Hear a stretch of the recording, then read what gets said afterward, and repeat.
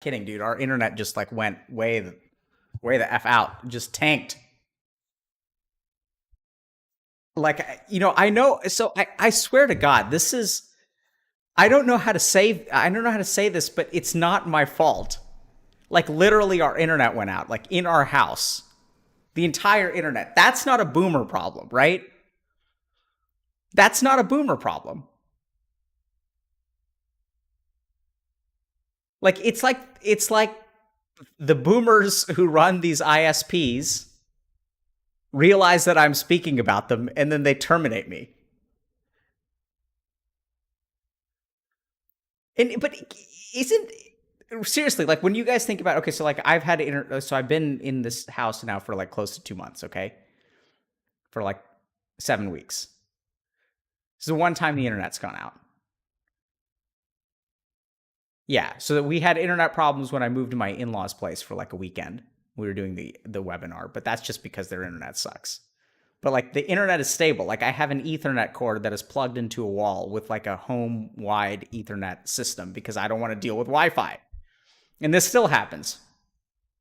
It's really confusing, I swear to God.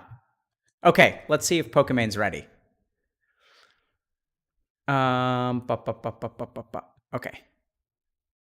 Close. Pokimane. Will thou'st accept my wilt? Nope. She's got a friend, bro.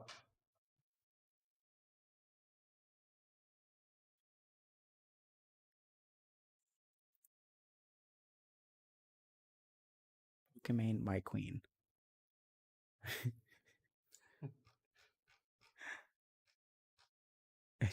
You're damn right we have tech support in house.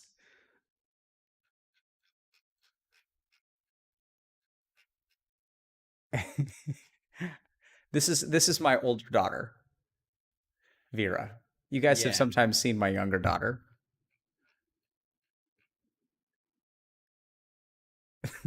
NPC. NPC? No, you're a Chad daughter. Chad daughter? Daughter, yeah. Oh, Chad daughter. Yeah, you good? Oh, what kind of tequila do you like? Or whatever, something on the higher end of the shelf is all. So that way I'm not hungover. Indian houses have tech support. No, so usually I'm supposed to be the tech support guy, right? Isn't that how it works? All right. Lost 10K viewers. Absolutely, dude. Lost 10K viewers is right. Nope. So this is how we do things at Healthy Gamer. If you guys haven't figured out, remember when I was telling you guys it's about surviving failure and learning to overcome failure. So like we live that every day. It's part of our ethos here. Is that we can't have successes. Like one success isn't enough. We actually have to continually fail. And then this is how we can teach you. See, now you guys understand why I'm so good at teaching people how to overcome failure because our internet dies like all the time. Is that Markiplier? No. What Markiplier is another weird internet name, or is that like a thing? Oh. I think he's a YouTube guy. He's a gamer like us. I mean, Markiplier kind of sounds like the word multiplier, but with a name thrown in. So it sounds like a Twitch chat name. Yeah, definitely. Now people are saying Michael Reeves. It's because I think they're all half Asian, so they're just like all these half Asian people. Are you half Asian? Yeah. I do not know this. That's right. Yeah, okay. I didn't know that. Okay. What do you think I was? I mean, I knew you were half Asian. Okay. Debated. Debated. Okay. So let's see. Nope. Okay, so I don't know. I guess Wait, check pending actually. pending. Wow, a lot of people. Oh. If I got the right one. Uh, Did I friend the right one? This one? Yep. Mia. Basement guy. Abandonment. Oh no. What happened? People say anyway. That's okay. She's allowed to stall. I don't know. It's a boomer problem. We can blame it on the boomer. Oh yeah, I mean we're starting a bit late just because internet. Boomer. Boomer. Tell us a spoopy. Is that another internet term? Is that a typo? Okay, I can tell you guys a story. What kind of story do you guys want? Let's tell you all a story. What's a good one? Okay, I can tell you guys a story about um, the day that one of my patients thought that I was a complete idiot. If you guys want to hear the story, so she's given me permission to share this. So I was a fourth year medical student in yeah, it's kind of a fun story, and we'll talk a little bit about schizophrenia. So I was a fourth year medical student, and this is back when I was trying to decide if I wanted to do psychiatry. And so what happens when you're a fourth year medical student is you're kind of assigned certain patients that you're supposed to take care of. So I was taking care of someone who's of the boomer generation, a little bit older, and they had been diagnosed with or had been hospitalized for schizophrenia. And particularly the problem was that they believed that they had a voice box. They had some kind of machinery in their throat that garbled their voice, that kept that other people from like understanding them. And I don't know if the story is going to make any sense or not, but anyway, I'll tell it. So, so she's an elderly woman, and she's homeless, so she's not in the best hygienic condition, not in the best dental hygienic condition.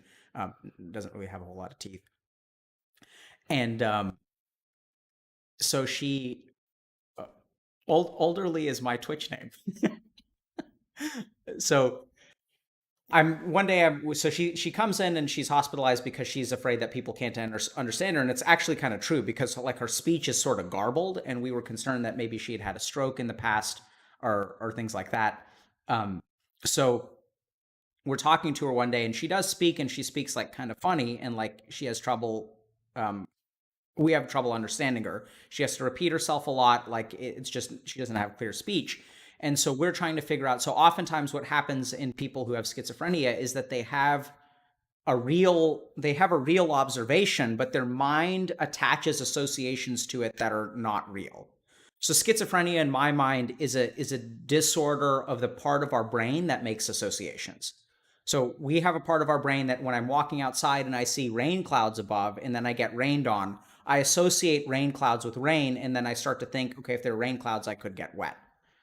So what happens in schizophrenia is that part that makes associations is like way more sensitive and way more hyperactive. So what ends up happening is, so if I'm walking down the street and I see like someone sitting in a car, that part of my brain associates that person sitting in a car with me somehow. So I think like, oh, that person is watching me. So it's essentially like a bunch of benign stimuli that we think are attributed to us. So what we thought is that she thinks that she's got this device in her throat that someone implanted to like keep her from communicating with the rest of the world. And so, then she has difficulty speaking. So I'm working with a third year medical student as a fourth year medical student. So I'm actually like teaching. And so we have some third year actually not even a third year medical student, like it was like a first or second year medical student who's like on the words for the first time. I'm gonna teach this medical student something called a MOCA, which is a cognitive assessment. So I go to my patient and I say, ma'am, would you be willing to like do this cognitive test? And I can teach the student kind of what the test is. And it's a test where you like draw pictures and I give people tasks and stuff like that. We can do it together as a group if you guys want to later. And so we go into this room, and then she sits down and she's like, oh, this is a test? And I say, yeah, but it's like, you don't have to write something. I'm going to ask you questions, just answer them to the best of your ability. It doesn't really matter how you score on the test. I'm just using this to teach the medical student how to administer the test. And she says, oh, okay. So she like sits up straight, right? So she's like, okay. And then she reaches into her mouth and she pulls something large, green, and bumpy, like out of her mouth. and like sets it on the ground and or sets it on the table next to the test. And I'm like, what the what is that? And then she says, what do you mean, what is that? And then I said, what is the thing that you just pulled out of your mouth? And then she says, it's a pickle. And I said, well, why do you have a pickle in your mouth? And she says, well, like I like pickles, and some of the medications make like give me like dry mouth. So like I keep a bag of like pickle slices with me, and I like have them tucked into my mouth like all day long. And then I'm kind of like, wait, so every time you're talking to another human being, you have like a pickle chunk in the side of your mouth? And she's like, yeah. And then she looks at me like I'm an idiot. She's like, yeah, of course I have a pickle chunk in my mouth. And it turns out that the reason that no one can understand her is because she's has a pickle in her mouth all day. And then, so that's part one of the story. So part two of the story, let's see if Pokimane's ready, or if you guys want part two. No. Part two. Okay, it looks like it's part two. Okay. So then, like the next day, so then I go to my attending, who's like, you know, the head psychiatrist, like, hey, I figured out why no one can understand her. And he's like, what do you mean you figured out why no one can understand her? I was like, I figured out why no one can understand her, and like why she thinks that no one can understand her. And he's like, yeah, like, you know, what, did you like see her MRI or something? Like, did she have a stroke? And I'm like, no, she's got a pickle in her mouth. And then he looks at me and he's like, that's not something that you say in a hospital, right? Like when you go to the doctor that you're working under and you're like, I figured out what's wrong with the patient. And then they say, well, what's wrong with the patient? And it's like, they have a pickle in their mouth. And like, that's not something you say in a hospital. So he looks at me and he's just confused. And he's like, what do you mean they have a pickle in their mouth? And I mean, like, no, like actually, like she walks around all day with pickles in her mouth because she has dry mouth from a medication called, and so she's got dry mouth from anticholinergic side effects. She's got pickles all the time. That's why no one can understand her. And then so the next day she comes into rounds. So rounds is when you meet with your team of doctors and therapists and nurses and all that shit. The next day she comes into rounds, and then, you know, everyone feels like an idiot except for her, because it's like, you know, we're trying to figure out why she has this complex delusion that's built around this pickle in her mouth. And then so she comes in, and it is my job to interview her. So it's kind of like funny to begin with. And so she comes in, and then she comes in with a bag, and it's got something in it. And then she sits down, and then, you know, I say like, you know, hello, ma'am, like, how are you doing today? And she's like, I'm doing fine. How are you? And then I kind of ask her, like, in sort of in an effort to make small talk. And she already thinks I'm a little bit of an idiot. So I ask her, like, oh, what'd you do before rounds? And she's like, oh, we had like a group. And then I said, like, well, what kind of group did you have? And she said, well, we had like a dentist come in and talk about oral hygiene. And then I said, okay, so like, did you find it useful? And she said, yeah. And then I was like, well, so what do you have in your hand? And then she looks at me like I'm a complete fucking dumbass for the second time. And she's like, it's a toothbrush. It's a bag with a toothbrush, toothpaste, and floss. And I look at her and I'm like, okay, so is that your toothbrush? And she looks at me like I'm a fucking idiot again. And then she's like, yeah, it's my tooth. And then I ask her, you know, third stupid question, which is like, why do you have a toothbrush? And then she says, to brush my teeth. And then I look at her and I'm like, but you don't have any teeth. And then she looks at me and she starts laughing. And like, it's like the biggest laugh in the world. My attending starts laughing. Everyone starts laughing. And she's like, yeah, but I don't have any teeth. And I was like, then why do you have a toothbrush? And then she says, I don't know. And everyone's just laughing. And then my attending falls out of his chair. And that's the day I decided I was going to become a psychiatrist. It's like one of my best memories from medical school. The woman was wonderful. We like, you know, we really got along, and she ended up getting better, and hopefully she's doing well now. But yeah, it's just, I don't know what that story is, but it's a good one. And that's how that's the story of how I decided to become a psychiatrist. Because the other option, like, so I was thinking about becoming an oncologist, which is a cancer doctor. And then the other option was like, so I was thinking about that day, and this is literally how I decided to become a psychiatrist. And then I was thinking about that day, and I was thinking about like a day that I spent on the internal medicine wards, like, being a real doctor, right? Because like being an internal medicine doctor is like a real doctor. It's like being a surgeon. It's like people come in with like heart attacks and cancer, and like you're like real doctor, like saving lives. It's like I'll take pickle lady any day of the week, like any day of the week. Like that's what I'm in it for. I'm in it to have those moments with those people where like it's not about just because she has some amount of cognitive decline and has delusions and is like can't really function fully in life, like doesn't mean that she isn't an amazing person and doesn't mean that we can't laugh at it together and just how absurd life is and just how dumb she thinks I am and how dumb I feel and how dumb she feels and how we all feel like idiots together and we can laugh at it. And yeah, so that's what I'm in it for. And it's interesting, right? Because like when we think about mental health, does this work? Okay. Okay. Oh, nope. Okay. Looks like we're just should we just start the drinking AMA now and do Pokimane later? Um so yeah, I mean that's what's cool about mental health is that it's not like this is I think this is the problem is I want to just point something out to you guys. So we have a term schizophrenic. Like this person is a schizophrenic, which is kind of weird, right? Like, so something subtle has started to happen in mental health where we've started to define people by what they suffer from.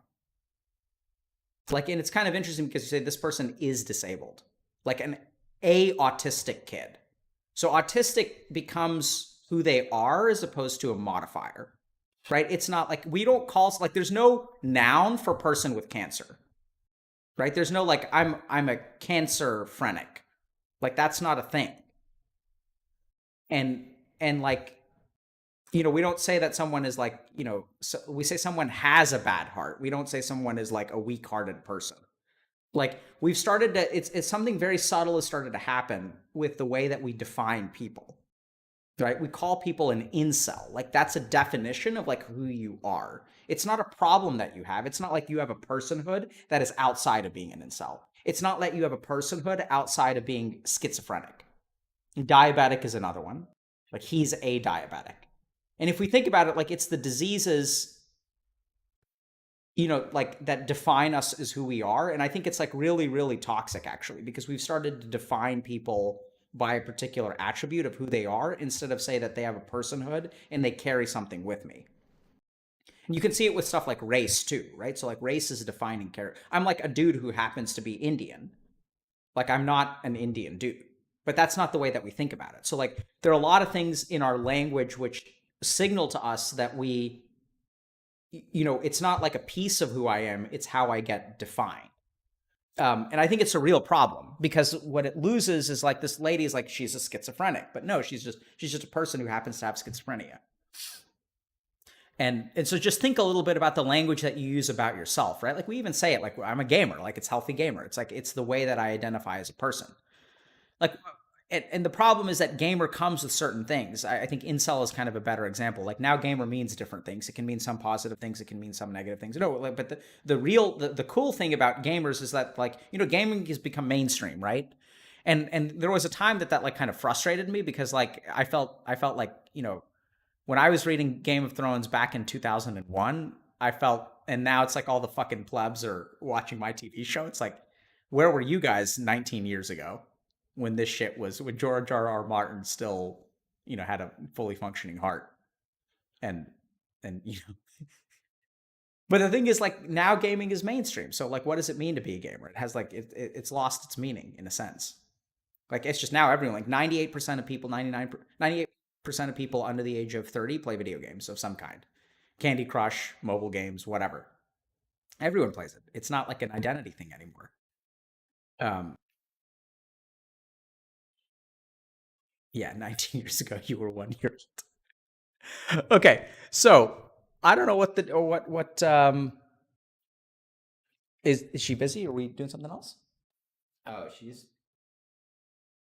hasn't responded. Okay, So is she streaming? Let's see if she's streaming. Um, Pokimane.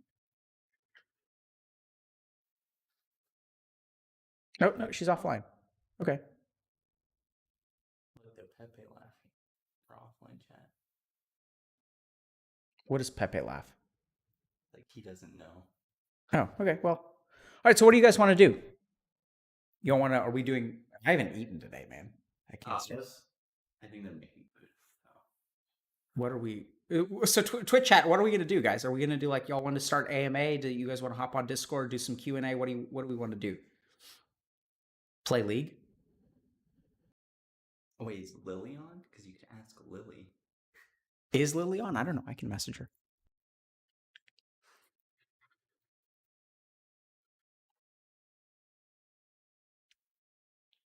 Say, where's my queen? No. What is Pokimane a queen? That's like the meme. What does queen mean? Like owns land. I don't know. I mean, is it because like what? Because queen means different things, right? It's like if I was a queen, that would mean different things. Right. Like I don't know what that means anymore. I think it's Like it was Twitch chat saying. Why is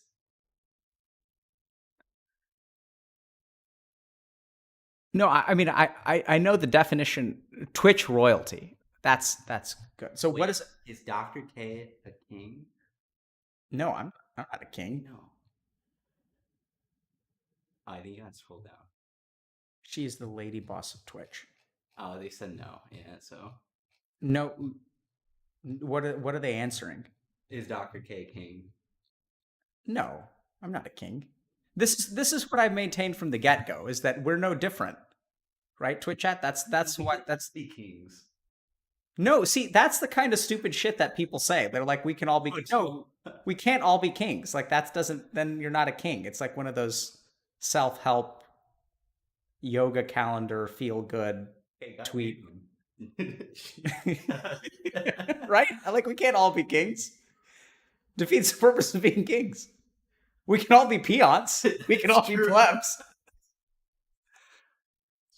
Like I'm not trying to be pessimistic here, but let's just be real, right? It's like everyone wanting it's like if a kid is walking down the street and they're like, yeah, I want to be president of the United States. And I'm like, well, I don't even want to talk about what the qualifications of being president are, but you don't tell the kid like, yeah, man, like you can do that. You can tell him like, hey, man, you can try, bro, but like, the odds are against you.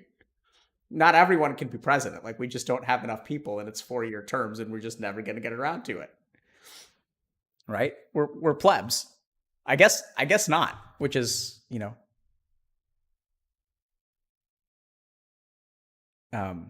maybe she's. I mean, maybe she's just. Sometimes people are nervous, which is fair. Maybe something's going on. Maybe her internet went out. Yeah. Why don't you guys go call her a boomer? Yeah. Reset her router. Yeah. Maybe I'll reset mine again. I'll just end stream and start it up. Okay. I can't comment on Donald Trump or his mental stuff.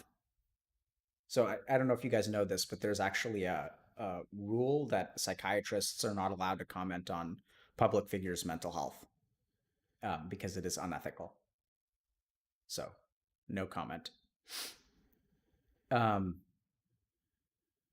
So what do you guys want to do? I do have strong opinions. I don't think people really understand what the deal is with Donald Trump. Missing the point. I've told this guy, you can comment on it. Oh, I can. Yeah, but you shouldn't. It's actually it's like super classic, like what's going on with Trump, and I think narcissism is missing the point. All right. Dota 2 Turbo, or do you guys? We can start the AMA. We could do a few AMA. Yeah, but am I going to be drinking or what? Let's do sober for like now. I mean, yeah. Do we have a way to do a poll? Yes. It's like I'm not connected to the internet because I'm afraid it'll die again. Oh, you think it's because you're here? Because our tech guy is here in the house that the internet's like, eh. Internet is acting out. Okay. Uh, okay, so let's. Oh, Oh, uh, saved. saved. Saved. Let's just check in though. Let's not pressure. Yeah.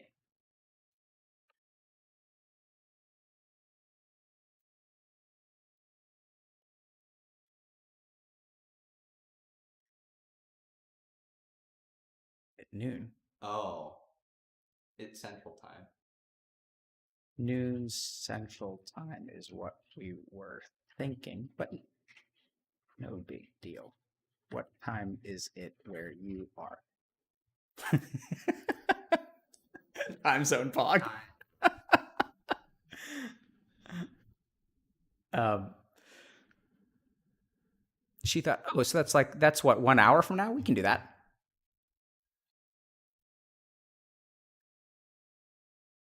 So let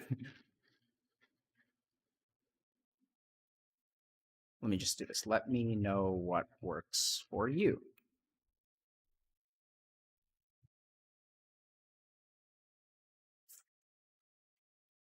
Dude, that happens. It happens, dude. Time zones. It's confusing. You guys heard this story about? Oh man, can I tell this story? Uh, okay. I don't know what to do at this point.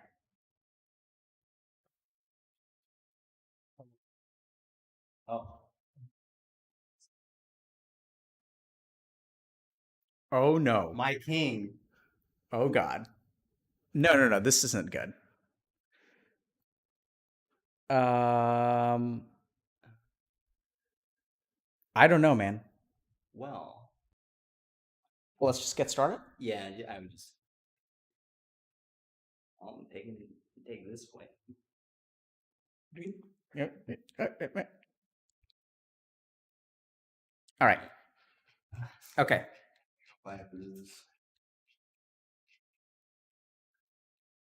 Okay. Let's do it. Adios. Okay. Can I get some water?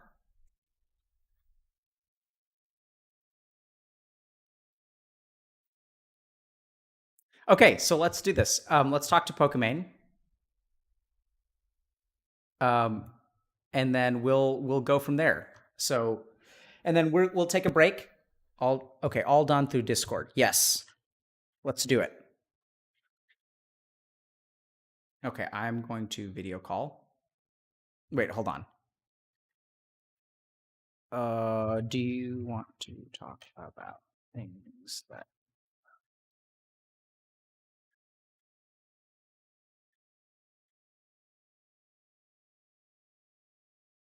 Thanks, man. Appreciate it.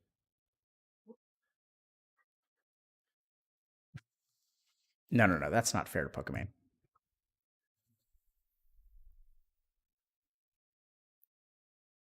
So I think the problem is so you know we've talked a lot about doing like kind of troll uh I don't have access to Twitter here. I'm streaming, by the way, and they can see my face. Oh my god. Oh, maybe we should do be right back. I can use that, right? Can I?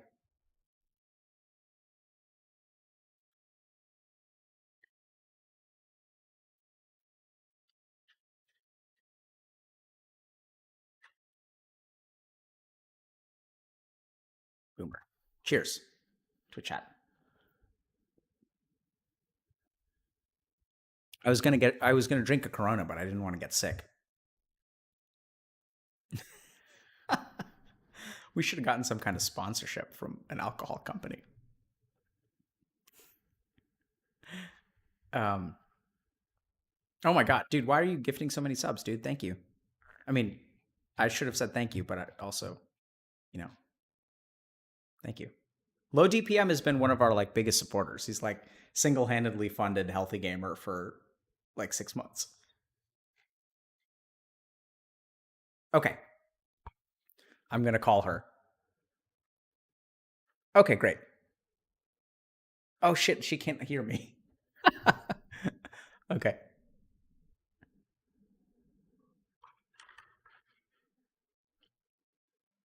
Hey, friend. No. Can you can you say something? Test 1, 2, 3.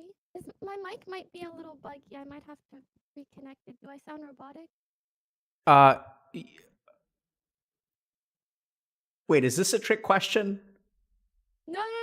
It actually just does that sometimes. It does sound a little bit robotic, but I just told a story Okay. who thought that she had a machine in her Oh, throat that prevented her from speaking with others. Anyway, don't worry about it. this was not intentional. Just coincidental. Give me Yeah, 1 sec. that's bizarre. Okay, yeah, it does sound a little bit robotic. Ah, mine ears.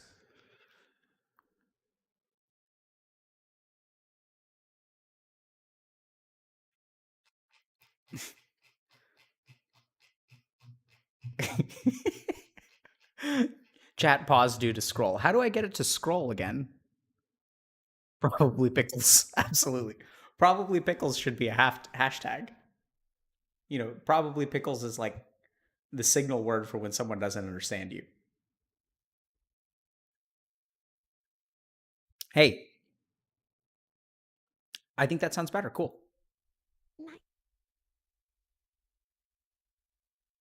Hello? Hi. Hey. So, can I how do I are you going to am I going to be able to see your face as we talk? I'm on camera. Oh, I don't see you on Discord. Oh, it shows that I'm. Let me turn it off.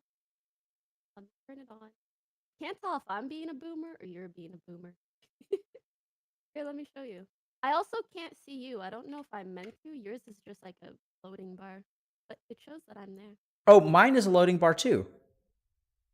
But I Okay, can see let me myself in the restart. corner. Okay, let me restart call.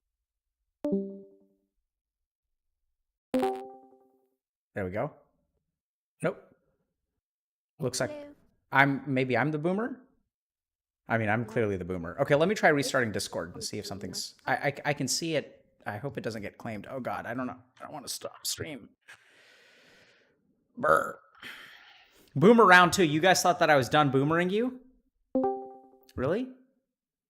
I don't think so. Okay. Loading bar. Now I don't see. Now. Oh, hold on. Turn on cam. Oh, there we go. There we go. It works. It works. Fixed. Really? Saved. Yes, I can see you. Can you see me? No. I could open up your stream, I guess. No. That's going to be Have low confusing. latency on. Yeah. No. Hold on. I've got my tech support dude who's living with me during COVID. Actually? Are you actually living with us? Yeah, Kinda. Okay. So, so here's the thing, right? This isn't my fault because I can see me. So why can't she see me? I don't know. It's just Discord. Right. This is not. It's just a True. party in here. Okay, maybe I restart Discord. Okay. Okay.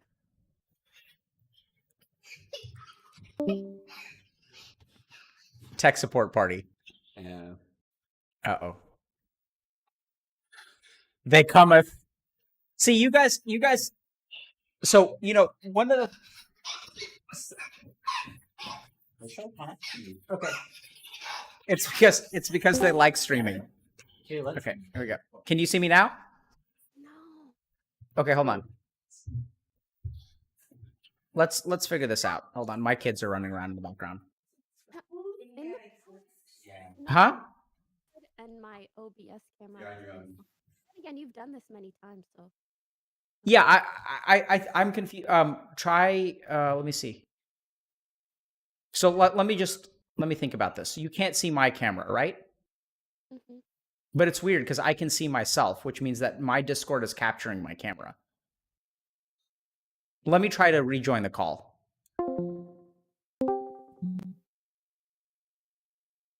Hello? Boomer. Hi. Okay, I can Hello. hear you, but now I see this is weird. I can't. I'm gonna just You don't maybe hear me Twitch. anymore? Maybe Twitch chat can help us. Okay, look. This Okay. is what happens, right? Twitch chat. We do this, and then what we're gonna do is I'm gonna. So now she can't. You can't see me, right? I can't see you. Oh, no, I can't see you. Okay, so Am we're I? gonna disconnect. Sorry, just hung up on Pokimane. Not a great idea, but say la vie. Okay, so then we're gonna video call, and Is now there a way for Discord servers? I mean, we're just DMing, but we can also try using a different platform. Do you want me to send you a Zoom link sure, whatever works. or Skype or what? Oh, no, no, no, not Skype. Not Skype. I'd rather use Zoom. Okay, hold on. No, but what just broke? Something broke. Um, Okay, hold on. So this turn off camera, turn on camera. So my camera's working, right? Oh, I can see you now. Can you see me? no, Okay, so Twitch chat, hold on a second. Is yours full screened? Hold on, hold on, no, hold on. you are the full screen one. Oh, I see it now. Okay. Fixed, saved. Okay, Saved! we can do it. That was so odd. Yeah, I don't understand this. I mean, everyone, I'm such a boomer, Yeah, I man. just clicked it so that like our cameras are equal size, and now I. Yeah, it's weird. I don't understand. I swear to God, something in the internet is conspiring against me, but we got it working. I think Thank you it's so like much for coming language on. overload. No, thanks for having me. So tell me, okay, so now I have to orient myself. So sorry for a second. And then also apparently, Actually, can I start off by saying I am just like so appreciative of what you do on this platform, especially because I don't know, I've been in this community for many, many years, and as amazing as gaming and live streaming is, I've also always kind of had this feeling that it can be a really big distraction for people from a lot of difficult things that they're going through. And so to see someone so directly address mental health issues and awareness and even try to offer direct support, I think that's so incredible. And my thank you stream very is much. dedicated to Yeah, that. I very much appreciate your appreciation. And yeah, I think what you do is awesome too, because I know you do a lot of, you support a lot of people on your stream and you know, you're like kind of like a, I'm like the yeah, scuffed version of you. or you're Or the, the friend version. or the polished version, depending on how you want to look at it. And by the way, I'm getting a little bit of robotic noise again. I don't know if other people. Mm, oh, are they saying it's low or robotic? I'm I gonna I, I don't know. report What are they you. saying? Too quiet? I can raise it. Say something again. Oh god, it's low and robotic.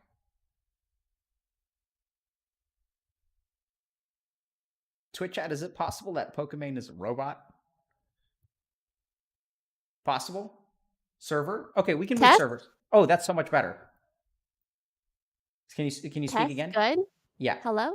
Yeah. Perfect. We're good? Okay, nice. Okay. Does that Sorry, work? it's just my Go XLR up. Yeah, yeah, yeah. I'm totally good. As long Okay. as it Fixed. sounds all right. Yeah. Nice. Sounds good to me. Okay. Perfect. All right. Technical problems aside, let us begin. I don't know what we're. So, first of all, what do I what do I call you? What do you go by? I guess a lot of people call me Pokey. Okay, If you wanted to be very personal and call me by my name, it's Iman. Iman. Okay. But Pokey's fine as well. What do you prefer? I guess I've always kind of felt like Pokey is fine for whatever situation, but if someone's going to try to be very personal with me, like me the person, then I guess Iman makes more sense. Okay, so then, what would you prefer I do? Do you want me to be personal? Do you want to be personal? I think I enjoy. I like talking with people instead of um, characters in Yeah, general. that So makes sense. Hmm. So I think I'm leaning towards Iman, but at the same time, I don't know if you want to be Iman today or you want to be Pokey today. I think I should be Iman. I feel like it only makes sense. Both of us are really quiet. I'm sorry. Can you say that again? I think it makes sense to be Iman. Okay. Um, so then let's talk to Iman. So can you tell me a little bit? Is there something in particular that you wanted to talk about today, or something that we can help you with? Um, And I say we because Twitch chat is actually pretty good at this by now. oh, that's really cute. I think you have a lovely community, and you do a really good job of moderating them, I think, from what I've seen at least. I don't think there's really anything in particular because I feel like all my issues are very convoluted. Okay. Yeah. So And kind let's. of mixed in together. That's what we're here for. So I think that's actually what I think what we do. What I try to do is just untangle things for people, because I think most people are pretty good at problem solving. They're intelligent, they're capable, and it's really ignorance and not understanding that tends to be the problem for most people. So when you say your issues, like that's like a heavy word. Like what do you mean by issues? Ahem. For starters, do you know how I can prevent myself from crying during this? Absolutely. Well, maybe actually, hold on. Okay. Do you? Let me start with this. What's wrong with crying? I've just been crying a lot. Okay, so but what's wrong with that? Where did you get the idea that you're not allowed to cry, or that crying is bad? I guess just in moments where it feels like it doesn't make sense. Okay. Like now. Okay. So let's just pause for a second. What are you feeling?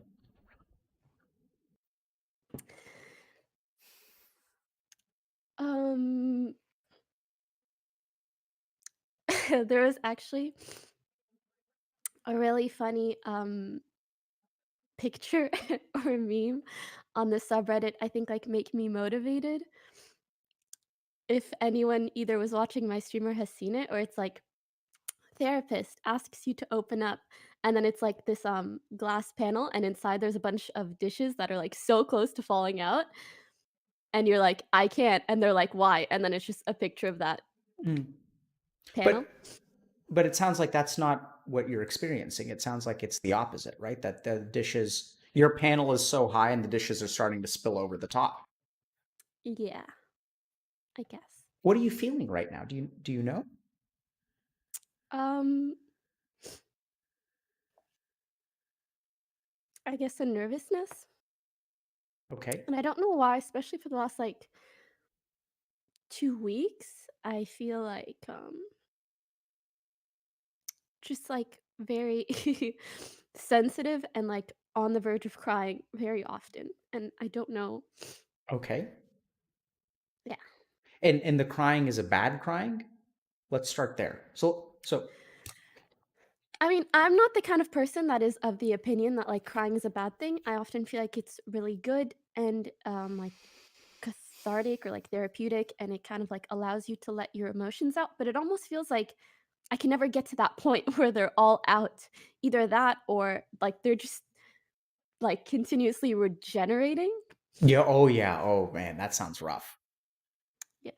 So what I'm hearing from you is that you're not opposed to feeling feelings. It's just it seems like there's a never-ending well of like negative feelings. And even if you let As of yourself late, yeah. cry, like you can cry for a while, but then like at some point the crying's supposed to like make you feel better and you're supposed to stop, right? Like it's not just like Yeah. every Yeah, or at least that's what I've experienced in the yeah, it's like past, what the and fuck? recently Like it's just not like that. I was told at some point that this would get better. Yeah. And everyone says that once you let it out, then it's out, but you're like, But then it's back like 2 hours later. yeah. So what I'm hearing from you is that you don't have a bucket that's full of water. You have a faucet. Yeah. That sounds rough. I guess maybe. I don't really know why, because I haven't really experienced this before. And that's why I'm like, I guess that's why that's like my first question right off the bat. And I thought like, oh, this will be fine. Maybe I will tear up at some point.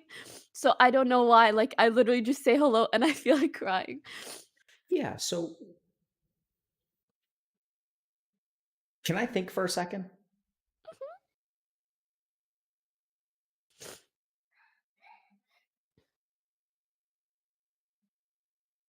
Okay. So my first thought, Actually, can you think for like another second? sure. I'm just gonna get some tissues. I was not prepared.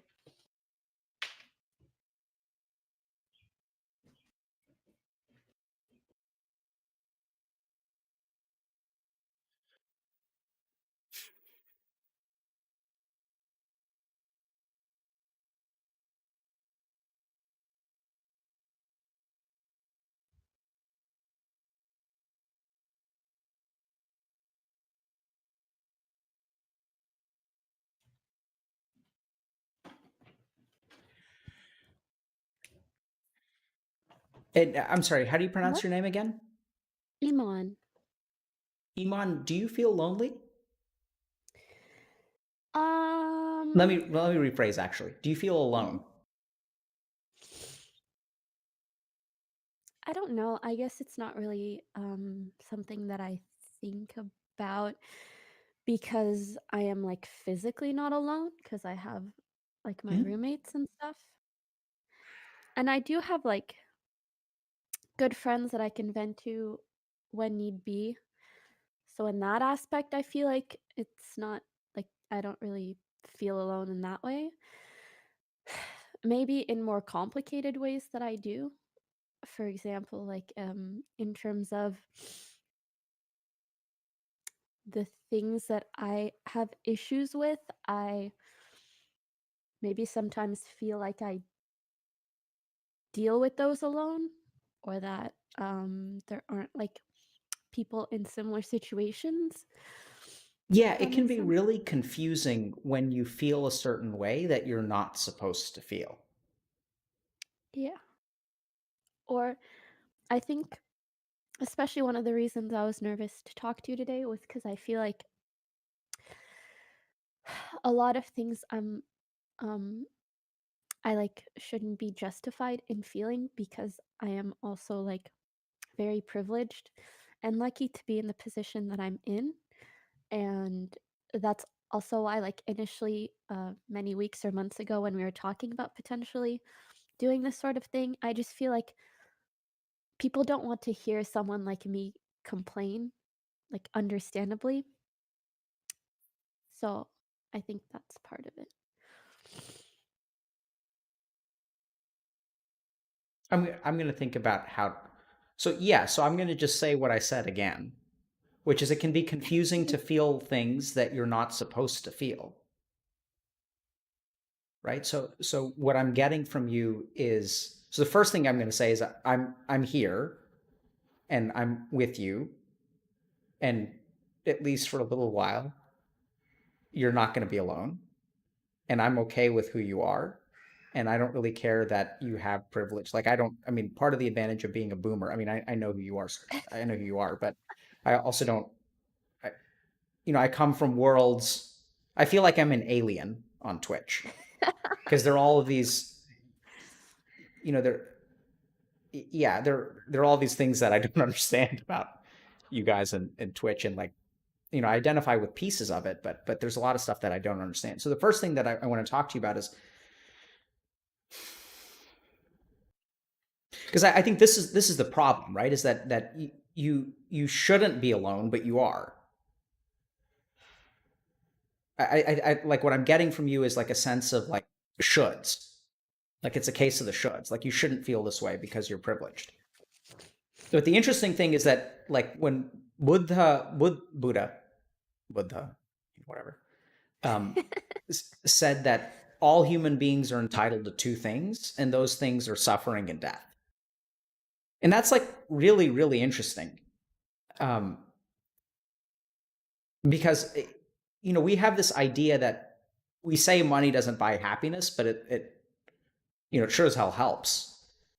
But at the same time, like I mean, I've worked with a lot of people who are very successful and very privileged, and the one thing that I've seen is that like I don't think that being privileged or successful is makes you invulnerable to suffering. And somewhere along the way, We started judging people who have things that we don't have, and we started gatekeeping suffering for them. And I think Yeah. that's actually really, really toxic, right? It says that, like, just because you have something that I don't have, you're not allowed to suffer. And this is a tango that we all started playing, especially the people who are the haves and the people who are have nots. It's one that we both do. But in my experience, like, I hate to break it to you, Iman, right? I hate to break it to you, Iman, but no amount of privilege, power, fame, or money is going to be an antidote to your suffering. And in fact, that's exactly what Buddha learned. So he was wealthy, powerful. There's jokes earlier about people in chat said queen when they referred to you. And I think it's actually really bizarre because that's literally what Buddha was. Like, Buddha was a king. And he Yeah, woke and up then one day. Yeah, go ahead. he was like tired of his privilege or wanted to see what it was like to live otherwise.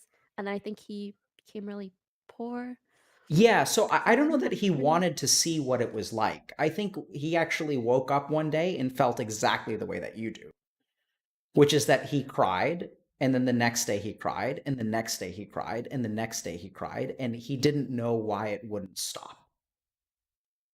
And then he's like, things are supposed to make this better. And then he looked around at him and he said, okay, like, maybe having more followers on Twitter will make me feel better. Maybe being able to eat tastier food will make me feel better. Maybe having a more loving marriage. But he had all those things. So he was kind of fucked in a way that very few people are, is he had everything. I don't know if you have everything or not. It sounds like you have a lot.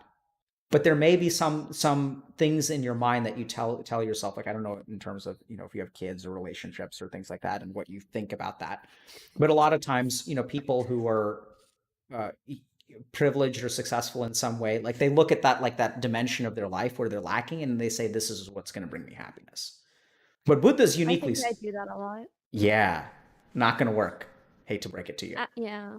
I'm very much a problem solver brain, and I also agree it's probably not gonna work. Yeah, I actually think it gets really bad because I become very like kind of compulsive about those issues, but yeah, it doesn't really make a difference at the end of the day because I'll just become compulsive about something else once one thing is dealt with. brilliant. So I can keep talking about Buddha, but I can't let that slide. So, where does that compulsivity come from? Why are you compulsive? Help us understand that.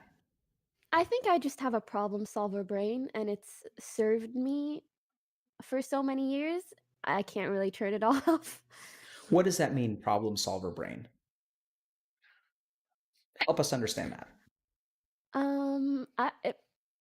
I may think that it spawns from the wrong thing, but I always thought that I came from like having a strong love for mathematics and going into engineering. And I mean, my life was school, and so it was always about like problem solving, min maxing, trying to be as productive as possible, trying to do my best in all aspects, etc., etc. And I feel like when it comes to content creation, what makes a content creator really successful is a lot of being able to problem solve and being able to min max and learning what works and doesn't and changing and evolving, etc. And so because it has served me for so many years, it's a part of me that is kind of hard to turn off, but I've noticed especially as of late that it's more so like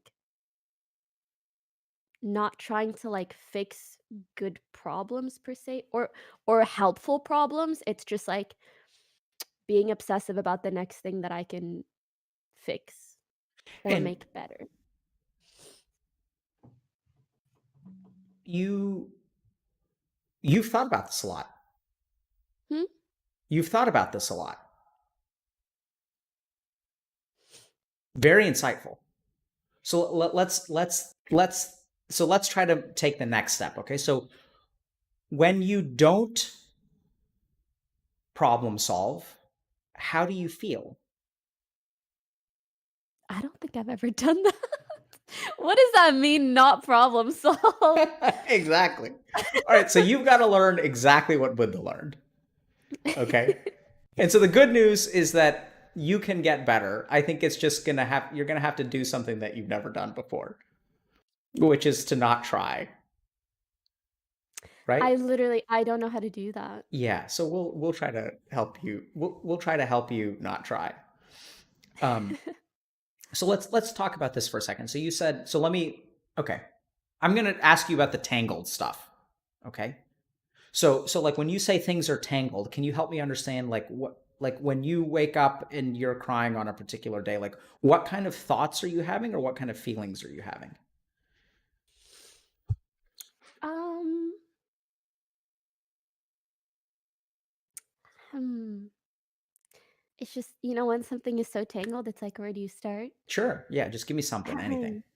Yeah, I think a lot of it has to do with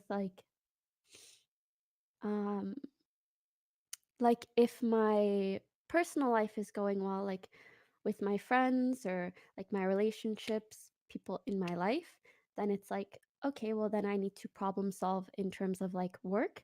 And then I'll just like think about, um, it's so hard not to cry. You haven't fixed this for me. um, So let's stop and think about that for a second.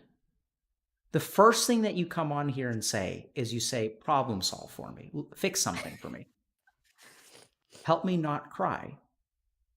When you notice, when you set a problem for yourself and Iman says, I don't want to cry, and then you start crying, how do you feel about yourself? Like what's that? Like we saw frustration, right? You're like, you were supposed to fucking help me with this. Why or is it like, still I mean, happening? I'm mostly frustrated with myself, obviously, not you. Absolutely. Why are you Just kind like of making a joke tell me about it. about that? How do you feel about yourself?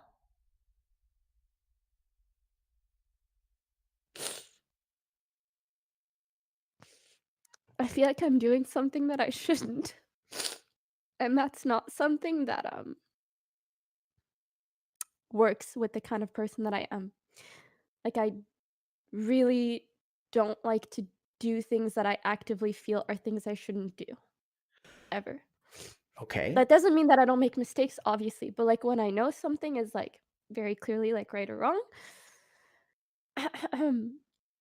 and I feel like in this situation, like it just does not compute to be crying, and so to see myself react that way is very frustrating. Okay. So what I'm noticing is like I'm just going to tell you what I heard, okay? So look at it with me. Okay. So you have a should. Iman shouldn't be crying right now. I don't know if can you hear crying in the background? Can you guys hear Huh? that? Never mind. Okay. My kid is crying in the background. Oh, no, I can Having a hear. little At least not she's me. having a little meltdown. Um so there's a should and you are not that should. And that frustrates you.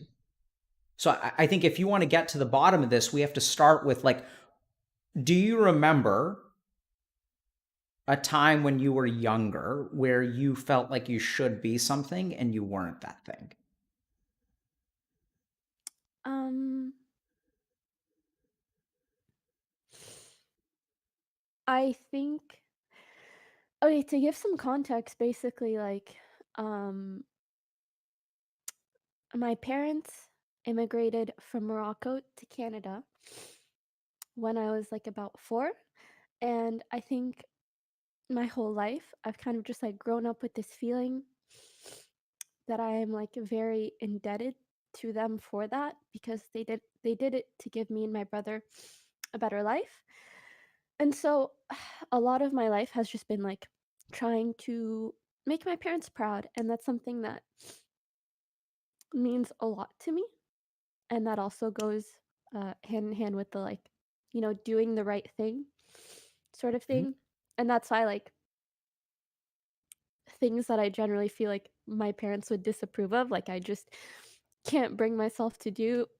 I don't drink, I don't do drugs, like I just like generally try to stay away from stuff that could ever result in them being disappointed in me.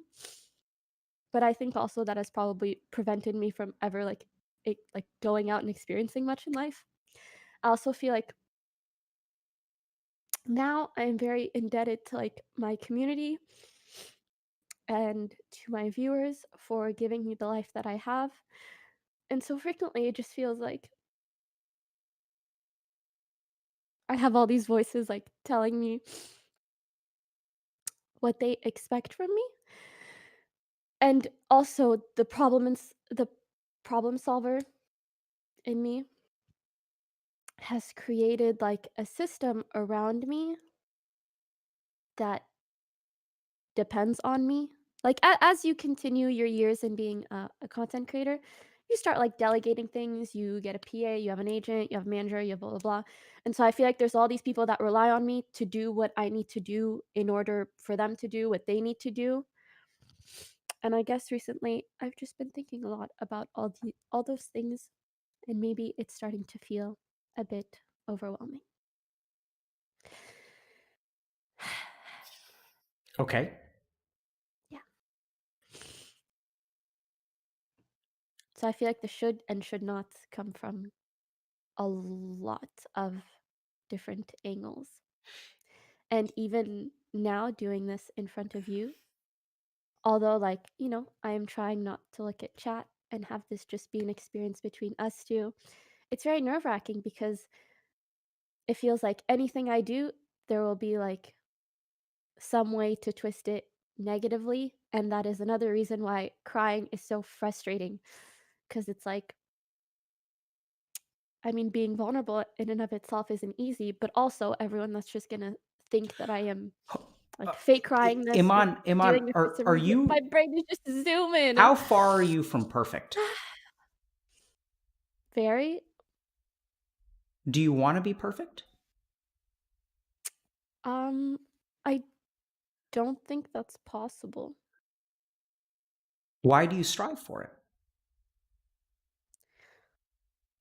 Because does life make sense any other way than to try to be, I guess, your best self? That's your problem, my friend. Yeah, because here's the crazy thing, okay? I'm going to say something you may not make any fucking sense. You are perfect.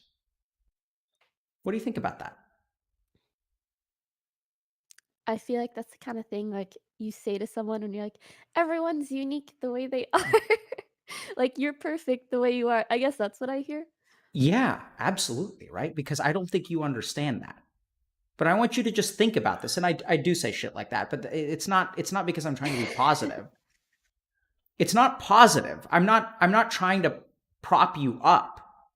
I'm trying to talk about what you are now, not what you could be. Like the only thing that exists in this world is what is. Right? So like take a look at your tissue. Look at your tissue. Is it a good tissue? Cafe hands. Is it a good tissue or a bad tissue, or is it It's a good tissue. But why? It's like got some gunk on it, right? It's like wet. It can't absorb what it should be able to absorb, right? It did its job. No, but it's not perfect because if you cry more, if someone else cries more, like they can't use that tissue. I guess. So the question is, did you do your job? Like you're not perfect. Right? I'll accept that. But did you do your job? Did you do what you can do? Did you do the best that you could? I feel like I don't know what that is. Like, Yeah. there's no way for me to say, like, what is enough? Absolutely. And this is the thing you've got to understand. What is enough is exactly what you are. Right? So like when you look at the tissue, you say it's enough. It did what it was supposed to. I'm content with it. Is it completely dry? No. Can it hold its maximum amount of tears? No. But it's held what it's needed to for now. And I don't blame it for not being drier. This is going to sound fucking weird, okay? So if I lose you, let me know. And if you want to pry more, let me know. I'm trying to be a little bit philosophical and help you understand this intellectually because I think your mathematical mind is something we have to leverage. That's one of your strengths. And in the idea, like if you think about an equation, like an equation can only kind of be what it is, right? Actually, that's not true. That's a bad example.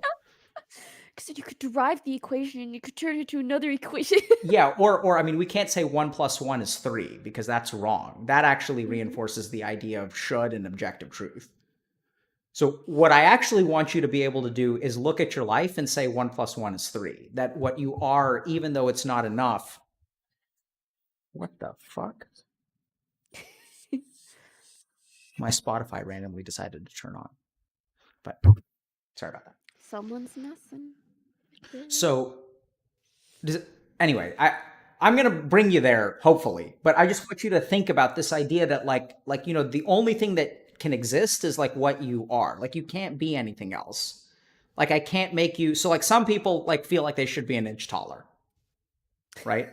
And they're like, oh, I'm short, and it's like, yeah, man, I get that. Like I get that you have good reasons for wanting to be taller, or even that you should be taller, or that being short sucks. But like you literally can't be any height but what you are.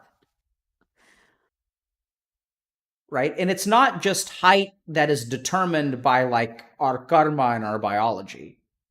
It's like circumstance. And you kind of feel like you should do certain things. And like, I just think that that's wrong. I don't think you should do anything. I think that you are, and I know it's shit that I say, but I mean, really, it's not that you're perfect. It's that you are. Like, if I say, the pen is here, and we can say that this pen is perfect because it's exactly where it is. It can't be anywhere else. Like it literally cannot be anywhere else. That existence is. Yeah. It's not could be. Like the pen can't be anywhere else. Like it's here and like now it's here. Like it can't be back over here. It is here, right? The possibility of the pen being here is not a real thing because I move it over here, but like where's the pen? It should be here or shouldn't be. It's stupid. It's here. It's here. And in your mind, somewhere along the way, and I get that. I think it's brilliant that you've discovered that it's adaptive for you, that it helps you, it supports you. The strive for perfection is responsible for your success. And I'm just grabbing stuff. okay, really, Sorry. it's So sorry. it's fucking. Anyway. So I think what we've got to get to is like the bottom of like where you get this idea that you should be something. And my hypothesis, and we'll look for this, okay? So like oftentimes my hypotheses are wrong. So I'll say my first hypothesis is that somewhere along the way you felt like you were something. And you really knew what you were. And that someone important to you told you that you shouldn't be that. And then what happened is like you calibrated away from yourself and towards that thing. And then over time you calibrated towards should. And that's what you kind of like set your zero towards. That became your true north. And then somewhere along the way, like you got left behind. As you became Pokey, Iman got left behind.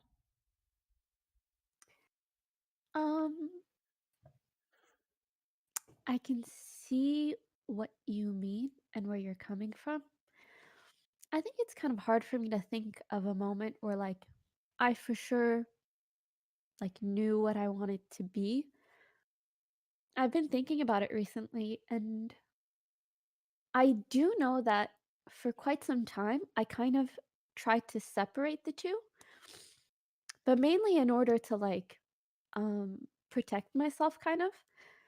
Like when people would theorize or say like or try to twist a lot of stuff like publicly, I'd be like, oh, like all they see is like Pokey, like they don't know me personally, and like that's kind of how I separated the two to kind of like make myself feel better. But the kind of theory that I came to recently is more so that not that like I know or knew what I wanted to be, but that I just haven't given myself time to like identity develop because I've spent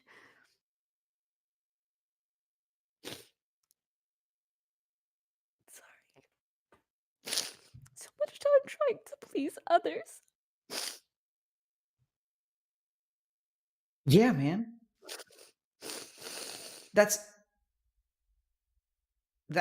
makes perfect sense to me. Like that's like literally what I'm saying is that like So a long time ago, and I think you've been doing this way longer than you realize. Or I mean, I think you do realize it, but like way longer than before. I mean, how long have you been streaming on Twitch? Like 6 or 7 years. And is it okay to ask people how old they are on Twitch, or is that not okay? Yeah. Okay. Yeah, How old are and you? I also think about that. I'm 23, and it's like some of the most formative years of my life I've spent like working to the point of giving myself health issues and just stressing about like pleasing others and what others think and not giving myself any time to just like live life and figure out who the fuck I want to be or am happy with. Mm. Yeah, man, I think you got that shit figured out all on your own.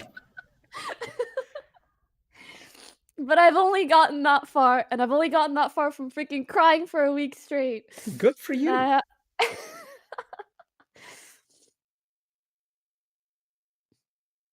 So let's think about this, right? So what I'm hearing is also a subtle should. That I should have spent more time on identity development. yeah, that too. It's not like, oh, I can just like look at myself and be like, oh, this is just like how I've ended up, and It's, I mean, and I am this pen that is like, so I don't know. I feel, Now I I'm feel gonna like, do more, but I feel like talking to Poki and Iman. And I think the point here is that Poki doesn't let Iman grow. And you're beating yourself up for being Poki too much. But that in and of itself is Poki talking. Right? I mean, the thing is, like, I don't see it as like, I don't know. I don't like see it as an alter ego or really. I don't know. It's really it's hard not, for me to tell because I it's, feel like the problem. Sorry, go ahead. no, go for it. I was just gonna say, I feel like that problem solver part of me isn't necessarily like only part of like my work side or I don't know. No, It's no. really hard for me to separate like Yeah, that. no. It's not part of your work only. Like, cause this is what I'm saying. Like your tendency to gravitate towards should started way before you started streaming on Twitch. And I think you're spot Yeah. on that, you know, I didn't realize how young you were. But I mean, if you started streaming on Twitch at the age of 16, you're damn right that like a lot of identity development is going to be kind of, you know, like stunted, to be blunt. Right. So like 16 to 23 is when, you know, people go to college, and like I didn't know who the fuck I was until I was like 28. I'm And glad I went to college for at least 2 years. yeah, good. So I felt like that was good. Yeah. And so like, you know, so I think it's okay to not know who you are at the age of 23. Like, people think that 23 is adults, but like not really. I mean, people are like developmentally younger because I think the challenges that we face are like far more complex. What our psychology and brains are assaulted by on a daily basis growing up has changed. Like, it's not like we're living in the woods and like it's the same fucking shit every day. You know, it's like it's issues of identity and confusion and what the world is. Like, my grandmother did not know that other places existed. Like, it's a bizarre thing to think about, but like she like literally did not know that other locations were real things. Like, she grew up in her village and she had heard of places, but they were like Neverland or stories. Like, Bombay was like a place that people went, like it was a story. Like, she hadn't conceptualized that it was actually a geographical location where there are stairs and doorways and cars and people, and that the world was like a place. It was like a myth. But now the world has become a real place, and like, even compared to, you know, 20 years ago, the opinions that you had to deal with were like localized to the people that you met. But enter the internet, where now you can get judged by hundreds of thousands of people or millions of people. And you used to deal with the judgment of the kids in school. Yeah. It's like the same 30 fucking kids. And now you have millions of people who can judge you. I worry so much about preteens and teens in this day and age. Yeah, they're And fucked. their mental health. Yeah. They're really, it's bad, and it's gonna get worse. And anyway, but so this is the thing, Iman. I think even the way that you beat yourself up for not having developed your identity is another should. So we got to get to the bottom of the should. And you're absolutely right that should is adaptive. Okay, so oddly enough, I feel like I'm well equipped to help you because the people that I work with in my day job, I think have very similar problems to you, which is that they've flagellated themselves into success. And they're like, they wake up one day and they're you're apparently Twitch royalty. And then, in their case, they're like managing director at like Goldman Sachs, or they're like a physician at Harvard Medical School. And they wake up, huh? Nothing. And they say the same thing. They're like, but I am all of these things. Like, why do I deserve, like, why am I crying? Like, I shouldn't be fucking crying.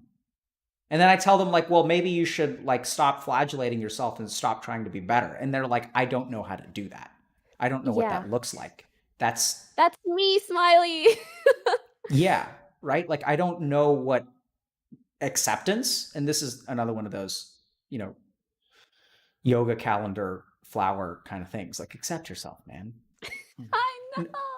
No, but like, you literally, like, that's not like a thing on a yoga calendar. That's something that you literally, it's like the pen, right? Like, you can't be anything but what you are. It's like silly. Like, you can't be an inch taller. You can't be more developed in terms of an identity perspective. You can't be any of those things because you are what you are. Your past is what it is. If we're talking about engineering and mathematics, like, if you build a structure in a particular way, that structure can either bear a weight or it can't bear a weight. Like, you can't, what it should bear is actually completely irrelevant because either it's capable or it's incapable. It's a fact. Yeah. But you don't view yourself as a fact. You view yourself as a fiction. You view yourself as a should. You're not a building. You're an architectural diagram.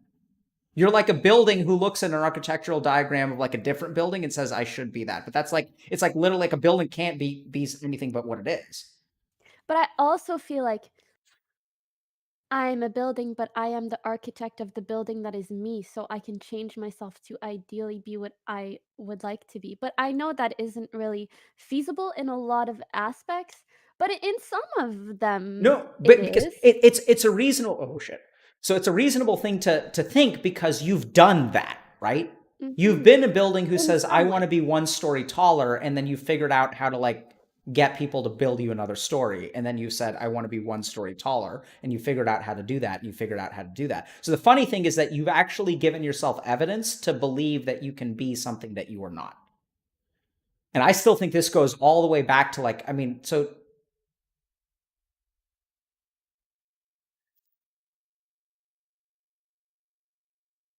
I'm thinking about how to say this. Tell me about your indebtedness to your parents. Can I also mention one other thing? Sure. When I think about, I guess all of the stuff we've talked about, namely, I guess, my lack of like giving myself a break over all these years. Maybe one of the reasons I cry so much is like, I feel like I'm mourning over that. Absolutely. Like, it's so weird. I don't really know how to explain it, but like, no, it's a great way of explaining it. I feel really sad for myself. Yes. Absolutely. Because, Iman, I'm telling you. Myself at 17, 18, 19, 20, 21, 22. It's... Like, yeah. That's a brilliant... this is what I'm telling you. Like, so I'm going to go back to this idea, right? So, like, there was Iman when you were very young. Mm-hmm. And there was something that you knew you were. And I'm not talking about, like, you knew you were, wanted to be an engineer. Like... And then, like, there was, like, something that someone told you, like, hey, you should be something different. And then you went towards that thing. And then, like, a little voice inside you said, like, hey, that's not who I am. And then this other voice said, no, but that's not who you should, like, you shouldn't be what you are. You should be what these people tell you to be. And then you went further and further and further and further and further away from that voice. And I think what you feel right now is pity. You feel pity towards yourself. You're mourning because, like, there was, like, a little girl in there who, like, had feelings that were completely fair and legitimate. And Pokey told her to shut the fuck up and sit in the closet because we have shit to do. And so mourning is exactly what you have to do. And let's just think about what mourning means, right? Because mourning is not about should. Like, let's just think about what is mourning. If we think about acceptance and should, what does mourning mean? When do we mourn? I know it's kind of When weird. something has like died or passed. Yeah, but just think about that. Like when my dad passed away a few years ago, and I remember like mourning Sorry. him. Yeah, it's all good. I'm cool with it. He's cool with it. We're set. I'm happy to hear that. Yeah. So I mean I appreciate the sentiment, but we're good. So if we think about that, like if I'm mourning, do I think to myself he should still be alive today? I guess. Okay. So when I've completed mourning, do I think that to myself? You've accepted. Exactly. Because should is the opposite of mourning.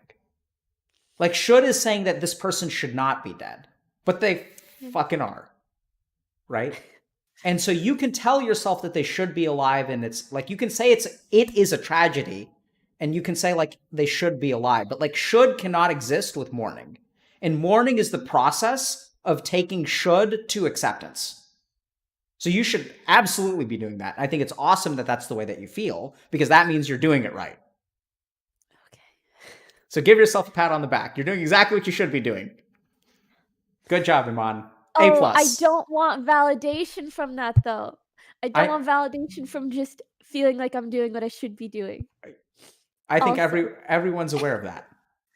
Right? So the way so it's But good I'm that like I'm so glad I'm it makes sense in some way because I yeah, hadn't really because I thought about mean it that way until now. yeah, because I'm giving you the A plus and I'm laughing at it, and then you're noticing the absurdity of it, and then you're saying I don't want validation from it, and I'm giving you a caricature, a hyperbole of validation because I'm giving you a fucking A plus, which is what you wanted all your life. And Yeah. therein we see that the beast within you is fed. So Iman, let me I've ask. said this a lot of times about my frustrations with content creation, which is that there is no rubric. And like, my whole life I've just loved school and it's just all about rubrics and finally feeling like, okay, when I score a 90 or above, like that means I did good, I did my job, and I can go play video games and rest at night. But, when I'm stuck in a position where there is like numbers don't stop. There is no you've done enough. And I don't know how to set that for myself at all. Even though and I am doubly, if that's how you pronounce the word, or doubly frustrated with myself because I No, know no, that it's this is doubly. something that I've been thinking. Okay, perfect. I'm doubly frustrated with myself because it's something that I've known for a long time, but it's just a problem that like I don't know how to solve.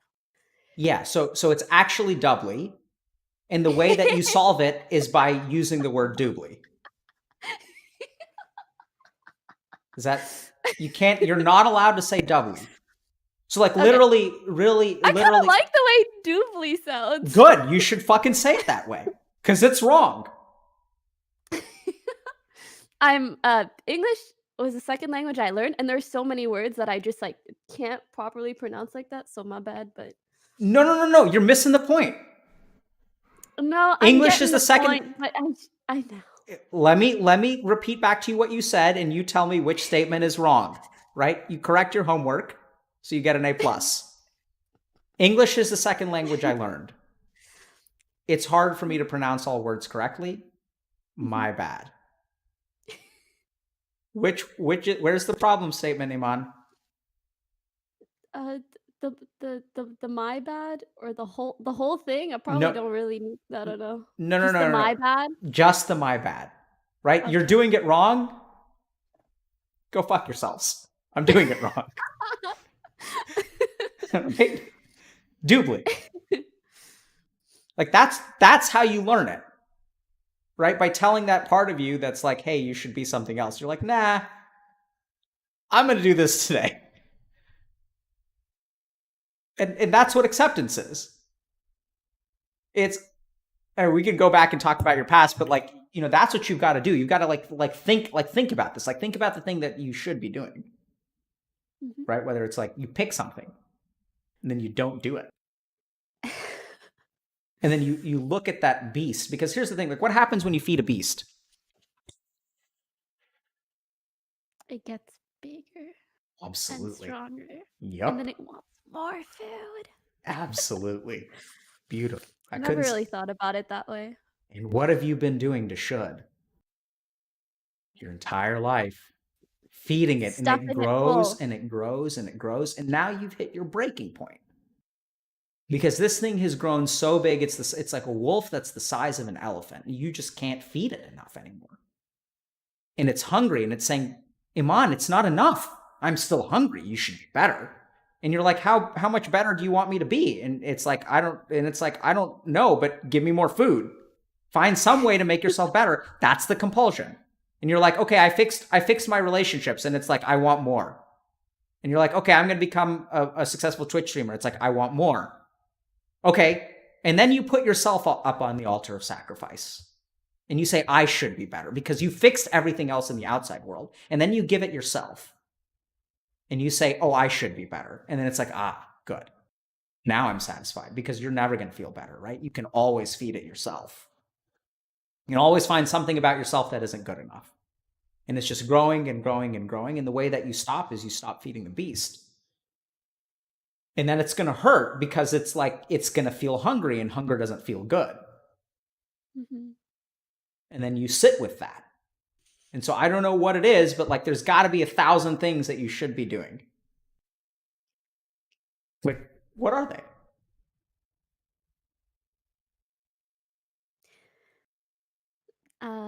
I should probably like call my parents more. I should make more content. I should like diversify. I should make sure I'm responding to these emails and these projects and these sponsor liaisons and blah blah blah blah blah. And on top of that, there are so many people that like rely on me doing these things. Not only that, but they require a lot of direction from me. But also I hired them to do the stuff, so it only really makes sense. And it's just like an endless list. Yeah. So what is one thing that you cannot do today?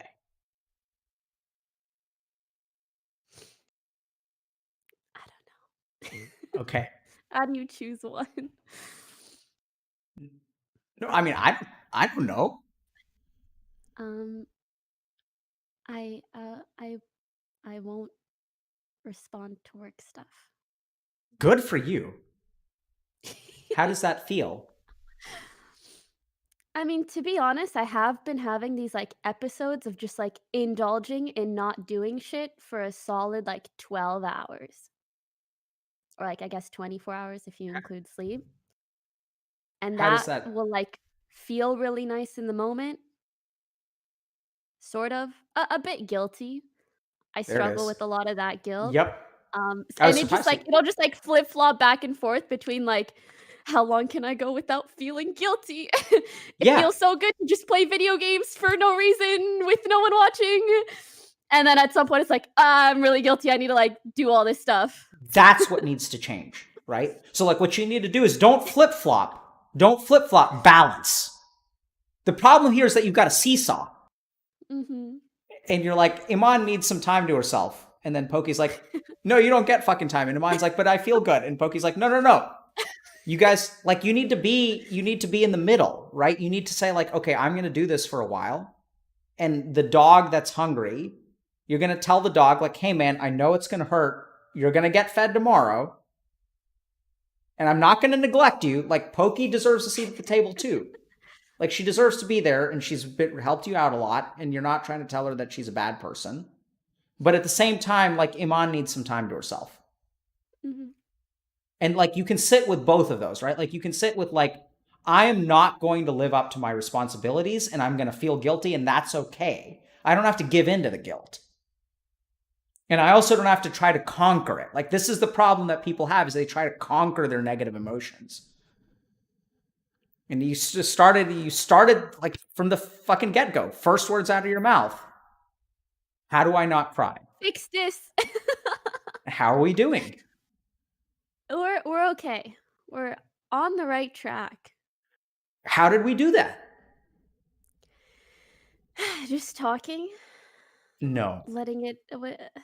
It's not just talking. Incorrect answer. Now, how do you feel? Notice. How do you feel? Scrambling for correct answer, trying to compute. Good. Sit with that shit. You're not going to find it. Anything you say, I'm going to say you're wrong. That's good. This is the kind of I guess like challenge. There's a word I'm looking for that I can't find, but it doesn't matter. This is the kind of like back and forth that I feel is actually conducive or constructive to what I need. I'm trying to figure out how you're squirrely even with that. It's squirrely. There's squirreliness in there. Cause see, damn it, Iman. No. See, even now you're saying, but I'm like, that statement is saying I'm doing the thing that I should be to grow to be a better person. I mean, this does feel nice though. I know it feels nice, but like, do you see how deep it is? It's like, even then, the reason you're okay with it because beneath all of the discomfort, you're actually growing. You're actually moving towards should.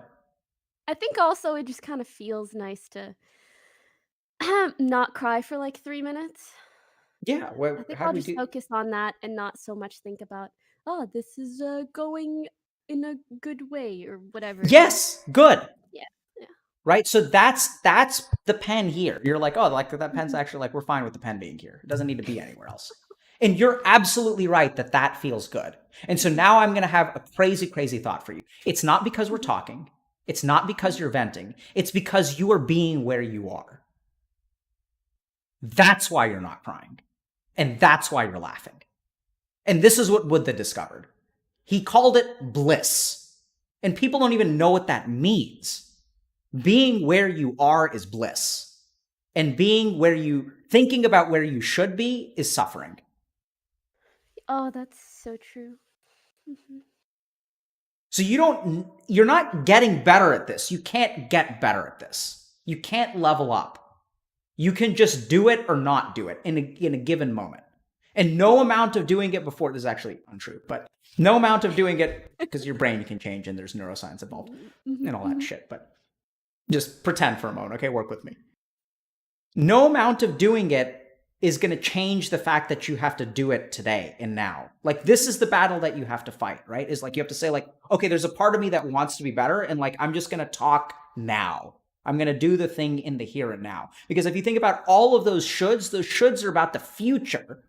They're not about now. They're about like, I should do this so that this person can do this. I should do this so that this person can do this. And then I have to do this. And I should call my parents more because why should you call your parents more? Because they could die one day. And if they died one day, and then I'd be guilty because I didn't call them enough. Oh my God. Yeah. Yeah. Oh my God. Yeah, that's my brain. Except like, for another like 2 minutes. Yeah, absolutely. And then you get exhausted of that, and the brain's like, okay, next thing. Next thing to beat ourselves up over. Beat ourselves up, beat ourselves up, beat ourselves up. And you're absolutely right that this is instrumental to your success. Absolutely right. Because unless you beat yourself up, so you have a high degree of neuroticism and conscientiousness from the big five personality kind of, if you know what any of that shit is. But what that means is that like you're basically like a med student. You're like a fucking try-hard med student. I hate these kids. And okay, no, I was not a med student. I was an Eng student, and there's a difference, okay? All the same. STEM is all the same. All the STEM fields. Disagree, but okay. But I do get where you're coming from. If I didn't go into Eng, I would have gone into med anyway. I know. So. You don't have to tell me that. Moroccan immigrants coming to the US or Canada, like, come on. I've actually been thinking about that so much. I've literally not only been like daydreaming, but just regular dreaming, fantasizing about like going back to school. Please tell me you're not going to become a doctor. No, I don't think I could become a doctor. Okay, thank God. Yeah, just like going back to school and I know I shouldn't be maybe it is not ideal to look or to be thinking of it that way. No. You don't get to just change the words and still have the thoughts. I know. I was just hoping you wouldn't call me out on it. No, I mean, you knew I was going to call you out. You weren't subtle at all. But that's okay. That's you actually calling attention to it, which is fine. That's beautiful. That's what you should be doing. You should notice. That's you noticing it. That's how I think it's my brain's way of you know, again, trying to problem solve. Like, oh, I'm not happy with the way my life is. How about I go back 3 years when I was in university doing engineering and whatever. Maybe then I would be Well, I mean, happy. But I know. Yeah. no, I don't know that that's just problem solving, because that could be Iman. That could be Iman saying, I actually want to go back and have some of those experiences that I missed out on because I deserve them.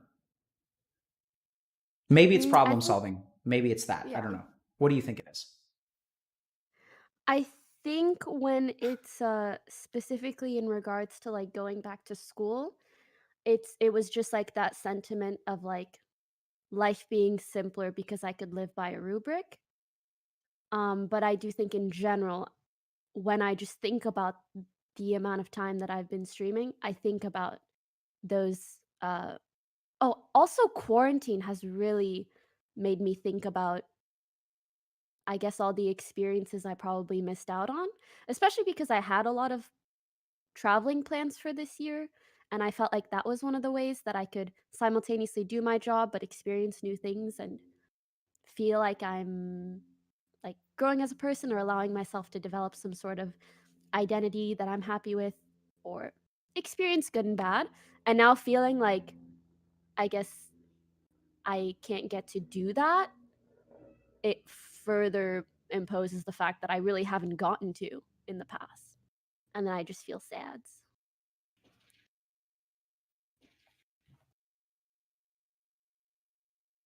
I'm going to think for a second.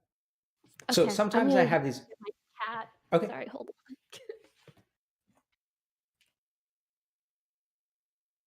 This is one of those moments. Can she hear me? I guess not. So I can say this. I'll just wait for her.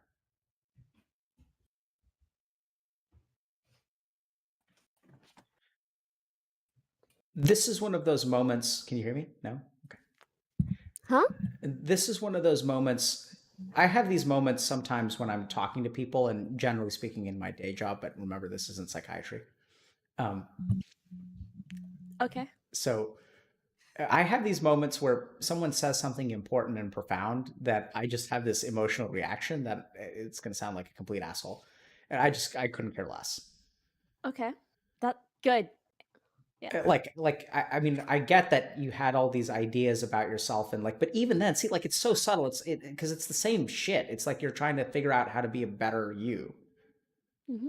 And you're like, oh, like, I had this, like, frankly, it infuriates me actually a little bit when you think about, like, I was going to travel and still work, but like, you're still feeding that same beast. You're trying to find, you're not, that's not actually going to, But it I was mean, it's like, going to help. the little Iman in me was like, I found a compromise. Exactly. Yeah.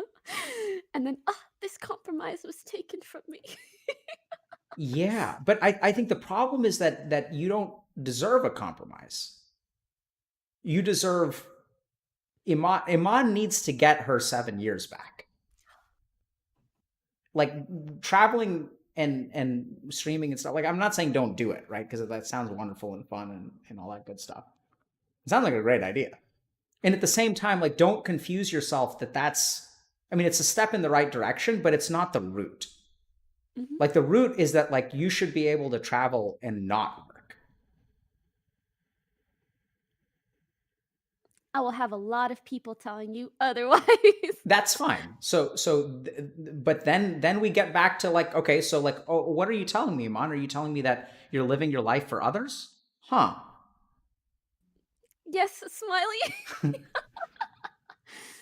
But to be fair, that's also like where I derive the most satisfaction, Okay, fine. So I either don't think, helping or yeah. yeah, so I don't think that you should ignore others. And I think that's part of your dharma. So dharma is the Sanskrit word for duty. So I think that I too have to live my life for others. I don't think I can just stop streaming now. And I think that that's fine. But at least I acknowledge, and I think this is what you've got to think about, is like, it's okay to do things for other people, but you should like, the difference is not that you don't do things for other people. It's that you devalue yourself for maybe not wanting to do those things. There's a huge difference between saying, I'm going to eat I'm sitting there for getting my afternoon coffee. I used to have this problem all the time. I trained at this place called Massachusetts General Hospital, and so I was at MGH, and I was sitting there getting my 4 p.m. coffee because I was tired and overworked and all that shit. And I'd get my coffee, and then in the little display case they have like this like healthy muffin, and they have a chocolate chip cookie. And I would have a struggle every day. And the turned out that the bran muffin was actually pretty good. And so I would eat the bran muffin. And there's a big difference between saying I'm going to eat the bran muffin, even though I want the chocolate chip cookie, and saying I should want the bran muffin over the chocolate chip cookie.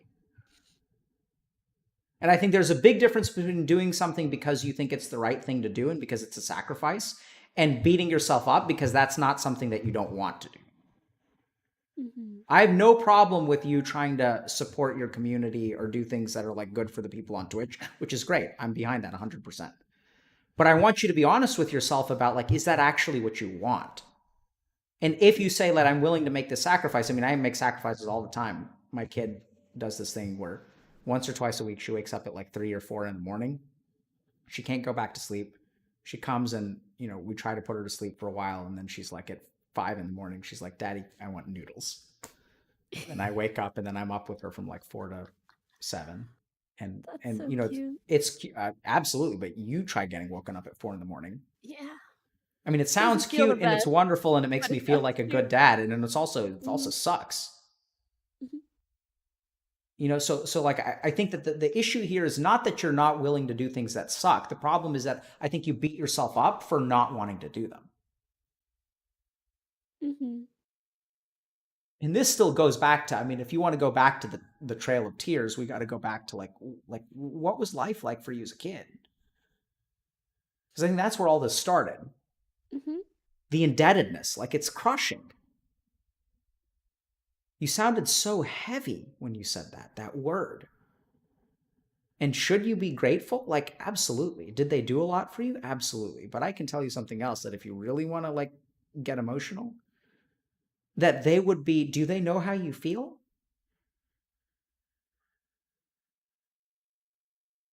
It would destroy them if they did. It would destroy them.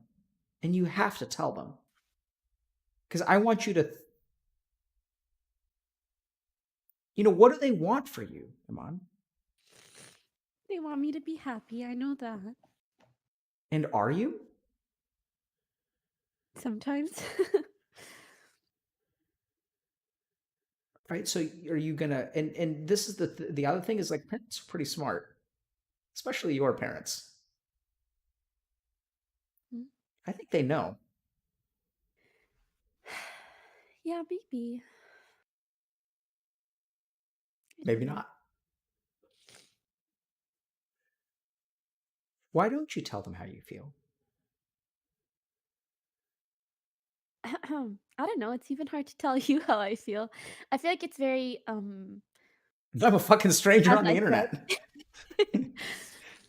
I feel like it's very convoluted for starters, and also I really I don't like to worry my parents. So even just telling them like, "Oh, I had a bad weekend," or "I'm crying," or whatever it is, like, especially for my mom, that will just worry the heck out of her. She'll be ringing me every like hour, and if anything, that just makes me feel more stressed out. Because now not only am I like sad or stressed or whatever it was initially, but now I am worried about her being worried and also kind of irritated. It's just it's a big mess. It does not feel like the kind of process that yeah, I guess I've just learned to deal with it on my own. Yeah, so you remember earlier when I was like talking about this moment where you were Iman or you were Pokey, and that you should do something and you didn't do that, and you did the thing that you should do instead of being the person that you wanted to be. Uh-huh. I think we just found it. Like in a weird way, like this makes perfect sense to me, because what I'm hearing is that you grew up in a household that, and I'm not trying to blame your parents, just every household. I mean, my kids are going to be screwed up. Like, don't delude yourselves about that. They're the children of psychiatrists. I don't know if have you guys ever met children of psychiatrists? They're all fucked up. And So it's just an inevitability. There's no such thing as a perfect parent. Like, I mean, you've Yeah. done phenomenally well on so many metrics, and like you're also tortured, and like we're all tortured. Like that's how it works, Mhm. right? And what I'm also hearing from you is that fundamentally, like, when you expressed your feelings to your mom, it sounds like you felt responsible for worrying her. And then so there was like, I want you to imagine 6-year-old Iman who's like, I don't feel good, but if mom knows, then she's not going to feel good. And so you were protective of your parents. And by not showing them who, like, you shoved yourself in the closet. There's like crying Iman, and then there's happy Iman. And then what happy Iman did is she took crying Iman and she's like, get into the closet. Mom's coming. You know how funny the mental image of me telling me to get in the closet is? That's what you've been doing your entire life, my friend. Yeah. I think you should talk to your parents. Pardon? I think you should talk to your parents. Yeah, maybe. What hesitation do you have? I don't know. Like, what do I say? Okay, I can help you with that. Can I give it a Mhm. shot? You let me know how this sounds. Mhm. Your parents are still together? Yeah. So I think you start by telling them that you're grateful and you can add whatever story. So tell me their story of moving from Morocco to Canada. Yeah, when I was 4 in Morocco, it's actually funny. When I was really, really young, I hated like school or like doing anything. Like when I was little, I was real wild. And then we moved to Canada, and then I became an angel. No, I'm just kidding. But I became very like studious. It was all about like doing what I had to do. And yeah, that's just how I grew up. My mom is a teacher, and my dad is like an engineer but also taught at a university at some point. So they were always like very supportive when it came to school, and that was like, like I would do well in school, I would get validation from them, and that was like my cycle of happiness, I guess. And they were also like pretty strict. It's like, oh, you don't go out late, like no boys in the house, like you don't hang out with too many boys, do this, you do that. A lot of the stuff that, especially in like high school, my friends would do or could do, I wouldn't. But also, like, maybe I had like a little while of like being rebellious or angry about that sort of stuff. But especially in like my later years of high school, I just kind of learned to play around it. Do you know what that is? That a saying that people use outside of gaming?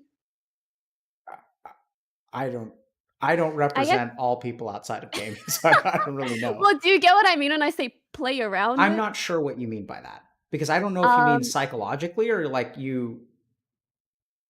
Yeah, I don't know. oh, what I mean is kind of just a work around it in a But sense. Like, work around it oh, like I in know. actuality, like so No, I don't. Mhm, so my wife, for example, wasn't allowed to have boys in the house either, but she mhm. what her way the way she worked around it is that she took a ladder and would leave it in the backyard so that people could climb up the ladder and come in through a balcony. That's a workaround. I don't know if that's what you mean. Um, for me, I mean, like, sometimes I would sneak out to, like, get McDonald's with my friends, but I was never really rebellious. So what do you mean So by workaround? my workaround was just, like, I found happiness online via just gaming, and I love to game so much, I was like, "Oh, well, my parents want me to stay at home all the time anyways, so sure, I guess I will forgo whatever else and just stay at home and make friends Nice. online." And then when I was 17, that's when I started streaming, and that was also my way of, like, not being so sad about missing out on other things. It was like, "Oh, I found something else to do and be excited about." Um, Yeah, yeah. so I'm going to try to keep things practical. I'd love to explore that further, but I'm going to try to keep things practical and hopefully, I know you want a rubric by the time we end this. So, um, No, it's okay. So no, but I like rubrics too. I feel frustrated if there isn't some sense of progress at the end of it. Um, Mhm. so we can be partners in crime there. So thinking a little bit about it, I mean, I would start by just talking to them about, like, I would start with exactly what you told me, which is that you're grateful and also feel indebted to them, that you need to be happy in life. And then you can even, add color like you kind of did to mine. Like, I don't know. I mean, I'm the son of immigrants as well. So there's like a powerful story there in my mind about sacrifices that they made to come here. And Mhm. I mean, my parents, were in, like, had to borrow money for the plane ticket, and because they couldn't afford a plane ticket, and so they came here with like two suitcases in debt. And then Exactly. and it's a powerful story of like a lot of sacrifice. And like I remember my dad, when he was like in high school, like they had like singing class. And so he went to singing class like all kids do, and then like his music teacher thought that he was like talented. So he's like, you should come and join like this like club. And so they joined the club and they went to go compete, and they won. So he won first place for singing, and he went home and he showed his my grandmother the trophy. And can you guess what she did or what she said? She said it probably wasn't important because it wasn't related to academics. Really close. She snapped it in half, threw it away, smacked him upside the head, and said, "What the fuck are you doing wasting your time? You should be studying more." Hmm. That's so sad. Yeah. And so he did study more, and he became a doctor, and he came here in debt. And I know exactly how you feel in terms of that indebtedness. And I know for me, it manifested in a different way because I didn't do a good job. I didn't do well in school. I failed, and I was filled with shame for letting them down. And then eventually I became, as I put it, all Indian parents' dreams and all Indian kids' nightmare by becoming a Harvard trained physician. And then I became that which I loathed. And what I loathed growing up was like my parents would tell me some random person who I'd met once and their accomplishments. They'd be like, so and so's son is like Yeah. doing this. Like, oh, Oh yeah, it's it's like, so always like that. is so and so like, Even Mhm. yeah, go for it. I was just gonna say, like, many years into content creation, even making like six figures plus a year, my mom would still hit me with the, "Are you gonna go back and get your degree next semester?" You know, it's like probably not. Yeah. But imagine how happy she's going to be, Iman, when you tell her that you're going to go back to school. Maybe that's subconsciously playing Oh a part, man, but uh, boy, that runs deep. maybe. But going back to how to talk to your, I mean, I think you got to talk to them and just tell them that, like, I'm grateful and I feel indebted and I feel like I need to be happy, but there's a part of me that isn't. Mhm. And hear what they have to say. And it's unclear what you're gonna get. Like, maybe your mom will start breaking down in tears, and then you can break down in tears, and then you guys can Aw. cry and all that stuff. And and No. and yeah, and then then this is the hard part, right? You've got to sit with that. And then you've got to ask her, "Mom, why are you crying?" And then she's going to say something just because you're suffering, and then I'm going to say, "Well, I'm crying because you're crying." And then you guys have to figure out, like, what are y'all going to do about that? Oh, that's hard to imagine. Yeah, absolutely. And this is the thing, Iman, I think you're playing a solo player game. You got to start treating your family as party members instead of NPCs. I'm serious, right? Like, you're carrying all of this weight. Like, I can't tell you just the thought. Like, if I had a daughter in your situation, it would be so hard. I would just be livid that she was not talking these things, because that's what I'm here for, right? I don't want her to protect my feelings. I want to be able to do something about them. Like, when my kid wakes me up at 5 in the morning, like, of course I'm furious, but it's also like, I'm glad you woke me up because you're 2.5 years old and you can't make yourself instant noodles.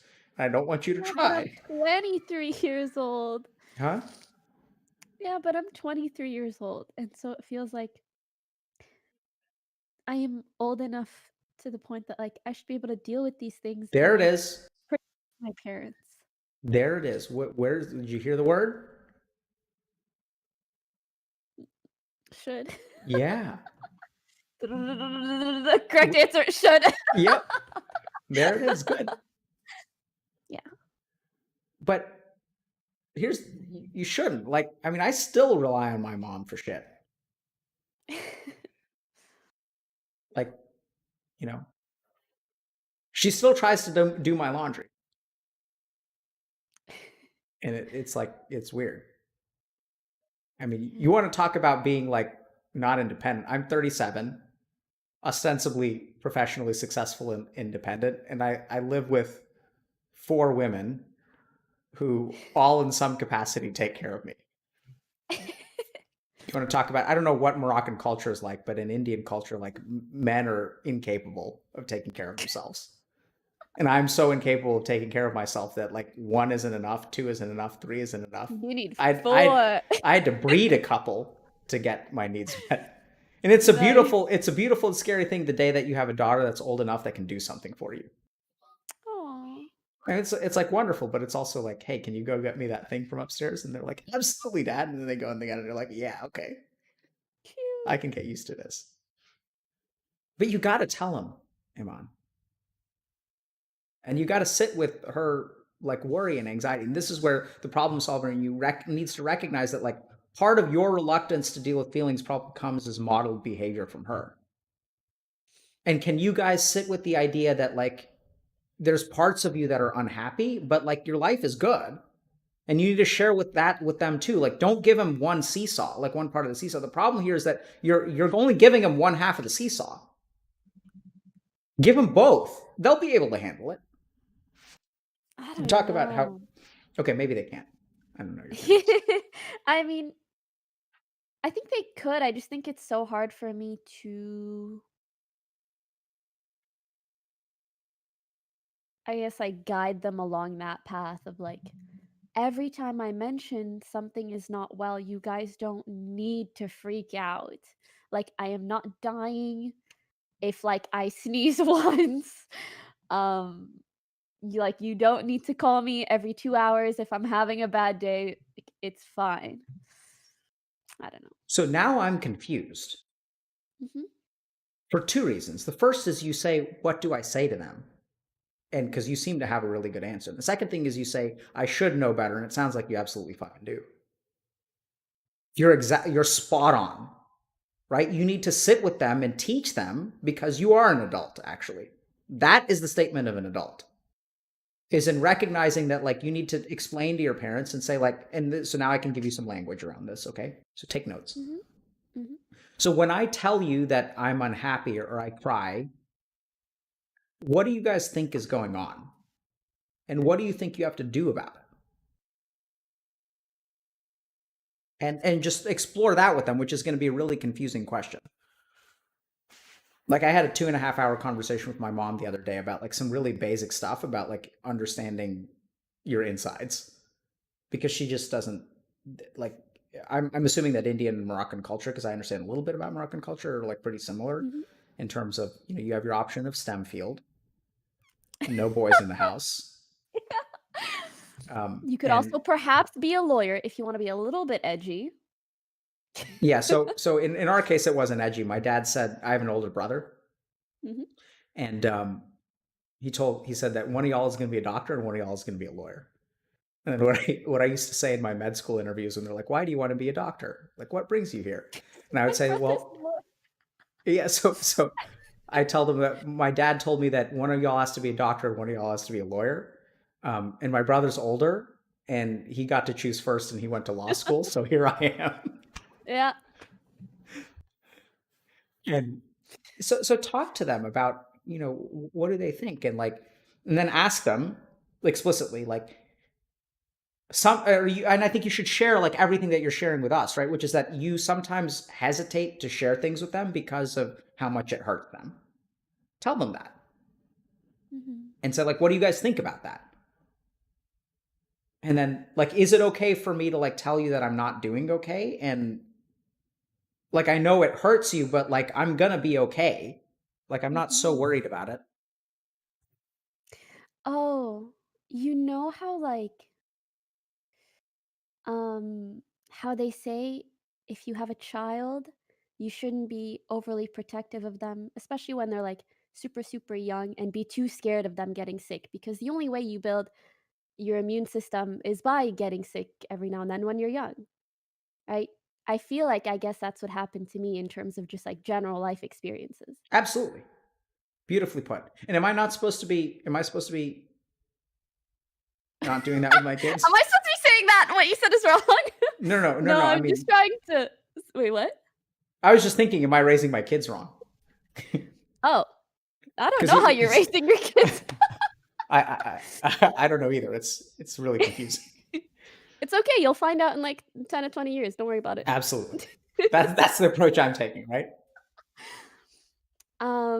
Yeah, I guess maybe that's how I see it. Yeah, absolutely. I think it makes sense. I think you are overly protected.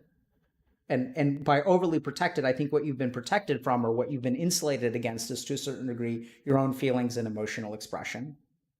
And so you'll be thrilled. You can tell your mom, Iman, that I spoke with a guy who happens to be a psychiatrist, and he said I was just like all of the middle-aged, you know, Middle Eastern and or South Asian or Asian attorneys. I'm just like them. And that I don't know how to Perfect. emotionally express myself or connect with you guys on an emotional level. And I'm also very financially and professionally successful. And I'm deeply unhappy. I mean, I I don't can't think you're have deep. it all. I don't think you're deeply unhappy, but I think you've got to connect. And this goes back to loneliness. Like, I don't understand. I think you, speaking of things that you've missed out on and things that you owe yourself, I don't believe that you need to have an NPC relationship with your parents. Like, that's like, I mean, it sounds like you're alone from them. They're NPCs and you have scripted interactions with them. It's not like, it's like you walk up to them and it's like, take your pick. I am doing well. And then she responds with, when are you going to college? And then it's like literally like a fucking NPC. You go up to them and then you right click them and then they say that like, Iman, like, what do you think about going to college next semester? And like in games, you can have dialogue with people. You can have the same fucking dialogue over and over and over again. And those are the relationships we have with our parents. I do want to say though that like I also feel bad because it's not entirely their fault. I also feel like I mean whatever about fault. Also, it just makes me really sad because um like I left Canada 3 years ago and I moved out from home at 18 for university anyways, but I also feel like it's uh exponentially more difficult to do these kinds of things with that considered and with like language barrier to some extent. Um because I feel like that kind of thing would translate so much better in person. And I was actually I was planning on visiting them a week before the quarantine started. And I was Mm. hoping to like perhaps get to tackle certain issues, but then that didn't really get to happen either. And I can't tell whether I'm like putting it off by wanting to do it in person or if like I really think that that would make a difference. But I guess it's just something that I feel has also stunted my ability to do that with them. Sure. Do you meditate? Yes, I was doing really good up until 2 weeks ago, and then I started crying a lot. There might be a connection. There might be a connection. You're right. So Iman, I think you're very spiritually adept. I think you have a mind that's well designed for spiritual exploration.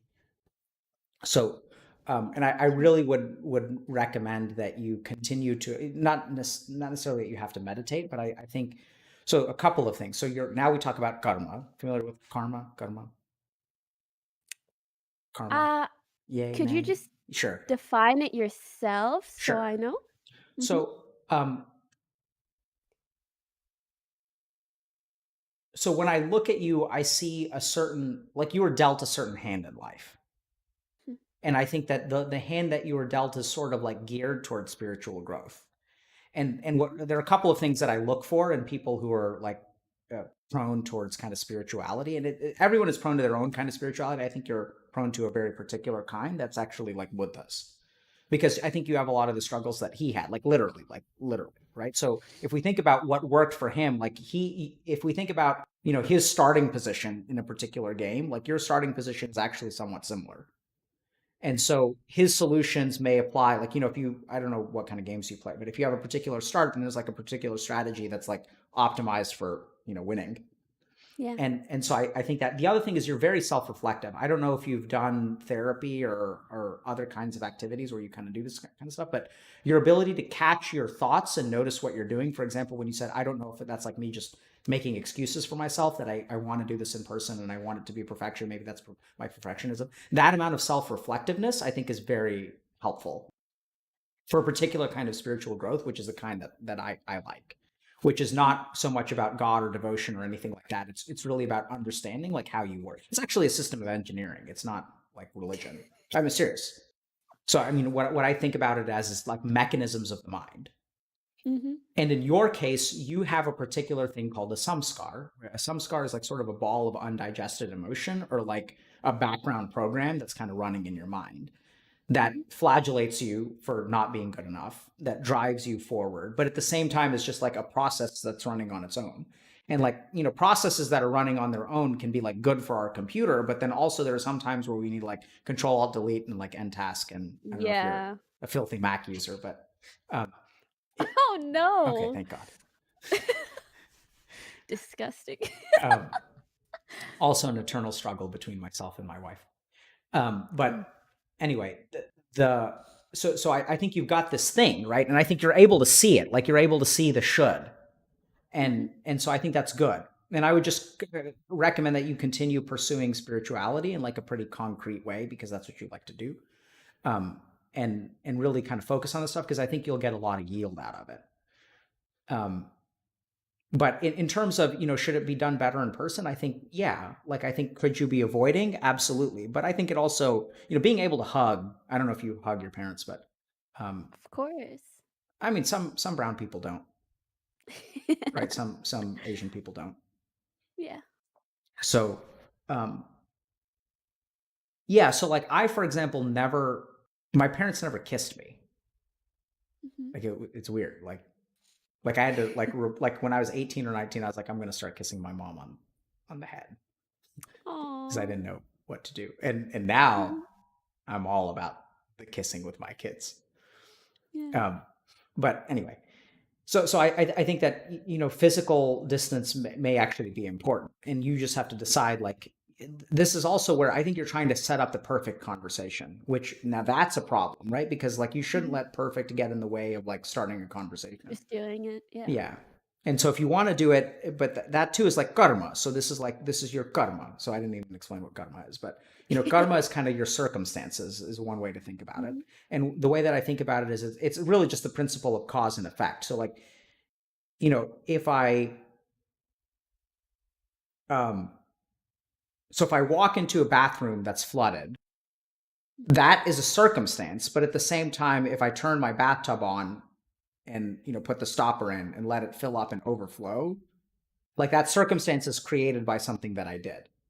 So now your karma, like COVID is part of your karma because it's a circumstance. It's something in the external environment. It's not something that you control. And at the same time, like karma is kind of tricky because it's sort of like you can shape your environment over time. So you do control your environment to a certain degree, but you also don't control your environment to a certain degree.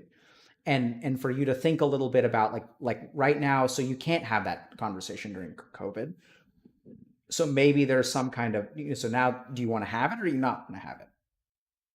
Yeah, I'm really unsure. Yeah. So I think about it.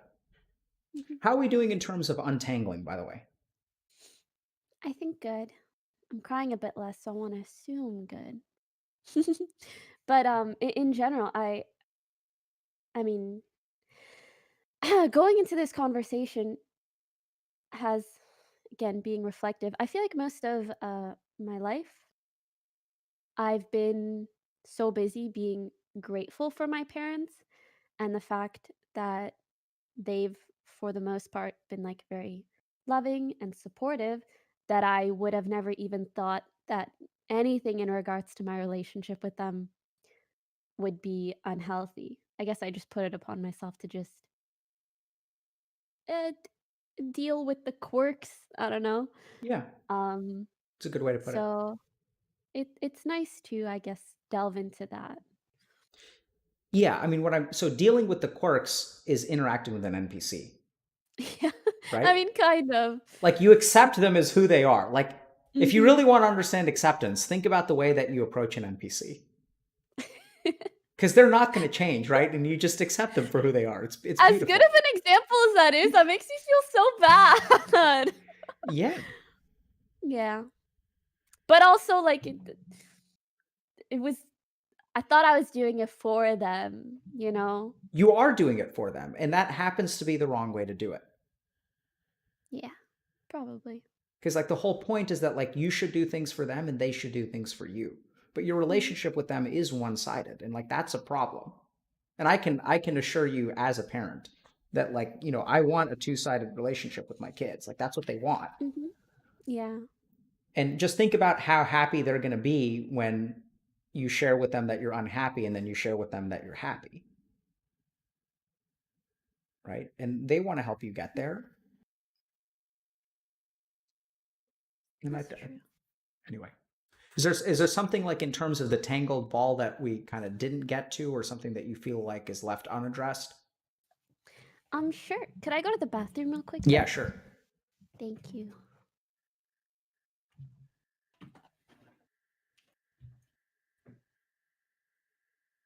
I guess I'll check quick chat while we're waiting. Or maybe I should go pee too. Okay.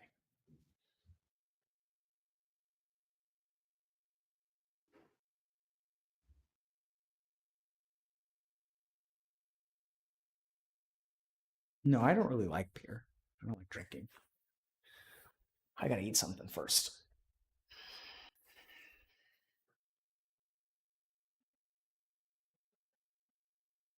What is Cal Niranjan?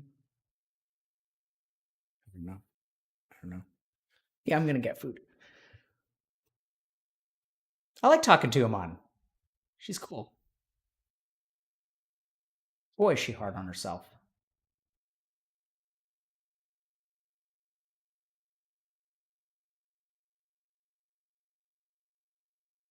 Yeah, but I mean, not while I'm talking to her, right? That's like really disrespectful, guys. I don't I don't mind. I'm gonna drink on stream, but like, it's not fair to her. Like, you think about it. Like, if you guys came on stream, like, would you want me to be lucid or would you want me to be like inebriated? Right. So it's not that I don't mind being festive, but I let's think about why we do this, right? So the stream isn't about, I know it's bizarre, it's not about entertainment, right? Like, so the one way, the thing that screws me is when I start thinking about anything except what the stream is actually for, and the stream is to help the person that we're talking to, nothing more, nothing less. And anything else that happens in terms of donations and stuff, which is amazing and I'm grateful for, don't get me wrong, but like, that's not why we do it, right? You guys should donate and support us because of what we do with the person that we're talking to. And also donate because you think it's entertaining, because we'll do that from time to time. But like, let's not forget what our primary dharma is to help the person there. Because when we help that person, like, think about it, right? Because it's AoE healing. So if I like, if I miscast a heal, like, not only does it not help that person, but then it like doesn't help any of you guys. Like, I don't know how anyone is helped by me being a drunken asshole on stream. Entertained, sure. That's something that we're willing to do, and sometimes it's important to laugh. But like, how many of you guys have relationships with your parents where you guys treat them like NPCs? And the second thing is where they treat you like an NPC. Right? We haven't even gotten there. But like, the other thing is like, I mean, I was just getting on a roll talking to myself, which I sometimes do. But the other thing, which is kind of tricky here, is that, you learn how to treat them like NPCs in a particular way, like, because that's how they treat you. Because they didn't see Iman, they saw Poki, engineering major. In a couple of years, it's going to be, I mean, I don't know what your relationship status is, but like it's going to go from no boys to like, why aren't you married yet? Like that's what happens. Like one day, Flip a switch. So yeah. true. Yeah. And you're 23, so you may be a bit young, but I give it 1 to 2 years. And if it hasn't started and you don't have a boyfriend, then they're going to. And it's not like a boyfriend. It's like single now. Okay, marriage when? Child when? Yep. Yeah. See, that's an NPC. It's like when you go to the NPC and it's like you're like looking like you're like open the the vendor menu and it's like where's the child? Where's the marriage? Like I'd like one of those, please. Like can you, that dialogue option is like not like they're like clicking the dialogue like when are you married? And then they like look at your response and your response is no and they're like no. I'm looking for the yes And they're waiting response. for Like the response to transition. yeah, it's like you're trying to unlock the right, like it's like you're trying to unlock a higher tier of response from an NPC. It's like what do we have to do to get Iman to Who do say we have yes? to introduce you to? Exactly. It's like I have to go complete this quest. Find Moroccan lawyer. Check. Bring Moroccan lawyer to Iman. Check. Iman, we want you to come visit. You go home. There's some random dude there. He seems awkward. You seem awkward. And then at the end of it, and at the end of it, quest failed. Yeah. You go to the NPC and you're like, okay, well, are you married yet? And they're like, oh fuck, we failed the quest. So then you know what you do when you fail a quest, right? And WoW is you go and you pick it, you abandon it, and you pick it up again. So they're like, hey, Iman, you should come home for whatever. You come home. Now it's not Moroccan lawyer; it's Moroccan doctor. Exactly. They're like, let's try Did the Moroccan profession doctor. change much? Yeah. And they're gonna keep doing it because they're treating you like an NPC. It's unfortunate, right? We treat people as caricatures. Anyway, I was just talking to Twitch chat. It's okay. I go on long rants to Twitch chat as well. Cool. Or tangents, I guess. So, Iman, help me understand a little bit about I'm kind of I'm not sure where to go from here. I'm happy to continue talking if you want to. I'm happy to kind of summarize or if you have questions or things like that. Yeah, there are. Yeah. I think there's some other things that maybe we could delve into a little bit. Okay. Namely, especially as of late, and I don't know exactly why as of late, but I feel like I feel very jaded. And I feel like what? Yeah, I mean, yeah. Oh, and I feel like I have a lot of pent up resentment in regards to like I don't want to say like streaming because streaming isn't what bothers me, but a lot of the things that have come of streaming. Okay. And I think it's resulted the jadedness in me feeling very defensive. Okay. I didn't. But I know we'll have to, unload that one step at a time. Yeah, no. So defensive. So sometimes I can be a real asshole on stream. I didn't mean to like literally laugh in your face when you said jaded because I just like I was like, what the fuck do you think we've been talking about? Yeah. Sorry, Right? when I said that, it was because I was referring to, I guess, another aspect of my life. Yeah, no, I get it. But like, this is the thing, right? This is the background process. You don't just whip yourself in one dimension. This is the shoulds. Because like when you live a life of shoulds, you're going to be resentful. Like, so this is okay. It's so funny. At this point, it sounds like a disease. You have a really bad case of the shoulds. It absolutely is a disease. Do you have anything you could prescribe? Yes. That's what I do, is I prescribe things for the case of the shoulds. I'm writing a couple of books, and one of them, like one of the chapters, is a case of the shoulda, woulda, couldas. Mm-hmm. I call it, like, I talk about it like it's a disease because it fucking is. Okay, yeah. So like, first thing to understand is that, so let's think about where jaded comes from. Okay, so anytime you have a case of the shoulds, you end up with one of two things: shame or resentment. If you if you give in to the shoulds and you accomplish what you should do, you end up with resentment. And if you don't accomplish what you should do, you end up with shame, right? And you've got a healthy dose of both. Like, you feel guilty for not doing it. And once the should is there, you're stuck with one of those. Like, I hate to break it to you, but that's why I think about it as disease, because that's the only thing that can happen. Because either you sacrifice of yourself and then you end up resenting, right? Like, I should have a kid. That's going to lead to jaded. Yeah.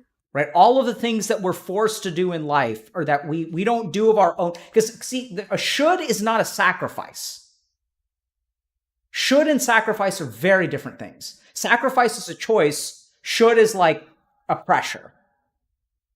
And so the second and so I think the thing is, you're going to have more resentment. And when you say jaded, what I hear is resentment, because you gave of yourself something that you did not want to, and you like are frustrated about that. You were pushed into giving. I don't know how much of this applies. Could be completely wrong. I don't know. But so, like, when you said jaded, I was like, yeah, damn right. Right? Like it's not something new. It's that somewhere along there, I mean, so this is my hypothesis, is that somewhere in there, that jadedness, that resentment comes from doing things that you actually did not want to do. And you mentioned something about streaming, and I think this is a great example of like something that on the one hand you do want to do, something that you recognize as your dharma, something that you recognize as fun, and is something that you don't want to do in some ways, or that you don't want a piece of it. But you force yourself to take that piece of it, maybe because you don't know how not to, or maybe because it's worth it. But there's a part of you that says, I don't want this. Yeah, I think I'm stuck in that place. Yeah. And so we can talk more about that, but like, absolutely. And then you feel defensive, and we can talk about what defensive is. So give me more. And this is the tricky thing. Now what I'm going to ask you to do, Iman, is don't give me, even though they're wonderful, don't give me your conclusions. Give me raw data. Right. So, and I know you gave a wonderful summary, so that was fantastic, because that got me started and I have a framework, but maybe you've biased me in some way, and maybe I already think I know the answer, and maybe that's a mistake. So tell me, what do you mean by jaded?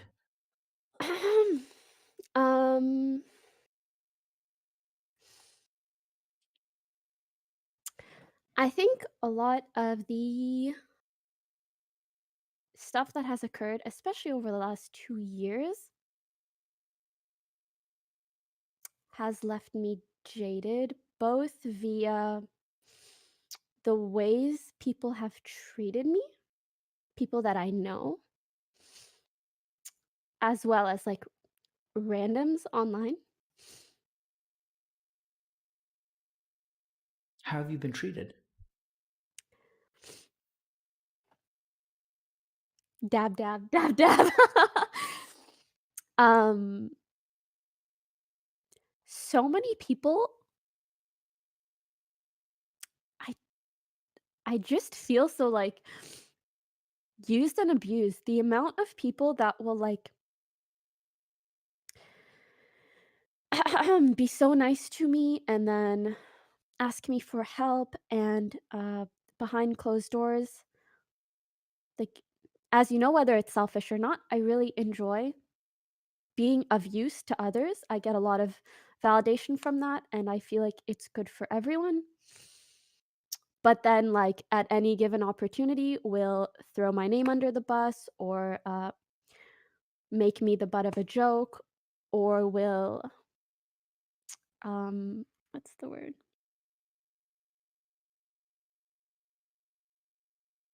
Not appeal to.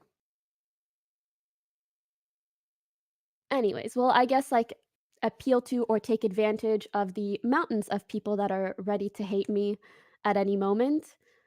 And then I think it also makes me really jaded to know that Jaded to know what? that regardless of like how someone will treat me privately, the public aspect of that is so different because there's business involved. That sounds fucked And up. yeah, What, I agree.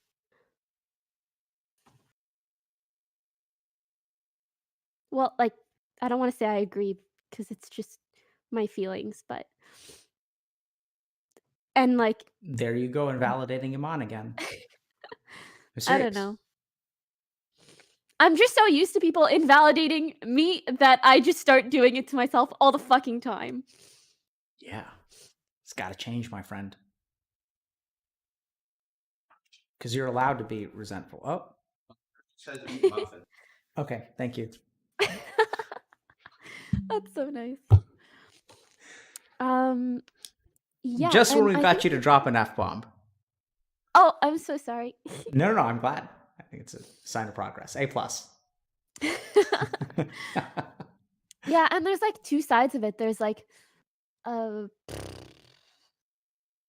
people where I feel it's like manipulative in the sense that like they want to be on my good side privately, but then publicly they want to appeal to the people that hate me as well. And I've literally had very popular people say very rude things about me, have their viewers harass me, and then that very same evening or next day they DM me being all nice or asking for help or whatever it is. And that is such a freaking brain boom for me because like my reflex is like if someone asks me something, I want to respond, I want to be nice, I want to like do the right thing. That's what like I should do and that's like what I enjoy doing.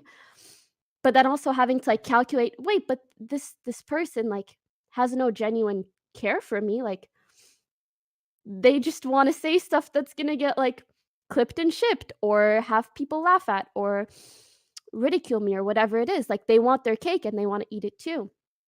And then when there's did the flip side. Sorry. when did where do you Mhm. get your idea of what the right thing to do? Where did you get the idea that helping people is the right thing to do? Well, to be fair, like, it makes me feel good and I'm being helpful to someone else, so it just feels like the right thing to do. Can I tell you a story? Sure. So I think we have a really messed up view of right and wrong. Mhm. So this is a train wreck of a story because I use Sanskrit names and it's hard for people to follow. So there was a long time ago in India, and I butcher the story every time. I'm going to try to keep it quick because I really want to get you talking again and hear what you have to say, but I just can't help myself because this infuriates me. I like your stories. So there was a king in India a couple thousand years ago, and he has a couple of kids, and his eldest son is blind, and then he has Mhm. another child who's younger, is also a boy but is not blind. And so generally speaking, in ancient India, the throne passes. I was going to say, I just wanted to, because people call you royalty, so I was like, maybe this applies to you. I have to make something. You mean Twitch royalty or what? No. So pay attention. Mhm. So um, generally speaking, what would happen is the throne would pass to the eldest son, but his eldest son is blind. So the king is kind of trying to figure out, he's like, what should I do? So he ends up saying, ultimately concluding that the kingdom is best served by a king who can see, because they would go into battle on chariots, and archery was a big part of warfare. And you have to be an archer. And like, I know that there's an anime here or there where you have blind archers, but for the most part, it's not like it's like an anime thing. It's not a real thing. Yeah. So he passes over his first son and passes the throne to his second son, and everyone's kind of okay with that. Eldest son is somewhat resentful, because he felt Mhm. like he deserved it, or he was Yes. entitled to it. And we'll see if deserving or being entitled to certain things is part of what you experience. And then like things are actually okay though, because eldest son can't really raise an army and fight a war because he's fucking blind. So then, so the king, who's the younger brother, he has children, and then the blind, he's also kind of a king. So the blind prince or whatever has children as well. And then the blind king's children are very resentful because they felt like they got a bad beat, and they felt like my father should have been king, and so Mhm. I should have been king. Mhm. But he got robbed and I'm getting robbed. So they were filled with Yeah. jealousy. And so what happens is that, so there are two sets of cousins. One of the sets of cousins is called the Pandavas. They're sort of the good guys. They're the people who are actually kings. And then the bad guys are the Kauravas, and they're the jealous people.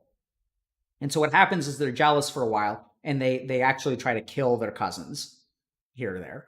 And then eventually what they do is they come up with this plan to gamble, because they know that the eldest son of the Pandavas like has a weakness that he can't turn things down. So if they're To like, hey, gamble? yeah. Okay. So they're like, what we're going to do is we're going to invite the guy who actually rules the kingdom over for a gambling night, and then we'll like get him Gamble to the bet throne? gamble the throne. Absolutely. So that's what they do. And they kind of, they don't really cheat per se, but they've got someone on their side who's like really good at gambling. So he kind of advises them, and they end up, the good guys end up gambling away the kingdom, because that guy's a fucking dumbass. He's supposed to be a hero, but he's a fucking dumbass. Okay. And then eventually what happens is that one of the Pandavas' advisors sort of steps in. He says, instead of gambling away the kingdom, why don't we put some conditions on it? And what you can say is that if you guys win this hand, you guys get to rule the kingdom for 13 years. But after those 13 years, we get the kingdom back. And during those 13 years, you have to go incognito. And if they find you and they can discover where you are, it resets the clock. So you basically have to go incognito mode for 13 years. And if you can successfully hide for 13 years, you get to come back and you get to take back the kingdom. And so everyone agrees to this before the bet. The bet happens. They end up losing. They lose the kingdom. They go into hiding. 13 years pass. The Kauravas try to find the Pandavas so that they can reset the timer, but they fail. And then 13 years are over. Pandavas come back and they say to the Kauravas, "Can I has my throne back, please?" And what do the Kauravas say? I mean, they have to say yes. They say no. They Oh. say, "Fuck you." So it's ours now. It's mine. But he did such a good job hiding. Yeah, they broke. Oh, yeah, Iman. They broke the rules. They were nice to you in private and mean to you in public. And what did you say? You said, yeah, sure, take it. Right? You can have the best of me. And you can treat me like shit. Anyway, we'll get there in a second. So then the Pandavas are like, okay, you kind of have a fair argument, right? Like, because your dad was the older brother. And so, like, you did kind of get robbed, and it's not your fault he's blind. So let's do halvesies. You guys take half the kingdom. We'll take half the kingdom. Halfsies. Okay. And what do the Kauravas say? They probably say, fuck you. We'll just Absolutely. take the whole thing because we have it already. See, Iman? See, Iman's learning. Fool me the once. right answer. Shame on me. Yeah. Fool me twice. Fuck you. So they say, fuck you. And the Pandavas say, okay, fine, we can live with that. Because we're good people, Iman. They're good people. They're givers. They're helpers. Just like you. They're helpers. Right?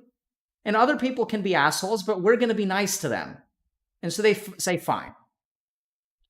We're 5 brothers, and it's our dharma, it's our duty to rule because we're kings, right? We're princes, we're royalty. I should rule something. So give us 5 villages, you guys take the rest. Give us each 1 village so that we can do what we were born on this earth to do, which is to rule and govern. And y'all can have 95% of the kingdom. Just give us 5%. What do the Kauravas say? I feel like at that point they just say sure, whatever, but I don't know. Yeah. Maybe they also still say fuck you. Absolutely. Right? Because that's how people are. They say fuck you. That's so terrible. It is. And it leaves me feeling so jaded that people can do that and get away scot-free. Jaded. Is that how you feel? And they probably feel, I don't know, a word worse than jaded. Yeah, right? So it's almost like the story is relevant to your situation. Bizarre. So then the Pandavas say, like, they're kind of confused. And then there's a guy named Krishna. He was the guy who advised the 13-year condition, by the way. So he says, actually, like, this is unacceptable. You guys can't accept this answer. So Krishna says, you have to fight. Like, it's not acceptable. Like, you can't, if someone promises you something, like, being a giving person is one thing. Like, it's one thing to say that you were owed something and accept less. And it's another thing to even accept way less. But at some point, you have to draw your line in the sand, and being a good person is not the right thing to do. I don't know where to draw that line. Yeah. Sorry, go on. Yeah, absolutely. I get that. Right? So that's what we're going to try to teach you how to do.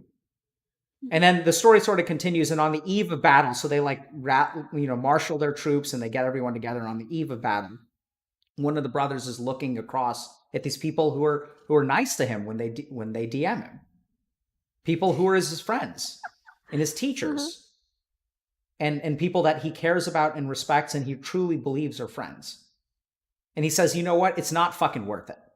Like, it is not worth it to kill these people that I care about and my friends for the sake of like what you call justice. Mm-hmm. He says, like, I just don't want to, like, it's not worth it to actually shoot an arrow and kill that guy. He can be an asshole, but I don't want to kill him. And then Krishna says, no, you have to fight. It's absolutely worth it. Because it's not about like being a nice guy. Like, life is about doing your dharma, doing your duty. And in this case, your duty is not to be a nice guy. And somewhere along the way, we've conflated being a nice guy with doing your duty. Right? And you did it with your parents. Your duty to them is not to protect them. That's the nice thing to do, absolutely. Because, like, how is it not the right thing to do to protect your parents? But it's not your dharma. It's not your duty. You don't owe them niceness. You owe them honesty. And you owe them the chance to make your life better. Even if it hurts them. Mm-hmm. So there's a point where you got to draw your line in the sand. And being nice is not the right thing. You've got to do what's right. And if people don't treat you right, I'm not saying like you burn all bridges, because I'm not a fan of that, right? So like my road tends to be communication, not, fire and brimstone. But I've also been severely burned that way too. Burned in what way?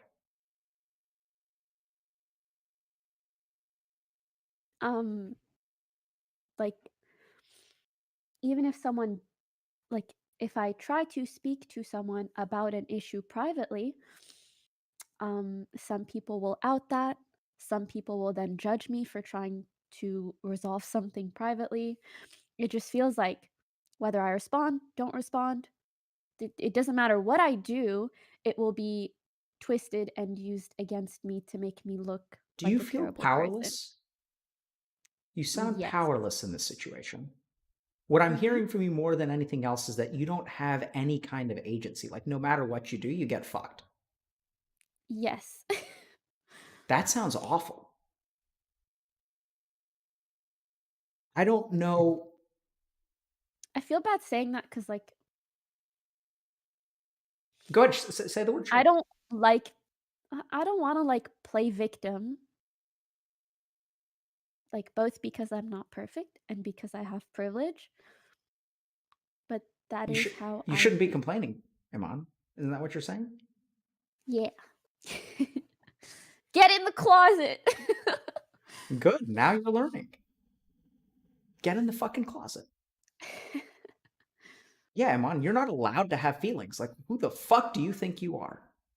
Having feelings? Being hurt by people? You're Twitch royalty. Who the fuck told you you get to have feelings? And this is the crazy thing about Twitch, right? Like, this is what people don't understand, is that people look at you and they look at streamers and they look at the audience and they think that there's a power dynamic between these two people. That one of these people is stronger than the other. The whole fucking point of Twitch is that we're all equal. Right? Like, what we see here is like a terrible power dynamic, because how do you even fight against them? Mm-hmm. They're formless. They're infinite in number. Mm-hmm. And you're half a person because half of you's in the closet. Yeah. Like, what's the real power? Like, if the internet is mad at you, I learned this the hard way. When I did an open Q&A on my Discord live on stream, and boy, did I get fucked. Really? Yeah, it was actually a hilarious experience. But like, there were 300 people in the Discord chat, and we were just talking, and I was answering questions, and one guy decides that he's going to start dropping N-bombs. Yeah. There's And always then, one guy. and he just doesn't say anything except for the N-word over and over and over again. And he says it in a way, I mean, like, there's a small part of me that can't blame the guy, because I appreciated what he was doing, He because saw an opportunity. yeah, I know, it's like, strike while the iron is hot. And he said it like chugga chugga chugga chugga chugga chugga chugga chugga chugga chugga chugga chugga. Need something? Yeah, sure. So he grabbed anyway. So and so there was a part of me that thought it was hilarious. Like I can't, if I saw that on LSF, I would have laughed. Mm-hmm. So I can't blame the guy. But like that's like there's just no way that like an individual person can fight against the multitudes. Like you just can't. Like you can't win against Reddit. You can be loved by Reddit and you can be loved by Twitch, but you can't win against them. Right? It's like a Hydra. Like you chop off one head. Like that's like what I'm hearing from you is the story of the Hydra. You chop off one head, it grows two more. You argue with someone on Reddit, and it's like, boy, there are two people downvoting you. For everyone, it's amazing. It's like every villain story brought to life. Mm-hmm. Anything you send them away, like only makes them stronger, Iman. Yeah. Any kind of toxicity. Even this, I worry, feels like giving people ammo for whatever it may be. Yeah. So I'm going to try to say something absolutely crazy, which is give them as much ammo as they want to. Because whether that ammo lands or not is on you. They can shoot, but it's your choice whether you get hit. They can send you venom and they can send you toxicity. And by the way, maybe this is famous last words, right? Because maybe I don't know, because I've never been on the bad end. I mean, people criticize me and stuff, but like I don't think it's been anywhere near what and I'm grateful for that. Please don't kill me. But it's easy for me to say, so I acknowledge that. But I do believe that like the funny thing is that like I think that I do a lot of, I think the cool thing, and what I mean by give them ammo, is that I think that Twitch isn't evil, right? Like sure, it's this Hydra, but like sometimes the Hydra cuddles you. And that's actually what I've discovered in the month of May is like people are donating like thousands of dollars. Like the Hydra is like amazing and it's powerful, but it's not evil. It's just like Twitch can be a force of good and power and support. And I think that's why you're successful, because it's not, if you think about like, the Hydra has a lot more heads that are licking you than it does that are like biting you. That's true. And sometimes it's easy to forget that. It's so easy to forget that. And that comes down to attachment and a couple of other things. But I don't think that you should let, if it's being a bad Hydra, you've got to smack it on the nose and say, bad Hydra. That you should feel, and I want you to feel empowered to say things, to speak your truth. And like, if the consequences happen, the consequences happen. It's kind of like, sometimes you got to be, who Tank Man is? Anyway, so there's like this very famous photo from Tiananmen Square of like a dude with a grocery bag standing in front of a line of tanks. And anyway, it's old now, but like you've probably seen the same sentiment can be found in take your pick of anime of when the underdog stands up. Okay. And you just gotta, you gotta hold your line sometimes. And like, if the tanks roll over you, they roll over you. Like, I'm not saying like, and because you are powerless, like you can't stop a line of tanks with a human body, but like that shouldn't stop you from speaking your truth. I'm sorry, I've been talking for a while. No, it's okay. So there's a part of me that says like, if people are mean to you in private, then you should let them know that it's hurtful. And if they want to air that dirty laundry, then you're done with them. That feels like so much unnecessary drama. I've gotten to the point where it's just, I avoid where I am aware enough to avoid. What does that mean?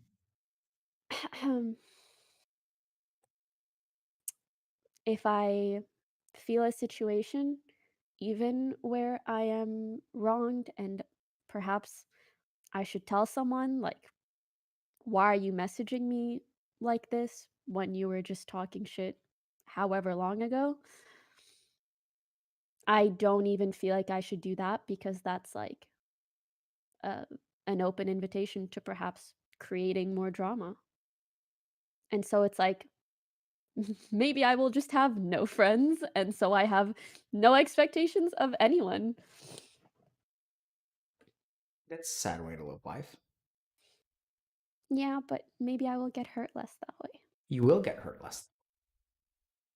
But I understand. It's like it's better to have loved than not to have loved at all. You I should mean, take the risk.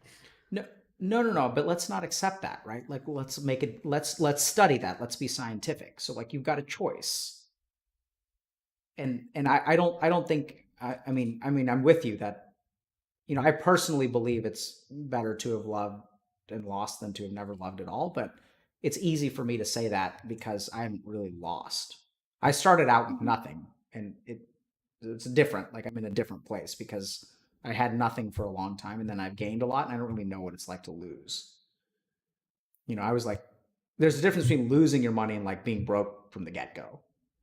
And so I don't really know what it's like to lose. Like, even on Twitch, like I'm still in the honeymoon phase, I think, of people having. Savor it. I'm just ignorant. Like, I just don't know. Like, I don't know. You know, that's what everyone tells. All the boomers tell me, like you do. Savor it. Who's the boomer now? Twitch boomer. But yeah, I mean, I don't know. So I think you can try that, right? Like, you can try ignoring them. You can try not being connected to them, and then there's something in me that says that, like, actually, if we challenge people in the right way, and we sort of disarm their defensiveness, that maybe they can grow. And, like, I don't know, I'm just like, I don't know what would happen, because you say it sounds like when you take issue with them, they like air it publicly and it creates more drama. Sometimes, yeah. And what about the other times? Uh, Sometimes they react very defensively. Mhm. I think also because, like, I don't know. It's like behind my back, it's easy to make fun of me, but directly to me, perhaps they are intimidated on some level. And if I come to them with, like, oh, like, this thing is not okay, they'll just be very defensive, be mad, make a bigger deal out of it privately and publicly, whatever it is. It's gone all sorts of ways. And the only times that ever, like, r really goes well is if someone is, like, closer to me, or we have a more legitimate, baseline friendship, as opposed to just, like, being friends or knowing each other or being on good terms. But actually that brings me to the other point of, like, kind of being jaded or feeling bad because even though I have a lot of, like, good friends on Twitch, I never ever feel like anyone would risk standing up for me because it could be bad for business. And I mean, that's nice and fair when it's just business. But sometimes when you think about it, it kind of sucks. Mainly because, but like, I understand a lot of people just like don't, like, that's not part of their personality, but it is like part of my personality. If I ever saw one of my friends being wronged, it's just like in me to want to like stand up for them or being like, or say like, that's not true, that's not fair, blah, blah, blah. And sometimes feeling like that would never be reciprocated or never really is reciprocated kind of feels bad. So kind of like that whole area of my work, like when it's just me streaming to my audience and like having a good like a good time, like that's fine. But then everything past that feels like such a headache.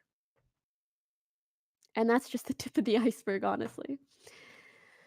Of Can I think for a second? course. Take all the time you want. I have no plans. This is my plans.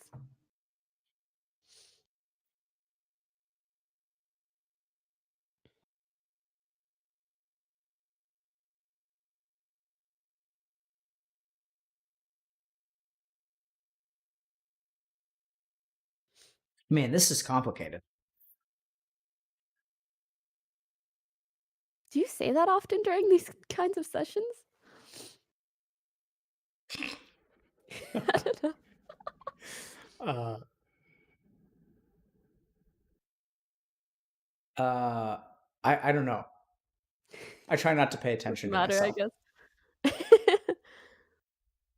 If I didn't say it often, what does that mean for you? I don't know. I guess you sounded taken aback or surprised or something. I don't know. I guess it does not mean much. It is what it is. No, It is what it is. I think it means something. Just Maybe it validates my situation to some extent. I think so. That feels nice. Mm-hmm. Do I say validating things often? I have not kept track. Okay. I think you are not trying to tip the scales in any given way too much. Okay. But this feels like a nice conversation, not paying attention to how validating it may or may not be. I just feel like it's nice to have a back and forth about things that I don't frequently talk about. So there are a couple of different things here, and I don't know. So Iman, I want to say if you're game with it, maybe we can dig into this more later. Mhm. Just because I tend to need. So the more complicated it is, the more I want to be at 100%, and I don't know how long I can stay at 100%, because I think this could be another. Like I can't. There's no way that you're gonna get. There's no way that I can put forward my best self over the course of the next hour and a half. That's okay. Um, and at the same time, I think we can definitely start talking about it. But I just so like there are a couple of different dimensions here. Okay, so the first is that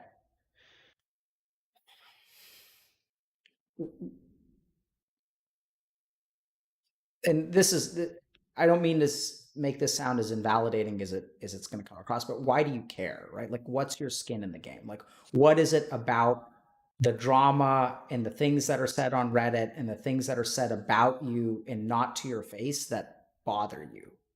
So there's something about ego and identity and respect, and whether that respect comes from the outside or whether it comes from the inside. Like your worth and where on the axis of like within Iman and outside of Iman it comes from. Mm-hmm. And I think unfortunately, like you being Moroccan doesn't really help with this. And like I know that basically Tiger parents and Indian parents, because it is like they do tell you, right? Oh, so and so is getting married. Right? Like, and this is happening, this is happening, this is happening. So we're kind of ingrained, and you don't have, I mean, you can be Caucasian or Hispanic or whatever. It just depends on what kind of parents you are. But culturally, like at least South Asian, East Asian, and sort of like Middle Eastern cultures are very, very big into image, and that respect is something that can be like measured with like a measuring stick. Right? It's like not only is that person a doctor, it's like they tell me which school he went to, and like my I mean, I tell my mom, you know, my mom doesn't, thankfully, she doesn't make that mistake. So she doesn't talk about me, which is great. Right. So, so I think the first thing is about like where your attachment to this whole issue. So I think there's salvation if you become unattached from it. Yeah. Yeah. Right. So that's one option. But then there are a couple of other things, because I just don't think it's like, you know, it's a shitty answer to say just care less. Like so like while I think that that's true, I don't think that that's like sufficient, or we're not anywhere near there yet, because not caring means that you have strength coming from in here, and I just don't think you have that. And that kind of goes back. Yeah, go ahead. To what we were saying before, which is my lack of time being able to develop a sort of identity. That's kind of how I've related the two, which is just like the way to not care about what people think is just to like be confident enough in yourself. Absolutely. Right. So And there's then I an go, issue. yeah. Yeah. So I think the other thing is when we talk about defensiveness, like that's the ego, right? Like, so when someone gets defensive, that's their ego activating. That's them sense of like wanting to fight back. And I think part of what you're running into is that you activate the egos of other people because they know they did something wrong. And then very few people have the wherewithal to like recognize when their ego is active, and that the words that are coming out of their mouth are by definition wrong because their mind is butthurt. And the more butthurt you are, the more incorrect things you're going to think, and the more incorrect things you're going to say. But that's not something that they teach us. That when your ego is active, that's you being hurt. And then like anything that comes afterward, you know. So my kid at 4 a.m. came and slept with me in our bed. And then she does this thing where she doesn't sleep like in line with us. She either sleeps perpendicularly or she sleeps topsy-turvy. And she just won't stay on a pillow. She just she just moves around. And then she kicked me in the face at like 4:30 because she's like hungry and she's like not sleeping well and stuff. And then like, I felt hurt and I wanted to smack her. And like, I want to smack her because you get kicked in the face by like, an almost 3-year-old. And she's actually like, Reaction. yeah, it's a reaction. And it's like the hurt is going to lead me to do things that are like not good to do. And I think that's what you're running up against is when you hold someone accountable, they're going to feel hurt and they're going to feel defensive and they're going to attack. And then you feel defensive because you're being attacked and you feel hurt. So like hurt and defensiveness and ego all tie together. And so then there's another issue here, which is like, how do you relate to people? Can you actually become better at voicing your feelings? Can you phrase things away in DMs that, and here I'm thinking calculated. Now it's like I'm sort of almost tapping when I guide people or when I talk to people who have like problems with like corporate boards, like let's say I'm working with a CEO and like the board doesn't like him and something's going on. Like that's what we're kind of getting into. How do you write an email in a way that if someone forwards it, because that's going to happen, right? Because it's on paper. It And doesn't look bad. yeah, it's like, how do you write an email that can't be taken out of context or protects you from being taken out of context? You And know so what sucks the most though? Like, to the audience, they don't consider that. The fact that if something were to be shown publicly, I mean, like, depending on what it says, um, that someone would have needed to be extremely calculating, and to some of them, they would consider that like being fake. They would need to be very calculating in order to have something be shown publicly and not cause any issue, typically.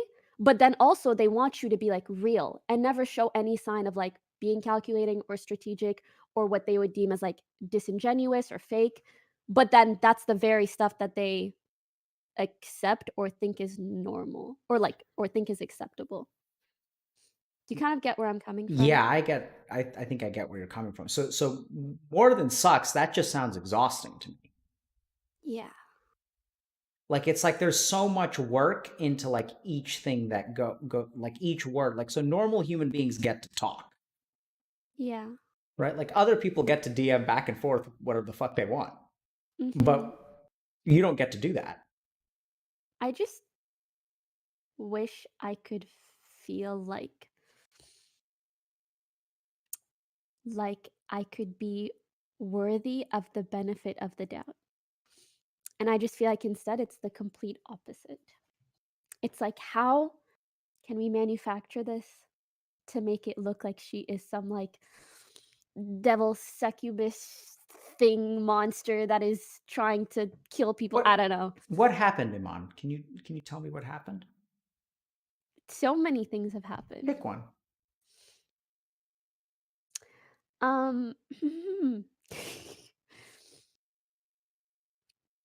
there was this one, like, for example, this one video that went kind of viral where someone was like uh talking about like the dark side of Pokimane and saying, "Oh, she's actually a really bad person because of like this and that." And they took a lot of clips from my stream, and it's amazing what like ominous music and someone delivering lines very well will say prior to very specific cut up clips with no context. Not to say that I am perfect or I go about things in a perfect way, but it definitely made me look very bad. And also, just like that in combination with scandals about things that are like not, in my opinion, like super, super important.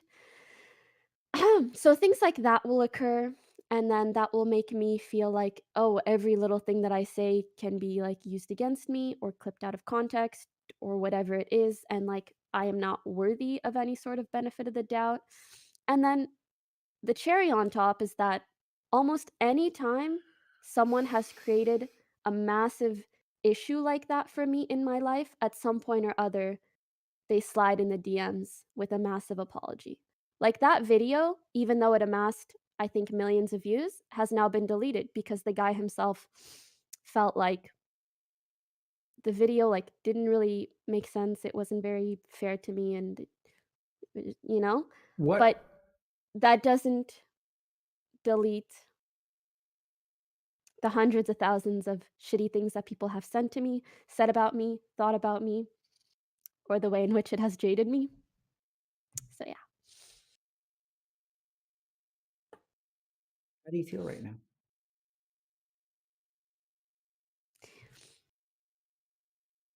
I'm leaking. Why are you leaking? What's coming out? What's leaking? I guess maybe just, like, pent up feelings in regards to that? I don't know. What feelings? Sadness. It's like I pity myself. You pity yourself. What about you is pitiable? I don't know. Are you not saying because you don't want to provide people with ammo, or do you really not know? Oh, I guess just, like, I wanna say my situation, but it has a lot of upsides as well, so See, there it is again. yeah. There it is. The pen's in this hand. No, no, no. It should be in this hand, right? Mhm. It's subtle. I mean, really, like I asked that question about ammo for a reason because I think what you feel, you do not feel is fair to say. I don't feel like anything is fair to say. Yeah, that's you pushing him on into the closet, right? And now we're kind of at a dangerous crossroads because like what you're telling me is actually true. This isn't in your head, and that's why this shit is complicated. Because if you do talk about how you actually feel, people will crucify you. They're waiting. They're out there. What is this bitch complaining about? Right? Or they'll use the C word. Yeah, She has whatever everything. word. And Mhm. I think it's interesting. I remember first sort of encountering this with Devin Nash and sort Mm, of like we were talking about why people are toxic. And I think like you know what I told him and what I still think I kind of believe because I remember who I used to hate, right? Because like I've felt that too. I mean, being 25 years old and you know have nothing but 80 medical school rejection letters to show for what you've done in life is not like it's like a dark place to be, right? Not yeah. having a job, being supported by Mhm. mommy and daddy, and you know, like not even helping people, like not contributing, like doing nothing. And I think this is why like mental health is a problem because like these people don't have like these people their hatred doesn't come from evil, right? It's like the Hydra. Like the Hydra acts like depending on how you treat it. I think the crazy thing is that I think those people are like they're hurting and they don't know what to do with that. It's like they're like children. Like if you look at children of like who are abused, like Mhm.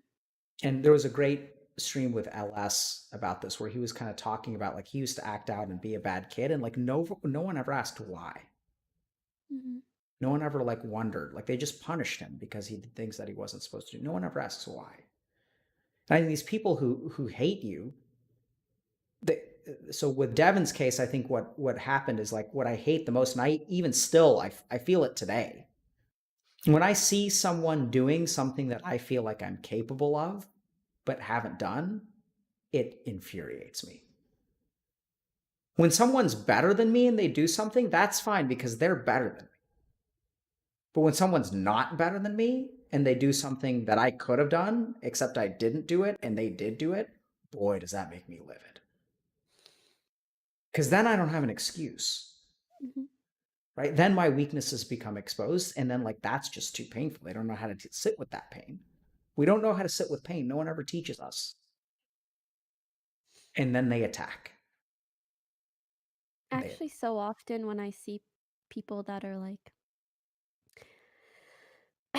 obsessively attacking me, I just I mean, there are many emotions, but a big part of me just, like, wants to reach out and be like, "Are you okay? Like, what's wrong? Yeah. Why are you being this way? 'Cause- And then I realize if I do that, they'll probably just take it as an opportunity to just say worse things directly to me or screenshot it or do whatever. And sure. then I So just become sad. uh, I mean, not to go into the lion's den, but like if that happens again, send them my way. I would love to talk to him. Serious. I told the same thing to Devin. Like these people don't show up. Fucking infuriates me. I know they're real toxic ass. We've had 2 incels come on Mhm. stream. They weren't real incels. We had a guy with a fucking I waifu watched who's some like, of that. he's like a normal dude. It's like, where's the fucked upness? Like, give me the Mhm. worst part. Like, I want the dregs, Mhm. right? Because they deserve a spot too, Mhm. and we need to understand them. We need to help them But and anyway, send them my way. okay, I'll link them here. Yeah, I'm serious. Like the guy who made that video. And so I think there's a couple of other things that I just want to say because it's complicated. There's so many threads here. There's something so devastating about getting an apology in private. I can't tell you the amount of times. It- And in the moment, it feels nice, and then long term, I realize, wait, this person got off scot free, and the amount of resentment. do you I just feel like accept it's do you accept built their up in my body. apology? What else am I gonna do? I mean, I very much appreciate it, and I think it takes some sort of courage to do that too. But it like in the moment, I don't realize, wait, they would never apologize publicly. Yeah, so what else am I going to do? Like that comes back to dharma, right? Like sometimes it's okay to say I don't forgive you. You don't have to, like, no one is entitled to forgiveness. Something that, like, somewhere along the way, we thought that people were entitled to forgiveness. That's not how it works.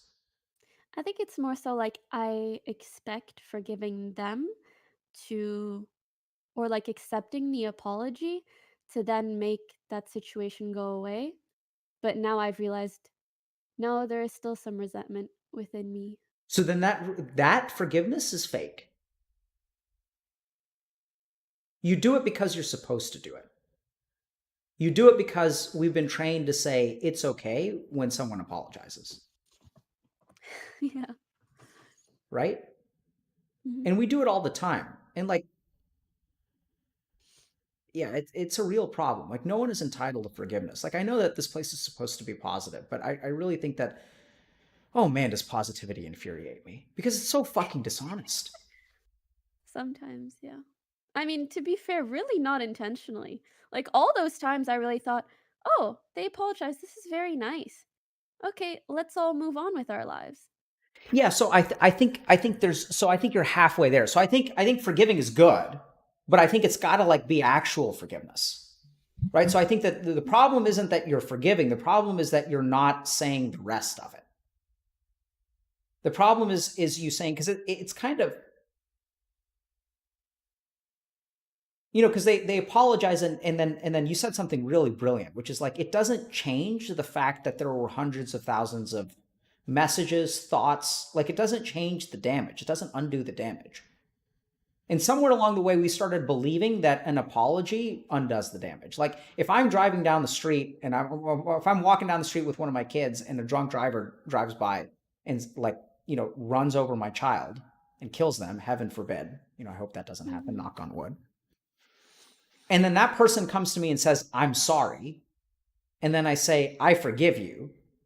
It doesn't change the fact that, there's some damage has been done. An apology does not wipe away the damage. And the issue here, Iman, is that like I think that somewhere along the way we started believing that forgiving wipes away the damage. Because true forgiveness is part of that mourning, is part of that acceptance. But even then, I don't think that anyone is owed like you're owed an I'm sorry, but they're not owed mercy from you.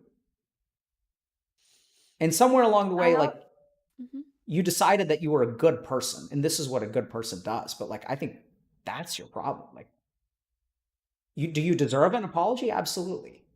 Do they deserve your forgiveness? Absolutely not. I don't really know how else to go about it. Yeah, it's tricky. right? Because we're not taught this stuff, right? I mean, I think it starts with speaking your truth, and that too is like in the DMs, and you can say like, I appreciate your apology, but like I don't know that the damage you've done like has been fixed. Right? I'm I glad you feel swear, remorse. in that situation, people will just be defensive and be like, "Wow, this isn't good enough for you," and then they'll turn around and be like, "Yeah, I tried to apologize, but she was a total bitch about it." You know? It's just there's no Yeah, winning. so you can't win, right? So and this is where I think the biggest problem, this kind of comes back to the beginning of detachment, is that you're playing a game where you're playing a game that like someone else determines who wins and who loses. Mhm. Like this is why you feel powerless, because you're playing a game where like no matter what you say, someone else can do something with it. And that's exactly the fucking point. That's where detachment comes from. The game is rigged, and yet we continue to play it. True. We put our feelings and our lives and our sense of self into the hands of others. And then It we sucks bitch and because it whine. feels Huh? mhm. But it feels like that's such, like, an inherent part of the job It is that an I inherent, it's not just a part need of the to, like job, my friend, it's a part of life. yeah. Every time you, like when you're in the third grade and you do your math homework and you like get a grade back, like that's you giving power to the world. Like at some point, very, very quickly, it moves away from learning to grades. It happens so fast. No one gives a shit about learning. Everyone gives a shit about grades. It's about the outcome. It's about the perception. Mhm. Like when people talk about Moroccan doctors, they say like, oh, this person is a doctor. Like everyone talks about that person like they're a doctor. Like no one talks about the people that they save, right? And it's like there's Mhm. value that a doctor is greater than other human beings. It's like it's not greater than other human beings. Like just people. Everyone's just people. Everyone does their part. But we elevate some. And it's not about the actual thing anymore. It's about the perception of the thing or the opinions of others. And I mean, I think like you're playing a game like, and that you feel powerless because you can't win. Like, how do you win? Mhm. And You this is can a win part of by me being that, really, really fake and throwing whatever you want under the bus, but somehow making it out looking nice, but I don't think that is a way I would be okay with winning. yeah, that's not So I feel like winning. I'm just stuck, suffering, Yeah. but instead I need to stop caring about No, you don't or, like, need to stop detaching. caring. No, you don't need to do that. Good sigh. What was that? No, I just needed to I don't know. What is that? What is that? Tell me. Think for a second.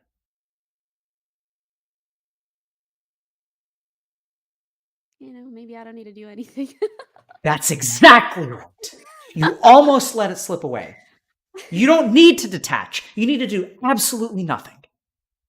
Just sit with your suffering. Let him on out of the closet. That's the sigh. You almost let it slip away. Almost. You don't need to do anything because you're perfect.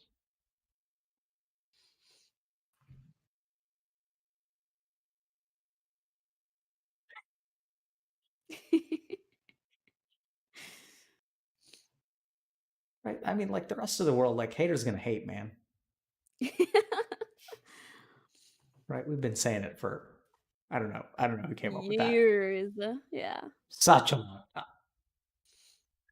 You don't need to do anything. Like here's the thing. So now we're gonna wrap up. Okay, I'll teach you to meditate if you want, but Okay. you are what you are, Iman. Mhm. And I think my understanding is that you're, for the most part, pretty authentic. And I don't blame you if you aren't, but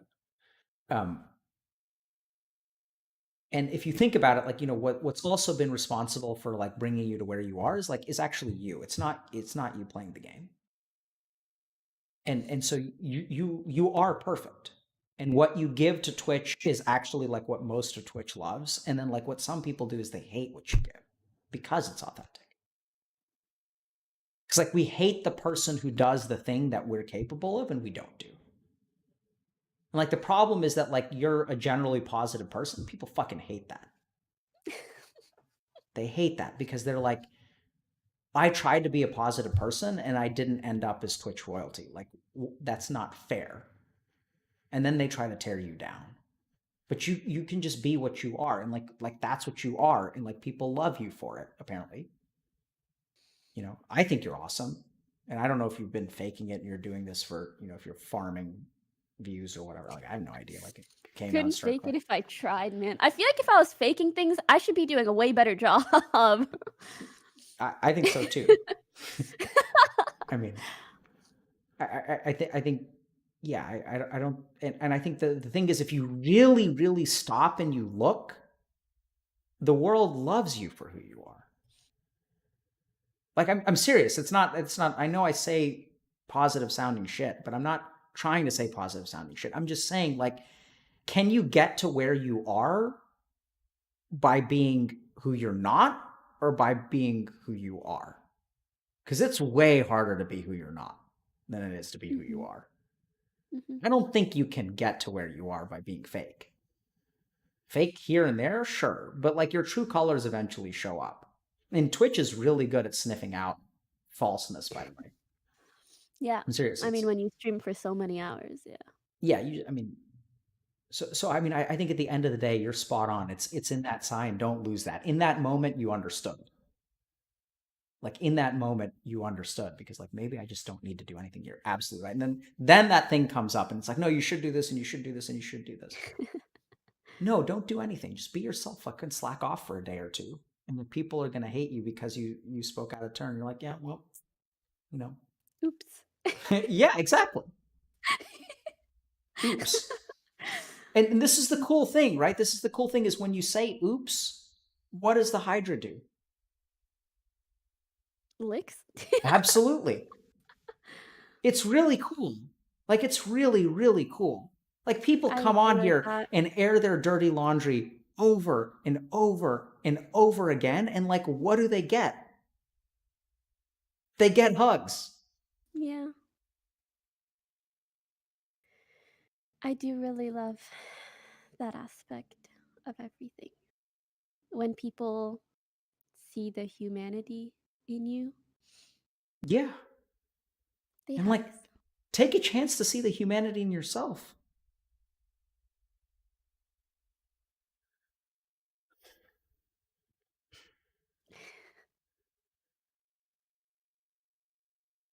Last thoughts, questions. I feel like I'm wiped.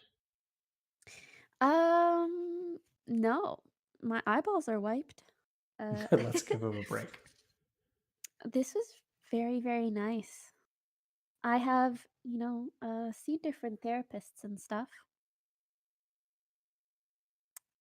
but I've never really gone into this aspect of it, especially in regards to my family or with someone who like understands the space. How often are you going to find a therapist that streams? Just about never.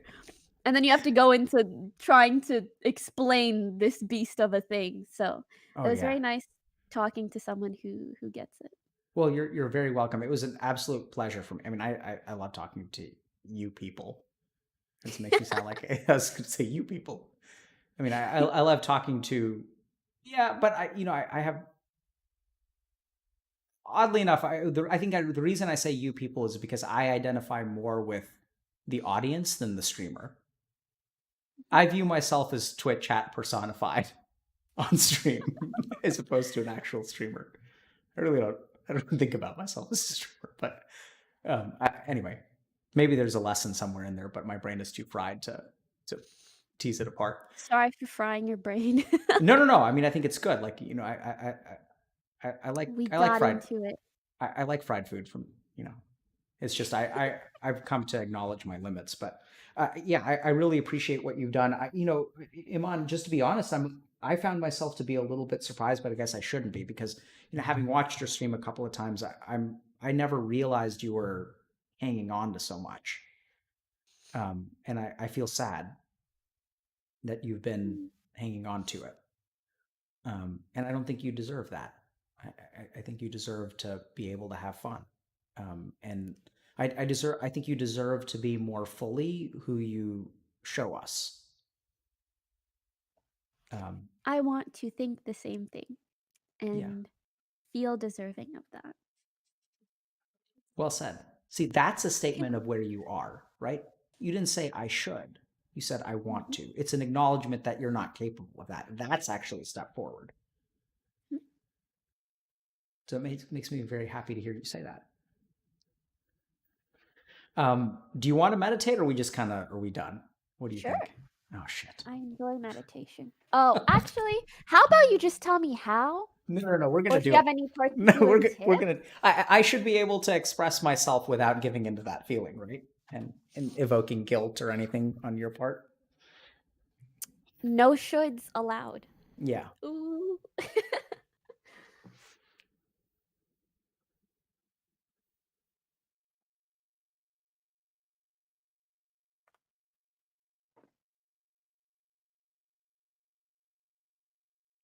Okay, I'm not quite sure if this. I don't. Let me just think for a second. I try to tailor people's the meditation that I teach to both be introductory and also to apply to like what people are dealing with. I'm tempted to teach you chanting, but I want you to do something particular with chanting, if that's okay. Mhm. Have you ever chanted before? Om chanting? Mm-mm. Heard of this? Done this? Okay. Mm-mm. All right. Okay. So let's. All right. So Om chanting is Om is composed of 3 syllables: ah, oo, and Okay. So what I'm going to do is I'm going to chant over the course of one breath. Start with ah, go through oo, and end up with And so just listen. Okay. Water. Oh shit.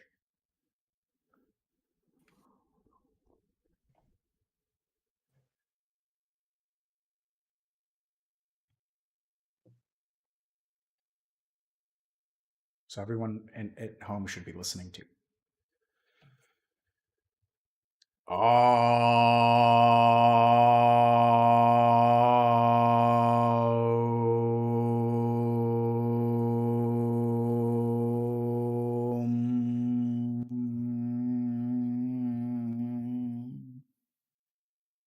Heard? Got it? I heard the I don't know if you lagged out or if Oh, you I said lagged that. out, or maybe it's not transmitting. Okay, let's try again.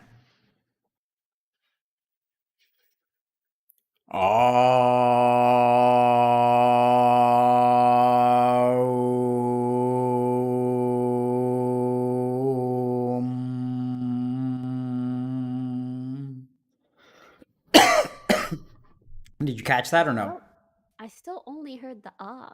Is Oh chat shit. hearing the ooh? Okay. Well, there goes that. I can imagine. Okay, so let me do the ooh, and then let me do. It may be Discord actually. I'm not sure if it's. Hold on, let me check. Let's see what people are saying. It's the The gate on gate on Discord. I thought so. Discord. Yeah. Mm. So I think they can hear it, but let me see if. Hmm? Hold on.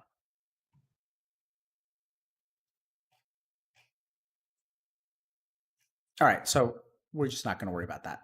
Oh, hey, I'm great. I'm okay. I'm good. I'm just gonna do this here. Okay. You didn't eat the muffin. Yeah, I can't eat while I'm doing this.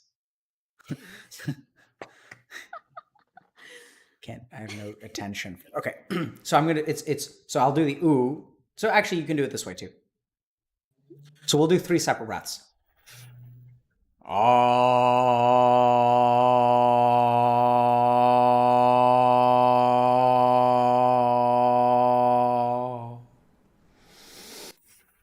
Ooh.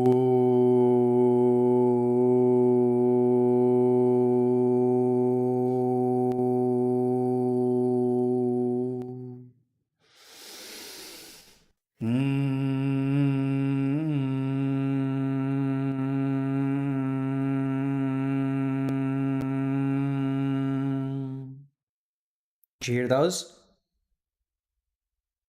I turned on your stream and I heard it there. Okay. So over the course of one breath. Okay, we're going to do 5 rounds. Well, let's do 7 rounds. I may drop out just because my throat is scratchy when I talk too much. Chanting is hard. And Iman, I want you to pay attention to 2 things. The first is that chanting is about vibration, not about sound. So you're going to feel kind of anxious and maybe weird or whatever. I don't know if you have any like history of performing or whatever, but it's fine to feel those things.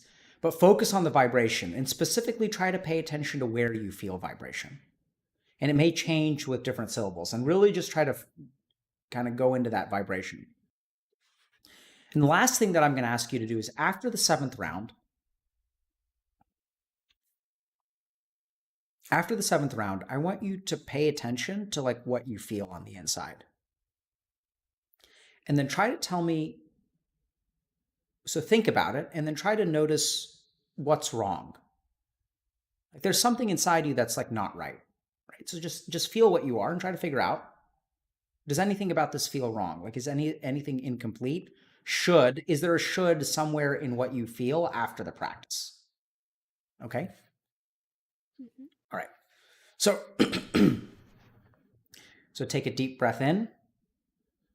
So close your eyes, deep breath in, and begin.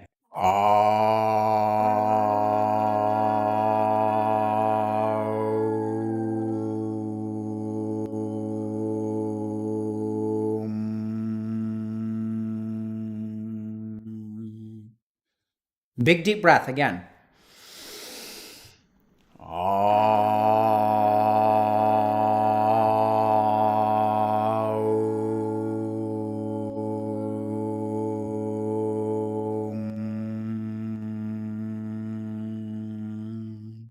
More energy.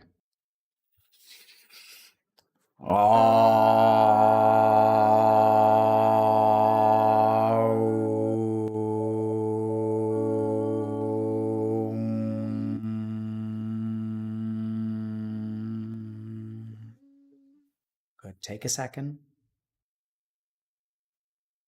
In and out. And now we'll begin again, just like that.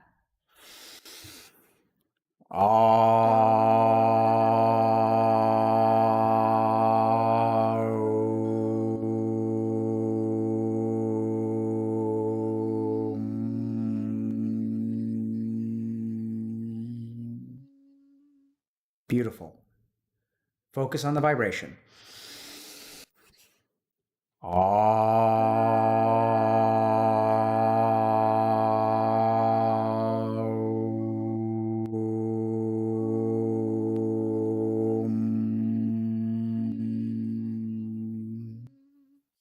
Good. 2 more. Make them count.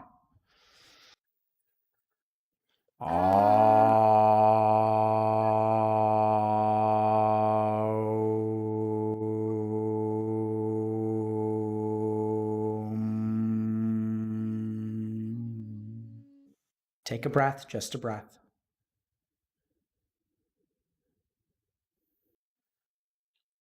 And now last one, long, deep, calm, and full.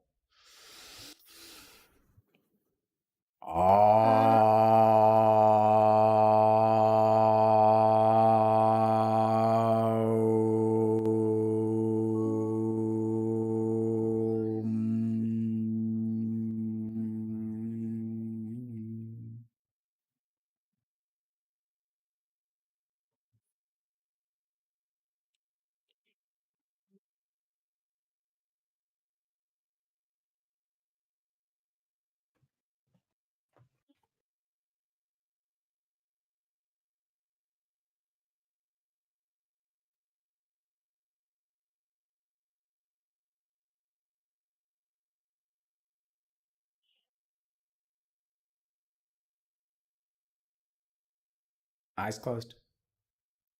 Sit with it.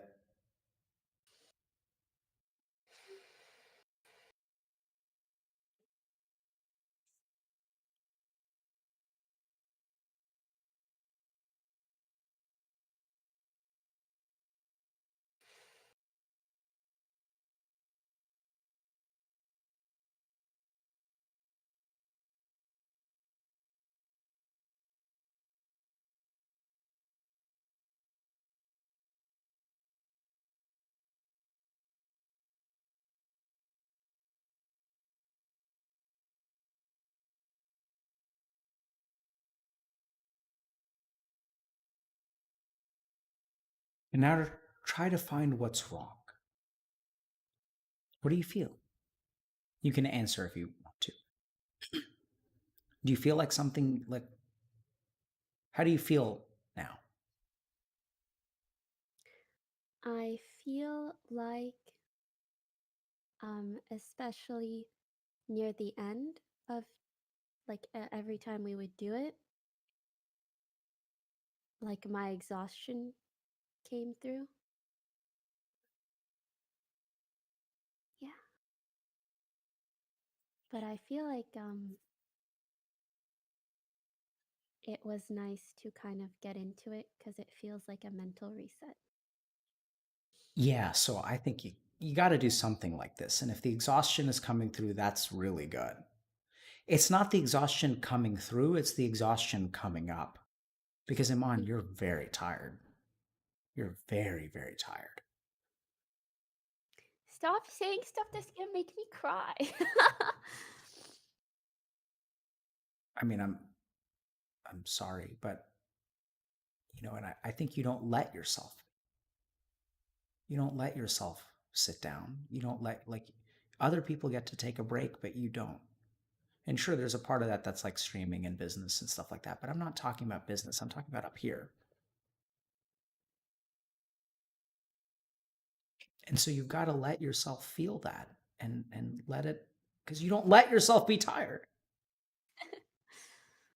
And that's not fair. Sorry. Back to square one. No, no. I'm not Good. I mean, so what I tell people is that when they meditate, what comes up is what needs to come up. Because meditation is about relieving the pressure on your mind. And when you create less pressure, so if I depressurize a chamber, right, and I reduce the pressure, then it becomes closer to a vacuum. And when you have a vacuum, more stuff can come in. So like there's stuff in you that you've walled off and shut off in the closet that when you meditate, each round of meditation, like towards the end, as you enter quietness and the pressure drops from the chanting, this thing starts to come up. And this is why I think chanting is a good technique for you, because you can't sit there. You're not ready to sit there. You're not ready for the closet to be open. You're not ready for that glass wall with the pile of dishes on the other side. You're not ready for the wall to come down. What you want to do is take a peek inside. And each round you chant, you peek inside and you peek inside and you peek inside. It's like there's a frightened Iman who thinks that there's a monster in the closet. And if I open the door, she's going to freak the fuck out. But if I peek inside, I'm going to just look real quick. I'm going to shut it right away. Is that okay? I open and I shut. And I open and I shut. And I do that a couple of times. Then like eventually, like Iman is going to be okay with me, like really looking inside. And then like maybe like looking and be like, hey, do you want to just peek real quick? And then you have to let yourself be comfortable with that exhaustion and let it come up. And yeah, so I hope that helps. I think you're awesome. I do genuinely think you're perfect, but not in like a Twitch royalty sort of way, like in a, broken and normal human sort of way. Yeah.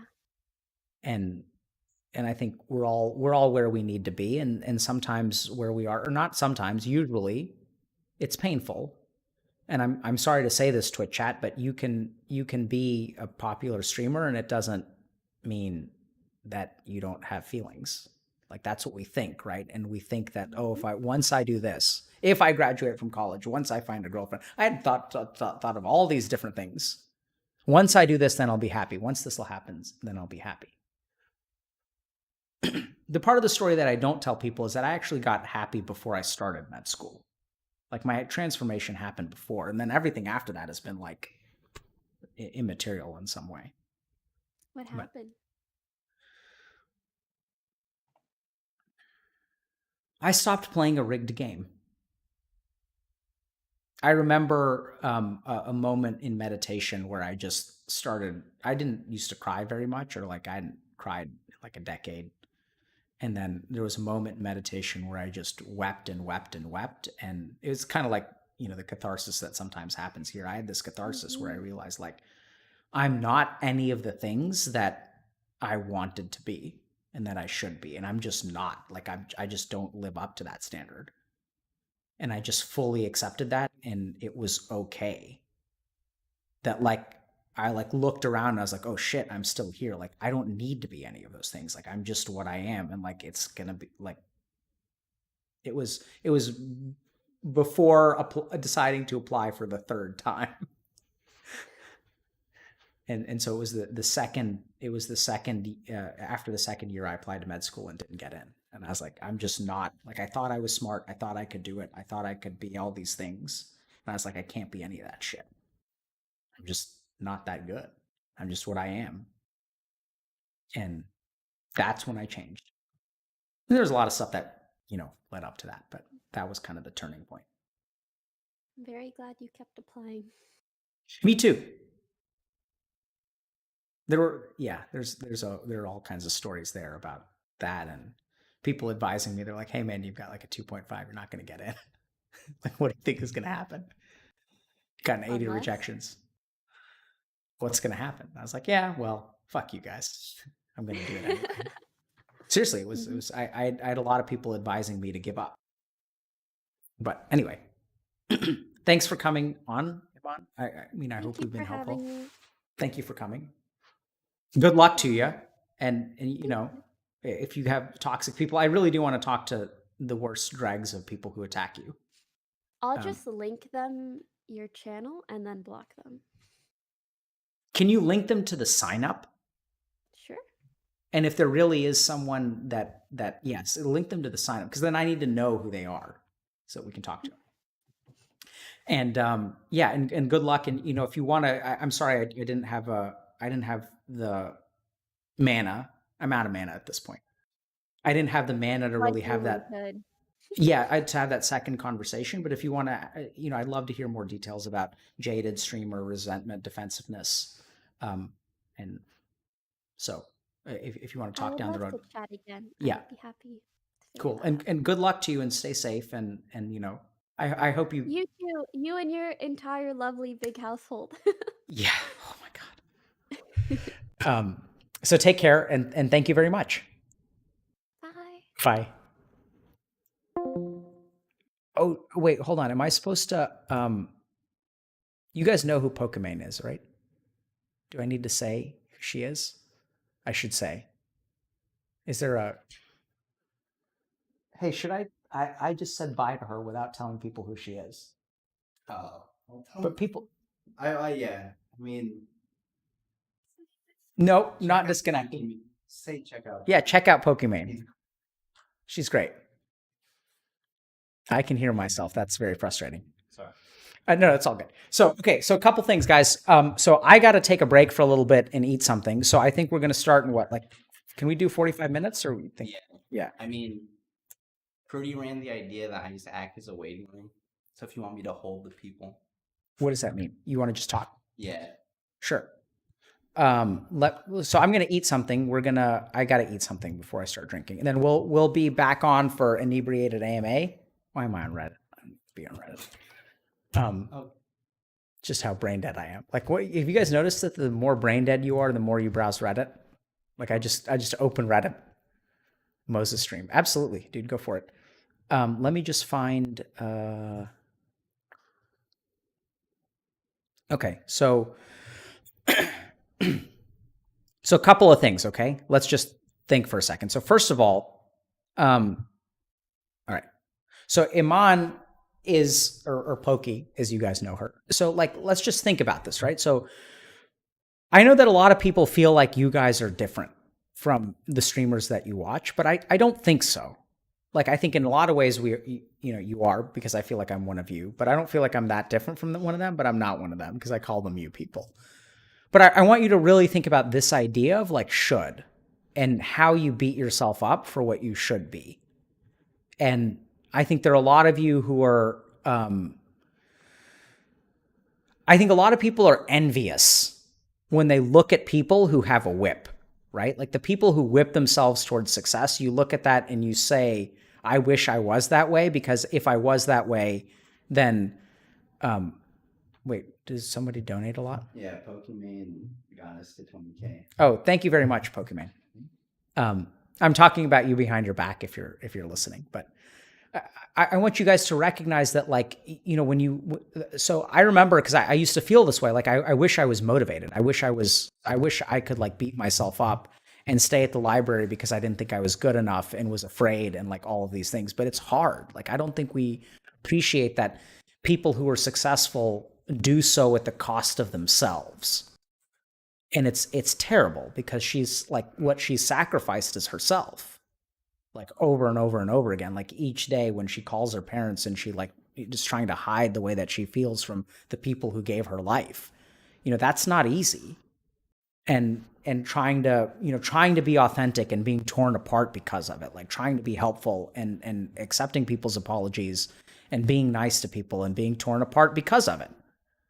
And it's like, it's not easy, right? I'm not saying that she isn't privileged or that she isn't lucky, because she is. But here's the crazy thing. So are you. And so am I. And like, we all have things going for us. And I'm not saying it's even in any way, shape, or form. Like somewhere along the way, we also thought that equality meant that like everyone has the same number of stat points. Like that's not the case. I mean, some of us just have a lower total stat pool than other people. And that's life, and that's shitty. And that's just how it is. But that's why, like, it's good that we're playing a multiplayer game, and that's why you guys deserve help, and that's why we're here, right? To support each other. And like, it's okay that you were dealt a shitty hand in life, and you can look at someone else's hand in life, like mine. Like, I was given everything, and I still fucked it up, despite being given everything. I'm the child of 2 physicians, you know? So, like, you know, I had everything.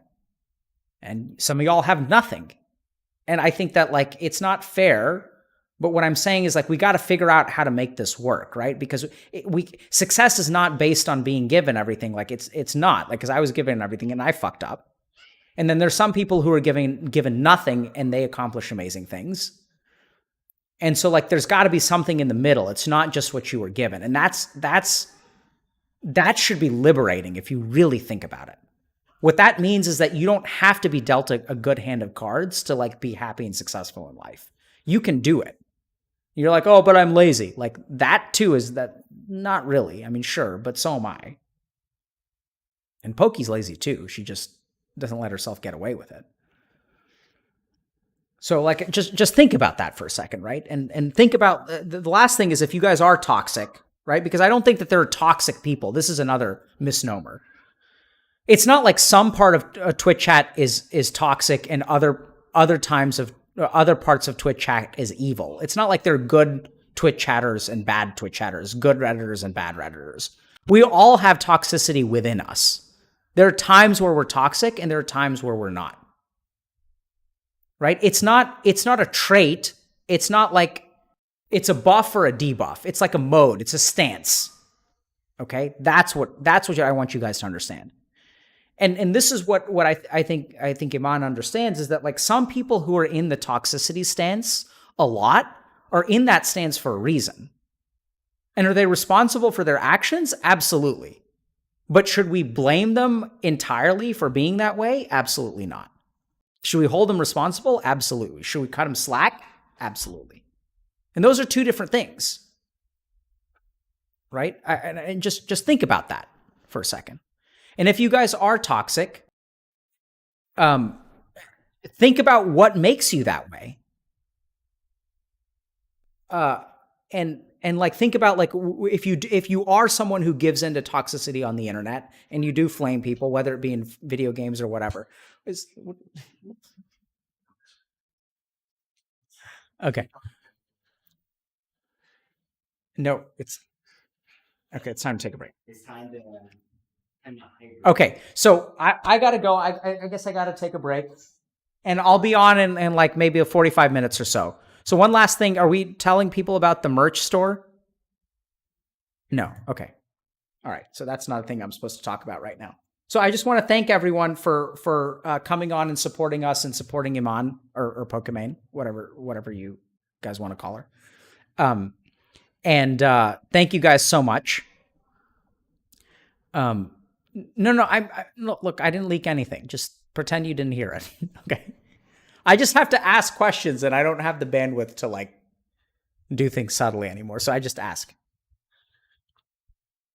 I know. Did you guys hear that? My wife said I need to eat something. I'm going to be drinking for a while. Okay, so we'll be back on in like somewhere between half an hour and 45 minutes, and I guess we're doing drinking AMA stream.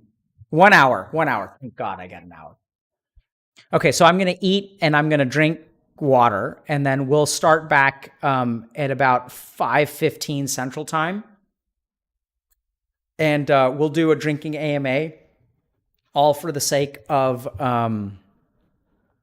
building our coaching program, because we want to help people who can support you the way that you deserve to be supported, and who can listen to the things that other people don't listen to, and who can help you be authentic. Yeah. Create a space for you where you can be authentic with your thoughts and hopefully not be judged for them. AMA means ask me anything. Okay. I'm gonna go drink a mana pot. And are you streaming? You want? I mean, I guess. Right. I think it's better than most turning it go off. for it. All right. Okay. Let me. Hello. Pog you. This is very overwhelming. Let me change the title.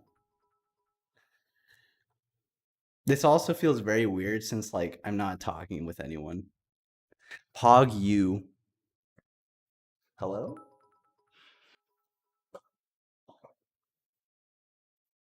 They're calling me.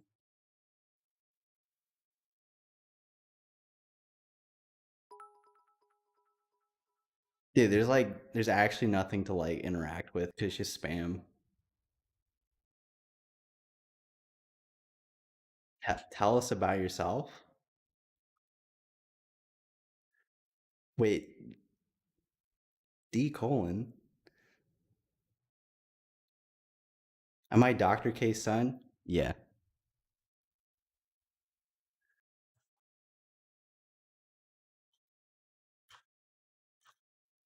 Dude, I don't even know how to explain myself. Hello? Hi. Wow, so pretty. It's so sparkly.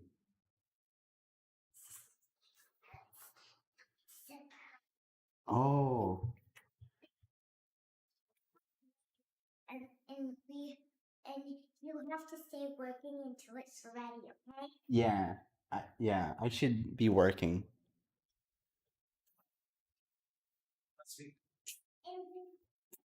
That was the content. That was it.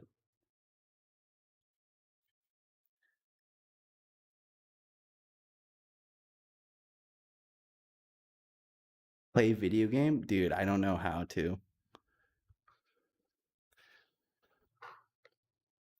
Bring her back? I can't.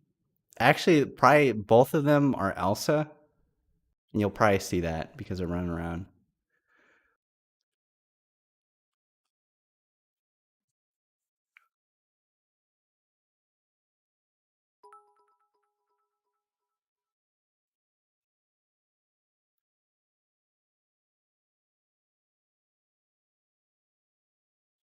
I'm McLovin Andy? Dude.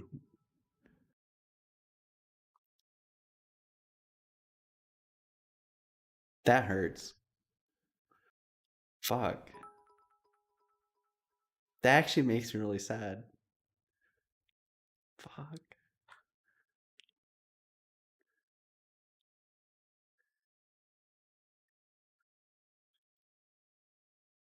Dude, Dr. K has like a fucked up keyboard. Look at this. Like it's just like half a keyboard. Can you guys see this? Like how do I use this? Like look, it's just like what? I don't. It's so overwhelming.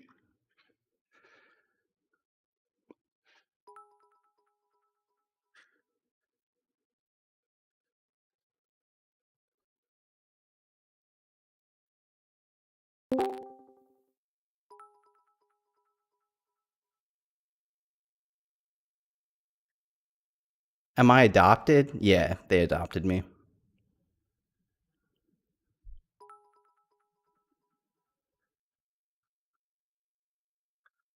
Monka. Wait, why Monka S? Oh god, what happened? Am I single? I don't want to answer that. Can you guys hear the Discord notifications?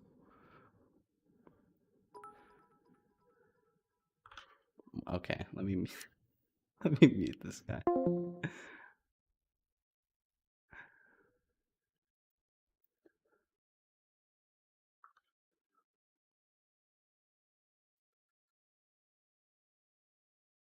Is he really adopted? Yes. How did I meet Dr. K? Okay, so you guys know how he had like a Reddit AMA like 2 years ago? I literally DM'd him on his Reddit account.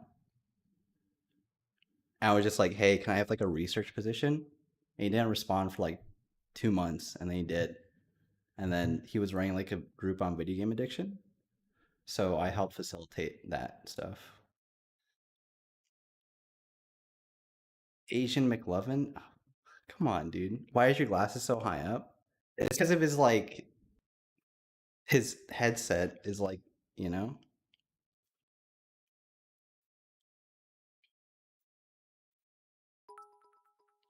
Front page, by the way, yeah. Like this dude's been streaming for 4 hours.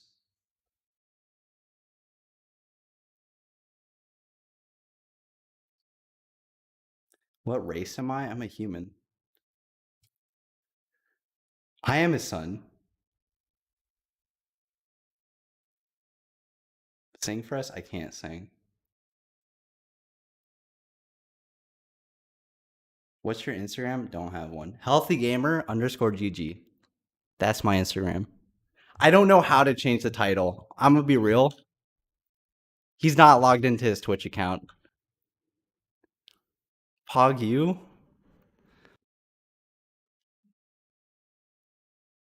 Yeah, boomer.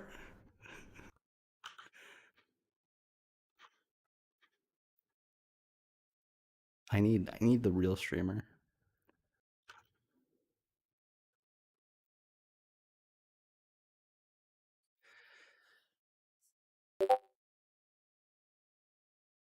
Change wait, Brandon, change it from Streamlabs? Dude, that's the thing. I've never used Streamlabs OBS. So I don't know. Do a Dr. K impression? No. Why do you only have one monitor? I don't. I'm actually not like the tech guy. Can I have a different title? Do yoga? No.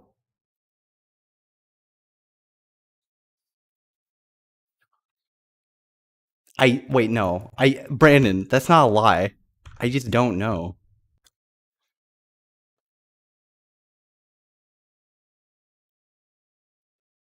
I'm not the tech guy.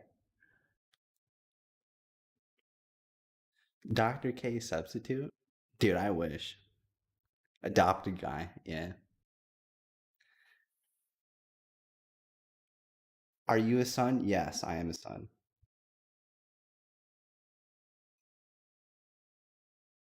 Dude, I'm supposed to feed him muffins and like water him. And he, look, like water undrank and like muffin uneaten. I'm like failing at my job. Dude, there's just like water spill everywhere too. This is a mess.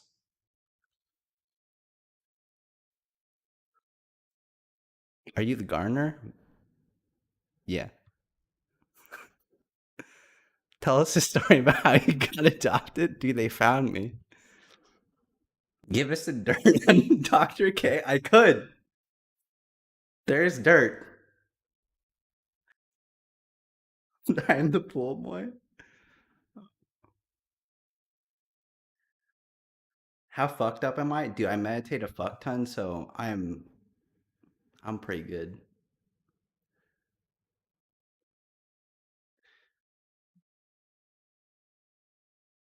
I was adopted on Reddit, yeah. Why did you abandon my Oh no, wait! Why did I abandon your coaching? Dude, wait, no, DM me again. Fuck, I fucked up. Listen, like my DMs are not good, okay? There's too many people in there.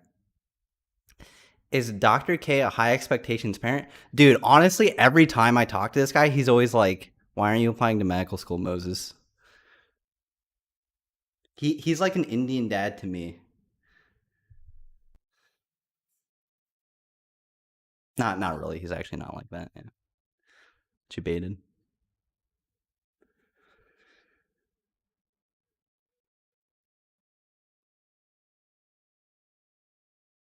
Dude, my brain is like melting trying to read this.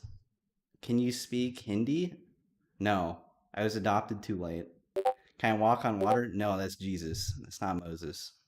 Come on. Like, get your lore right. Dr. K is an NPC. I mean, maybe.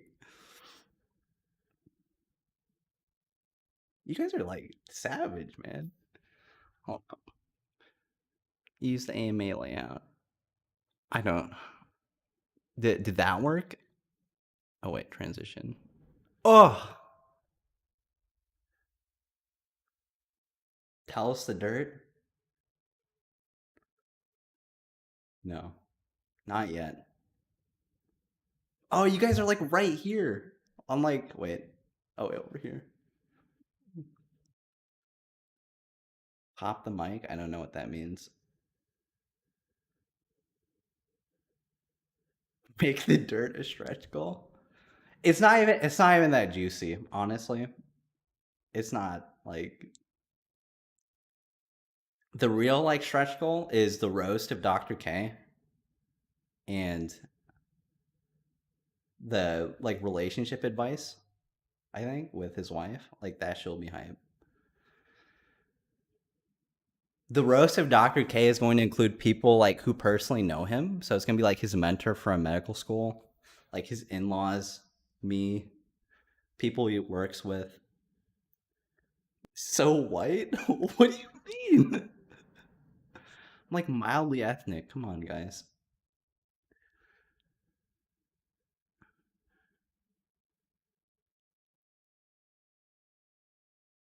How do I feel right now? Overwhelmed.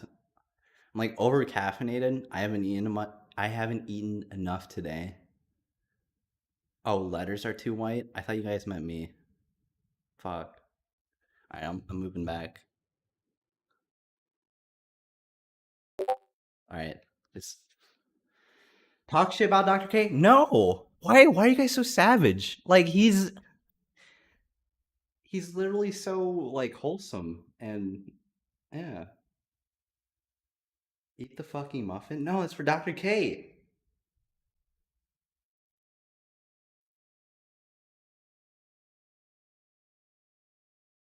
Japanese pog? I mean kinda.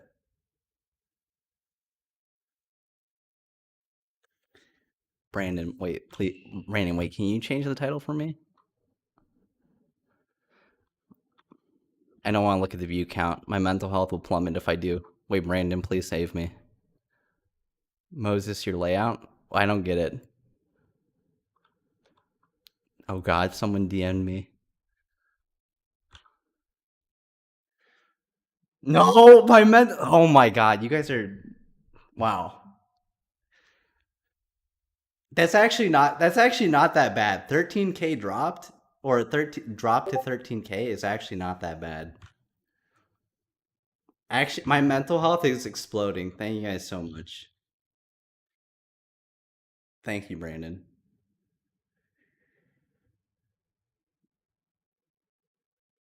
13K McLovin, Andy. Listen, does it help if I don't wear glasses? Do I look less like McLovin? Because I normally don't wear glasses. No, it doesn't help. Fuck. It's more. Okay, I'm putting it back on. Fuck. Wait, Brandon, can you just put like Dr. K waiting room? I don't put my name. People are gonna find out who I am.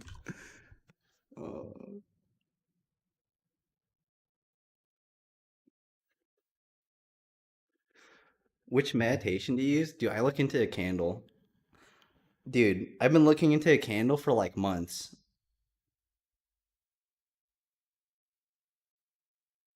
Exposed Moses. Someone else. Oh, it's called like wait, let me link it actually.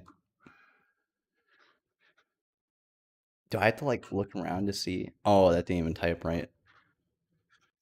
Oh,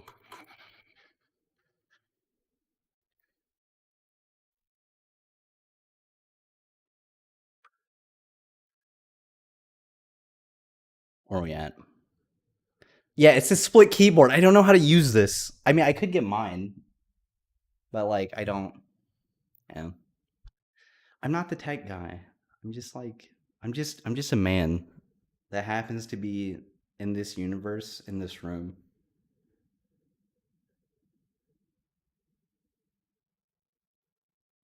I don't know what man is.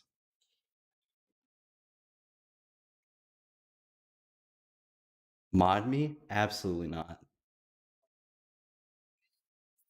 Dr. K time traveled? Yes. Mod me? No. Is he the son? Yes. Dude, some of his questions are just like,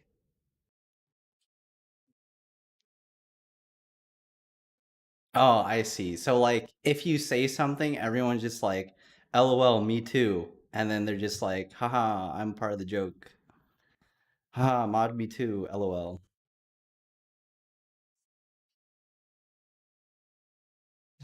Like, you guys are like lemmings, even though that's like, does that make sense? I don't know if that makes sense. Yeah, like hive mind. Dude, break away from the hive mind. Dude, you know what's the worst part about this? My boss is watching this and like, oh man, it's not good. McLovin, calm down. Okay, you're right. Toxic? Maybe. Ego self defense McLovin has self awareness level 2. Yeah, it's kind of true. Fired Pock you. Oh no. Age? I don't want to answer that. Do you meditate? Yes. Meditation is actually very good. I endorse it. Show feet? No. Dude, I run barefoot, so my feet are actually very like disgusting. Like I have hobbit ass feet.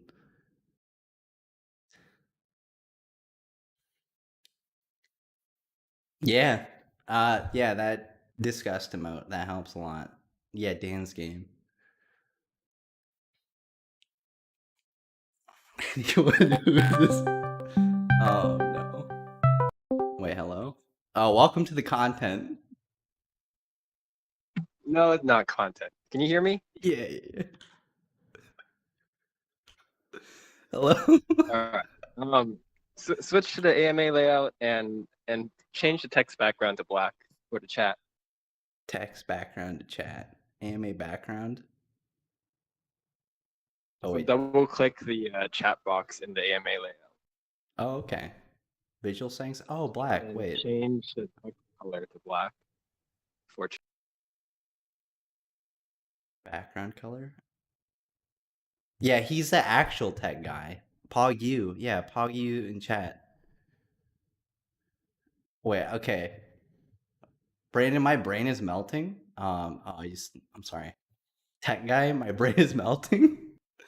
Um, background. Doxing me on screen. Come on. I'm sorry, dude. It says background color is like bluish, but it's not showing up. Chat box full, right? Man, this is such a Did you open the chat box? Like element? fuck. Dude, streaming so hard. What does that mean? Jesus, dude. Dude, I am McLovin. Holy shit. It says so. I'm reading sources. Chat box full. Right. I click on that. Yes, you double click on the chat box full, and then in one of the settings, there should be an option to change the color of the chat text from white to black.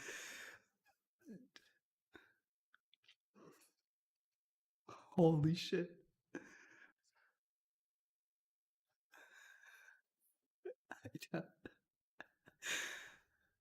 It says background color. Oh wait. No, that shouldn't work. Dude, I'm so confused. Because it didn't say white to black. Oh wait, you mean the actual text? Wait, let me see. All right. Screen share with me. Wait, it's not gonna capture, right? Ooh, ooh. Fuck. Where is this? Okay. You see this? Don't leak anything, dude. I'm trying not to. Let's go. Let's go, McLovin Pepega. Yeah. Dr. K's son? Yes. Go to font settings. Oh. Oh. There you go. Pepega clap. Okay. Can you stay with me, dude? I'm scared. right, Twitch have chat. fun. Twitch chat scary, dude. Please. Wait, did you leave me? What the fuck? No, I'm still here. What do you want? Dude, hold me. In front of I don't know how many people, because if they tell me, my mental health will plummet. Wait, what? But never mind. 1K. Fuck. Dude, you guys gotta hold on for like 5 more minutes for Dr. K to come back. Okay, he's coming back and actually no, I shouldn't actually lie about that. He's coming back in like 30 minutes. I lied. Wait, what? I was gonna You're gonna troll ask? them and then say like every 5 minutes he's gonna come back in 5 minutes, but that's actually kind of rude. He's coming back in like 30 minutes. Yeah, dude, don't debate chat. And all right. Well, I mean, do you want to stay on or do you have to do other stuff? I should get back to work, but Okay. I'll be on maybe like 20, 30 minutes. Okay. I love you. All right, later. Good luck. Wait, say it back. Fuck, he didn't say it back. Oh my god. We're breaking up. Fuck.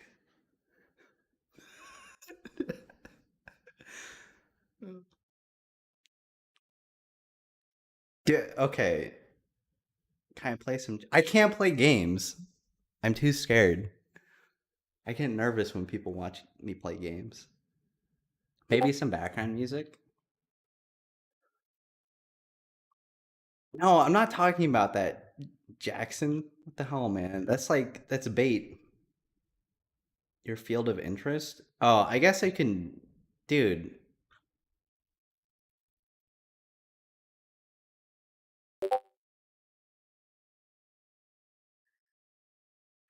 Fuck.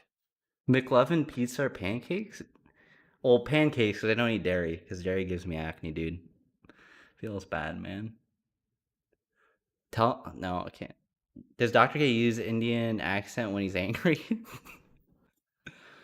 No.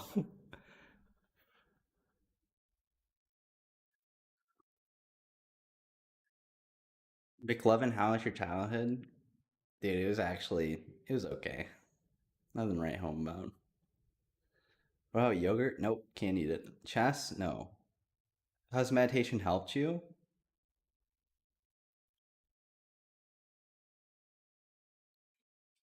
Um, I think the basic thing is like it helps you focus. So it helps your focus and attention. So you start paying attention to things that you wouldn't have paid attention to before, like certain thought patterns. So like you can kind of stop it that way. Do you play any games? Yeah, I'm playing a lot of Bannerlord.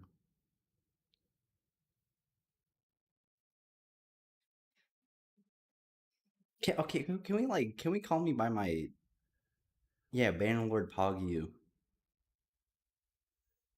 headset? I have no idea. Stream it, Pog U. Stop calling me McLovin, man. Come on, that's brutal. I'm never gonna come on stream again. Which is actually probably ideal. Actually, fuck. Oh, what's your major? Oh, so I graduated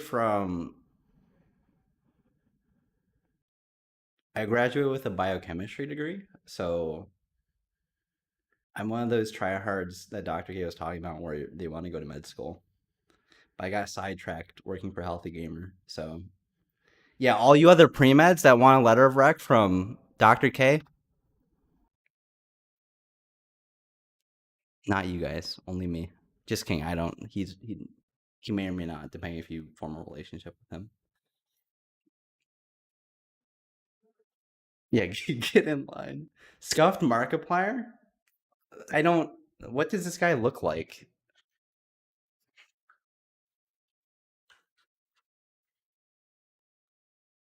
Oh, wait, yeah, this guy. I am a scuffed Markiplier. Fuck. Man, it's just true. Fuck.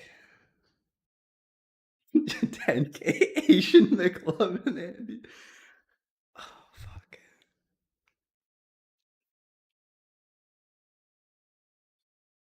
Is this Dr. K's son or something? Yes. Do you like cats or dogs? I like both.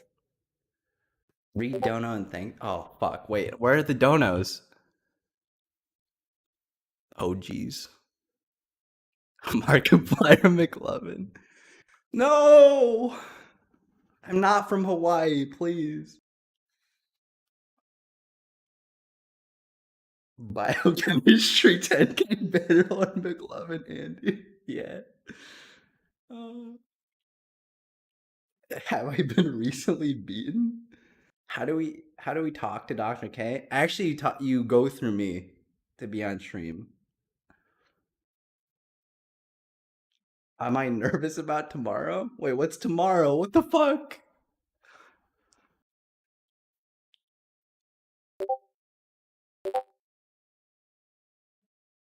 Your dad's kind of cool. Dude, I love my dad.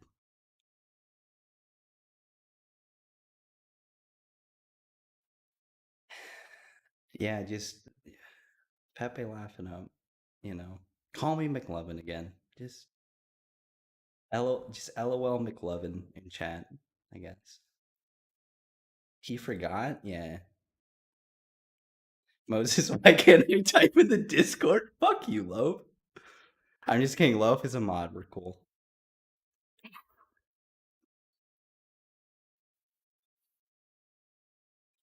I'm not going to answer that.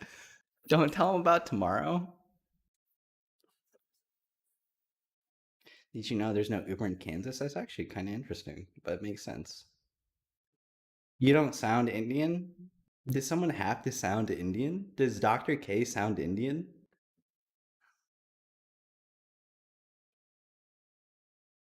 I'm not gonna. No, I'm not gonna join High Table. Do I have really nice teeth? Actually, my teeth are completely jacked up. Like, they're all craggly because I never got braces. Dude, these glasses don't fit. Holy shit. I never looked at myself in a mirror. Wait, why? Why, what face? Oh, it's just because it's disgusting? Yeah, that's true. Okay.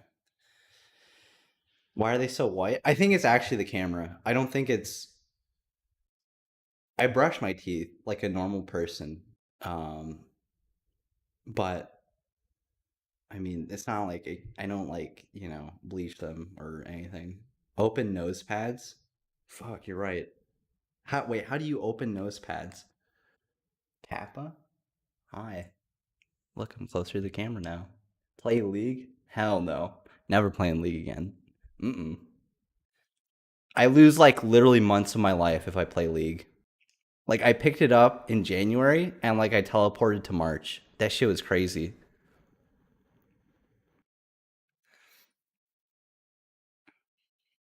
I have video game addiction. Fuck, I need it.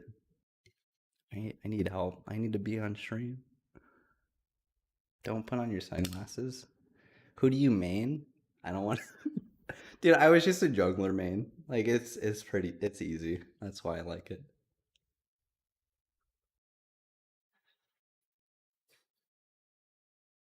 Why aren't you a surgeon? I'm gonna become a fake doctor. Actually, another psychiatrist, Andy. Okay, jungler. Yeah. Tell us about you, dude. Honestly, I haven't lived enough of my life.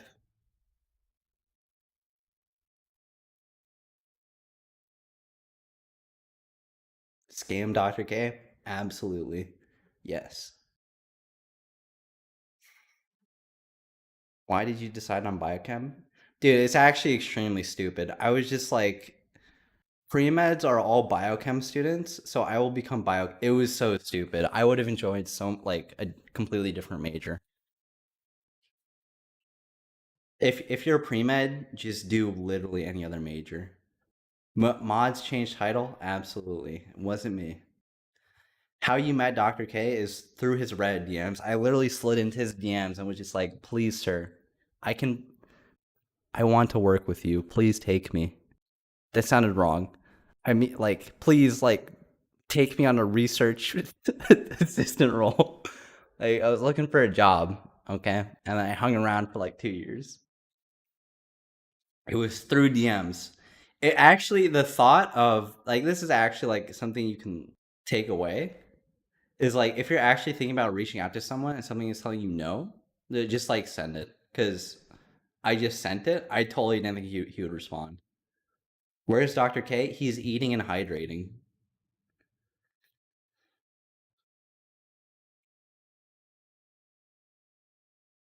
Do you call dad and mom? Yes. Can you be my no?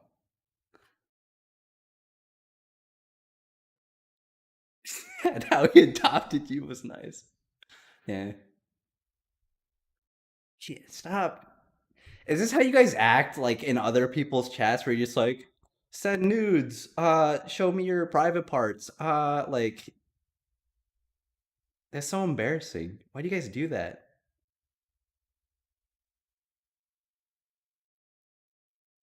Why don't you guys like go and form actual relationships and just like, you know, do that instead of asking like budget McLovin Dr. K, you know? 10K Andy biochem.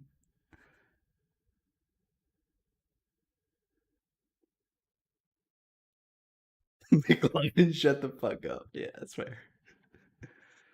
Uh, just form relationships. Listen, it's just like, dude. I think once you kind of realize like how like weird other people are, like that's kind of the money, you know? Because then it's just like everyone's normal once you realize how everyone's weird. Does that make sense?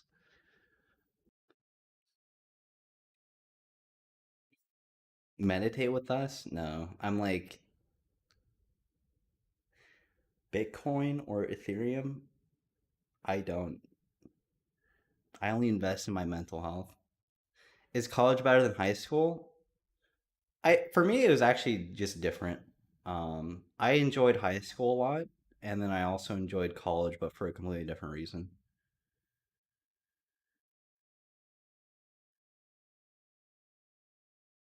Tell us about the can. You just stare into a candle, like that's it. You just forget who you are, and that's the meditation.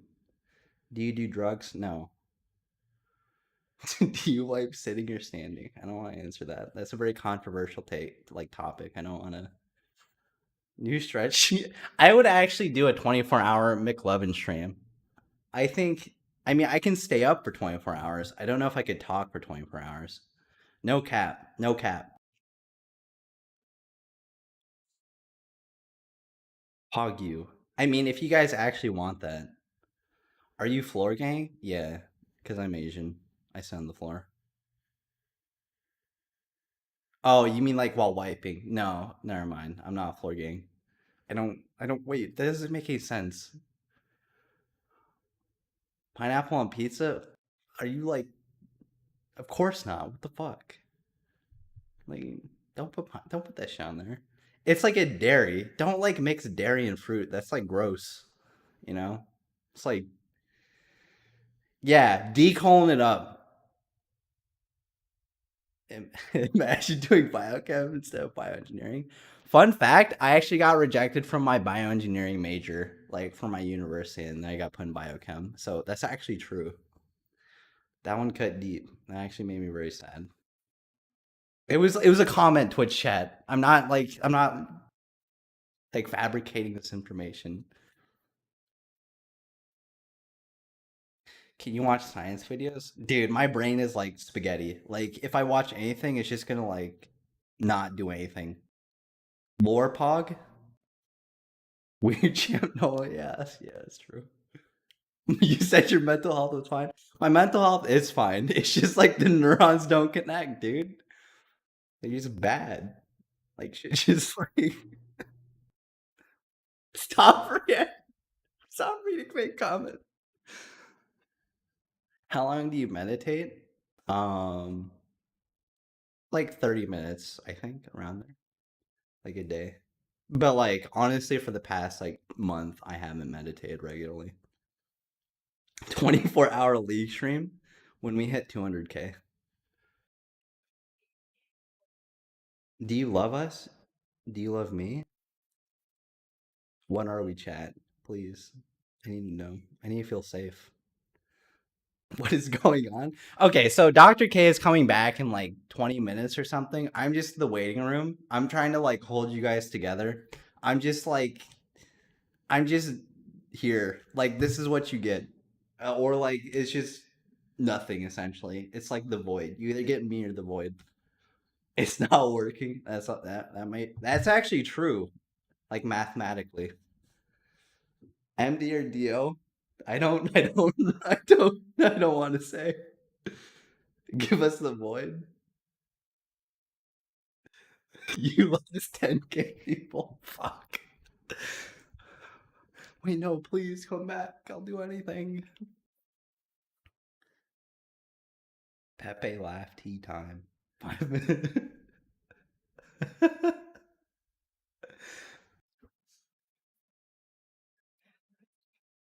To all you guys who are actually posting positive comments, thank you. Show feet? No. JoJo review? I actually like JoJo, but it's like it's a lot, you know? Like my brain can only take so much. If I watch like too much JoJo, I just lose touch in reality. You know? Cuz it's just so like out there, you know? Like it's good, but it's just like holy shit, like it's so much. Who's your favorite streamer? Dr. K. Abdul Pepe Hands, absolutely. Hello? Fun. Yeah, Let's see if it's good enough. thank you. It's my mom. Thanks, mom. Yeah. We're creating war. Okay. I was thinking, if you're on the run, I was thinking I'm not Guffa and a Bitha, and I know all these people get like lots of Guffa info. So, Oh, do you wanna here, you can be the streamer. no, you keep going if you want. Oh, okay. Cause like I'm literally just like they're asking me questions and I'm just reacting to them. Like it's not Okay. but I mean if you like they're calling me McLovin. You haven't eaten anything today. Do you need to eat something? I ate muffins. You ate a lot of muffins. I, You eat muffins in one bite. yeah. That's weird. I mean, they're like small muffins though. Small. They're at least 3 bites. I mean, I should eat, yes. Show So them how to eat a muffin. in one no, bite. I don't want to show them how to eat. Cause like once you give them one thing, they just start asking for more. Like show feet pics. Like look. All right, you have fun. I'll look as fed eating something. But will you try that and show me that's good? Okay, I will. Thank you. Show feet pics? No.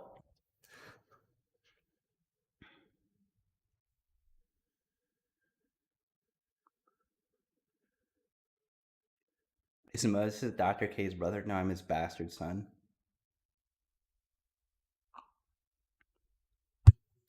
It's pretty good. I don't know what it is. It's just like pink liquid.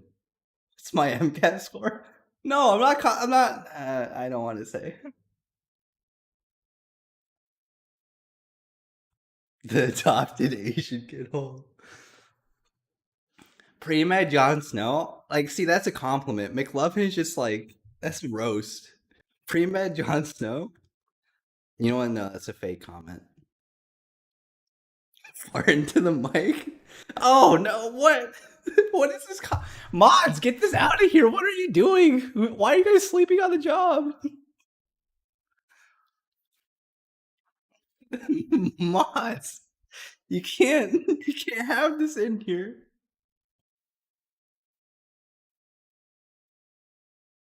Have my kids? No.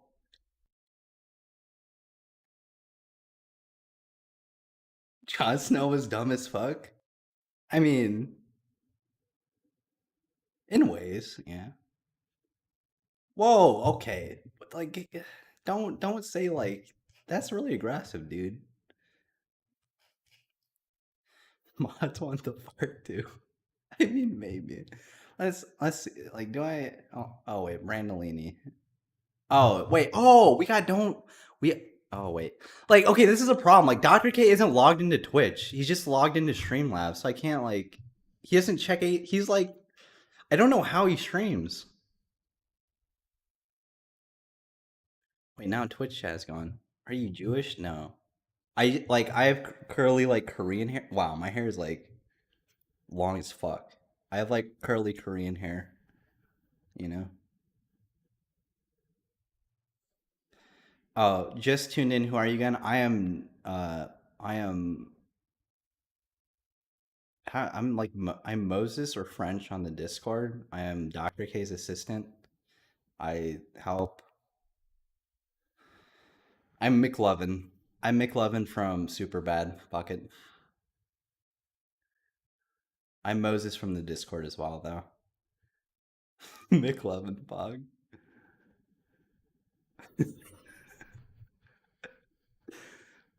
Uh, are you French? Yeah. So like I changed my name from Moses to French because Moses has it's like kind of weird because like Moses was the guy, who went to the burning bush and then he came back to go save people. And that's actually has really weird like cult archetypes in Healthy Gamer. So like I just changed my name.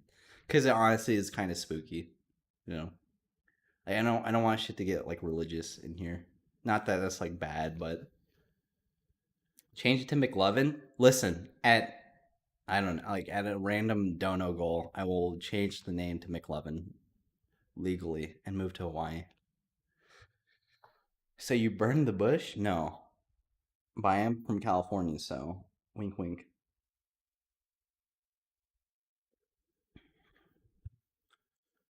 Make it McMuffin? I don't want to be a product. Come on, dude.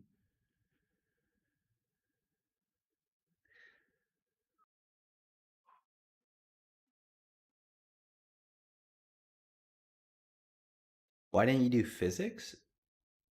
Um, I don't know. I did do physics. I did physics for like 1 year.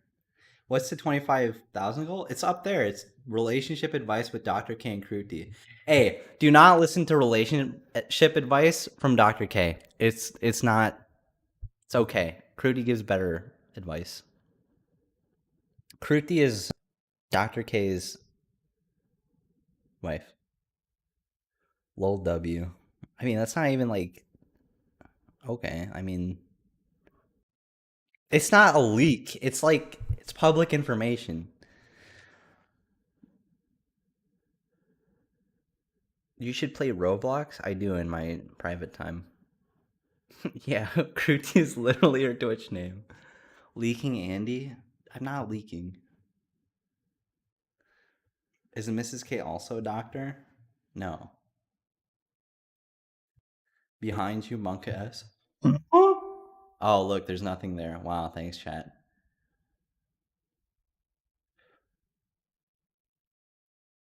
Are you a coach? If so, oh wait, this is actual question. Are you a coach? If so, can you answer this question? How do I tell if what I want? Wait, what the fuck? How do I tell if what I want is what I want and not what my parents want? Can I answer this question? Yes, I can answer this question, just not well. How do I tell if what I want is what I want or not what my parents want? Dude, I don't know. It's like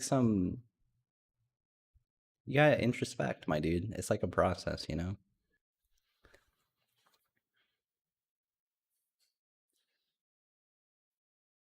You're on LSF Pepe laugh. Fuck. Just meditate. I mean, yeah. So you gotta like. I feel as though we've also covered this like in stream so many times because like I think the go-to thing is just be in nature. Let things bubble up. I also ascribe to that. It helped me. Wait, done. My dude in the chat that's defending my honor. It's okay. It's just Twitch chat. They can't. They can't hurt me. Now they're just gonna roast the shit out of me. Inebriated, dude. I have like zero alcohol tolerance, so yeah, kind of. But listen, man in the DM, man in the Twitch chat that's defending my honor, I appreciate you. McLovin, my queen. Okay, it's all about Scooby Doo. Was the food good? Yeah.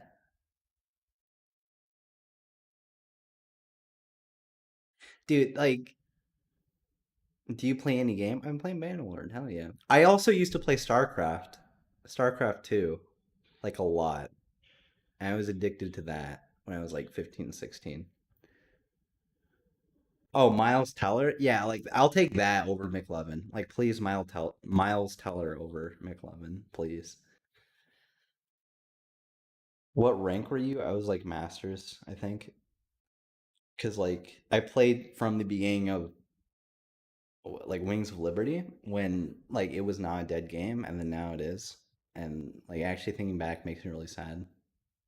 What is your personal opinion on Bannerlord? It's just kind of grindy. I don't know, but that's the same thing as Warband, so I guess it's okay. Like, I don't know. What is a drink? I think it's a margarita. I don't actually know. Cockpog? Yeah. I was a Zerg player. I actually picked Zerg when I was 12 because I was like, I want to be the evil person. Can I volunteer academically? Possibly. DM Moses on Discord. Any study tips?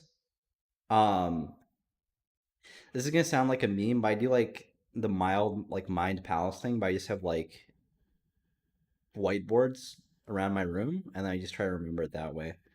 Um, it was actually like a pro tip that a professor gave me and it actually worked.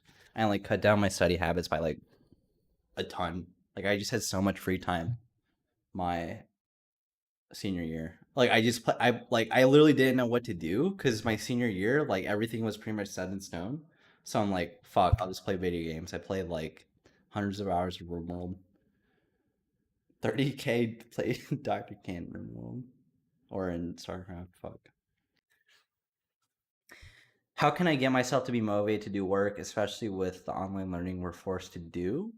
Um, So I would do things for other people. Like I would literally think if I don't learn this thing, like people will die because I was too stupid and too like lazy to learn things. But like you can help other people. Like it's kind of like medicine is kind of easier to do because it's more like noble. But like if you're an engineer, it's just like if you don't learn this correctly, like the bridge will collapse and people will die. Like if you don't do like a thing, like if you don't create a startup because you're too lazy to learn like a business skill, like the world becomes like a subpar place essentially. You know, like it's motivation, but it's not like you know, like it helps you like work, in my opinion. Yeah, the world misses out. The bridge was weak on purpose. What happened to Dr.K? Dr.K is coming back in like 10 to 15 minutes. He's eating, taking a break. He was like streaming for 4 hours, so it's like it's a lot. Yeah. Would you rather pee blood or blood bleed pee?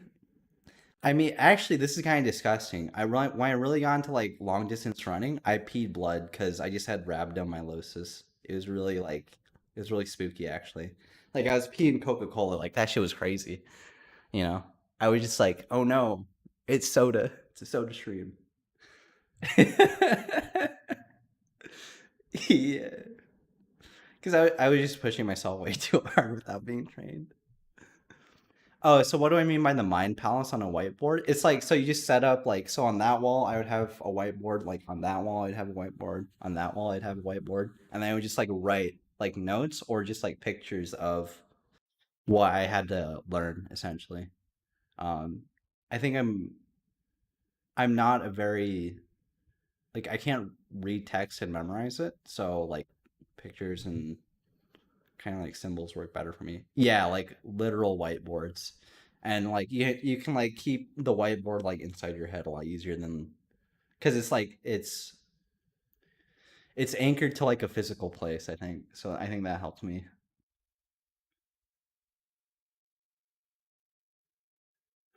Pictures and symbols sounds great. Yeah. Can you tell me to exercise? I'm lazy. Super brute, you should go exercise because you're lazy. What was your GPA? It was okay for a pre-med. You promised to show feet? No, I did not. What MBTI am I? I'm like ENTJ, I think. And then my dosha is like Pitta and like Dr. K says I'm mentally Kapha, which is kind of like I thought he was roasting me at first because like he advocates I think for Vata the most, right? Um, but I think I'm primarily Pitta. Yeah. How's the recovery code program going? Dude, I'm actually very surprised at how like people's lives improved, I guess. Yeah. I I am ENTJ, but like the E and the I is I'm like 50-50. So like half I'm an ambivert. Like, yeah. I'm special. You know. Pitta is bread, yeah. Is Dr. K your dad? Yes. I'm pita bread, yeah.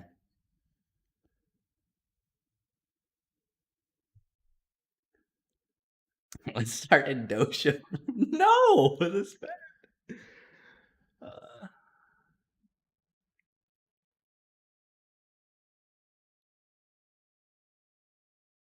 just got here. Who this is Moses or French, Dr. K's assistant. Oh yeah, so we're fundraising. Fuck, I should have done this a long time ago. We're fundraising for Mental Health Awareness Month for our coaching program, and we're at 21,089 and 99 cents. Wow, French.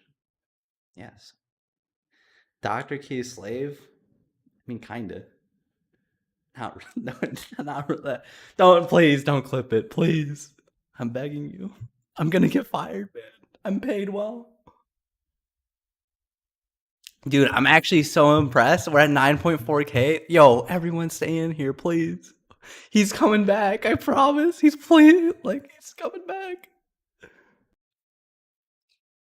How do we donate? It's in like the little it's in the description down below. It's yeah, it's in the description.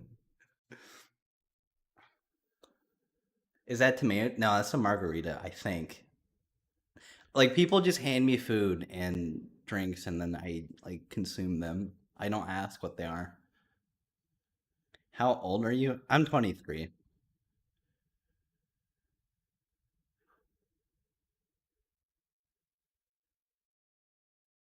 What are you drinking? I'm drinking a margarita. How tall am I? I'm 5'11", so I'm a fucking manlet. Dude, feels bad. I wish I was 6 foot. Not actually, I don't think it matters. I just accept drinks? Yeah. Why not? Someone said I look like Joji. I'll also take that as a compliment. Dr. K had you when he was 14. Yeah. But it was like, you know how I was just born from his essence, you know? Joji's cut AF. Yeah. I like Joji. Bring back Joji vlogs. Wait, is this a copy pasta? Wait. Go back, go back, go back. Now, nerd? Haha, what's up, douchebag? Is Tanner from high school? Remember me? Okay, my brain is like, I can't take that, so I can't. Yo, is that Joji vlogs? Dude, I'm so surprised people like know what that is. Dude, Dr. K picked me up from the streets of San Diego and just like get in the van. We're going to help gamers with mental health.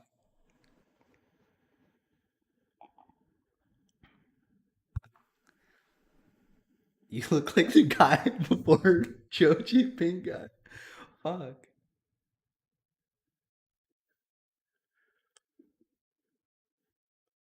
We can make a movie, y'all. Let's do it. The script writes itself. Yeah. Biological son confirmed. Yes. Yes, the troll gene. Fuck. Your ego seems huge. Am I right or no? Absolutely. UCSD trains? Nope. Get them out of here. My alumni? Nope. No, I'm just kidding. If you're from UCSD, that's really cool. I actually really like UCSD. I don't like. I can't read donos is the thing. Like, where Brandon, save me, please. Oh, I just looked up. It was the Markiplier images from an hour ago. You sound like a Destiny viewer. Yeah, I watched a lot of Destiny, dude. Tell us stories. I can't.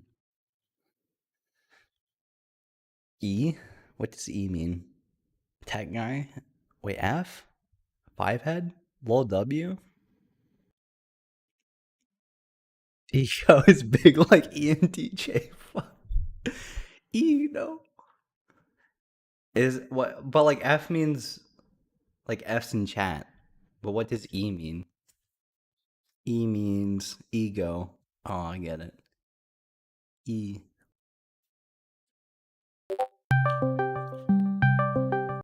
Hello.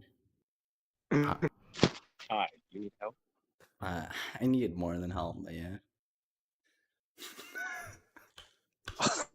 You know how Like there's like a they're just mini so feed on the fucking. Streamlabs? They're so goofy. They're just like one guy was just like E equals cock. Like that's just not. It's making any sense. You know how on Streamlabs there's like a mini feed, No. like on the dashboard area, like under or to the left of the cameras. Sure. You can filter that by donations, and then you can read off the donation message. Oh, that sounds hard. Wait, this is in the Streamlabs app, right? It's in the Streamlabs desktop app, yes.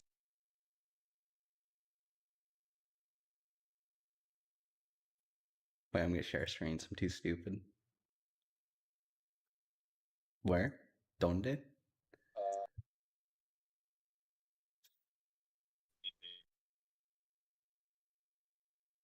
E equals cock? No, just stop. Just put your cock away, please. Like that's making clipped. What? Wait, I'm so sorry. Are you drunk already? No. I'm Right, on the left, there's a thing that says this element is too small to be like displayed. Drag that thing larger. Where? On the left. See that little, yeah, that thing. There you go. Oh, snap. And you Oh. can filter that by donations only. Okay, so it's good. Okay, so thank you, Adrian, for the $5. Thank you, Miss Lemongrass. Like that. Oh, Miss Lemongrass with the $50. Hell yeah, that's $50. Is it over? Oh, hello. Everyone, put the profanity away. Here's an Elsa. Do you have your Elsa costume on? Hi.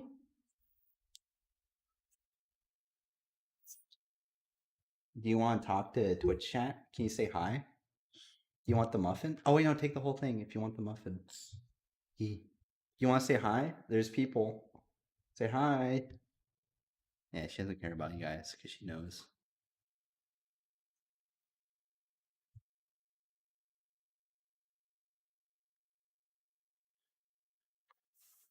Wow. Hi.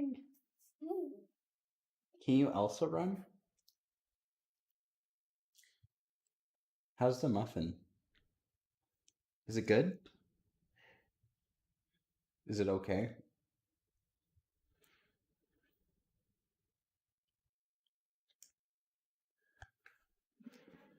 Okay.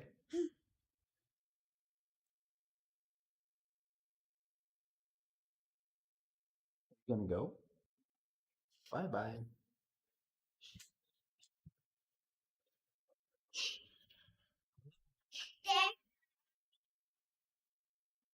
I'm bothering you. No, I mean, I think it's fine. Did you like the muffin thing? Yeah. Oh, like just so you know, it's live.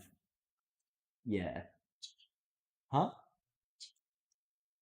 Oh, it's just like live, like it's broadcasting. So yeah. I mean, like it's fine that they're here. Oh, okay. Oh, okay. Yeah. Okay. Can you guys also run? Oh, absolutely. Wow. It's so pretty. Bye.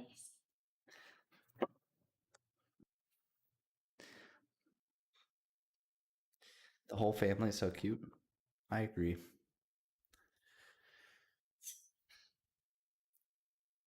Leaked? Wait, what did I leak? Fuck. There. No, don't. Oh wait, Brandon, are you still here? Yeah, what's up? Oh, wait, I love you. Say it back. I love you too.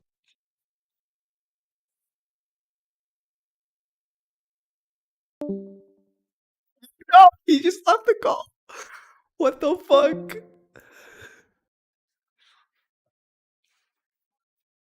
Dude, everyone DM Brandon on Discord and tell him what a good mod he is. Because he's a vital member of Healthy Gamer, you know? Dr. K lives with his grandparents. It's like a Asian household, you know? True Pagyu.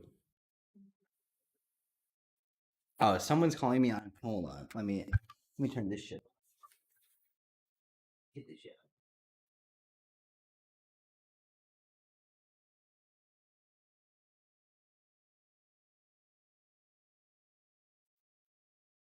Okay, I'm back. I'm back. AFK streamer. Oh my god. No. Okay. Okay. Now now the mods are like, it's my chance to be on stream. Ha.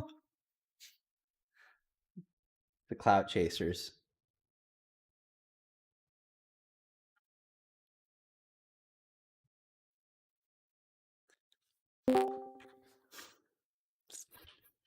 It's the Omega lol. Look, let's see. Let's see how long it takes. Let's see how long it takes for them to get into this channel. Look. 1, 2, 3, 4. Took too long. Lord Zach, Yes. how are you? They're warmed up. All right, Is great. it time? Yeah, let's do it. Thank God. Here you go. I am. Are you warmed up? No. I see you have a beverage here that looks empty, my friend. All right. All right. Okay. What is the screen? Let me change the app. How do you feel? Tired, man. Tired. This looks different. What's this layout? This is cool. Oh, so it's the AMA layout that Brandon made. So it just says Twitch chat. Yeah. It's legit. Look. See? Is this? Do I do something here? Okay. Oh, you need to go. So do you? Okay. Boom. What do you want? Do you want text to speech on first, or do you want to answer the Reddit questions? I think let's do Reddit questions. Yeah, that's what I was doing. Should I open the Reddit? Mm-hmm. Okay. Okay. I leaked a shit ton of information, by the way. Okay. Just as long as it's not patient information, that's fine. Okay, so guys, let us begin. Should I just roll right into it, or should we do like a be right back thing? Actually, wait, run ads. I forgot to do that. My bad. Run ads. What? Oh, also we made a meme. It's E equals cock. What does that mean? I don't. Everyone's saying that. I see that, but all right, let us begin. Okay. Cheers. Sounds good. Oh, cheers. Clink. Never drink alone. Responsible drinking. Okay. It's okay here. Ooh. Or I mean, sure. Why not? okay. Pop it in here. Yeah, that's probably better. Okay. All right, let's begin. Let us begin. Okay. Dr. K, how do you study for a drug test? So that's a great question. And why was Avi wet? Oh, I know what you're talking about. Okay. So how do you study for a drug test? Question number one. So psychopharmacology is a complicated subject, and I'll explain to you guys that so studying for psychopharm can be tricky. That's what they meant, right? They were asking about how do you study that. That's Oh, that was me. that was you. Okay. And And you were wondering about how to study for psychopharm? absolutely. Okay, so question number one. Have you ever met someone unsavable? How much of healthy game? Okay, so let's start with that. Have you ever met someone unsavable? Yeah. I mean, I've had two people come to mind that I've worked with, at least in my professional practice, like as a psychiatrist. So first thing is like, does unsavable mean like medically unsavable, or does it mean like, I think like psychology wise. yeah, so I met two people. I'd say I've worked with two patients that I think have treatment refractory depression. I mean, I've also worked with people who, have been very, very sick. But when I hear unsavable, I don't necessarily hear refractory mental illness, right? So, like, for example, I've worked with people who have bad schizophrenia, and like they're not going to be, they're not going to live what we would consider to be a normal life. So that is actually relatively common. In the same way that you can meet, it's kind of like asking a cancer doctor, like, have you ever worked with someone who, had a cancer that you couldn't cure? Absolutely. So sometimes stuff happens in the brain, which is not fixable. But what I'm hearing from unsavable is not untreatable. It's like unsavable, right? That's a little bit different. And I think of two people that were sort of labeled as treatment refractory depression, but that's not necessarily depression, like, because it's confusing, right? Because how do you know if someone has depression or if someone is like hopeless? How do you know? And this is a big problem with mental illness. And I kind of said this at the beginning of the stream, is that if we look at like mental illnesses on the rise, the solution to that isn't necessarily, I'm going to talk about the unsavable people. So you guys have to understand. So if I'm inebriated and doing an AMA, I get to ramble and be an academic. Okay. I don't just have to answer your questions. Right. So, scuffed McLovin.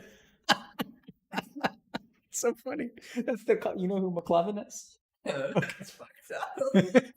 It's Scuffed. He does look like McLovin. You do look like McLovin. God damn it, not you too. No, but like, look. Advocate for me. No, I am advocating for you. Can we go with Miles Teller? What? Can we go with Miles Teller? Okay, so we have to react. At some point, we have to react to different pictures of Dank Moses. So we can Google search Markiplier and McLovin and all these other people. And what's the third guy? Michael Reeves. Michael Reeves. Okay, so we'll do that. Okay, so getting back to treatment refractory. So the first thing is like unsavable. Does that mean like untreatable mental illness? Or does it mean like someone who's just so far down the darkness that they can't be helped? I've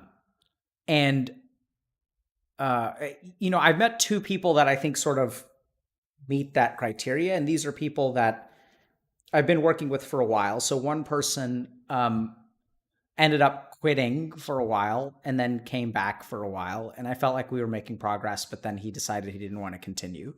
And then the other guy, I still want more time with.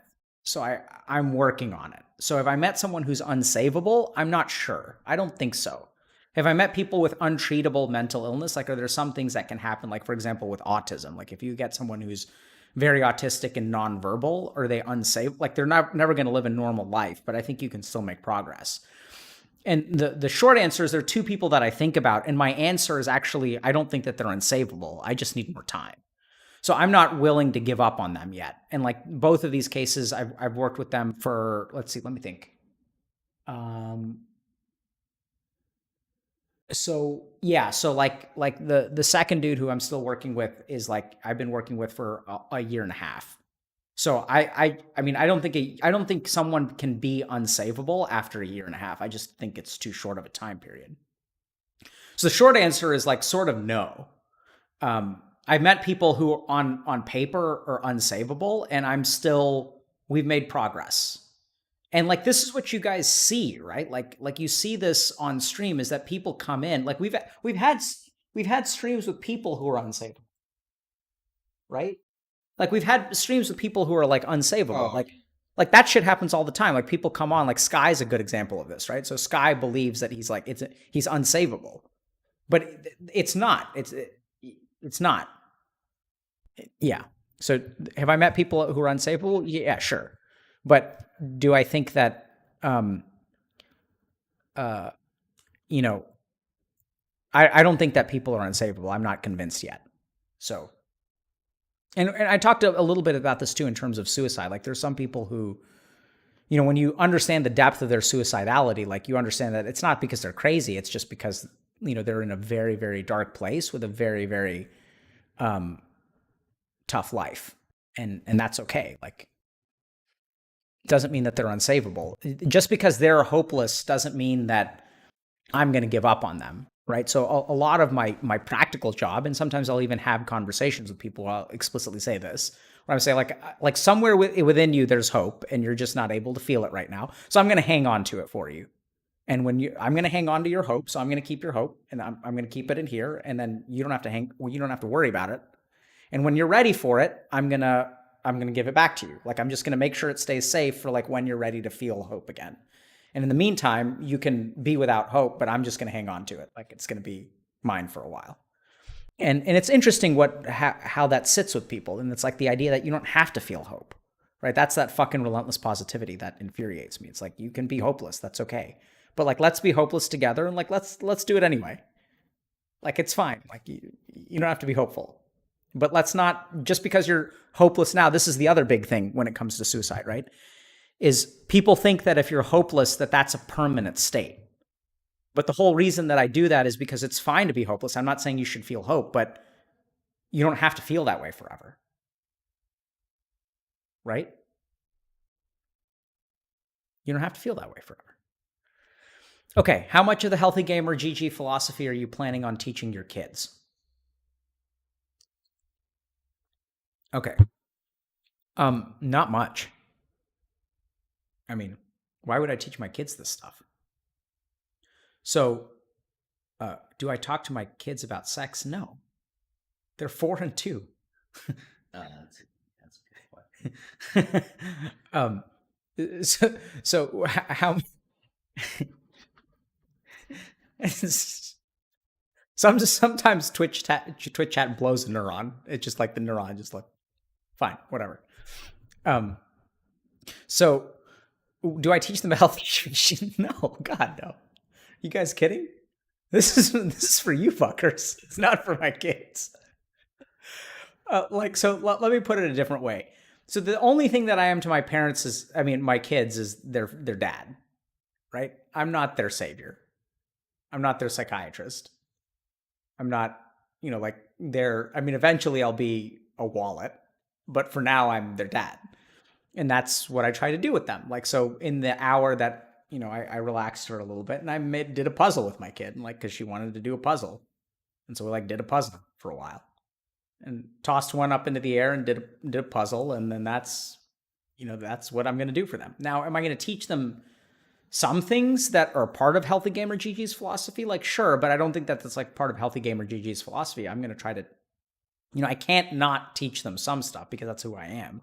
They're going to see me be hopefully reflective. And, I've tried to teach them how to meditate. They have mixed feelings about it. So I'm going to leave that alone.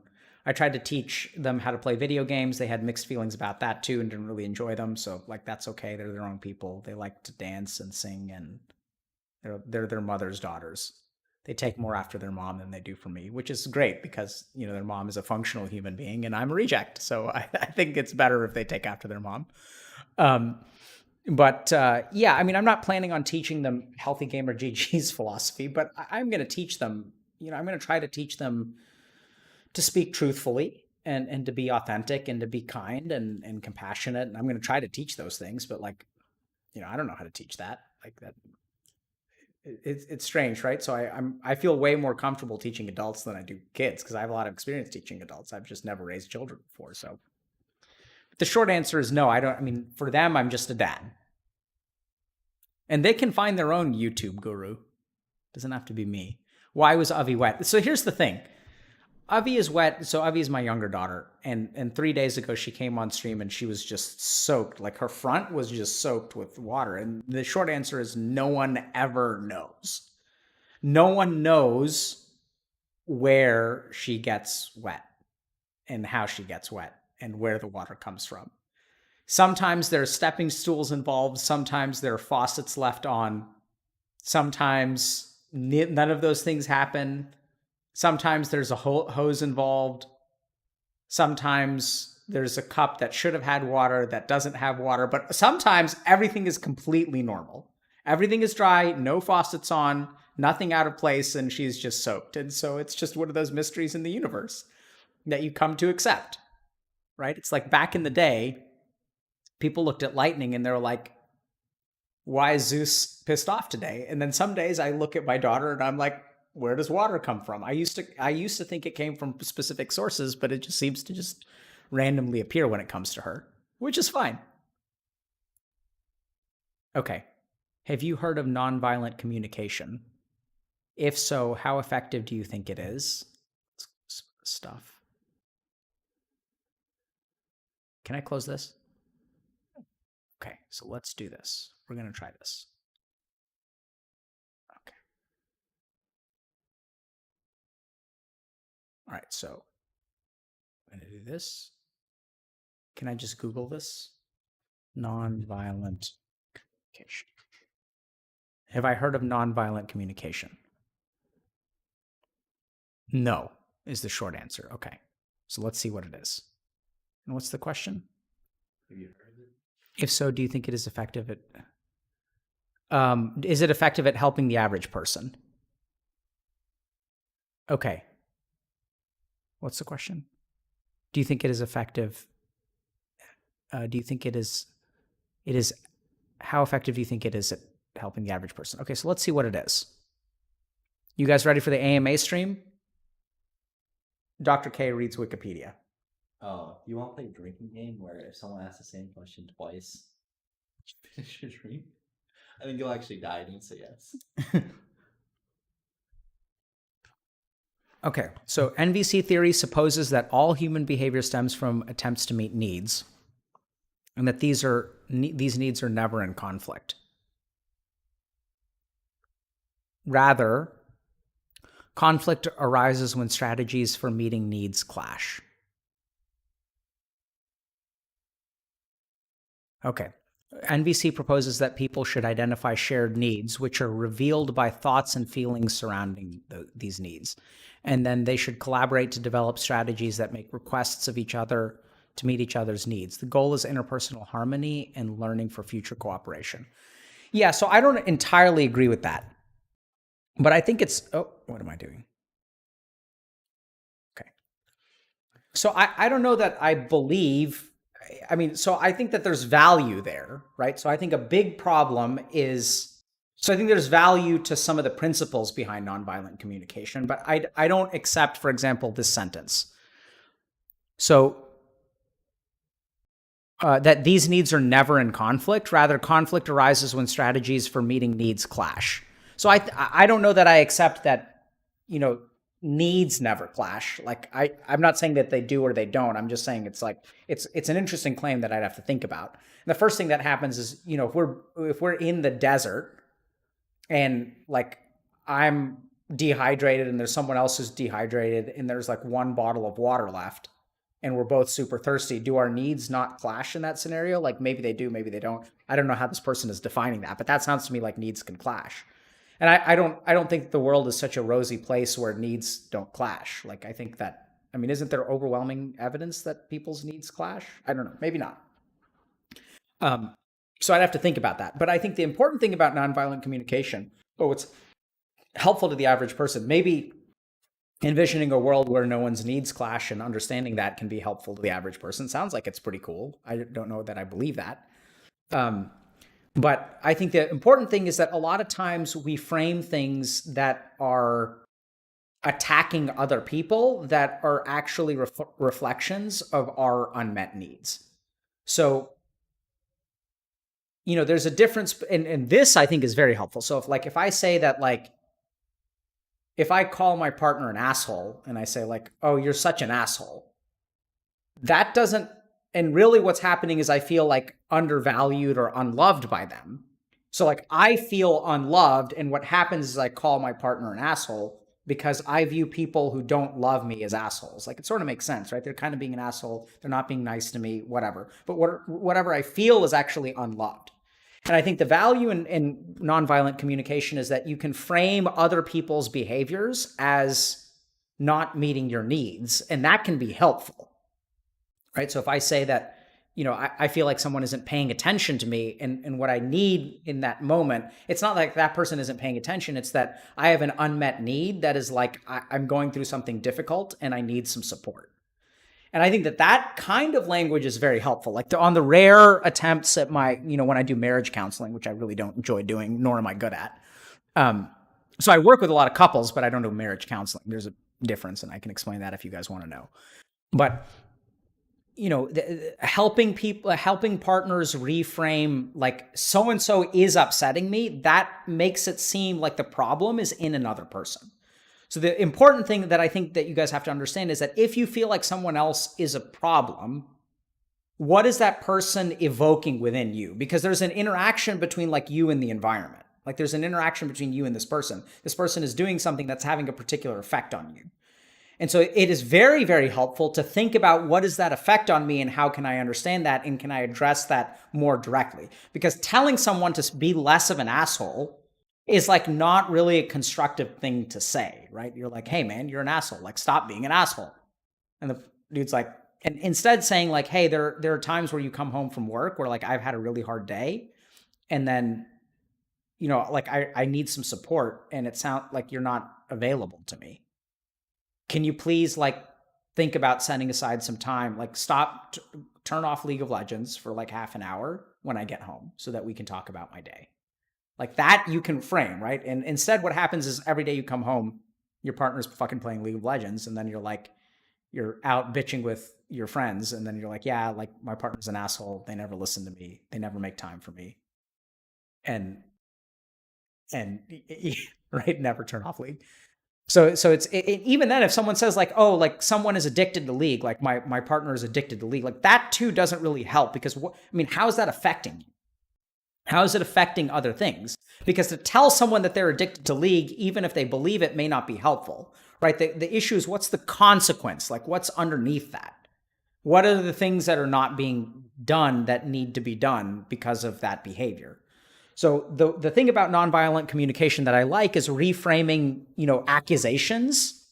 Reframing an external accusation as a need within yourself can be a useful a useful strategy. That too, though, I think some people take to the extreme. And I think we sort of see this with like the super woke and social justice warrior crowd and the microaggression crowd, where they frame everything on the outside as like an unmet need within themselves, right? It's like, oh, I was offended that the professor has a book that represents racism in a particular way, and I feel hurt on the inside, therefore that book should be removed from the list. Right. So I think that there is like an environment self-interaction, and I think it's useful to sometimes reframe your beef with the outside world by like looking within yourself and seeing like, where's the problem here?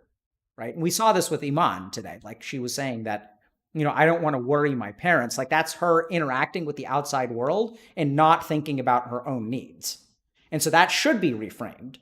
That can move forward. But on the other end of the spectrum, when I walk around and I get offended because anyone does anything, it's like, I walk into I've heard this before where people will like, they'll say like eating food that is not from your culture is cultural appropriation. They'll be like, you're eating in an Indian restaurant. You're not fucking Indian. Like that's cultural appropriation. Like that's oppression. Like what? So I think that, when it comes to the spectrum of, and I'll drink to this. What's up? Oh, do you want more water? Do you want redone? Stop calling me McLovin. Stop cyber. Look, man, I warned you what would happen if you showed your face on Twitch. I told you it's not an easy place. Come on.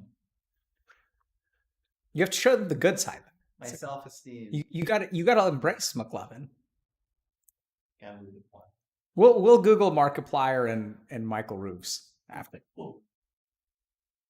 Okay. So I think, be careful about how much you reframe your needs as like, people not meeting your needs, because there can be assholes on both ends of the spectrum. So that's my answer about nonviolent communication. Okay, so let me ask you guys, are my answers too long? Do you guys like it when do you want me to like bang through questions? Like McLovin bangs through chicks, or do you want me to, take it slow? Too long. Okay. People think. Okay, so people are saying long, so I'll be a little bit more focused, okay? Fair. Okay. Do you plan on having more sessions with other professionals, such as when you had Dr. Sue on stream? Okay, I'm going to just do this.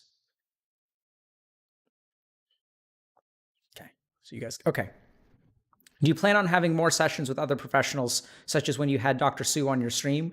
I really like hearing you talk to another specialist about perspectives on things. It helps me realize other ways of thinking that I hadn't gotten from your talks with regular gamers. Yeah, so the short answer is sure. Are we going to have more sessions with other professionals? And it's just, what do you guys want? That's the question, right? Like, novel one. The question is, what do you guys want? And if you guys want more professionals on stream, that's fine. It's just, we have a limited amount of time, right? So like, if we had to choose between playing LOL, so let's say that we can do 2 out of 4. We can play LOL, we can do an AMA stream, we can have a special guest, like a professional on that we talk about mental health and psychiatry or something, or we can have someone like, Ethan Evans or whatever, where we like talk about something else, or we can have someone like Pokimane on, right? Like, what would you guys pick? Because everyone asks me like, hey, will you have this? Or will you do this? And like, my answer is yeah, but like, I only have a limited amount of time. So what do you guys want? And Jordan Peterson wants to come on stream. I'm fine with that. I imagine he's still recovering, because it sounds like he was in a rough patch.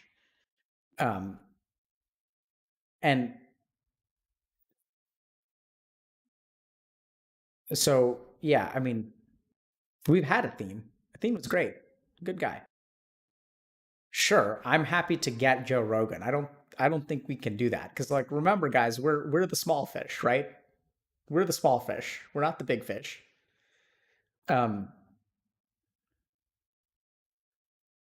Yeah, so you guys, like, y'all tell me what you guys want. And the short answer is that we're happy to do not like whatever, but like within the scope of things that, I'm not going to have like a putting my kids to bed stream or something like that, but, and you guys tell us what you want, but generally speaking, I'm open for it. It's just, we have a limited amount of time, and how do we want to spend our resources? Okay. You mention pretty frequently to talk to people you talk to that working with a therapist is a good idea. I've had many visits with therapists of varying educational backgrounds over the years, and most experiences just haven't been very good. Do you have any tips for helping people find a therapist that will work for them? Absolutely. Okay, so the first thing is, this is why we are raising money. Because I think that therapy doesn't offer all of the answers. And let's think about what therapy is. So I think therapy has one basic problem, which is that they don't put skin in the game. And it's a dangerous but like reasonable thing to do. So when an alcoholic comes to my office, I do not accept responsibility for their sobriety in any way, shape, or form, right? They come to my office. And so the field of psychiatry has become scared of failure. And the field of therapy has been scared of failure. And I think that that's kind of like anthropological. Like so if we look back at the development of therapy, it sort of developed in parallel with like huge advances in Western science. So in microbiology and like physiology and things like that. So we were learning definite answers to questions about the body. Like we figured out how neurons work, how brains work, where cancer comes from, why infections happen. And then all of the people who were interested in the mind were sort of like left behind because we didn't have any answers. And so like we felt like we weren't a real field because all the other kids are like having experiments and we don't have experiments. We don't have x-rays. We don't have cool toys. We don't have any of that stuff. And we don't even get paid as much. And so there's the real medicine and then there's fake medicine. And you can see this in psychiatry. Like people don't take psychiatry seriously. Like even if you suffer, I'm sure you guys have met people who don't think about mental illness as a real problem. They view it as weakness. And the providers in psychiatry sort of like subtly accepted that too. Because our big brothers in real medicine and surgery and oncology like had real stuff that they were doing and we're like not real. So then I think what happened is as a field, like the field of psychotherapy started becoming afraid of like committing to making change. So when, you'll have people who like, will ask a therapist, like, do you have answers for me? And most of the time the therapist says no. And so I think the first thing is that kind of approach has made therapists shy away from some things. And I think what some people need is not just someone to talk about their feelings. And thankfully, like psychiatry is figuring this out. So for example, there's a technique called behavioral activation, which is an evidence-based treatment for depression. But what behavioral activation is, and they've done head-to-head trials where you'll take someone who does psychotherapy, which is like talking about your feelings, versus behavioral activation. And what behavioral activation is it's getting people to do things. It's just focusing on like behaviors and changing behaviors. And it's not even like, it's even like more on the behavioral side than CBT, which is cognitive behavioral therapy. No, so CBT is like in the middle. Okay.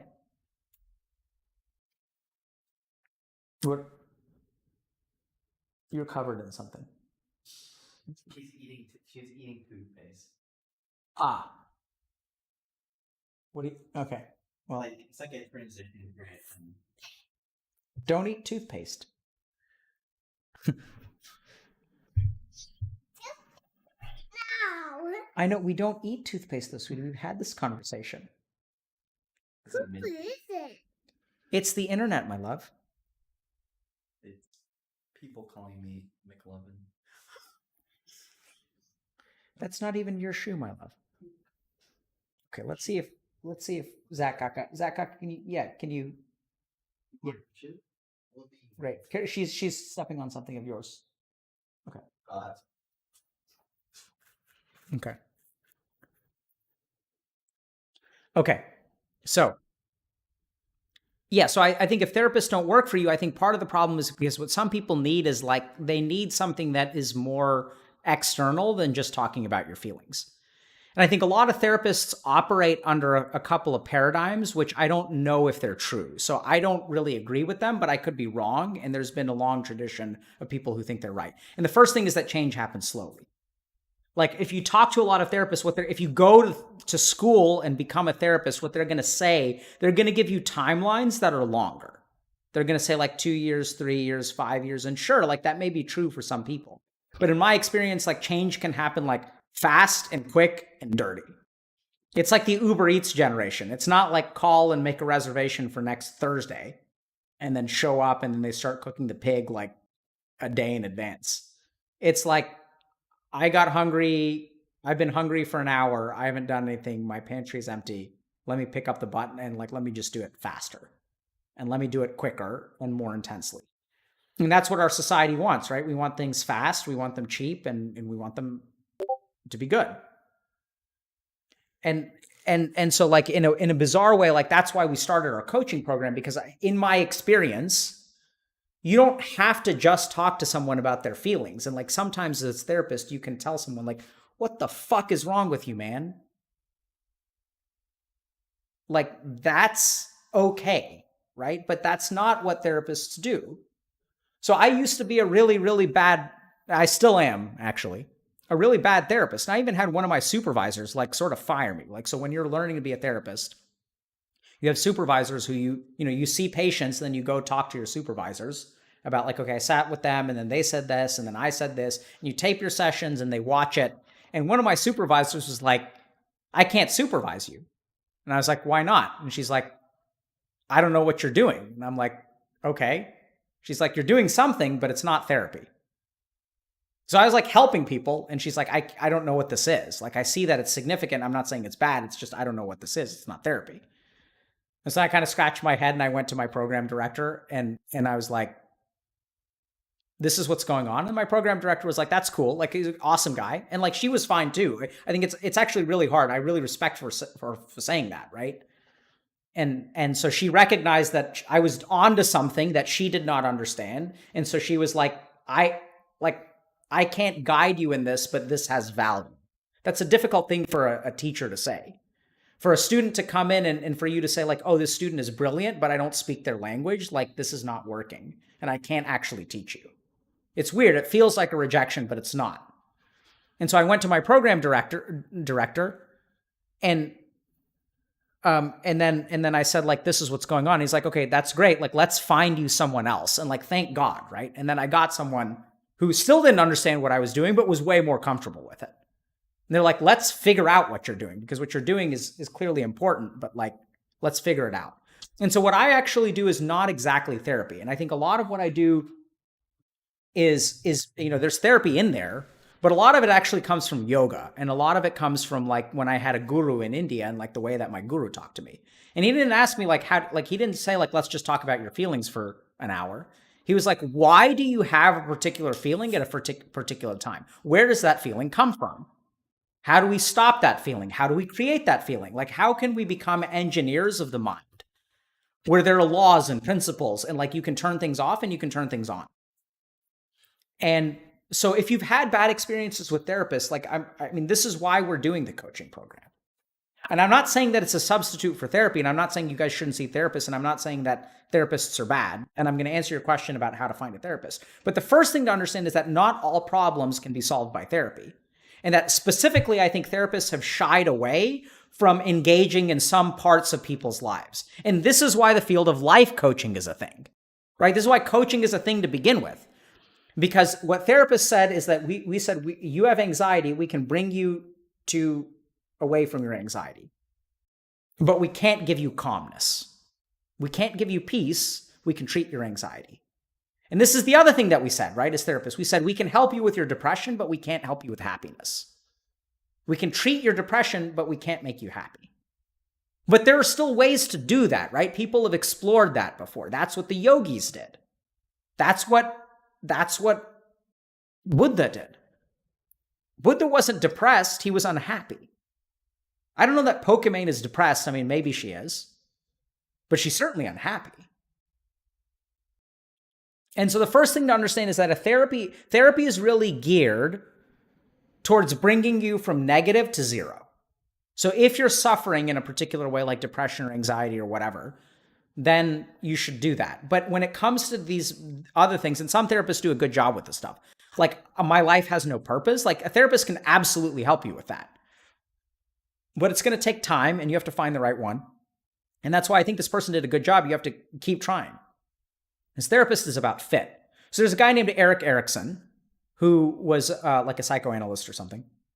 I don't know exactly what his qualifications are, but like you need to find like a therapist who, knows Erickson, because Erickson says that at each stage of life, he doesn't talk about depression or anxiety. He says like at each stage of life, like human beings are supposed to accomplish certain things. And when they don't accomplish some of those things, then they like have a struggle and a crisis and a problem is born. And that like even a 50-year-old who didn't do what they were supposed to as a teenager is going to have that teenage problem at the age of 50. And it's brilliant. It's about development. And this is the hard thing about finding a good therapist. It's not finding a good therapist. It's about finding a therapist that fits with you. And the reason that's hard is because there are so many different schools of thought within therapy. There's Eric Erickson. Where's it coming from? I think it's coming from you. Or maybe it's coming from the iPad. Oh. Oh, it is. Connecting Discord audio. Oh, on that. Yeah. I don't know why the iPad is trying to be on Discord. But anyway. So how do you find the right therapist? I think you've got to keep trying. You got to talk to different kinds of people and like try to ask people like, what's your background in? And then you can also like be transparent about what you're looking for. And you can say like, I'm looking to, dive deep pretty fast and I kind of like want to get into it. But I want to see like I want to really be like sort of, and I'm okay like kind of diving in. And what I don't want to happen is for me to like spend 2 years in here and like not make some kind of progress. Be transparent with them. And the last thing, and this is kind of damning, okay, but I've had many visits with therapists of varying educational backgrounds over the years, and most experiences just haven't been very good. So now let me ask you another question, right? If you go to 10 restaurants and you don't like the food at any of them, is the problem with the restaurants or is the problem with you? And so the other thing that you guys really have to think about is if you've been to a bunch of therapists and none of them seem to work, like maybe it's not the therapist that's the problem. And maybe if you keep on looking for the right therapist, like you're not going to find one. Like this person may be looking for the right therapist. Let's just think about this for a second, right? I want to find the right one. Like there's one therapist out there who's going to be like the perfect therapist. It's like one girlfriend out there who like is going to be the wonderful, she's going to be perfect. And I want her to do this, and I want her to do this, and I want her to do this. And like maybe what you should do is just like work with a shitty therapist and like see where you can get. Except for a moment that like this isn't going to be perfect. And just because it isn't perfect, like maybe you can still make progress. If you just hasn't been very good, like that's the other thing is like, if it's not very good, did you talk to them about that or did you just stop going? It's kind of like, when earlier today when Pokimane, I said to Pokimane, like, I think I'm running out of mana. Like, I can't really do this for much longer, right? That's me signaling to her that like something is, I can't do this. And then Pokimane is like in this dyadic relationship. Pokimane is going to like help me out there, right? So she's going to understand what I'm doing. She's going to understand why I'm saying things. Do you do that when you go see a therapist? If something feels like it isn't working to you, like, do you share that with them? And do you give them feedback that this isn't working? And one of the things that I hate the most as a therapist, and I tend to, this doesn't happen much because I hate it so much, is to like not know whether things are working or not working. So I'm very, very open with people. I'm like, yeah, like, so how do you think last week went? I was concerned that you were bored the whole time. Or I'm talking too much, or I'm talking too little. Or you seem to be talking a lot and like, it seems like you're hitting on a lot of different points, but I'm not getting the sense that there's any like forward momentum over time. And then I'll ask them this question. Is it helpful for you to just splatter your thoughts on a canvas? If it is, keep doing it. But do you feel like this is directionless? Because somewhere along the way, we thought as therapists that the goal is to get people to talk and to get people to cry. And if we're doing that, we're doing a good job. Like, that's not the goal. The goal is to help people to move forward. And some of them cry when they do it. Some of them don't cry when they do it. They don't need to cry. Everyone's different. So what kind of feedback or relationship are you having with your therapist? Because if you've tried like half a dozen therapists of varying educational backgrounds, right? So this person has tried a couple of different things. Like, I've tried Italian food, I've tried Mexican food, I've tried burgers, I've tried tacos, I've tried Viet food, and all of it sucks. And then it's like, well, what's wrong? And then he's like, yeah, like none of it's salty enough. And it's like, well, did you ask them for salt? No, I didn't ask any of them for salt. I'm like, why not? Because it's rude. Well, then there's your fucking problem. Just ask for salt. Right? So, so how do you find a good therapist? So I think you should try a couple, right? And tell them what you want and mostly communicate with them. And then think for a moment that like, if you've tried a few therapists and none of them are working, maybe therapy isn't right for you. And maybe you aren't right for therapy. And maybe you need to do a better job.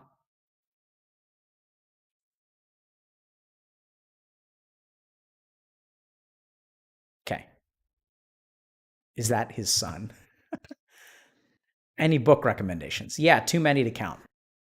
So we're gonna publish like a book list at some point, but it's just so long. Okay. So it's hard to actually find a good therapist. Any information would be helpful. That I agree with too. So it is hard to find a good therapist. But I think part of the problem is the idea that there are good therapists and bad therapists out there. I think you need to find the one that fits you. So we're seeing this a little bit in the market where there are more complicated websites and things like that, and therapists try to tell you a little bit more about themselves. I think you've got to kind of keep looking. And the other thing that you've got to be a little bit careful about is so I think you should try at least 3 to 5 before you give up on therapy. And then the other thing that I would recommend that you do is if you don't like a therapist, talk to them about that. And then ask them, do you have anyone who's like different from you? Right? I've done that where people will be like, so I had someone come in for a consult and they're like, yeah, I feel like you just don't listen enough. And I'm like, that's fair enough, because in terms of therapists, I'm in terms of the amount of time that my mouth is open in the room, it's like at the high 5%. I'm in the top 5%. My mouth is open in the room a lot. I'm just like this. No, but I talk a lot. I'm what people call an active therapist. And some people don't want that. Some people want people to listen. How can I interpret bizarre sexual dreams? They're not bizarre, man. They're not even sexual. They're just about League of Legends. Okay. It is tough. How do you find enough time in the day for family, professional work, and healthy gamer? Does it feel overwhelming? How do you manage? Okay, so how do you find enough time in the day for family, professional work, and healthy gamer? The short answer is I don't. Does it ever feel overwhelming? Yes, commonly. How do you manage? I don't. Okay, so like, man, they just can't leave you alone, dude. Yeah. Is it really distracting to have you? Wait. Oh, is it about me? I don't know. Who is he? Oh wait. Let's do it because I'm actually okay with it. Is that Goodwill Hunting next to you? No. I mean, I think we can answer these questions. Yeah, you do a poll, and then I'm going to answer this question. Okay. So how do you find enough time in the day for family, professional work, and healthy gamer? I don't. Right. So so I'm going to teach you guys the secret to my success is to be bad at a lot of things. Right. So I don't have enough time for my kids. I don't have enough time for healthy gamer. And I don't have enough time for my patients. I don't have enough time for any of it. And I certainly don't have time to play. Since quarantine started, I played 140 hours of video games. And quarantine started on March 15th. So what is that? That's about 7 weeks. So that's a lot, right? It's maybe a little bit less, maybe 130. But it's been a lot of video games. It's been 10 to 20 hours a week, which is huge. And so the short answer is, and I don't usually, for a period of, up until quarantine, I'd played video games for maybe 2 to 5 hours per week. Yeah. 2 hours or less, on average, 2 hours a week for 2 to 3 years. And that was usually, I'd play 6 hours every 3 weeks. I'd sit down one day and I'd play 3 games of Dota. And so anyway, I played a lot recently because I let myself do that. But the short answer is that I don't have enough time. And do I feel overwhelmed? Absolutely. And so what you do is so I think that the problem is that when people feel overwhelmed, they try to do less things. And I don't think you should try to do less things. I think you should try to keep them all going and just try to do what you can. Right? So I could spend more time with my kids, but I don't. I could stream more, but I don't. And I could see more patients, but I don't. So the short answer is that I just do less of everything. And that's okay. So I'll work for 6, so I set certain amounts of limits. I'll see patients for between 4 and 10 hours a day. I'll stream or do healthy gamer stuff between 4 and 10 hours a day. And then I'll be with my kids for between 2 and 15 hours a day. And on any given day, some of it doesn't work out, and that's okay. Right? So healthy gamer isn't growing as fast as it could if I was more active. This guy will tell you that. Wait, what did you say? Just that, you know, I could, like, I never check Slack, for example, right? Like, you guys are doing all kinds of shit on Slack, and I just don't. That's kind of good though. I stay in stream. Okay. We made war in your absence. So the short answer is that, are you going to feel overwhelmed? Absolutely. And how do I manage all three? I don't. But don't let that stop you.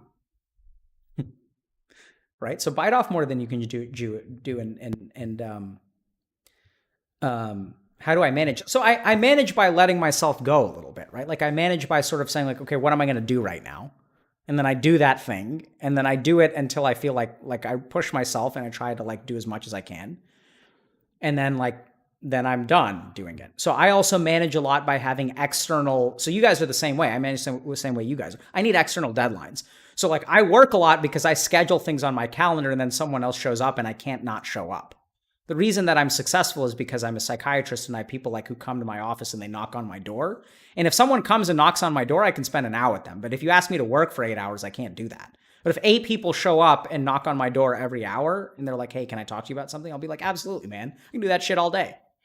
So to think a little bit about how do you structure your life, and if you're someone who needs external motivators like I am and like you are, then you externally motivate yourself. And there are times where you don't need external motivators, or you dig deep. So next week is a good example of this. We're streaming, but I've canceled all of my patients. No patients next week. Because Healthy Gamer needs some of my time. I'm going to sit down. I'm going to, like, write. So I'm going to work on my book. I'm going to work on content for you guys. I'm going to work on modules. I'm going to work on giving you guys in-depth questions for a lot of in-depth answers for a lot of questions that you guys ask. So for 1 week, I'm not going to see any patients, and I'm even going to spend less time with my family. I'm going to just focus on creation. So that's how I manage.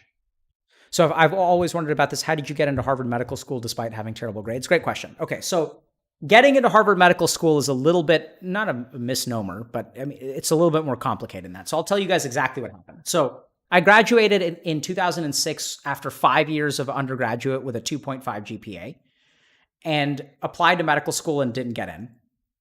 And then was really struggling for a while, and then decided to just, I applied for jobs because I had a bachelor's of science in neurobiology, and then applied for research jobs and applied to like 140 places and didn't get any of them. And then what I did is I shit you not, I flew to Boston, and then I asked for a tour at a place at Harvard Medical School that I was interested in. And I was like, I'm really interested in the work that you guys do. So it was a part of HMS that does research in complementary and alternative medicine. And I said, I'm so-and-so, like, this is what I'm interested in. I've spent a while in India, like, studying this stuff, and I'm really curious about research and was wondering if I could, like, visit. And they said, sure. So I went there and I met some people and I asked some questions and stuff like that. And then I just asked the dude who was giving me the tour, who's like the secretary. I was like, hey, do you know if anyone's looking for a research assistant? And then, dude, I'm so had so much. Oh my god! You did find me. Okay. So, all right. I'm actually untouched as of yet, but we'll see. We'll see how long it lasts. I don't know how strong this is. It doesn't taste like it has. I mean, I can taste the alcohol, but I can't feel it yet. All right. So, I just asked him. I was like, "Hey, do you know anyone who's looking for a research assistant?" And then he said, "Yeah, actually, there's someone who just had someone quit. So let me see if she's got a couple minutes." So the first step to getting into Harvard Medical School is to get an interview without applying.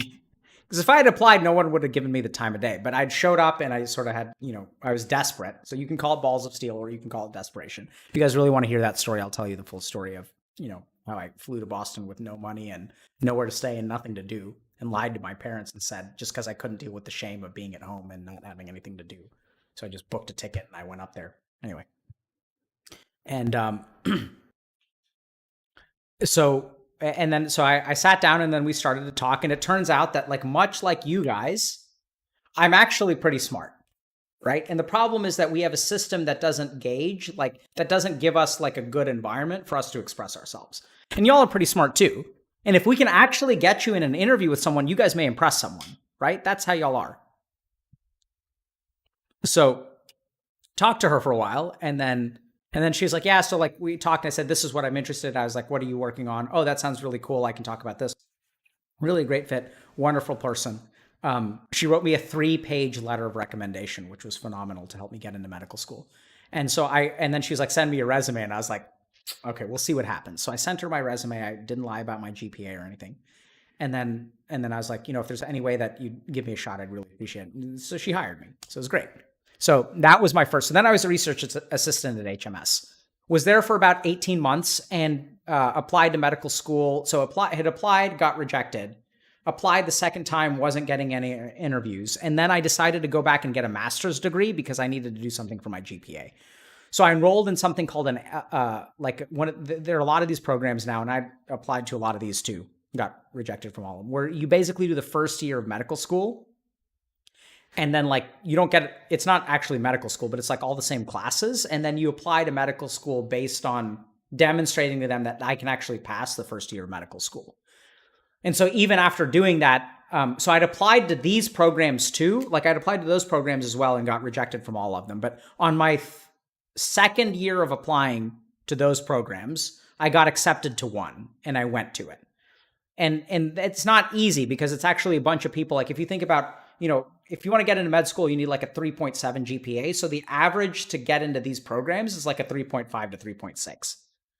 And so they're also very competitive. And there are a bunch of people who basically just didn't make the cut for medical school. So it was tough, but I managed to get into one. I applied for 30 or 40 of them over the course of 2 years and got into one. And so I went. And then did well in that program and then applied to medical school. So applied to medical schools again, but the only school that I got an interview at was the same school that I did the program at, which was Tufts. So I went to Tufts University School of Medicine, got my MD from there. And then after you get your MD, you really learn to be a doctor by doing something called residency. So it's postgraduate training. So in med school, you're basically in a classroom for 2 years, and then you do 6 weeks or 4 weeks or 8 weeks of surgery and internal medicine and a month of psychiatry, a month of delivering babies, a month of doing this, a month of doing that. And then you decide, okay, what kind of doctor do I want to be? And then you do something called residency, which is when you pick your specialty. And then you're not in the operating room much during medical school. You really learn to become a surgeon after medical school in 5 years of training. So applied for residencies across the board and basically was a stellar medical student. I mean, stellar in some ways. I was good enough. Let's call it that. I was good. And then once again, I wouldn't have got into Harvard unless I did something called an audition rotation. So my application was strong, but then I showed up and I worked there for a month. And then based on the effort that I put in there, they gave me an interview and I just kind of knocked that out of the park and then ended up getting into, the best residency in the country. Trained there for 4 years and that's now where I'm faculty. So the way that I kind of got there was by there are steps along the way, right? So, and then of course, being a research assistant at HMS helped in terms of getting into medical school and stuff like that. But it's long shot after long shot after long shot. The story of the Indian Chad. Yeah, sure. Now, the story of the Indian Chad is so when I started residency and I was 31, the story of the Indian Chad was the 26-year-old sitting next to me, right? Who just went through and through. But I am absolutely the 1%. I'm way less than the 1%. It's way smaller than that. I'm way less common than the Indian Chad, precisely because I swim in the waters where the Chads swim, yet a Chad I am not. So that's actually rarer. So you're saying you got lucky all the way through? No, I didn't get lucky all the way through. I took chances, and I took a lot of chances. Right? I took chance after chance after chance after chance and rejection after rejection after rejection after rejection. What I'd say, it's kind of like saying, oh, if I won the lottery, the question is, how many tickets did you buy? You're not lucky if you win the lottery. The question is, how many tickets did you buy? That's an important part of the equation. I think that's the part of the equation that most people forget about. Is that if you wanna get lucky, you just got to roll the dice over and over and over and over and over again. You're lucky if you win. Yeah, so if your odds are let's say 1 out of 1,000 and I buy 1,000 lottery tickets, am I lucky for winning?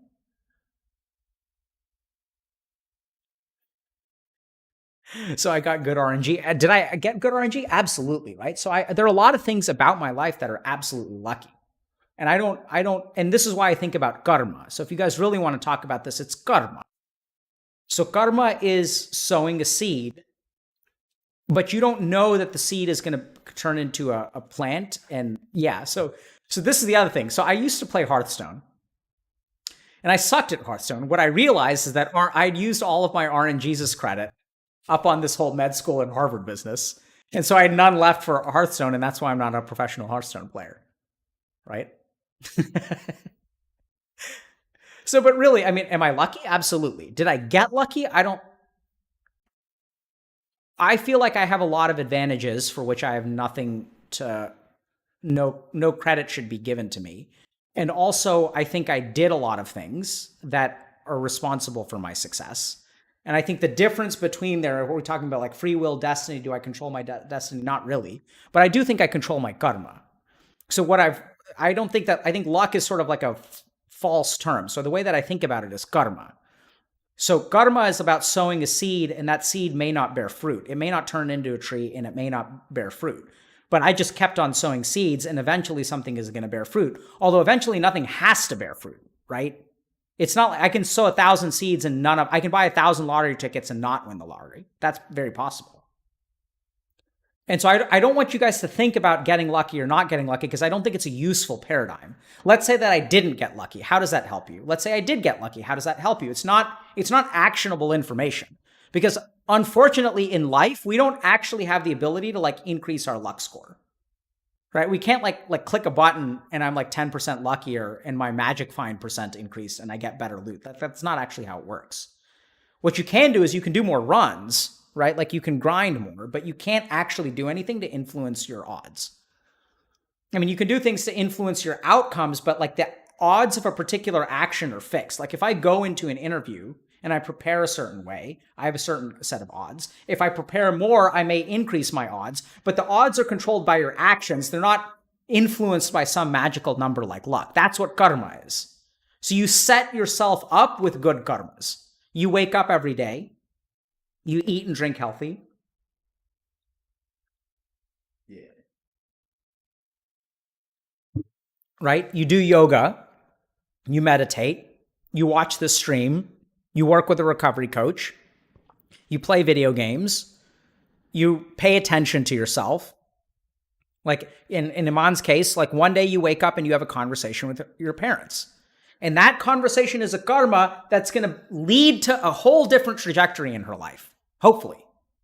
Or, and she said, she's like, I don't know if my parents are going to get this, which is absolutely correct.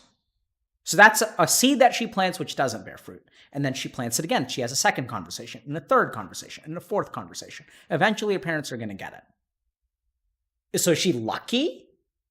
Did she do it? Is she hardworking? Like what? How does it work? It's karma. You plant seeds, you try to give them the best chance to grow. Some of them grow and some of them don't. And the problem is that when you start thinking about, when you get upset with yourself because the seed didn't grow and then that destroys your motivation to plant again, that's the problem.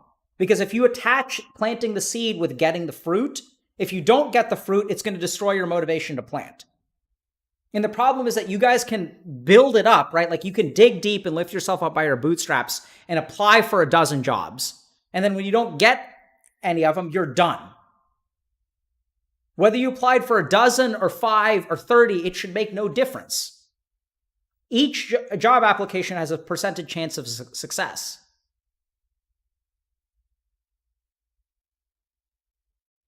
You want all of your seeds to bear fruit. Absolutely. That's what you need to let go of. You're going to start succeeding when you're prepared for none of your seeds to bear fruit. MCAT studying tips, I don't know, they've changed it recently. I think just study a lot and do a lot of questions and be focused.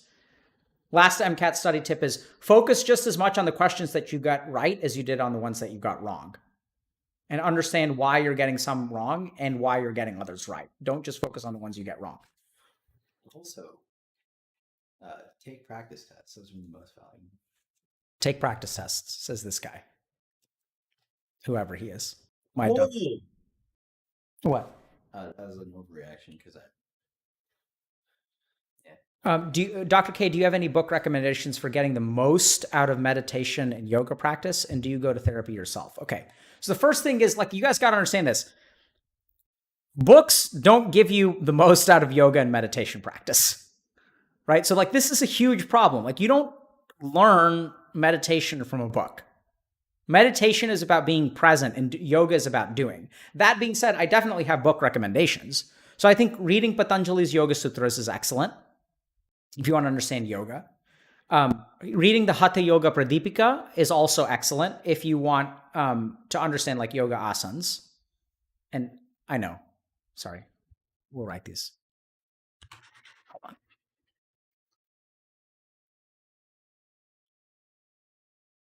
Wait, did that even type? Hatha Yoga Pradipika. Yep, there it is. Okay. So we'll post those somewhere. Patanjali. So those are 2 books on yoga. I also like Osho a lot. Like, so if you guys want to understand like yogic philosophy, read something by Osho. And so this is the guy on Wild Wild Country, kind of a nut job, had a bunch of Rolls Royces, was like had a cult following and stuff like that. But I think his books are legit.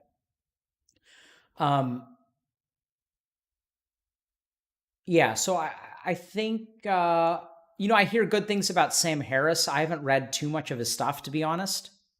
His stuff on meditation anyway, because my perspective's a little bit different. But I think the biggest teacher is going to be like learning and practice, and ideally find a teacher, because there's a reason why meditation has traditionally not been taught by books, and it's for the same reason that if you guys watch our stream, you'll see that sometimes people here, like, so we had a question some time ago that like, I see people on your stream have a big experience in meditation, but when I do it at home, it's like not as big. And sometimes you'll see people like, I think, who's the guy? Dom. Dom is a great example of this, of a guy who had heard about meditation, tried meditation, then we did meditation with Dom, and he's like, hey, this is actually really fucking cool. And so I think something has been lost where we somehow assumed that the way to learn things is like through books. And I get that like books are accessible because you can sit down and order them on Amazon. But if you really want to learn, you need a teacher. And the advantage of a teacher is because a teacher like knows you, right? And like once they know you, they can recommend practices that are going to help you attain like spiritual goals and stuff like that. So I didn't say Sam Harris was bad. I just say I have a different perspective. Can you expand on your hatred for med students? Yeah. So, I mean, I don't really hate med students, but so some of it may be envy deep down, but I don't really think so. I mean, it used to be at some point, but really what it is it frustrates me that people work so hard without understanding themselves. And when I think of a try-hard med student, like I actually try to help these people as much as I can. And like the try-hard med students, they just try. And they don't like stop and think about what they actually want. And that's what I hate. I don't hate the student. I hate kids who are shoving parts of themselves into the closet because they were told to be a med student, like growing up. And that was given more value. I hate that we live in a society where like some professions are fundamentally treated as royalty and other professions are treated as less than royalty. There's actually like a pecking order. Like I know at least in our culture, like by our culture, I mean like our Indo-American culture, there's like literally a pecking order of like, like when our moms talk, they're like, oh, like so-and-so is an engineer and like so-and-so is a doctor and like attorney is between like doctor and engineer. And it's like respectable enough. And then like so-and-so is like an artist and that's like way down. It's like literally what happens when, so, in Indian arranged marriages, which still happen nowadays, are a little bit different. And yeah, why lawyer, why doctor. But like literally in India today, we have these things called, in Indian Americans in the US and in Canada and stuff, we have these things called biodatas. Biodata. BIODATA. Biodata. And it's a list, it's like basically a resume for you and your immediate family members. and they get circulated around with like your phone number and contact information, and people who are interested in marrying you will they'll email you. And they'll be like, hey, I have a daughter who I think may be a good fit for your son. And like it's nuts, like, because on the biodata is like not only like, so like the amount of information about the individual is relatively small. It's like maybe a paragraph. So they'll have their name, their age, their like skin color, a picture, like are they fair toned or dark skinned? They'll have like what their job is and what university they graduated on, and like notable accomplishments.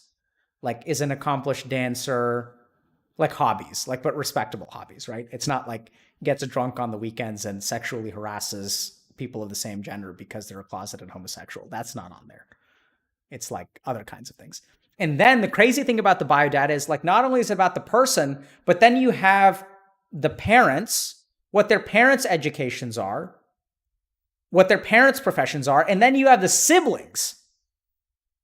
So like on my biodata would be my brother's like professional credentials. And that's a biodata. And that's how we judge things. I don't even know what were we talking about? Oh, med students. And so why do I hate med students? I don't hate med students. I hate med students who prescribe to something like that mentality. Because I don't think like they're just going to be 40 and like doing cocaine and True. Buying convertibles and surgeons who hate themselves. Like that's how they're going to end up. I have listened to Alan Watts. I think he's good. It's legit. Okay. Do you go to therapy? Myself? No. So I have done, so I think I went through something like therapy. Like it wasn't therapy, but I think I definitely went through what I would call, a guided transformation with a teacher in India. The first summer I went there at the age of 21. And then I went through my own kind of guided transformation of like a period of self-reflection, and like spent, years like studying yoga and meditation and being in India and like traveling. I've been to like monasteries in South Korea, Japan, India, in the US. And, I think that I've been on my own journey, and I've definitely had guides. I did go through therapy as part of my training for a period of like 8 to 12 weeks, which I found very, very helpful. Loved it. But ultimately, found that for me, just given some of the tools that I learned through meditation, therapy never really felt like it was that helpful to me. So I still have like guidance and mentors and things like that. I've been looking for a guru. Haven't really found one since my original one that I met at the age of 21, and then like never met him again. And then the other interesting thing was that my guru taught me practices that were specifically designed to find what he called the inner guru. So it was kind of weird because it was sort of like he was prepping for like not ever seeing him again. But he's like, I want to teach you certain things so that you can guide yourself. So I do those practices, and then I sort of connect with something that is not like me, but is within, it's confusing because it's clearly not me. I don't know how else to say it, but like it's not me. Like it knows things that I shouldn't know. And you can argue that it's my subconscious, but I just don't believe so based on my subjective experience. Rationally, neuroscientifically, whatever, psychologically, I'll completely accept that what I'm talking about must in some way, shape, or form be my unconscious or subconscious mind. That's just not what it feels like. And if you actually ask me, having studied neuroscience, psychology, and the brain and the mind, do I think that's actually what it is? My answer is no, even though it's not a logical or scientific explanation. It's just, that's not what it is to me. So I think I use a lot of those. I used a lot of those practices, and then I still learn a lot from it. So it's kind of weird because when I do those practices, it's not me. It's like I'm working with an external force, and I don't speak, but it's almost like speaking to someone in the second person, but talking to yourself. But it's like I have a different personality inside me or something like that. I'd love to have a chat with Sam Harris. I think he's a great guy. Would you kindly teach some of us? I don't think I can. So I've taught some of the preparatory practices, but if you guys really want to learn this stuff, I have to teach it to you properly. Like you can't just teach it on stream. They're dangerous practices. Like they're not, yeah. It's like you have to really do it properly and be taught properly. Okay, next question. How does it feel to carry on so much awesomeness? It actually, I mean, on the one hand, it feels pretty good, but what I carry around is not awesomeness, right? That's what you guys see. But I still cite 130 hours of gaming over the last, since March 15th. So, I mean, there's a lot. I'm just a normal person. I've maintained that from day one. I try to convince you guys of that, but like, I don't, so like awesomeness is not something that someone is. It's like something that, it's not like me, right? It's like awesomeness is an external quality because I am not awesome. When I wake up in the day and I'm taking a shit in the morning, like that's not awesome. Like awesome is not found within me. It's like an emergent property. It's something that you channel. And that's where like I think a little bit about this idea that we have divinity within us. And I think the difference between me and you is that I let the divinity out more easily, or it knows how to get out more easily.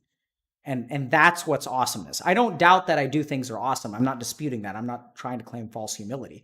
I just don't think it's me. And I think that's why I think you guys can be awesome too. And that's also why I don't think people are unsavable. Because I think you just have to find that thing within yourself and then you can be awesome too. Like we have clear scientific evidence that many people can be awesome. And then I can be awesome too. I'm not saying I'm not awesome. I'm just saying, I mean, you know, it's not me. Actually, I'm not even answering the question. So this is a great question. How does it feel to carry around so much awesomeness? Feels fine, man.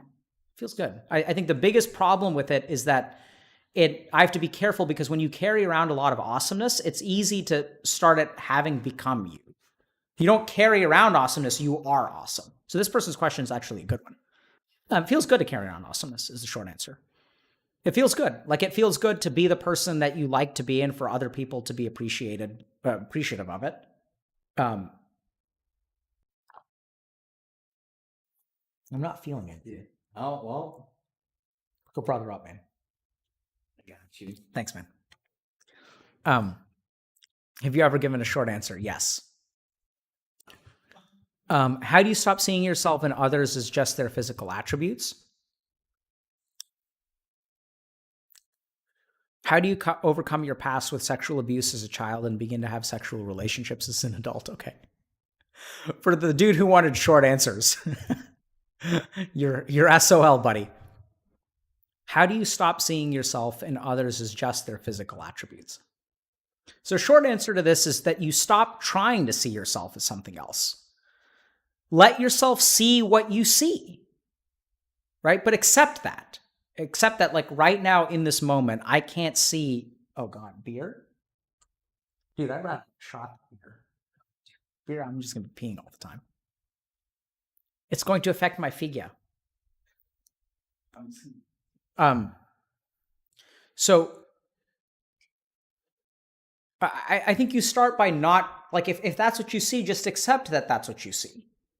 And start there and say like, I don't need to see anything else and see where that gets you. Because there's a certain amount of judgment there. And then, I mean, I'd say like, this is not a question I can just answer, but that's kind of the first answer. And the second question would be like, I'd have to talk to this person because I don't know how to get someone to see something unless I like understand what's going on in their mind.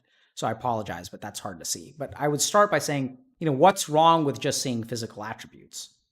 And can you just sit with physical attributes? Because seeing physical attributes in theory is not a problem. The question is, do you make judgments because of them? Right? Implied in this is, how do you stop seeing yourself and others as just their physical attributes? Well, there's nothing wrong with that. There's a problem if you have a judgment. And so then the question becomes, what is that judgment? And where does that judgment come from? Because the problem is not that you're seeing things as physical attributes. The problem is that you have a judgment around it. And then the question is like you have to get to the root of that judgment. And where did you get the idea that physical attributes mean something about a person? Where did you get the idea that a person is their physical attributes and nothing else? That's what you've got to get to. Okay, next part of it is how do you overcome your past with sexual abuse as a child and begin to have sexual relationships as an adult? I mean, the short answer there is go see a therapist, right? Because that also is not like, there's not an A answer for that. I could say some kind of, because, you know, the short answer dude and I are going to have a little tug of war here, but, you know, I could say all kinds of things like learn to love yourself again, man. Like, yeah, like Learn to love yourself and see yourself as a beautiful person, bro. Like, I could say all that kind of shit, but that doesn't work, right? I mean, if you've been sexually abused, it's fucked up the way that you perceive sex. And there's a physiology to that. Like, it's not like in your mind, it's like in your body. Your body has learned. It's like touching a hot stove, and then your body learns, like, hey, man, let's not touch hot stoves.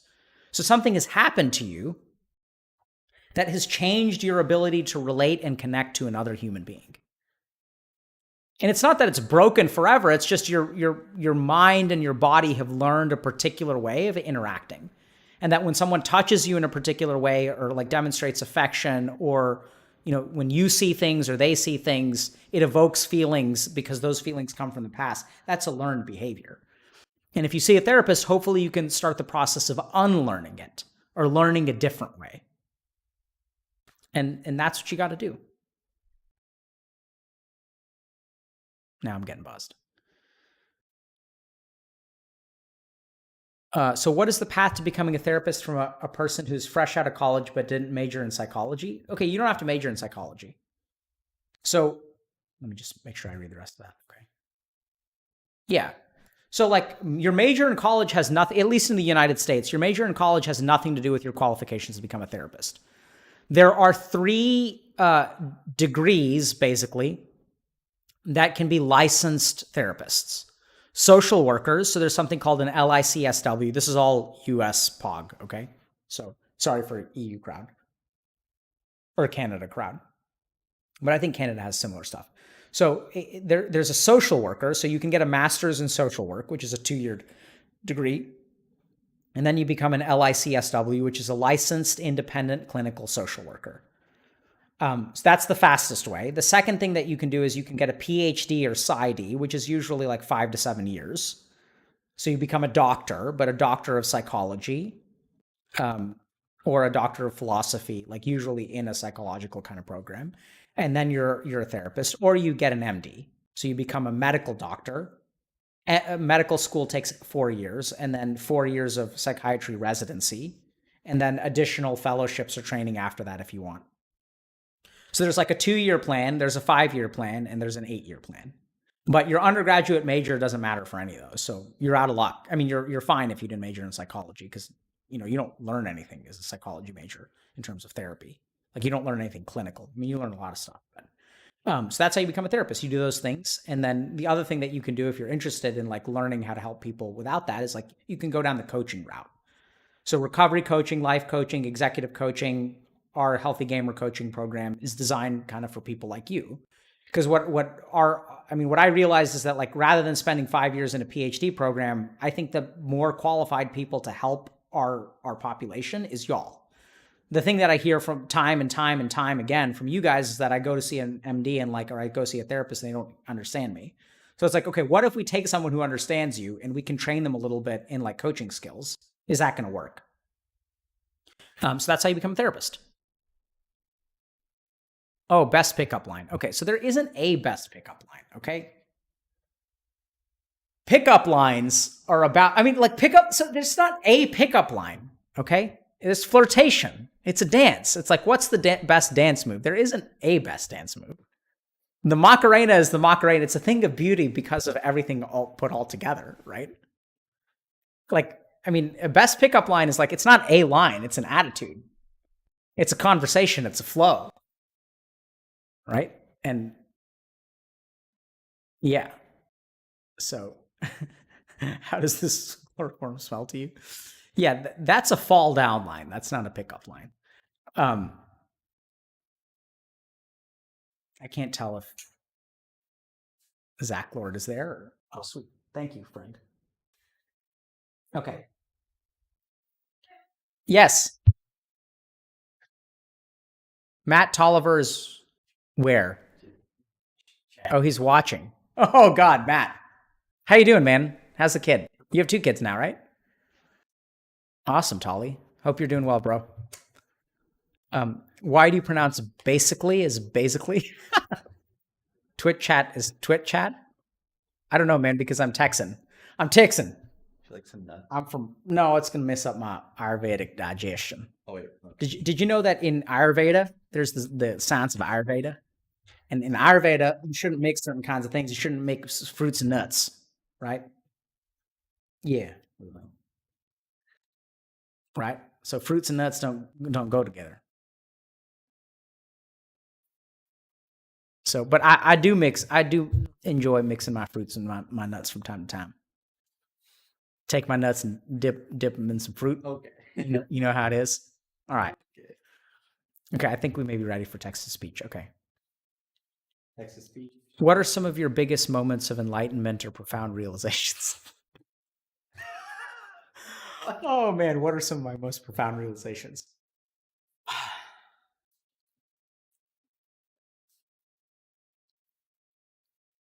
So I'd say the biggest realization that I've ever had is the fact that I suck at life and that that's completely okay. Like, I'm just so bad at life. And like, that's completely fine. Like, what's holding me back is that I got hung up about sucking. Right? Like, you guys think about this. Like, when you play a video game, right? So a buddy of mine is doing, I guess, one of these FFs, or sorry, he was playing Zodiac Age, but like with the level 1 challenge where you don't level up. And the thing is, like, we think that like to be successful in like you have to be good at life, right? Like we have to think like, okay, like level 100 is better than level 1. And like absolutely level 100 is better than level 1. You're faster, stronger, better, all that kind of stuff. But you don't need to be level 100 to win the game. Is it easier to win the game? Absolutely. But to recognize that you're a scrappy fucker and that like you suck at life, but like that's okay. Like why are you going to let that stop you, bro? Like, why do you guys think I started streaming on Twitch? Like, I'm a fucking boomer. Like, I don't even know how this shit works. But like, don't let that stop you. Like, the difference between Failure Alok and Dr.K, because Dr.K is not Failure Alok, is like, first of all, Failure Alok was super emo and was like all, pissing himself because he sucked at life. And then, it's like Virgin versus Chad, okay? There's like Virgin Alok and Chad Dr.K. And like they're both the same person. It's just one of them gives a shit and the other one doesn't. And to really like embrace failure. And it's like it's what I was talking to Pokimane about today. Like she's like, it was that sigh. I don't know if you guys caught that because that was hours ago, but she sighs at this one point and I'm like, what would like don't stop yourself. What's that sigh? And she's like, maybe I should just stop trying. And I was like, yes, exactly. Sorry for your ears. I get excited. Not fake it until you make it. Recognize, see, this is exactly wrong. Fake it until you make it is wrong. It's just fake it, period. You're never going to make it, man. You're never going to make it. So what are you going to do about that? You're level 1 the whole game. People still beat that game. They're level 1 the whole game and they beat that game. Just fake it like you're never going to be anything and don't let that stop you. Don't let that stop you. It doesn't need to stop you. The thing that's stopping you is you. You guys can go out and apply for 100 jobs. You'd get a job. Like you'd get 1 out of 100. Like you're going to get that. But you don't try. Are you eating toothpaste? No? Okay. Okay. The key is to make eye contact with them as soon as they enter the room and to exert your dominance. Reason.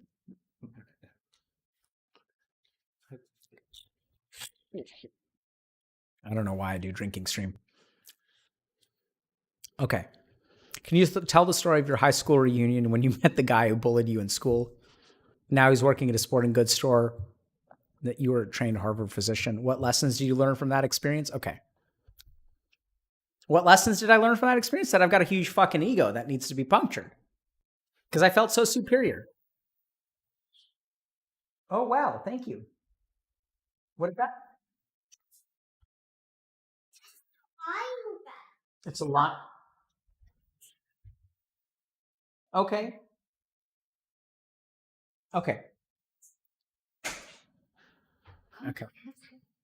Daddy, look at I. Yeah. Oh, you guys picked some stuff. Great.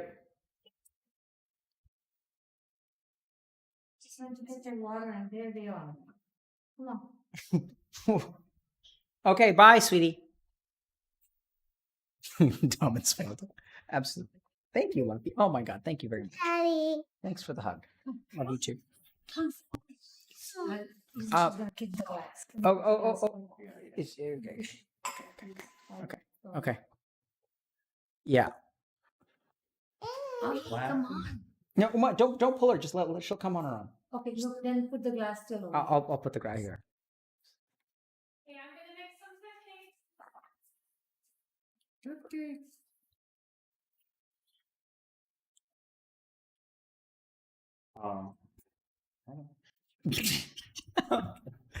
Okay. So by the way, you guys realize so this is ego, right? So I say like, yeah, I make eye contact and dominance is established, and then 2 seconds later, she's like, yeah, I'm gonna puncture that thought. You think you're the winner of this relationship, and then she exerts her dominance. So that's ego. So like, don't be egotistical because life is gonna smack you upside the head when you're an asshole. And some people were asking me, there was some question recently about whether I believed in God. And then I was kind of like, yeah, like, I think in an atheistic, agnostic sense, like not really, but sometimes shit happens where I feel like God is just basically like, he's like flicking me on the forehead. There's something out there that's just like flicks me on the forehead from time to time. It's like, hey, wake the fuck up. Stop being an asshole. And I listen to that thing. Is it God? I have no idea. Is it my unconscious? I have no idea, but it sure as hell feels that way. And it's like weird, random shit too. It's just, yeah, the bug in my eye, like a fly will fly into my eyeball. Like I'll yell at her and then the fly will like fly into my eyeball. And so is that superstition? Is there like some kind of bias in my mind? Like absolutely. That's what I think to myself, right? I'm like, oh, that's just my bias. Like that's how bias works. Like you think something is related. It's not related, man. Like, what do you think? That there's some God up there who's like flicking bugs into your eye? Like that's fucking dumb. It's crazy. There's no evidence of that. And then it happens again. And then it happens a third time and a fourth time. And then at some point you're like, what the fuck? Am I just like facing the wrong direction or in a place where there's just like bugs? Like what's going on? And so at some point, the scientist in me actually starts scratching my head and is like, how many coincidences is like too many coincidences? At what point does a coincidence become a pattern or an observation of like something that's actually going on? And it's, I don't know. Anyway. So back to the story. Watch your profanity. Oh, I probably should. But can I tell you guys? Can I tell you guys a secret? I really, really want to hear my girls cuss because they're just so cute. Like I want to hear them so bad say just like fuck that. Like wouldn't that be beautiful? Like it would be hilarious. Like they're so cute. Like I want to hear them say fuck that so bad. And it takes every ounce of my parental restraint to not teach them bad language. Because they're just so cute when they say things. Just teach them, because here's the thing. I would do it in a moment if I could make sure that they were never going to do it again. I would absolutely teach it to them if I was sure that they would never do it again. Yeah, like if they said, "Listen, Daddy, fuck that," the small part of me. So it's the same part of me when the person did the N train on our Discord when he just started saying the N word over and over and over again. There's a part of me like that's bad, son. There's another part of me that's what is that? There's the wobbly. There's the wobbly booze. Okay, don't fall off. Okay. No, your drinks are not still too weak. Don't stumble. Okay, you guys know what the best thing to do. So the two best things to do when you're drunk. Actually, three best things. Two of them, one of them you're not going to understand. Three best things to do when you're drunk. Number one is play video games. Number two is meditate. And the third is to get laid. And so the problem is that you guys have never tried meditation, right?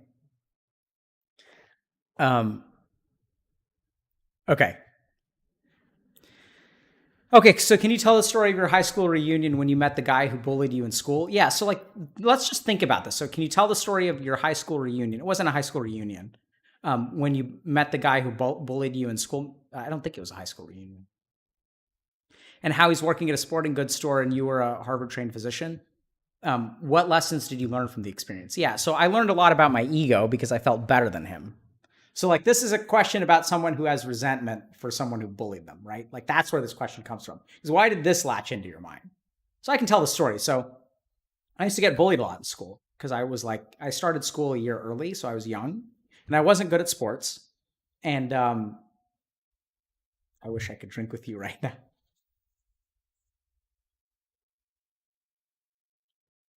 Oh my god. Oh. Yeah. She was insulted that it was not strong the first time.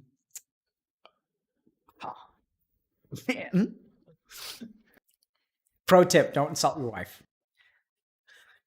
Don't challenge her to anything ever, anywhere, anytime, never.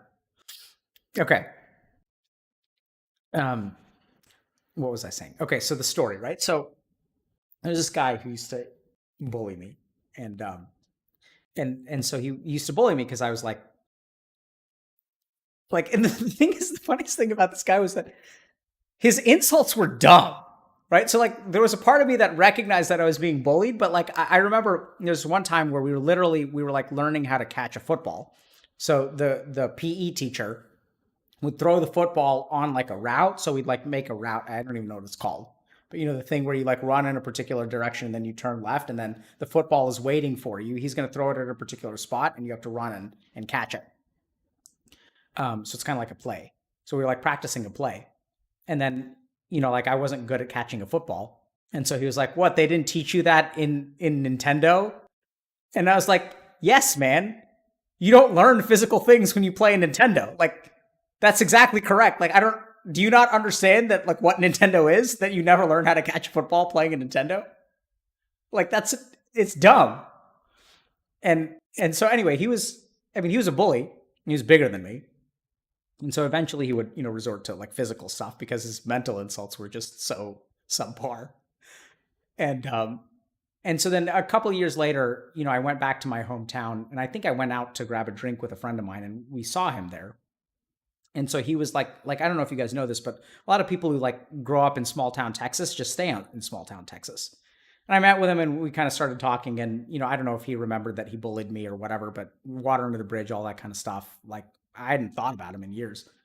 And so I remember like talking to him and just kind of thinking like, you know, I'd been to a lot of places and I'd traveled and done stuff and, you know, saved lives and shit like that. And this guy was like working in, I don't even remember. I mean, if I said sporting goods store, maybe I remembered what it was. I don't even remember now. Academy pops into my mind, but I don't know if that's just because I've been thinking about going to Academy. But, and, you know, so I felt like superior. Like, so what did I learn? I learned that I have a big fucking ego and that's not good. And that, like, you know, we tell all these stories of like triumph, right? Of like being the bullied kid who, like, I remember when I was young hearing like this phrase that like, be careful about the nerds that you bully because you're going to call them boss one day. And, yeah, I mean, so I'm egotistical and I could say that I'm better than you are now. I mean, I don't know that I am, right? Like maybe he's a wonderful person and just is super humble and focuses on making the world a better place and is kind and just like sells fishing poles during the day. Like, why do we place a value judgment on that? But I'm pretty sure that, you know, I've seen more of the world than he has, and I'm luckier in a lot of ways, or I have more privilege. It doesn't make me better than him. I sure felt better than him. Damn, did it feel good. And then, you know, I did what the hero does, the anime hero does. It doesn't lord it over other people. And it looks like McLovin is you staying tonight? Yeah, probably. Yeah, it's all good, man. We've got a spare bedroom.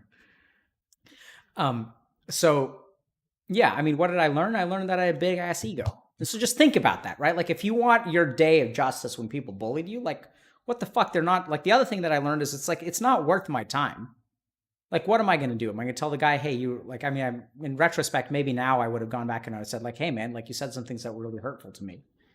I would have said that to him and I would have looked him in the face and I would have watched him squirm because that's what I enjoy doing from time to time. When that Sith Lord in me comes out and I use my power for evil instead of good, boy, does it feel good. But I try not to do that. I try not to, you know, dominate other human beings. Like, because it feels so good. And you don't want to give in to that. It goes back to what we were saying with Pokimane, which is like, what happens to the beast when you feed it, right? When I turn into an asshole, like, sure, I can be an asshole. And I don't know if people like realize this, but it's like, it's way easier to tear someone down than it is to build them up. Right? You guys ever think about this? Like you try to help someone, like it's way easier to break a leg than it is to like fix a leg in surgery. But don't give into that part, right? Like, I mean, because then you become him. It's like, how is that? You don't want to be him. Sure, could I bully him then? Could I make him feel like he's a piece of shit? Probably. But then what? Like what? I'm just an asshole too? Like, is that what you want to be? Like the world is a better place when you're not that person, right? I mean, I think you keep your Sith Lord inside you, and from time to time, your Sith Lord may need to come out, but like, don't just do it to beat up on a guy. He's fucking 35 or 32 or whatever, and like working in a sporting goods store in Beaumont, Texas. Like, does he need to be kicked while he's down? Like, hasn't life done enough to him? Like, why do I need to be lording it over him?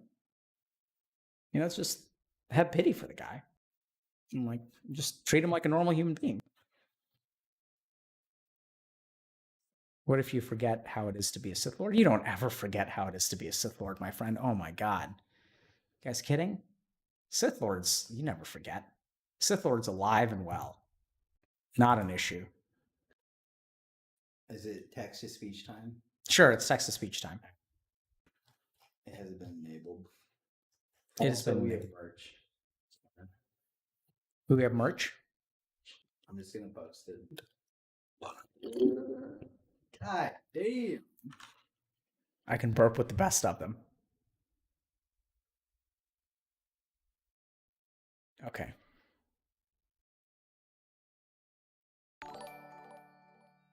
Oh God. Okay, text to speech. Does it work? Do I hear it now? Thanks for the raid. Oh, MMR, juice the fart.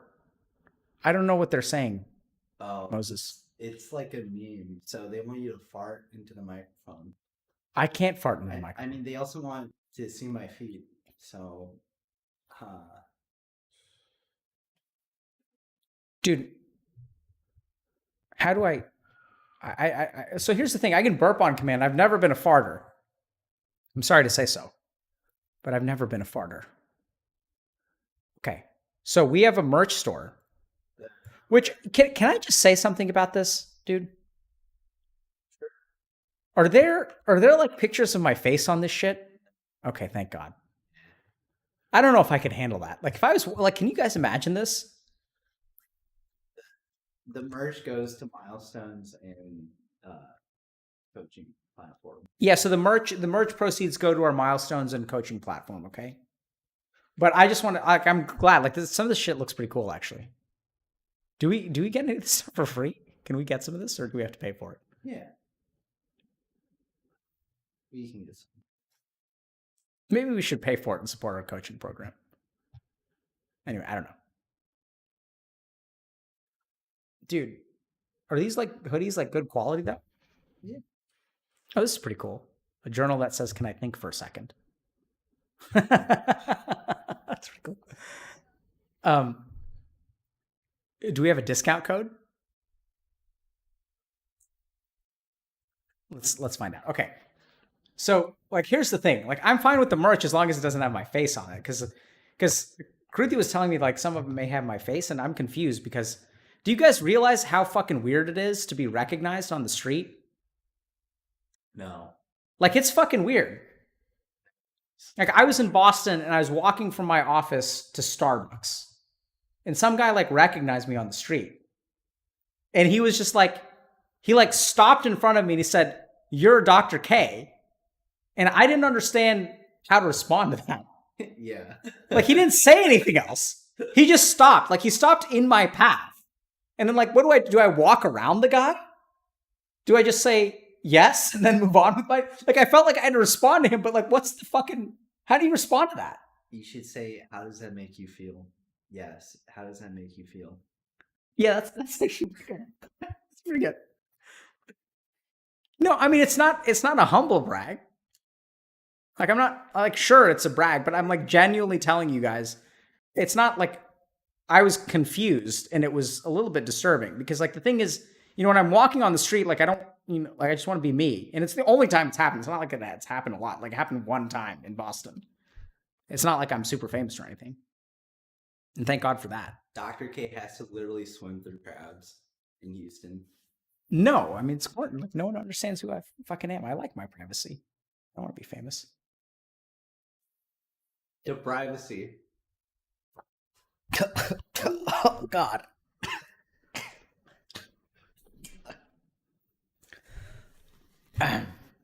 Dr. K fangirls. No, dude, it was like a 6 foot tall Asian Chad bro. He's like, I listened to the podcast. I mean, he's a nice guy. I literally didn't know what to say. It's like a weird, like, can you guys imagine what it's like? So this is not a humble brag, okay? Just think about this. If you're walking down the street and someone stops in front of you and it's like, hey, you're Dank Moses. Lee. And then what? Like, what do you say to that? You're like, yes, you are correct. I am me. And then what? It's fucking weird. And I mean, it's not like he showed up and like lifted his shirt and showed me his tits. Like, that's different, right? Like if I was a famous person and people were showing me their tits, that would be completely different. The tequila. Like I'm saying, if I want to brag something, there's got to be a pair of tits involved. Like, you know, let me see those. Let me see those gamer tits. I'm crazy. Oh my God. Why is having sex with your ex a bad idea? Why is that a bad idea? And that's presuming that it's going to be a bad idea. No, she doesn't get to be mad at me. She's the one who gave me this. Do you guys know what this is? This is a tea thermos that's filled with booze. When did that? You're supposed to fill this like 32 ounces or something. This is actually pretty good though. I mean, except it's like got alcohol in it, but ugh. Okay. All right. So I thought text to speech was in it. Why am I not hearing anything? Should be. Is no one? Thank you guys for the donations, by the way. Jacob Joseph. Wait. Jacob Joseph less than BR greater than donated $200. I guess you can just play the koans helped. Pop-ups a minute ago if you want to do that. Okay. Oh, cool. So maybe it won't. Jacob Joseph, thanks for the donation, man. But yeah, but you know, I have feelings for you, which I will tell you the next time we speak. Daniel less than BR greater than donated $100. Hi Dr. K. I've been feeling really bad for a long time now and I am scared to get help. I've been watching some of your streams and find them really interesting. I don't have a lot of money, but I truly believe in what you do and find it you. Well, so Daniel, bro, okay. I'm going to tell people, is it okay to tell people not to donate if they don't have a lot of money, or is that like bad for us? We will. Wait, who's that guy? They should not donate if they don't have money. Yeah. So we will figure out a different. No, so let me explain something to you guys, okay? Look, I know this is gonna sound fucking weird, okay? So, do I want your money? Absolutely, but I want your money if you've got extra. Like I appreciate that you guys support me, but like don't. If you have a choice between like seeing a therapist and like donating, like don't give me your money. Like I don't. Like, so we're asking, so let me explain something, okay? I'm going to build this. I'm going to do this. I'm going to do this. So you guys don't even you don't even give me a dime, right? That I'm going to do this. This is something I believe in. I'm going to do it.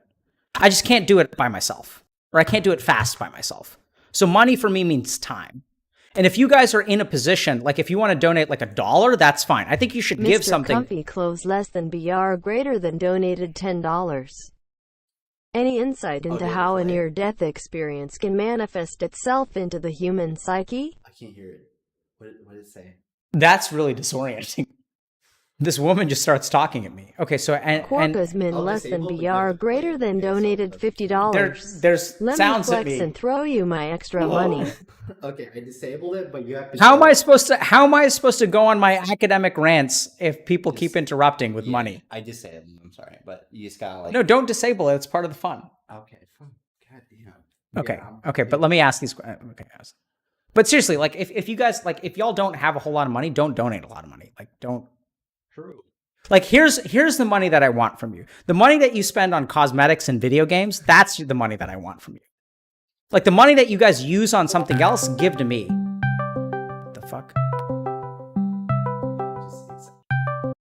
Brandon, you're live on stream though. Hell yeah. That's fine. I'm just gonna tell you, you can dream for Brandon. pause. You can pause notifications.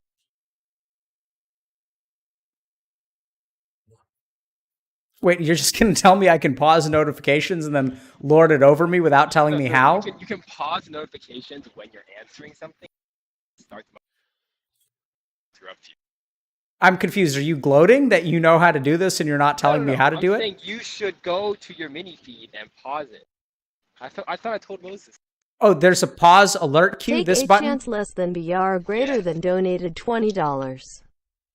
Hey, Dr. K, just wanted to let you know that what you're doing is amazing. Thanks. Love you, dude. Love you too, All right, dude. good luck. Okay, thanks for that. Did you say love you too first? Fuck. I don't know. I don't understand what's going on anymore. Okay, let's talk about money for a second. Okay, so like, look, you guys should donate a small amount of money if you have a small amount of money. Like, you should give some. Like, if you want to give something, give something. Like, I want to support that, but I don't want you guys choosing between. Like, if you don't have a whole lot of money, don't fucking donate $100. I'm serious. Like, don't do that. You know, if you guys would support us and you're low DPM and you're fucking bankrolled from God knows where, that's different. And if you guys want to give $5, give $5, but don't give more than you can give. Like, that's not how you fix your life, right? Like, spend that money on yourself. Like, you know, get yourself like a nice shirt so that you can go on an interview. Like, buy yourself, like, you know, get yourself a haircut and take care of yourself. Like, get yourself a gym membership. Like, don't give me that money. Seriously. And I realize, like, we're not, you know, that's not normal donation talk. Like, because it's like, give me your money, man. Give me your money. Okay, so, but seriously, give me the small amounts of money is fine. If you guys fucking spend money on Hearthstone packs, like, don't spend it on Hearthstone packs. Like, give that to me. Fine. But, I mean, come on.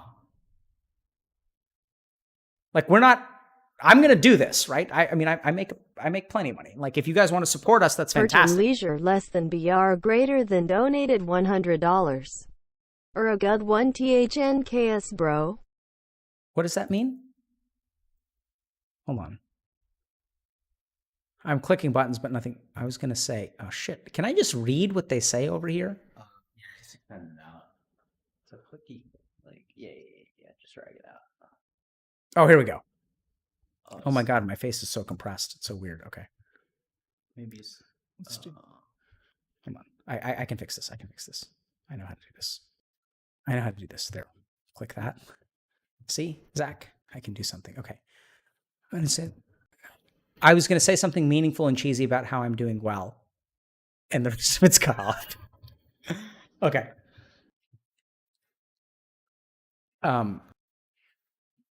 You're good. You're good one. Thanks, bro. No. Does it play the sound? Because Okay. I can't actually. Listen. This is everything that I have.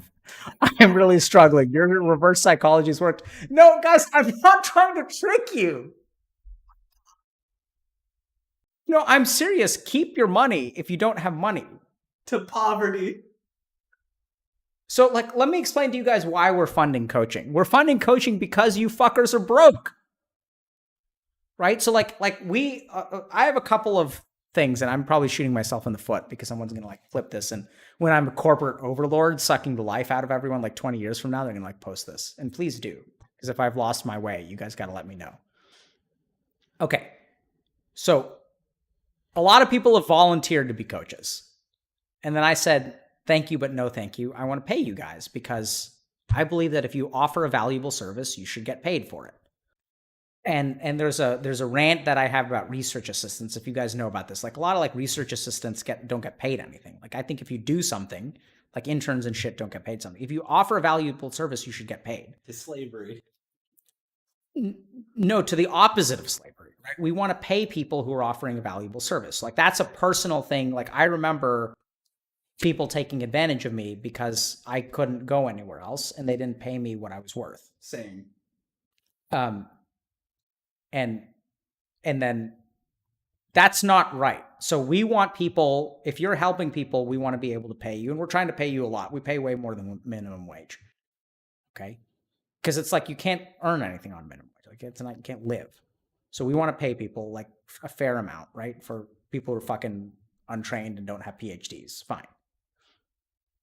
And then the problem is that like, so just think about this, right? So the Healthy Gamer business model is our audience is a bunch of people who are fucking broke and can't graduate from college. So like, how's that going to work? Like, it's not.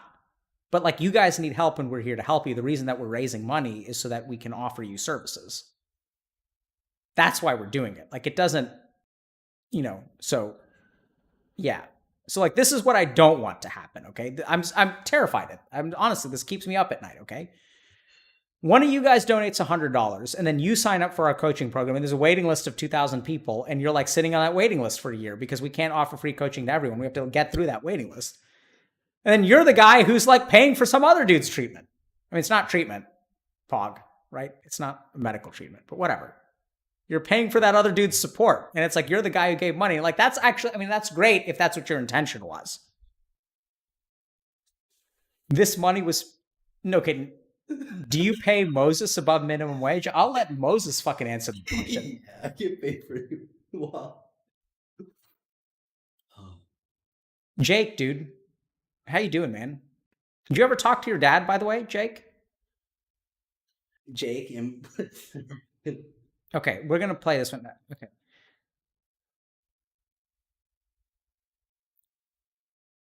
Okay.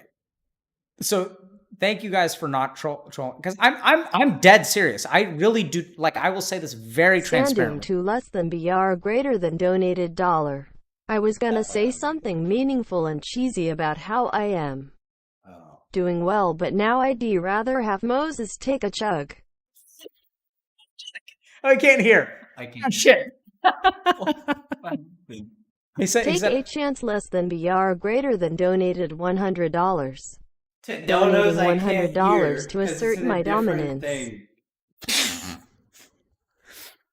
Okay. I'm trying to, someone actually has a question on here. Here's my last stimulus. Shuos, dude, you've already given us enough money, buddy. And thanks for coming on stream months ago. I remember you, bro. What is your skincare routine? Oh, answer that. My skincare routine Take a is chance less than BR greater than donated $100. Donating $100 to assert my dominance. You can't assert dominance without eye contact. But yeah, okay, so consider me dominated. Ooh. Okay. Also, what is Take a chance less than BR greater than donated $100. Donating $100 to assert my dominance. Wait, is he just asserting his dominance over and over again? Who? There's some guy who's using $100. I don't know if it's because I'm clicking a button, it's playing itself. Like, is it a repeat? Or he just Take a chance less than BR greater than donated $100. I think he's just donating $100 to assert my dominance. I don't know. I don't know if he just gave us $300 or I'm boomering myself into a Sandum corner. to less than BR greater than donated $. I was gonna say something meaningful and cheesy about how I am doing well, but now I'd rather have Moses take a chug. Okay. So he wants you to chug. So I think what's going on is I click the button like 3 or 4 times because I don't hear anything. And then, because for a second there I thought some guy was like dominating me over and over again with $100 bills. It's like I'm some kind of stripper. And he's just throwing $100 bills at me. It's very, very disturbing. Okay, so Artabir says, I want to be a recovery coach, but don't want money, visa situation. Okay, people Homeless are trolling. less than BR greater than donated $10. This is everything that I have. I am really struggling. Your reverse psychology worked. Here you go. No, guys, I'm not Sith Lording you, seriously. I don't. Okay.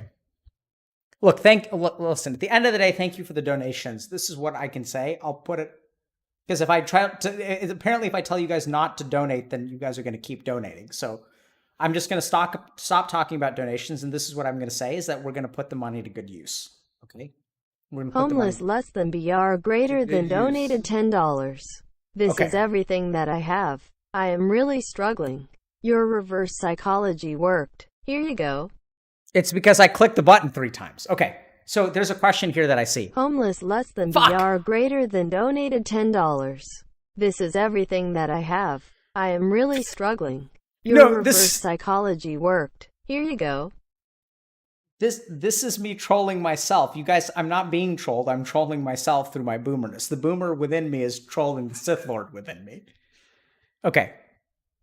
Okay, so look, here. No, just stop. I have to look at the screen. Hold on. Homeless less than Fucking BR hell. greater than donated $10. This is everything that I have. I am Can't really meditate. I'm struggling. fucking drunk. Your reverse psychology worked. Here you go. No, you guys don't understand. It's not like I'm clicking the button over and over again. I clicked it like 4 times like 10 minutes ago, and the shit lagged. Okay? Senthuzel, thank you for the $500 donation. Okay, hold on. I'm Daxify. How do I deal with severe hypochondria? I'm always afraid I have cancer. Okay, I'm gonna tell you guys a story, okay?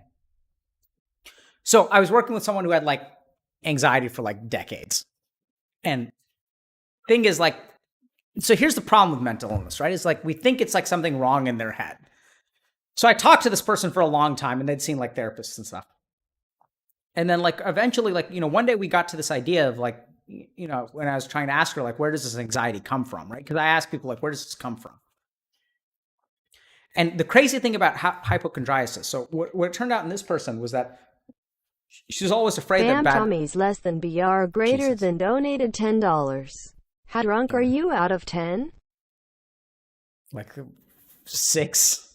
Okay, I'm going to pause these for a second. Okay. All right, so I'm trying to tell a story. This story is important because someone's asking a real question about hypochondriasis. Okay, so I had this person with anxiety, and like she would say like, yeah, I was concerned because I always think something's less than BR greater than donated $100. How does this work? Here is there my are all money of these I would have otherwise spent on an ungodly amount of Shahi paneer. Thanks for what you do. Greetings from Switzerland. Don't give up Shahi paneer. Give up virtual things. If you have good Shahi paneer at your access, you should eat as much of that as you can. Shahi paneer is delicious. We should Uber Eats that shit, man. To buying skins. Yeah, like don't buy skins. It's kind of disturbing, right? That they call them skins.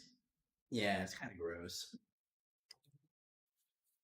Okay, I'm trying to answer a question about hypochondriasis because we're trying to fix something now. Okay, we're gonna fix something. You're not fucking around. Okay. All right. So hold on. Fucking around. Okay. Okay. Just stop. I focus.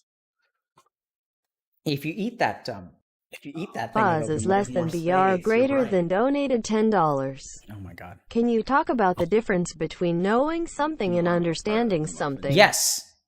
My grandpa can tell me every day that life is short, but it's not until I have a near-death experience that I actually understand the concept. Yes. How do you integrate no? Yes. Okay, let's talk about... Okay, hold on. Let's first talk about hypochondriasis. Story time. Okay. So, person with anxiety, right? We try to talk about, like, where does your anxiety come from? And it turns out that she says she always thinks that stuff is going to go wrong. And then I ask her, like, when you were young, do you remember, like, feeling like something was going to go wrong? And sort of burying that feeling. And it turns out that, like, her dad had cancer and, like, no one told her because she was, like, a young girl. And so she, like, knew that something was wrong and, like, everyone told her, like, everything's fine. Like, a couple years later, dad dies of cancer. And then, like, she had known for years. And they told her, like, later when she was older and he was doing worse and it was clear and they thought she could handle it. But, like, essentially, like, her anxiety comes from, it's not coming from falsehood. It's coming from truth, right? When you take a child and they know something, and and like you tell them that this is not true, it can turn into something really messed up. So to the person who has hypochondriasis, my first question is like, what happened to you when you're young? Like, were you actually sick in some way? And did someone like not take that seriously?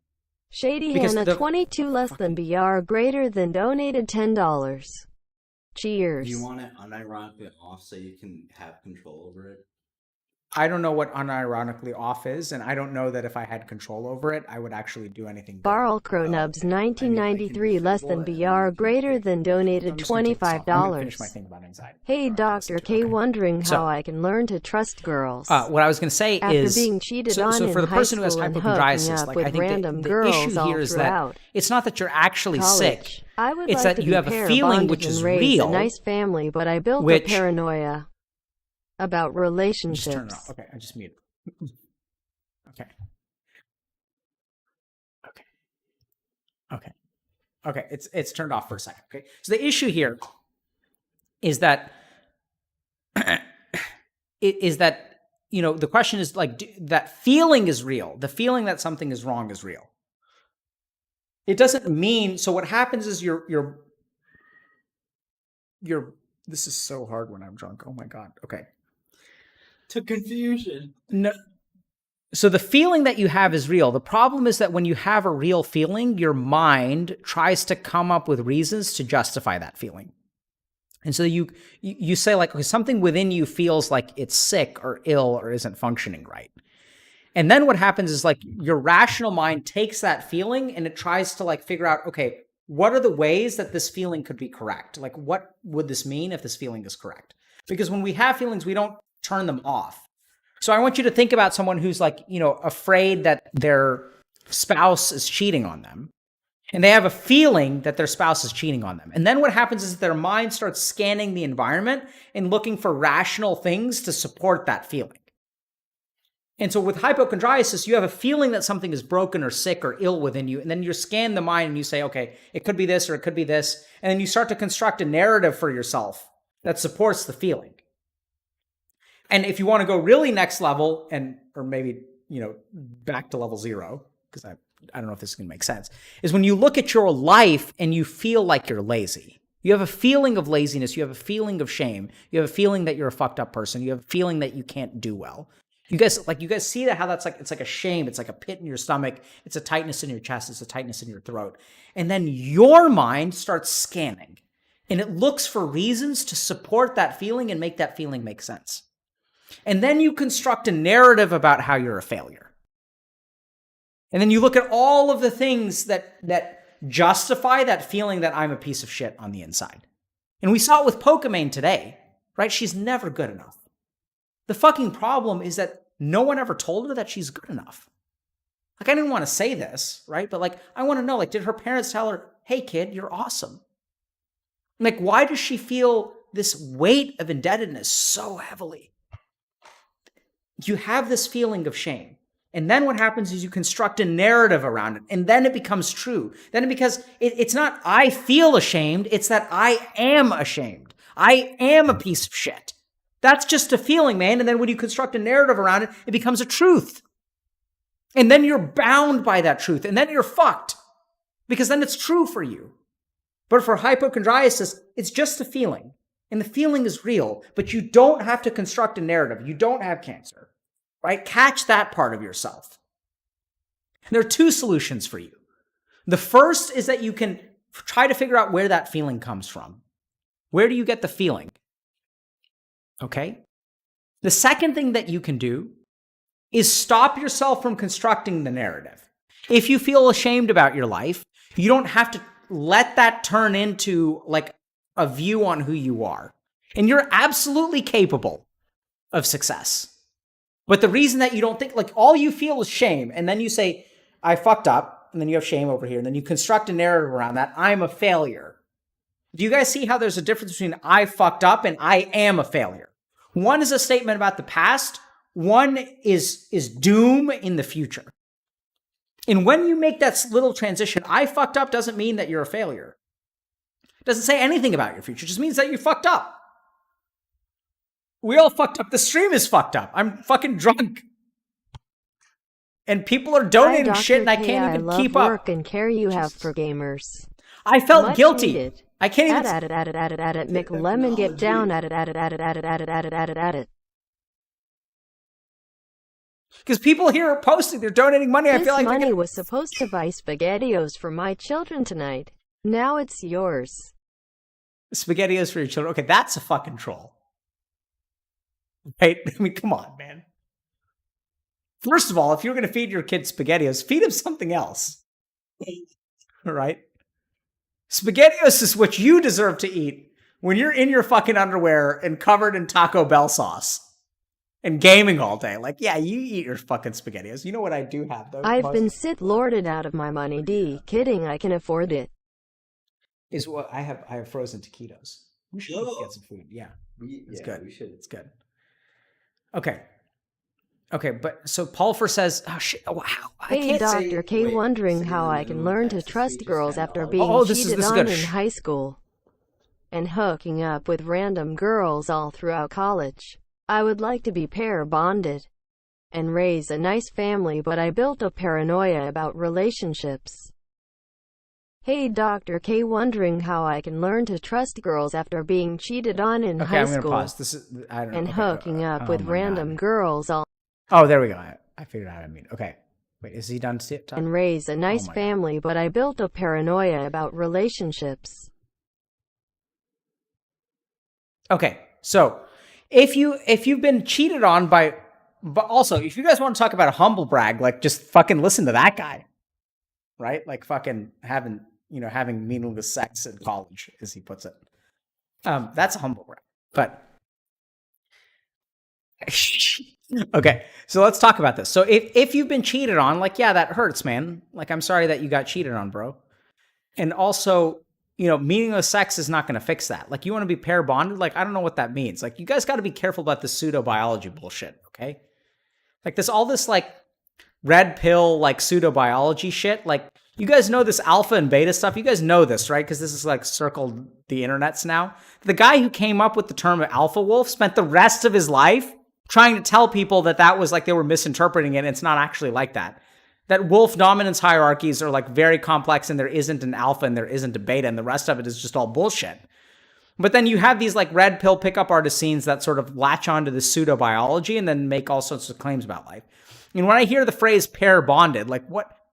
Humans aren't pair bonded, man. That's like fucking from the animal kingdom. Like the problem is that you're trying to get pair bonded. Like what the fuck? Like what do you message some girl on Tinder and you're like, on a bond? No, it's like, do you want to get laid tonight? Or like, do you want a pair bond? Like, that's not a thing, man. So here's what you got to do, okay?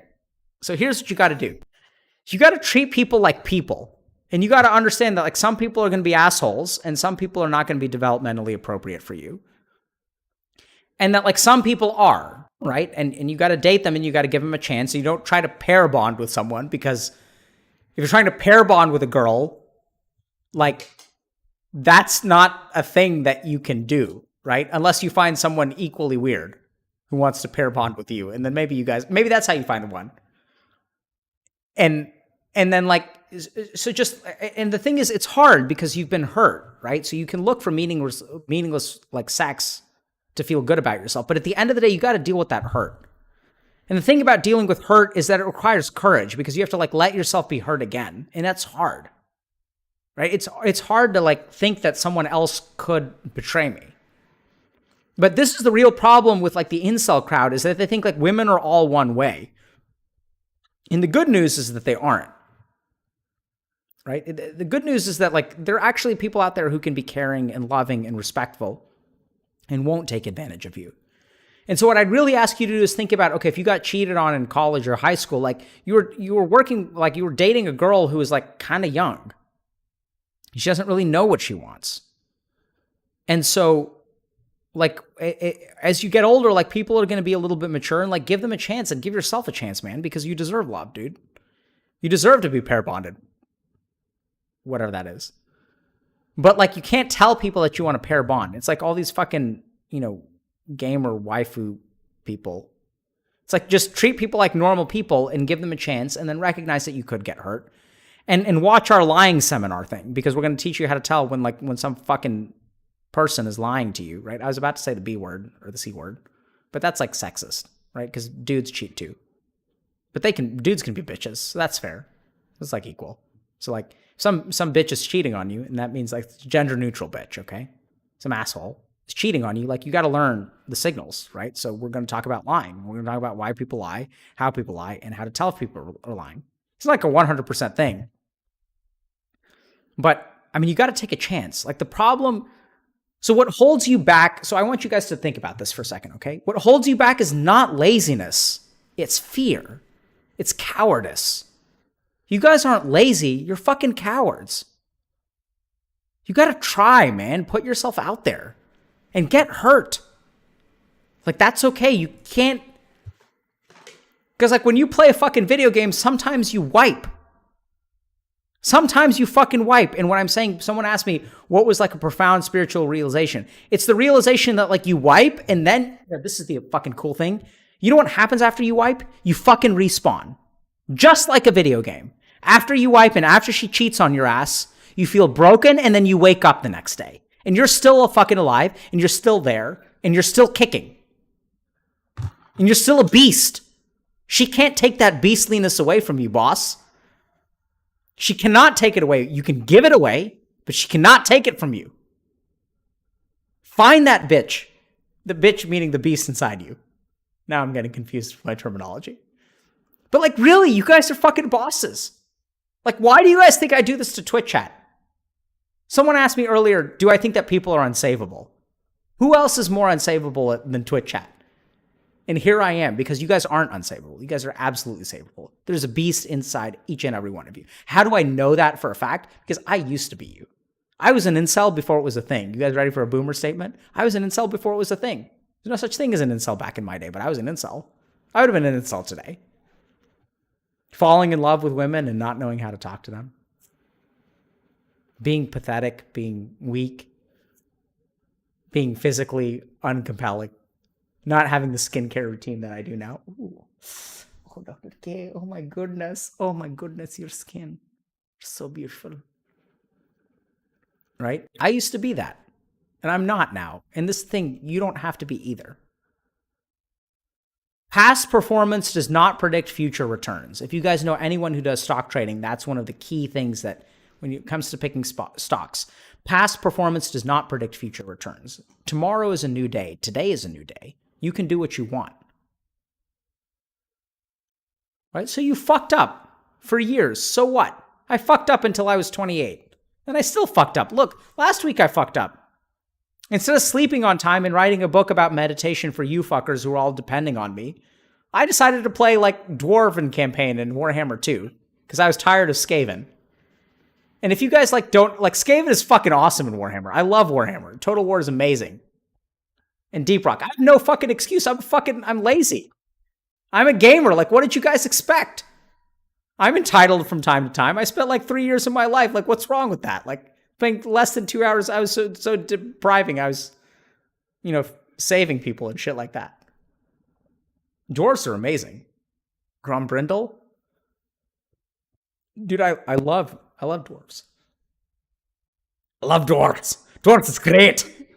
Gotta be a dwarf. If you want to live life, you gotta be a dwarf. Gotta have high constitution, +2 constitution. Have lots of hit points. Take a lot of the what shit gives you. You just give it right back. When life's fuck you, you turn it over, you bend it over, and you go sheep fucker on that bitch. To women with beards. This is actually funny. I mean, this is not funny, but so my wife and I, do you guys know this? Yeah. So my wife and I have this agreement. And people, she's like, we have an agreement. One day I asked her, I was like, what do you think if I grow like a mustache or a beard? Because, that's like in now, right? Like, because dudes are growing beards.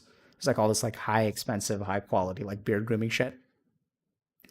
And so I was like, what do you think about me growing a beard? And she's like, I have no problem with it. But if you get to grow it, I get to grow it. So we have a pact that if I grow facial hair, she grows facial hair. Because she's an Indian woman. I don't know if you guys know this, but Indian women are really fucking hairy. And it's just how they are. I don't know why. I don't know how, but it's just how it is. So we have this pact that if I grow facial hair, she grows facial hair. And the thing is, like, I'm neutral about facial hair, but I definitely don't want her to have facial hair because, I'm there's a little bit of the gay in me, just like Kinsey said, and then 10%. Right? You guys know about this? Kinsey reports. So there's a great psychology researcher that sort of talked a little bit about how everyone's a little bit homosexual, and that actually only 10% of people are pure homosexual and 10% of people are pure heterosexual, and like 80% of people are in the middle. But the thing is, I'm not into the chicks with facial hair. So I'm not woke enough. I'm traditional. I'm a boomer. I'm a classic boomer who prefers my women without facial hair. Yeah, but I just want to give an F in chat for Brandon's car who won't start. Sorry, Brandon. Sorry, bro. Sorry, your car won't start. Okay, someone has a real question. Okay, So Dr. K, my skincare question was a serious question. Okay, so here's a question. So here's the thing. Good skin comes from good poops. Okay, so this is what you guys have to understand. The body has 4 excretory organs, really. If we think about how does the body get rid of stuff? What do you guys think? Twitch chat? How does the body exude things?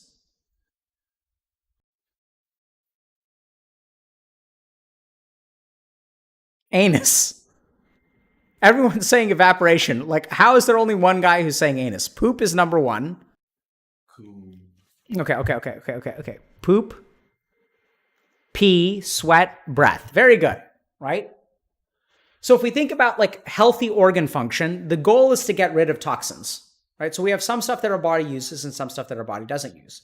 So a good example of this is why sleep is important, because our brain builds up this chemical called adenosine, and when we sleep, it cleans out that chemical, and then we feel refreshed the next day. Okay? Okay. Whom...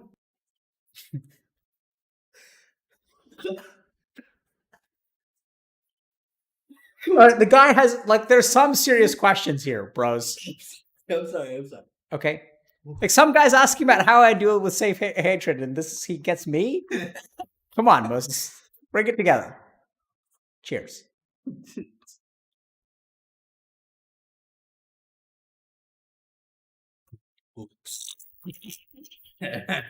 So foul. Oh, man. This comes right out of Satan's anus. Okay, so skin. So here's the thing. So you have to think about the skin as an excretory organ. And so, we get rid of stuff through poop, pee, sweat. So skin is the 3rd biggest excretory organ. Lungs are also an excretory organ. So if you want healthy skin, you need to excrete properly. So vatas have skin problems. I actually have eczema. I don't know if you guys can kind of see this, but I have some eczema here. And my eczema gets worse when my diet gets worse. And there's some randomized controlled trials that suggest that there isn't like a link between like dairy and acne, for example. But I think good skin comes from clean poops. So get your bowels moving properly. Eat dal, if you guys know what dal is. So like dal is like lentils. You want regular bowel movements, and then be careful about what you put into your skin. And then also, like, I just use soap, man. Like, you guys should wash your face with soap. Like, wash yourselves, clean yourselves. And then I still do get acne when I have a weather change, or if I don't shave properly for a while. That messes me up a little bit. But in general, like, good skin comes from like proper diet. And if you have a clean diet, if you have a diet that's sattvic, if you have a diet that has like good like lentils and things like that, and you're pooping regularly, and you want to just excrete stuff out, because your GI tract is a good way to get rid of like bad stuff. And the bad stuff is going to come out in some other way. So there's actually there's a meta-analysis that I think that showed that dairy doesn't have a negative impact on acne. And you guys are going to have to pardon me because I don't have access to the reference because I'm fucking drunk. And then, but the thing is that I think anecdotally, like, I've talked to a lot of people who have big impacts with dairy and acne and stuff like that. And then a couple of other things. So 6 sources of health. You guys ready? So food, water or drink, sleep, exercise, environment, and air. These are the 6 things. And if you want to be healthy, you should take care of all of those 6 things. So is your sleep proper? Is your food proper? Is your drink proper? Is your environment proper? I forget what those are. Is your air proper? That's 5. I'm missing one. Anyway, I don't remember what the other one is. Okay, so real questions. Pretty sure you missed a few questions. You think when people donation bomb me and gangbang me with money? If we were a poop right now, we'd be diarrhea. Same. Okay. Questions. Okay, let's think about this. Dr. K. Oh, someone says to Dr. K, I need some advice. Hold on. Can I please become a coach? Coaching applications are closed right now, and we hope we'll get around to you eventually. We really want, like, so look, for those of y'all who are interested in being coaches, we're really grateful because I don't know if you guys know this, but like thousands and thousands of people have signed up to be coached. So thousands and thousands of people want help. So we want as many coaches as we can get. I just can't train you guys all at once. I want to train as many coaches as I can, but these fuckers want me to stream. So I can't like stream and train coaches at the same time. Ooh. Coach training stream? Can we do that? Let's think about it. Coach training stream. No, I think you guys could really learn a lot. Yeah, so hopefully coaches in the EU, I think we've got 2 coaches that are going to be in the EU that are going to like launch within the next week. Hold on. How do you deal with procrastination, fear of failure, and absence of motivation? Okay. We're going to go to $1.10 donation, okay? So how do you deal with procrastination, fear of failure, and absence of motivation? So you guys should watch if you guys haven't watched the procrastination webinar. So a lot of people seem to have found that very helpful. So you guys have to understand, first of all, okay, here's the first thing about procrastination. Procrastination isn't a problem, it's a solution, okay? Hey, I wonder if we can like talk to people. Can we like go like talk to like people that we've talked to before, like other streamers and shit? Oh. Anyway. Hey, people that go clip this and then tell other people that we want to talk to them right now. Clip it and then go. Please. No. Is that what you meant? I don't know what that means. I don't know what you just said. Well, anyway, it just invited a lot of people. I'm just saying, like, it's hard. Like, I'm a boomer, so I can't deal with all these like donations and shit. So, like we can. Because I can't see the rest of the sentence, man. Yeah, we were gonna move to live Q&A anyway. Let's do. That's what I mean. Let's do live Q&A. Oh, okay. Okay. But let me answer this question. How do you deal with procrastination? Okay, so the first thing to understand is that procrastination is not a problem; it's a solution, right? So procrastination. So why is procrastination like prevalent throughout all of humanity? It's not a bug, man. It's a feature, right? So procrastination is waiting until the last minute to get something done. And let's think about that, because your brain is all about efficiency. So your brain is saying, like, why should I spend 3 months studying for this class when I can spend 2 days before the test, like just cramming for it? Like, why would you want me to spend 90 days working on something that I can do in 2 days? So procrastination is a solution. It's like a very efficient energy allocation system, which is exactly what your body is designed to do. It's not a problem. That's the first thing to understand. And everyone is like trying to solve procrastination. No, my friends, you don't solve procrastination. Procrastination is the solution. Like, I don't know how people don't get this. It's like such common sense or uncommon sense, whatever. So fear of failure and absence of motivation. Man, fear of failure, like, dude, like, let me tell you something. You're a fucking failure, man. What are you going to do about it? Like, why be scared? Go and fail. And then wake up the next day and, you're still on this earth. And, you can apply for a different job. Oh, you've gotten rejected from 80 medical schools. You know what? You can apply for number 81. You're a fear of failure. Like, my solution to that is don't be afraid of it. You are it. There's nothing to be afraid of. You are a fucking failure. And that doesn't have to determine your life. And you can do something else about it. Right? The problem here is that you guys, it's not that you're not a failure. It's that you lack the and. Like, let me explain something to you guys. So success comes from good judgment. And good judgment comes from experience, and experience comes from bad judgment. Like somewhere along the way, we thought about people as failures and successes, and we stopped thinking about people as experienced or inexperienced. Think about that. Just think about that. When did our society become one of success and failure instead of experience and inexperience? When did we start saying that you are behind in life and that is your destiny? Instead of saying, hey man, you just haven't done this before. Maybe you should try. Maybe you need a little bit of help. And no wonder mental health is like the #1 cause of problems in this country now. No wonder the suicide rate is higher than it's ever been. Because we have taken normal things about your life. These are normal things. Everyone's a fucking failure, man. We've taken normal things and we've taught, and because they're normal, everyone has it. And then we pathologized it. And then we said that these people are bad. We called what the universal human experience is, we called it bad, and then people started killing themselves. Because what everyone experiences, suffering, shame.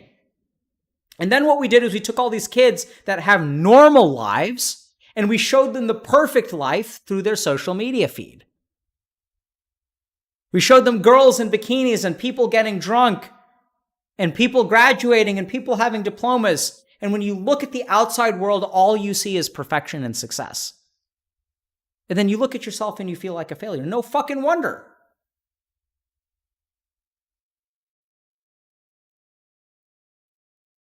Here's the thing. You're a failure? Fine. There's absolutely nothing wrong with that. Nothing wrong with that. I'm a fucking failure. You're a failure. We're all failures. So what? What are we going to do about it? We're going to get up and we're going to do something. Do something. Don't let it stop you. Oh, you're a failure? So make some music. Write something. You like a girl? Ask her out.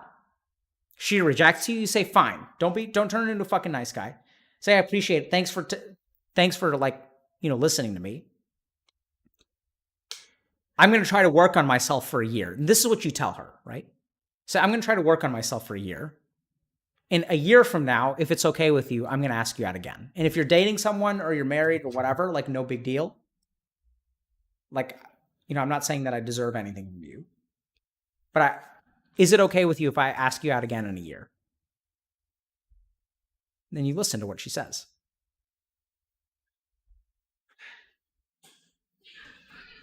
That is actually beta as fuck. You're damn right it's beta as fuck. We're all fucking betas. Alpha's an illusion. Like, listen to the guy who actually came up with that paper, the expert on alphas and betas. He told you the whole thing is fucking wrong. And she says no. Then you say, okay, fine. You respect her as a human being, and then you work on yourself anyway, and then you ask out the next girl. Like, what the fuck? Why are you so caught up in this girl in the first place? There are 1,000 other women out there. There are 1 million other women out there. There are 3.5 billion women.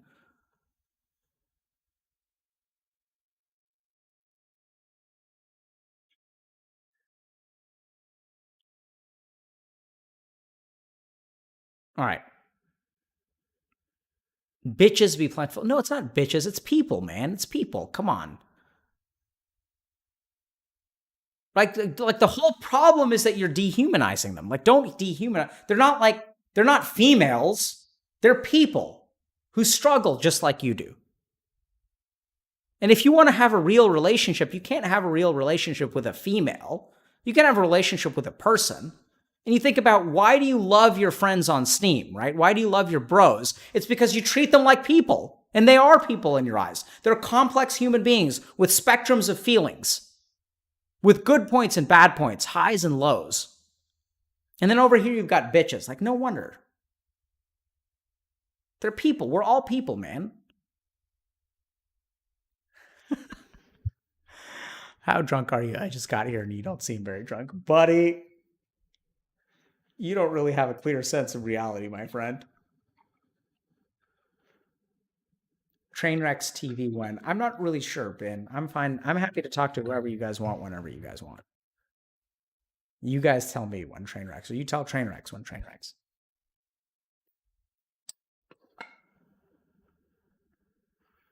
Okay. Oh.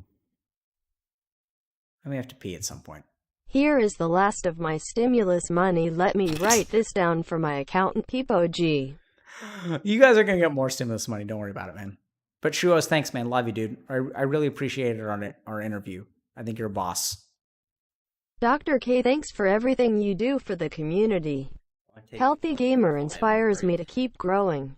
Happy to contribute to other people's growth. That's the donation that I want. That's the donation. Not like this is the last of my spaghetti money. I'm fucking broke and homeless. And instead of, buying toilet paper, I'm going to give you my $10. Like, don't give me your $10. It's like a choice between me and wiping your ass. Wipe your own ass. You're the best. Also, what is your skin routine?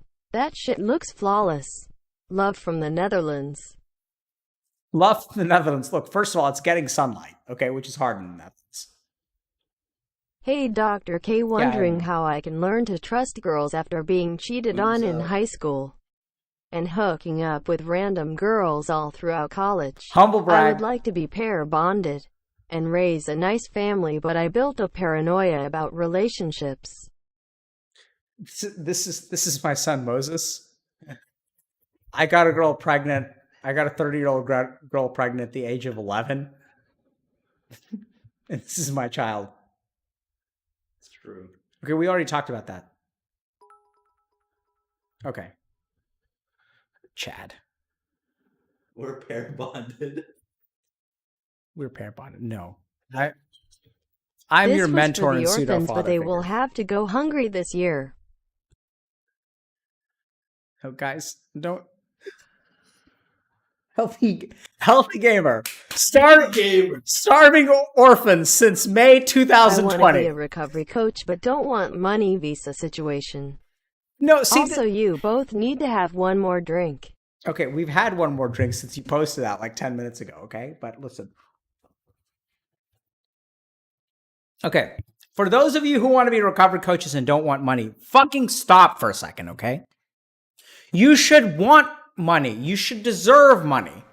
I don't like it when people do things for free. If you have a valuable service and you're helping another human being, you should get paid.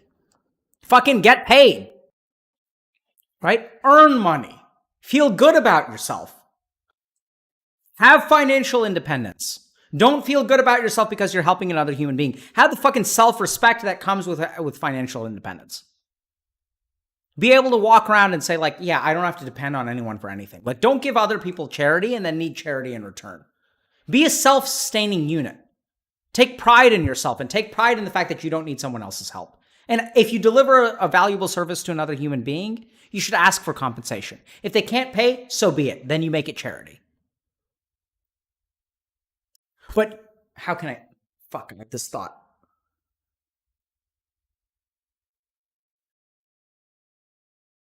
When you don't want money for a valuable service you provide, that says something subtle about your perception of your own value. I want to be a recovery coach, but don't want money visa situation.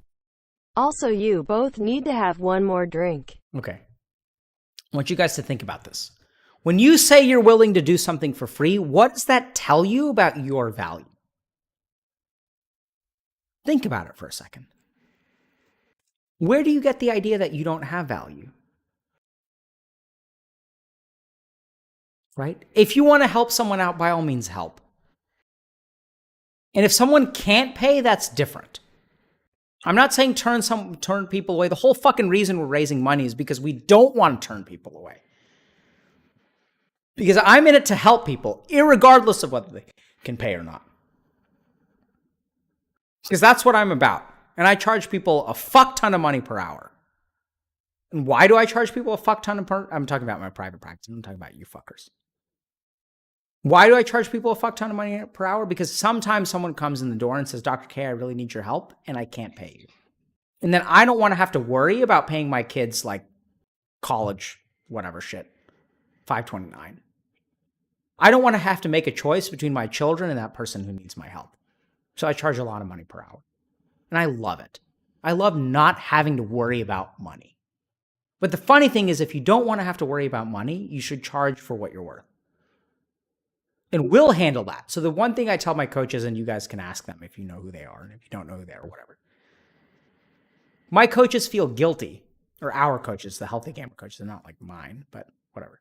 Our coaches feel guilty because some of their clients can't pay. And I tell them, you don't fucking worry about it. You shouldn't have to work for free. You let me figure that out. If you need money, I'm going to fucking pay you. You should not have a choice. You should not have to make a choice between sacrificing yourself or sacrificing your client. I'll carry that. You just focus on helping them. And if you need money, I'm going to pay you. That's literally what I told them 1 week ago. It's my fucking problem. It's not yours. You just help them, and if you need money, we're going to pay you. If you're an employee, you shouldn't work for free. You're a fucking employee. Get paid for every hour that you work. I'll figure it out. Absolutely. It's the carry. Absolutely. I'm the carry. And you know who's the real carry? Is you. Because when I'm carrying, what do? Who do I turn to carry me? What the fuck do you think this Mental Health Awareness Month is about? I'm asking you guys to fucking carry. And if you can carry the shit out of us. That's why we're raising money. Because we need to be carried. Because we need help. But if you're fucking broke, you need to be carried. You shouldn't be carrying the rest of us. And that's perfectly okay. Not everyone has to be carried all the time. I got carried for 27 years and paid my first bill at the age of 31. You guys are like, oh, I'm so old. I'm 25 years old. I paid my first bill at the age of 31. Now I support my mom at the age of 37. First bill at 31, support a family of 5 at 37. You can do it. But if you need to get carried in the fucking meantime, you get carried. And don't have shame about it. It's not about shame. You want to feel ashamed? Fine. But recognize that one day you're going to grow the fuck up and then you're going to start carrying other people. That's what Healthy Gamer is about. It's about being carried and not being ashamed of that. Because that's how life works. You can't carry from day one. You're not born. You don't come out of your mom's fucking uterus and start carrying shit. Right? And somewhere along the way we thought that, 18 is the age that I start carrying. No. You start carrying when you're ready to carry. And when you're ready to carry, and when you're the person, you're fucking 2000 MMR, and you're in a game full of 5K MMR, you get your ass carried. You guys are going to watch that when I play Dota. I'm going to get my ass carried. And you let yourself get carried. And then one day you're going to wake up and you're going to be a 2000 MMR player, and you're going to be in a group of people with 1000 MMR players. And then you fucking carry. And whether you're a failure or you got carried, none of that shit matters. You're in a 2000 MMR game with a group of 1000 MMR noobs, then you gotta fucking step up. That's what Healthy Gamer is about. Fucking stepping up when it's your time. Not every day, when it's your time. And the rest of the time, you fucking get carried. Fine. I'm gonna carry you on my back like a fucking baby. And you're gonna like it. And you're gonna learn, and you're gonna grow, and that's gonna be fine. And then when you're ready, it's your turn. Hey. Yelling quite a lot. Okay, sorry, I'm getting incensed and drunk. To bedtime.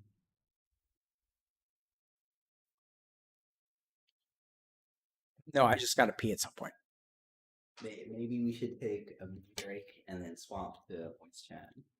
All right, we'll break. Okay. Let's run some. Let's get that. Dude, Boy Wonder just donated $600. Gather around 1KS. Okay. So if you guys are donating a lot of money, you better have a lot of money. I'm serious about that, right? If you want to donate because you're fucking carrying, that's fine. But if you're not ready to carry, don't fucking carry and let other people carry. I've been carrying Healthy Gamer for 18 months. Now I'm running out of money. It's okay. I'll make more. I can make more. Don't worry about it. I'll carry as long as I need to. Because that's dharma and that's karma. You carry when you need to for as long as you need to. And if you don't have anything to carry, but you're the guy who's 2000 MMR player, it doesn't matter. You carry. You carry because the world needs you to carry. And you guys better fucking carry when you're ready. And in the meantime, stop fucking whining about not carrying. And get carried and learn and grow and become better people. I was financially dependent on my mom's until I was 30 years old. Do you guys get that? Until 30. And look at where I am today. And there's no other way to do it. All right, I'm going to go pee.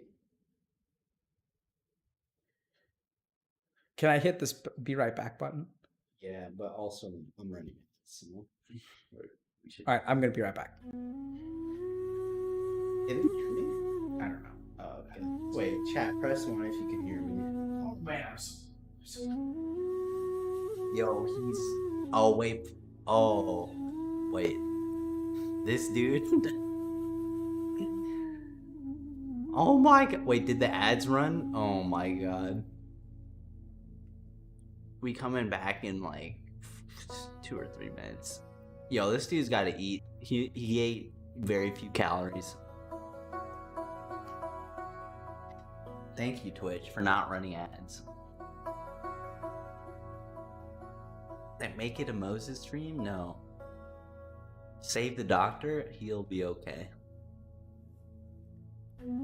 Jonas Brother Peppo G. I don't know what that means.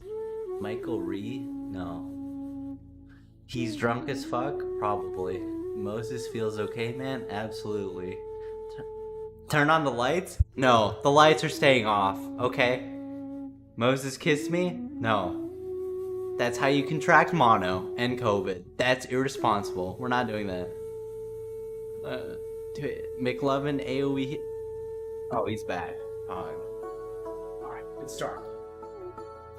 Ah.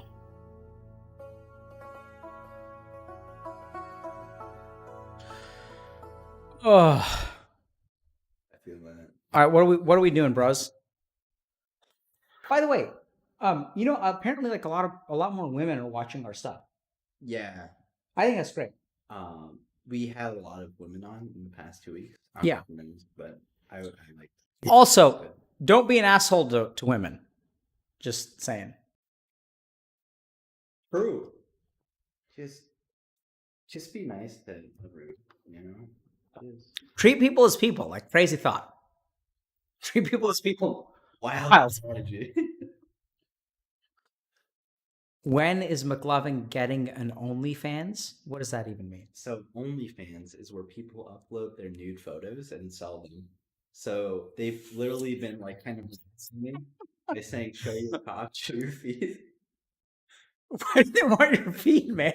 Because I told them that I run barefoot, so I see my nasty ass off it. I was gonna say, you have many nice features, Moses, but your feet is probably the dankest of them. Yeah, the feet not good.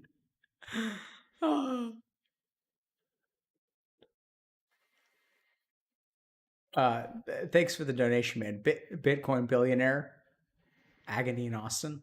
Dude, I'm in Texas. We should hang out sometime. Fuck. Dude, can I talk about the retreat? Or am I not allowed to do that? Even bigger. Listen. Wait, do we even want that? Did Kruti tell you about the ranch idea? Because you know how you said that's my idea. No, we just buy the fucking farm.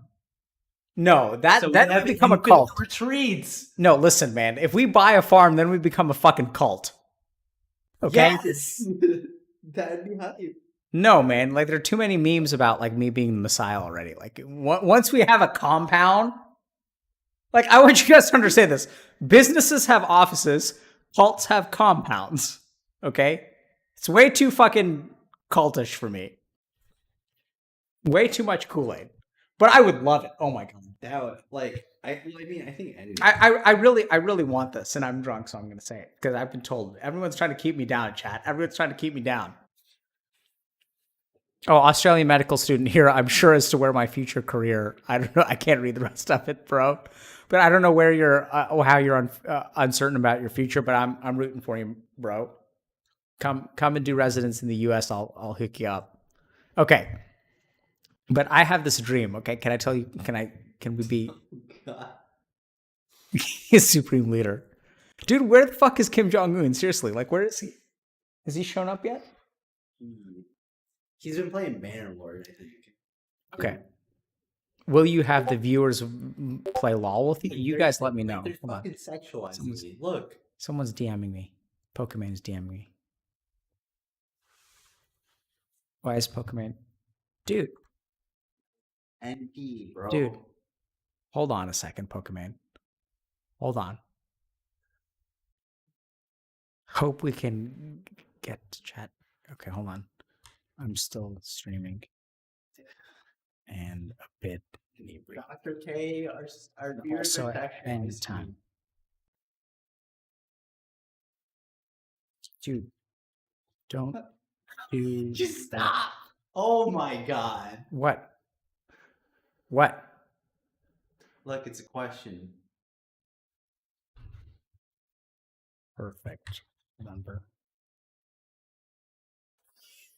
Okay. Seriously.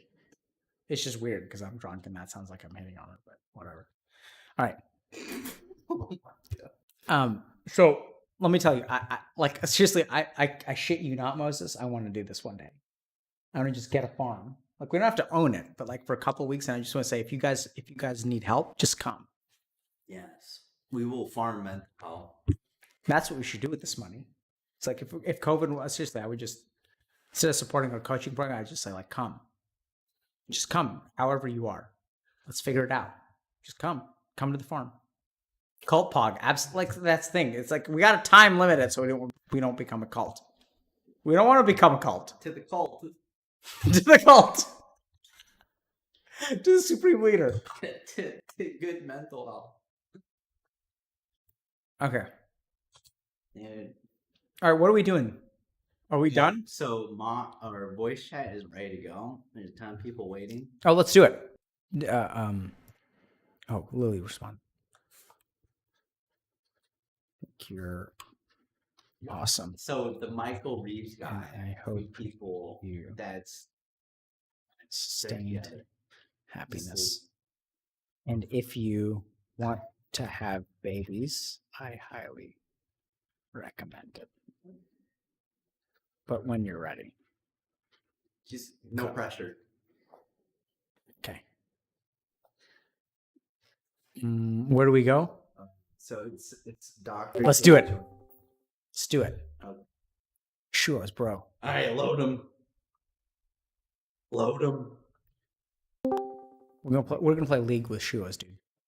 Yo, What's up, Dr. K? you tell me. Sexy. Not much. Not much. Thank Wait, you. did you say Damn, that I hope he wasn't expecting. Okay, go ahead, buddy. What's going on? So I had a few questions, but like the more I Is thought he about my muted? questions, I realized that like I kept refining them to where I didn't really know what I was trying to ask. So now my question became, Well, I don't know what how you're do you trying to ask say, a so it good looks like we're on the question? same page. Sorry. Yeah, getting there. How do you ask a good question? Wait, is that actually your question? Yeah. Okay, look, you just asked the question that you want to ask, man. What do you want to ask?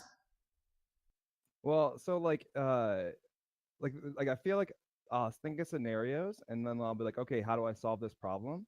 But then like I realize that I guess the problem I'm trying to fix isn't like really the actual problem. So I'll give you an example. So like I'm a former like bodybuilder powerlifter, and like my entire life has been one where like I used ego gratification as my way of like fulfilling myself and like pushing myself, and like would you use it, flagellated was the word, I think. Flagellate. used to- That means whipping Yeah. yourself. yeah, I use that to like make myself a great person. And I've stopped doing that stuff, and I've like changed my life a lot. But now I don't really know how to do things without like it becoming an ego gratifying thing. you That's know? a great question. See, look, all you have to do is just think about what your fucking question is to ask a good question. That's a great question. Beautiful. Give yourself a pat on the back. Okay. Well, Okay, so the first thing is I have to apologize to you and everyone else who's going to come after you because I'm not operating at 100%. And that's really not fair to you guys. So I apologize for I that. think you're over 100% right now. so no Yeah. worries. Apparently I'm at 102.98%. So the question is, so it's a great question, is that if you've learned how to, like if you flagellate yourself towards success, how do you learn to do something else? Right? So Yeah. if you're not, so what used to motivate you? Before it was like just being the man, like it is as weird as it sounds, like I was a stereotype Chad. Like I looked the part in every like way, like I lived that entire life, and like The Chad life. it was all like for the image, right? What do you So care I can't, about? fuck if I know, man. No, I mean, Like, I think you do know though. What do you care about? I don't. I honestly, the only thing I really want is to like not fucking worry about when I open my mouth and like just be comfortable with being myself. So, what's your name, bro? Shay. Shay? Is it Shay? Yeah, Shay, like Shea butter. You don't have to repeat that, but yeah. Yeah, I just turned him up. See, I'm not a boomer after all. So Shay, like, if you died tomorrow, what would you be? What regrets would you have? Fuck, man. I guess the fact that like I feel like I've always been working towards something, right? And like it that never came to fruition. I thought about this with COVID, and like my only thought was like, well, that was if I would have died from getting COVID, my thought would be like, well, that was fucking stupid. What was the whole point? Like I don't feel like I just don't get it. Like What do you want, man? I want to stop fucking worrying. I wrote out a list of like things I want out of life, and it came down to like wanting to stop doing things like worrying. I want to stop like I want to be able to be comfortable in my own skin, be able to be comfortable. Yeah, so perfect, right? So here's the thing, okay? You are so caught up in what you should be that you don't even know what you want. You're actually just like Pokimane. Like, yeah. So it starts by not worrying, right? You know exactly where to go. The first step is to say like, okay, like I'm not going to worry about being what I think I should be. And then you're going to listen very quietly. The first thing is to turn off the noise about what you should be. And the second thing is to listen to what's there. Because I think you've been chasing an image. You've been moving towards a should. And the problem is like, if you've been moving towards a should your entire life, you don't know how else to orient yourself. So what you've got to do is just stop moving entirely. Just like Pokimane said, like, don't do something for a day. Do you suck at life? Yeah, probably. I mean, I guess by whose metrics? Transition. You know? Do you suck at life? Yeah. What would make you not suck at life? Learning how to not give a fuck and just have fun with life. What is it that you want to have fun with life about? What is it that you give a fuck about that you shouldn't give a fuck? When you think about giving a fuck, that keeps you from doing something. What does giving a fuck keep you from doing? Come on, Shay, tell me. Like I want to do stand up. I want to. Then fucking do stand up. People. Okay. You know the fucking answer. All you guys fucking pisses me off. You guys all know the answer. You just don't listen to it, man. So the problem here, so I joined like a Toastmasters group, and like I've been making steps towards. No, you're not gonna be ready. Just go fucking do stand up. Toastmasters isn't gonna make you ready. Toastmasters is great. Right, but here's the problem: is that anytime I do something, like if I get a little bit good at it, my ego kicks in, and I feel like I'm only doing that for like who I think I should be. I don't know how to like stop. No, man. So just notice that, right? And don't let your ego get in the way. Like fucking, you're never gonna be good at stand up.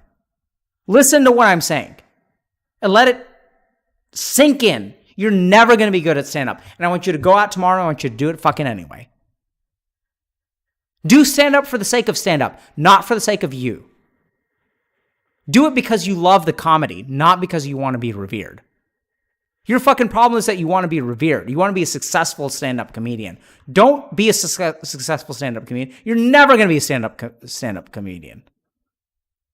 Sorry, I'm drunk and my words aren't coming out right. No, you're great. I love it. Thank you. But like, go out and do stand-up, man. And be the person that you are. Listen to that voice in yourself that you spent your whole fucking Chad life squashing. And then you're going to go out and you're going to do stand-up, and 99 out of 100 people aren't going to think you're funny. And one person is. And she's going to be a chick, and she's going to be hot, and you're going to fall in love, and then you're going to make babies. That's what you got to do, bro. Don't be afraid to live life, man. Live life with all of its beauty and all of its awfulness. You play video games? Hell yeah. What do you play, bro? World of Warcraft, Overwatch, and Hearthstone. Yeah. World of Warcraft, Overwatch, and Hearthstone. You have a 30 legend deck? You have an all legend deck in Hearthstone? No. So, like, you know, there are good decks and there are meme decks, right? There are meta decks and there. Your problem is you're trying to fucking play a meta deck. You gotta play a fun deck. You gotta play a theme deck. You gotta play a role playing deck. It's not about winning or losing. It's about playing the deck that you want to play. It's about doing stand up because you love stand up. And it's about failing catastrophically. Stop trying to be a Chad. You are a Chad. You have the soul of a Chad. You have the body of a Chad. And let yourself be you, dude. Let the world love you for who you are. You know the only difference between you and me? What's that? It's just, I showed them my insides, and you haven't yet. That's the only difference. We're not different. It's just, I showed myself to the world. I exposed myself to them. And you got to expose yourself, dude. Not like practically. Like, don't get fucking arrested. Don't get banned. But seriously, if you want to do stand-up, do stand-up and do it catastrophically. And I love you for it, bro. And then come back and you DM me because fucking people know what my DM is. People DM me all the time. I don't even know how they know. You fucking DM me and you tell me when you've done stand-up. And I'm going to say, fuck yeah. And then at some point we're going to have a retreat. Where do you live? Ohio. Okay. And then you're going to come to our retreat and you're going to tell me that I've done stand-up. And it was catastrophic. And then I'm going to love you and I'm going to hug you and we're going to hug and we're going to be like bros. And if you're fucking broke, I'm going to buy you a ticket and you're going to come. You hear me? Hell yeah. Hell yeah. Do stand up. But this is what I don't want. What's your Shay, right? Shay, is that right? Yep. Okay. When you come to me, I don't want to hear you say that I didn't do stand up. I don't want to hear that from you. When you come to me and we hug as bros do, you're going to say, I did it and I failed catastrophically. I'm going to say, you're fucking beautiful for doing it, Shay. Do you hear me? Yeah. Don't let me down, bro. You got to fucking live your life, man. Because you've only got one to live. And you've got to make it as awesome and as epic and as failure as possible. Don't let me down because I'm counting on you, bro. I can't do it unless you do what you need to do. I don't have the energy. I can't carry this alone. I need to know that it's going to help you. I can't help people who don't get helped. I don't have the energy to do that. I need to know that this is going to help you, and I need you to help me do that. I need you to help me keep going. You with me, bro? Absolutely. Do your fucking stand-up, son! Absolutely will. Thank you, Dr. K. All right, man. Love you, bro. You too, Dr. K. Thank you so much. Thank you so much, bro. All right, who's next?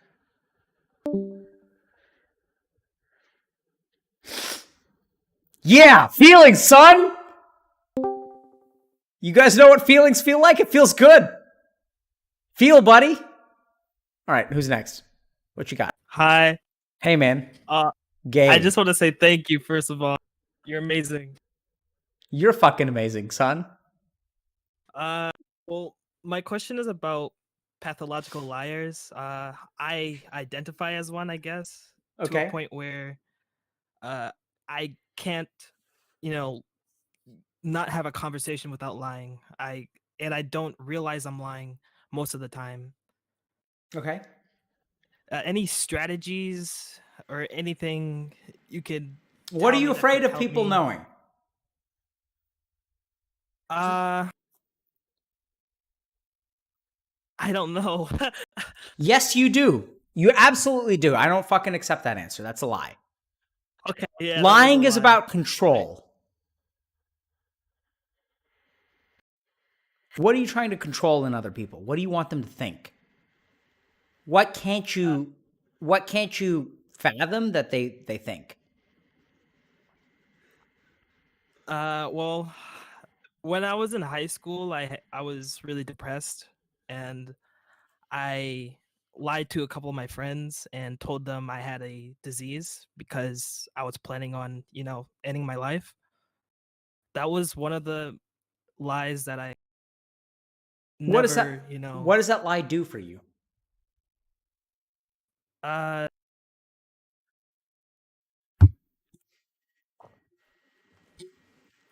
Think for a second.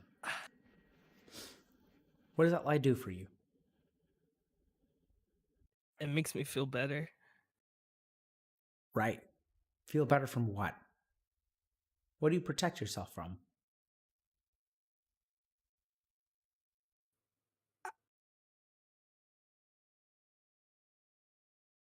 I, I don't I don't even know. If you didn't tell that lie, what would people know about you? Let's start there. What would people think about you?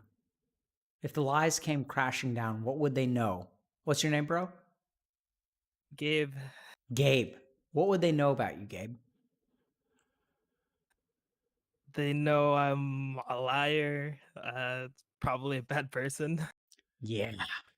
Are you a bad person, Gabe? No, I don't think so. Don't fucking lie to me, Gabe. Are you a bad person?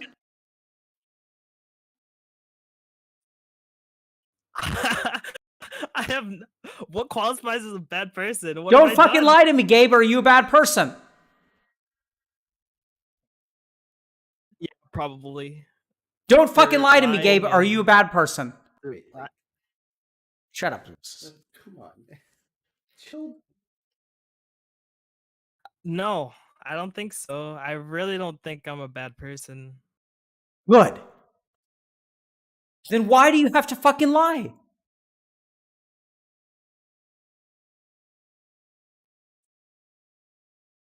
I I I don't have a good answer. I don't That's have right. So you don't need to lie. You only need to lie if you're truly a bad person. And I think deep down you think you are. I think you think you're a piece of shit. And I think lies protect you from other people knowing that you're a piece of shit. What do you think? You have to construct a disease. well, I definitely don't have, self-love and stuff like that. I don't Absolutely. So you like think you're a piece of myself. shit. Don't fucking lie to me. Are you a piece of shit, Gabe? Yes. Absolutely. All of it. And you know what? I love you anyway. It's okay to be a piece of shit, man. What's wrong with me? We're all fucking pieces of shit. You fucking lied to me 5 or 6 times. Like, I just fucking tell me you're a pathological liar, so it's easy for me. But you think you're a piece of shit. And you know what? You are. You wanted to talk to Dr. K, and Dr. K was telling you, oh my God, oh, you're so beautiful, Gabe. You're so awesome, bro. You're so beautiful. I love you so much. You're a piece of shit, and I love you anyway. You don't reject me. You're how much of a piece of shit you are, I don't accept it. I love you anyway. I love you in spite of it. The problem is that you think you can only be loved if you're good. I love you because you're foul and because you're disgusting. And I say, fuck that. I love you anyway. Do you understand what I mean? That sounds amazing, but I've never heard that from a person before. Yes, and I want it to sink deep inside you in a pseudosexual way. Oh, I'm into it. Pseudosexual because because I'm fucking drunk. But seriously, man, you are completely fucked in life. You are a piece of shit, and you know what? That's okay. I don't give a shit that you're a piece of shit. You don't need to hide that from me. You don't think I know you're a piece of shit? You don't think that I don't know that every night when you go to sleep, the thoughts come up? And so you have to do things so that you're absolutely exhausted, so you have no room in your mind for those thoughts to come up about how much you're a piece of shit? You're a piece of shit? Fine. I'm with you, bro. We're gonna do better with that. But don't delude yourself into thinking that you're not a piece of shit, because you absolutely are. And don't think that you're unlovable because you're a piece of shit. What do you need to do? Tell me, Gabe, what do you need to do? What's the next thing that you need to do? What's the first step you need to take? Stop lying. I don't know. I did like. Then stop I can't- lying. What are people I going to say? can't. Yes, you can. I literally lie, like without even thinking. Like I'm just. I understand that. Comfortable. What is the in a lie? sit- What do you need to do in your life to make the lie a truth? What are you not doing in life that you need to be doing? Being happy. What do you do? That's not a thing that you can do. I'm asking you, what do you need to do? How old are you? I'm 19. Okay, are you in college? No. Do you want to be in college? Yeah, but my parents can't afford it, and I don't have the grades for it. Okay. Where do you live? Connecticut. Okay. Yes. Any community colleges where you live? Yeah. What do you want to be when you grow up? I don't have anything like that. I'm going to think for a second. Is that okay? Yeah. Do you have a job? I used to before Corona, but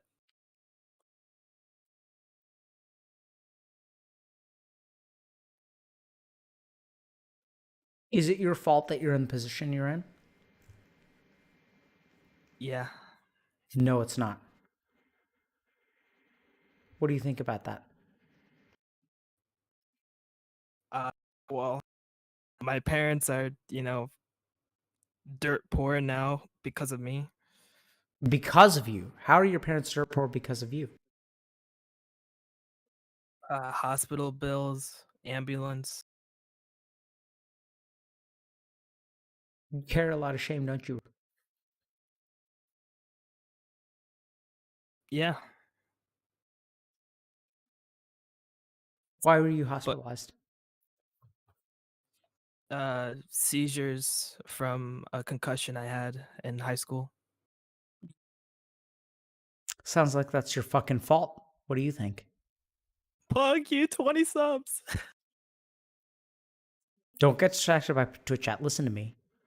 Whose fault is it that you had a seizure? Well, I mean, it's my fault for having. I see what you're doing. Don't fucking see what I'm doing. Answer the fucking question. My parents, are great people, and they birthed me into into a really they were doing their best. And when I got into high school, like I I saw how the money problems were affecting everyone and making them slowly like hate me. And Your parents hate you? no, my siblings do though. Why do they hate you?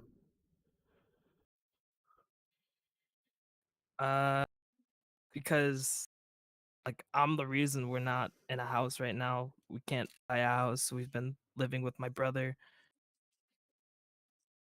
Fucking asshole. You donated $50 to us? Fucking asshole. You're the reason that you guys are.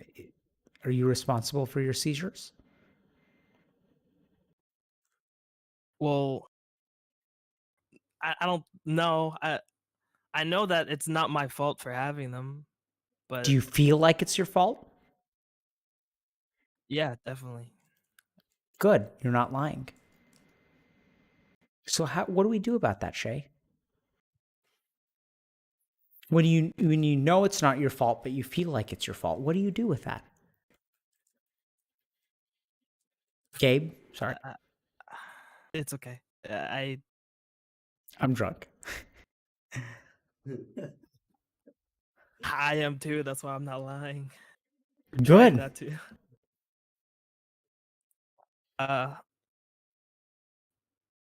Wait, can you repeat your question? I don't remember my question. So I think what it was like when you know it's not your fault, but you feel like it is your fault, what do you do with that? I don't know. I just feel depressed, I guess, and shitty. Yeah, man. I don't know what the answer is for you, but I think it starts with the acknowledgement that, like, you know, it's your parents' place to make a sacrifice. Like, I'm going to tell you as a parent, like, I don't want my kids to ever feel guilty for a sacrifice that I make, because it's my sacrifice to make. Does that make sense to you? It's mine to give up. It's not theirs to take. It's mine to give up. Do you understand that? You aren't responsible for the sacrifices your parents make. Your parents make those sacrifices because they love you, man. You aren't responsible for that. It's theirs to give up. And if you've got fucking seizures, like, how the fuck is that your fault? Yeah. And it hurts, man. It hurts to be carried, doesn't it, bro? Do you play League of Legends? Yeah. I play League. It hurts to be carried, but bro, sometimes you gotta get carried, man, because you're a fucking noob, bro. And sometimes you get carried in life, and let your parents carry you. That's what they're there for. Think about this for a second, okay? Yeah, but When your parents die, what would make them happy? If they carried you or if they couldn't carry you? Think about that. yeah, What's the answer? they couldn't. No. Carrying you is going to make them happy because that's what they're on this earth to do, man. If you've got fucking seizures, that's not your fault, dude. Seizures are not like psychological, bro. It's not like you play League of Legends, you get seizures. Like, seizures is something in your brain is like you got dealt like a shitty hand in life, bro. And if I think you should try to go to college, man. What do you want to be when you grow up? An engineer. Then find some community college. You're in Connecticut? Yeah. Find a community college and apply and ask for financial aid.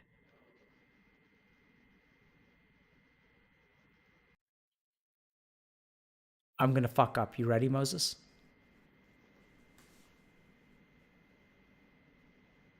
You ready, bro? Listen, man, Oh, yeah. I will pay for your first year of community college. I'm going to do it.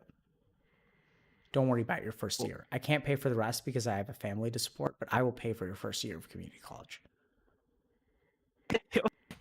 What? I'm serious. I'll pay for it. My wife is going to throttle me. I'm so fucked. But I'm going to do it anyway. To the fun going to community college. No, I'm serious. I'm not going to pay for the donations from the stream because the stream is for something else, but I will pay for it. If you can't get financial aid, I will pay for it. Yeah. I want you to fucking apply for financial aid because I have to pay for my own kids' college. So apply for financial aid and take loans if you need to, but if it doesn't work out and you have to go to community college, I will pay for it. Not like a university. I'm not going to pay like 30 grand a year for your ass. But I'll pay for 1 year. I'm serious. DM me if you can find me on Discord. I don't even know what to say. I don't want you to say anything. I want you to fucking apply for college. I want you to do your research and find out which community college can you go to that has the best chance of you becoming an engineer. And I want you to fucking do it.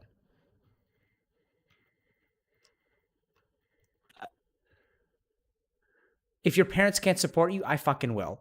It's not my place to take Twitch chat's money and do this for you. It's my place. I will do it. Do you hear me? Yeah. Thank you. I don't even. Is this real? I mean, you can splatter stuff on Reddit about how I didn't live up to my expectations.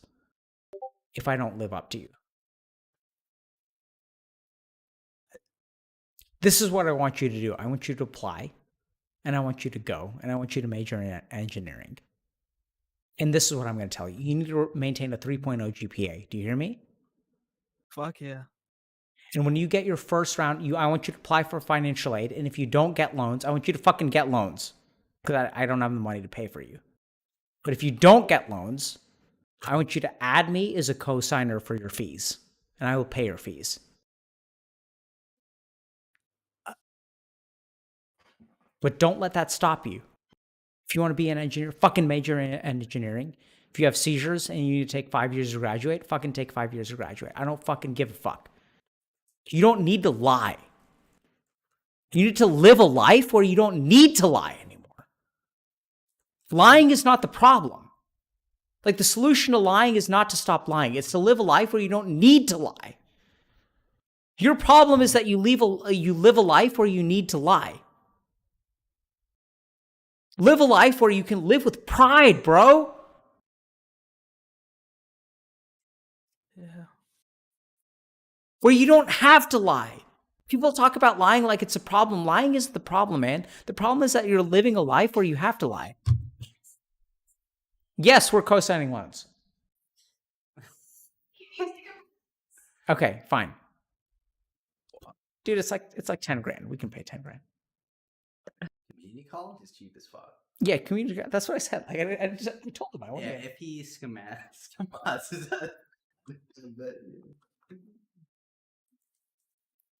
He's just gonna kill me. That's okay. I'm gonna make a lot of money. Don't worry about it. I'm gonna work hard. They have ads to. But you. I mean, I'm not gonna pay your fucking fees if you're not gonna get a 3.0 GPA. You hear me? Yes, sir. So it's May 8th. What are you going to apply to? Where do you live in Connecticut? What are the community colleges around you? Like, don't dox them. Well, just think about it, okay? And DM me. Yeah. And my wife is going to throttle me, but, that's fine. And if you fuck up, that's fine. I'm off the hook. You have to do it now. You hear me? Yeah. It's May 8th. You've got time to apply for the fall semester. This means that my wife is watching Twitch chat. She's watching Twitch instead of. Everyone say hi to Creepy. Hi.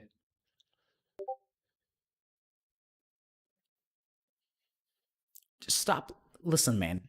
If you're a pathological liar, the solution is not to become a non-pathological liar. Listen to me. The solution is to live a life where you don't have to lie anymore. Wow, I've never heard that. You don't need to lie, man. But absolutely right now, fucking keep lying. Because you're nothing. But don't let that stop you from trying to be something, right? Live a life where you can be proud.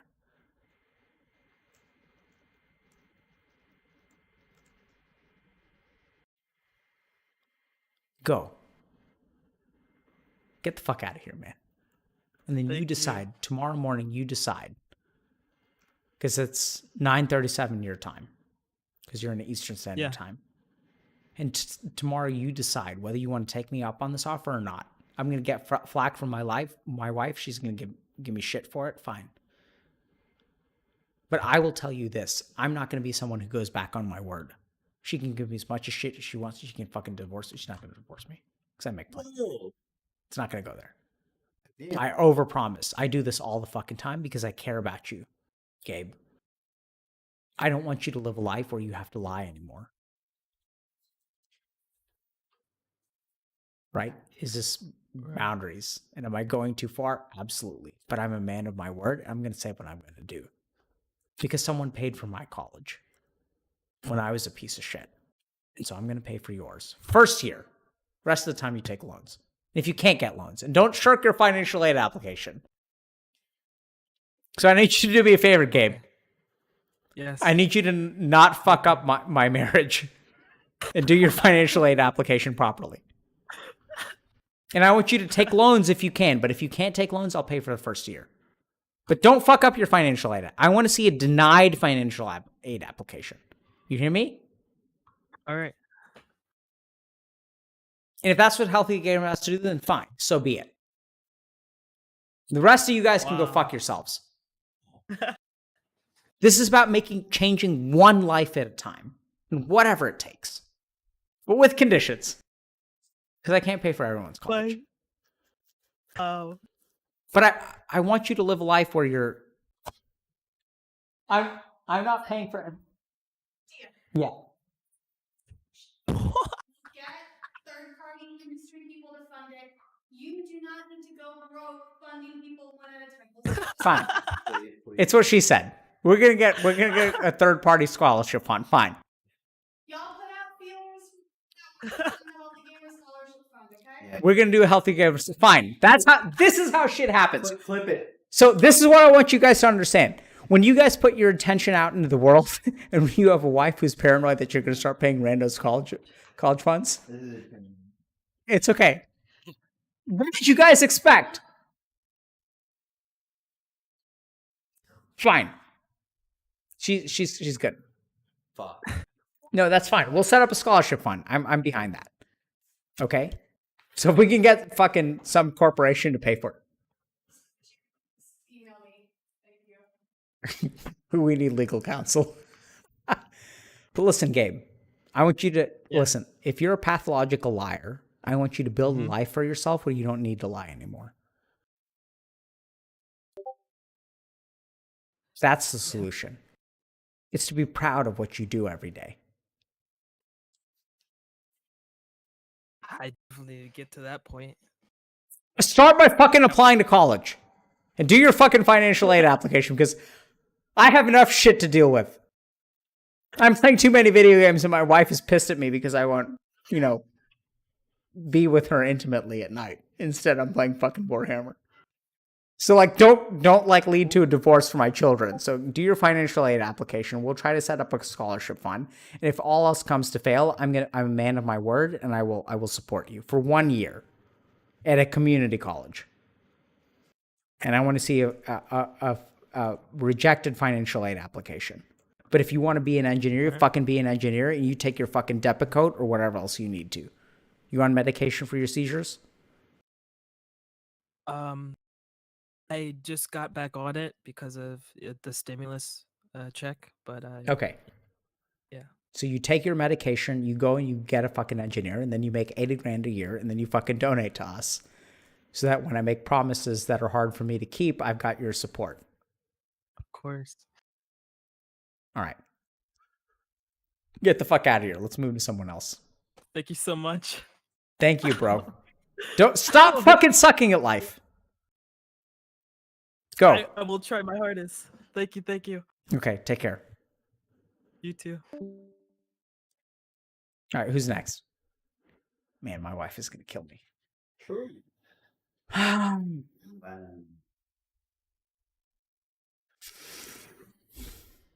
Man, I'm so fucked. Hi, man. You want to take a Hey, man. break? You wanna take a No breaks. If I stop, I'm going to collapse. I just want to ask you about the difference between knowing something and understanding a concept. Oh, thank God. You don't want me to pay I for know your you college. talked about, no, I know you talked about this before and stuff, but if my dad or my grandpa tells me that life is short, I have no way of actually understanding that concept until I have a deep emotional experience, like a near-death experience. So I just wondered, how do you integrate knowledge? What happened to from you? Tell us about that. No, I have not lived it. That was just an example. It doesn't matter if it can be that or to live in the moment or whatever. But I just wonder how do you integrate knowledge from introspection without a deep emotional transcendental experience? Because I feel How do you no integrate knowledge without a deep emotional transcendental experience? Yeah, because it feels like introspection can only take you so far. Yeah, man, because introspection can only take you so far. You're absolutely right. So there's no way to integrate knowledge which you don't have. You can understand concepts, but that's not knowledge. You can What do you understand mean? concepts. Well, let me explain this to you. You ever had sex? Yeah. Okay. So I remember when I was 13 and people talked about having sex. And I didn't understand what the fuck they meant. Yeah. Right? And there's no way you can integrate the knowledge of not of sex without having sex. You with me? Yeah, I kind of understand, but uh, sex is like a different thing when it comes, um, because I kind of get what you mean. Because So here's the thing: you're trying to integrate knowledge that you don't fucking have, bro. yeah, I get what you mean. Because like after sex, like life becomes like different, right? Fine. So if you want to integrate knowledge, and if you want to integrate knowledge, so you're asking me, how do I integrate knowledge of a near-death experience? That's your question. No. How do because after near death experience, people like are completely changed, right? They get another outlook on life. How do I like gain the same like how do I get another? You have to have a how near-death do I gain the experience. same- What? Like, so you're saying, how do people, like, so people are changed after near-death experience? That's what you're saying, Yeah, right? exactly. How do I reach the same state, or how do I? Then you get have to the- have a fucking near-death experience. It's like telling someone, like, how do you understand what getting laid is like without getting laid? But bro, you got to get laid. Yeah, okay. You got to have a near-death experience. So I'm going to give you an experience. You ready for it? I'm going to give you a meditation technique. Do you know what Trataka is? Trataka? No idea. Trataka is fixed point gazing. I want you to go back, and I want you to watch our, go to our YouTube channel, and go and look at our first or second interview with Ethan Evans. And there's a practice in there called fixed point gazing. It's the practice of looking at a particular thing without blinking. And you're telling me, how do I integrate knowledge from a near-death experience if I haven't had a near-death experience? And I'm saying, do you... It was that was just an example. I mean, No, like, I don't care about the example. There's a reason why that was the example. Yeah. Like, you're asking, how can I be transformed? That's your question, right? Yeah, but it doesn't have to be like so. No, forget it. But you're saying, how can I be transformed? Because you're looking for the transformation that someone gets through a near-death experience. Correct or incorrect? Yeah, correct. You're looking for something that's going to turn your world fucking upside down. And boy, do I have a meditation technique for you. Okay. Fine. If you want to, if you're saying, how do I get transformed through a near-death experience? We can talk more psychologically about like why you feel like you need that kind of transformation, but fuck it. No, Trataka, I want you to take a mirror. Don't try this at home. Yeah. Take a mirror. Learn Trataka. Don't try. No, Don't try other or people try. can't try it. You can try it.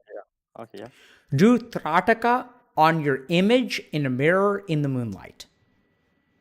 Okay. So I want you to take a mirror and look, like, so turn off all the lights and have the moonlight, see your reflection in a mirror and look at your reflection in a mirror for minutes at a time without blinking. And then you'll have your answer. Okay. You must learn Trataka. Okay. I saw it on my Wikipedia, so Moses must have been talking about it earlier. Trataka. If it's on your YouTube, I can find it. That's fine. Okay, great. That's your fucking answer. Yeah. Like, if you're saying, how do I get transformed without a near-death experience? My answer is you can't get transformed without a near-death. Fucking have a near-death experience. If that's the transformation you're looking for, do it. It's like, how do I learn how to, like, feel confident about myself without getting laid? It's like, fucking get laid, man. Yeah, I get what you're saying. That's good. Go and have that thing. Okay. Straddle death. But don't do it, like, don't, like, actually try to kill yourself. Like, that's a bad idea. Like, you can use meditation techniques. Meditate and look at your reflection. Don't try this at home. This is only for this guy.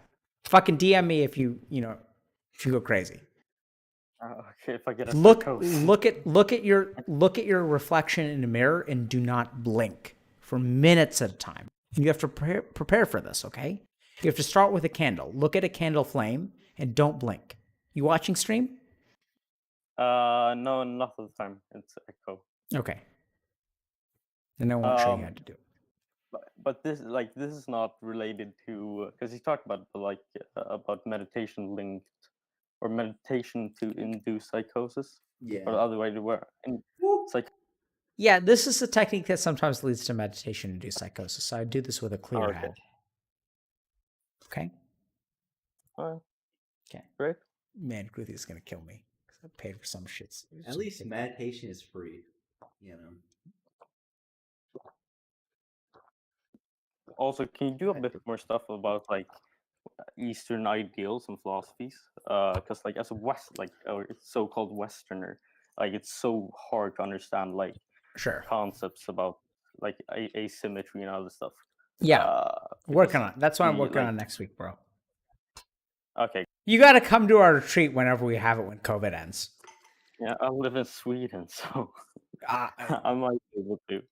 that you make it sound like I give a fuck that you live in Sweden. Just fucking come, dude. Yeah, okay, might be. We'll do one in the Europe if you want. Sounds expensive. Yeah, that would be great. Yeah, we'll do could one do, in the like- US and we'll do one in Europe. Okay, nice. I can't pay for Perfect. everyone's tickets. I'm gonna go broke. No, it's fine, it's fine. We have welfare in Sweden. I Okay. can steal someone else's money. Okay, no. We'll try to do one in the EU. Once, Oh, well, sure. COVID has to stop first. Yeah, of course. We don't want Alright, everyone great. to die. All right, man. Good luck, dude. Bye. Man, I'm fucking myself 6 ways from Sunday. Take a break. No, I don't have time, dude. If I take a break, I'm gonna stop. I'm gonna collapse. Oh my god, so many DMs. Look at this. Okay, Kensu, talk to me, bro. Can you hear me? Yeah. Hi. So I'm gonna try to short the things out. But you mentioned in Recfell's stream, where you said that you can come back to a loop when you think you're healed and stuff like that. Wait, and what? I think I'm in that part. Say that again. When you've been in or dealt with your Come in. PTSD, Huh? which I believe I have. Okay, I'm gonna finish this question and then I'm gonna take a break. Okay, go ahead, bro. Oh, okay. Well, hi, first of all. And so my question is, in Recfell stream, you mentioned about well, when you've dealt with your problems, you can go back to depression again and stuff like that, if you remember. And I think I've dealt with my PTSD, but still, yeah, I was happy for a while, and then I went back again to being like, yeah, the same feeling where it feels like everything is meaningless, whatever I do, and yeah, there's no point in doing anything. Right now, I even have hard time even gaming right now, or actually doing anything. It's just painful and struggle. And you mentioned on the diary stream in the end there, the people that struggled like every day. I think that's basically me. I'm trying to find a way right now, how to deal with things or how to even So tell me get what you mean better. by struggle. Yeah. Struggling by just living. Help me understand that. So I'm gonna take a break after this one, okay? it feels like I'm in the middle of a question. Dad, stop fighting, please. Just take the break. Okay, hold on. Okay, hold on a second. Let me just talk to this dude. Okay, so you're saying, so what's your problem? So you sort of dealt with it and you were good for a while, and now you're back to square one? I wouldn't say square one. It's not as bad as before. It definitely feels like I've fixed a lot of things, but it's still not to the level where you even can enjoy life. It's still a struggle to live life. What makes it a struggle to live life? So I kind of, well, when the days goes, everything just feels, yeah, meaningless. No matter what I do, it can go from periods like it's not like this every day, but sometimes it can be like this for continuously 3 days or a shorter period of 1 day. When and you then say it comes, can be like this, what do you mean? it's just a constant feeling. What's the feeling? Meaningless, like despair, or yeah, it can also be like just a heavy chest feeling.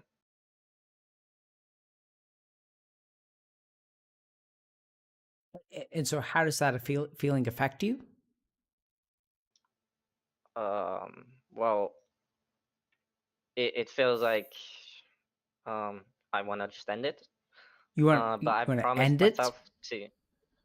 Yeah. What is it that makes you want to end Um, it? it feels like I've tried so many things in my life. I kind of do a lot by the textbook. I went to a psychologist and we went through the PTSD. What makes you want to end it? Well, it feels like I've tried so many things and it's still not getting worth living. You tried so many things to do what? What have you tried that isn't To live working? life, to cope as a normal human being. And what keeps you from living a normal life? This feeling. What's the feeling?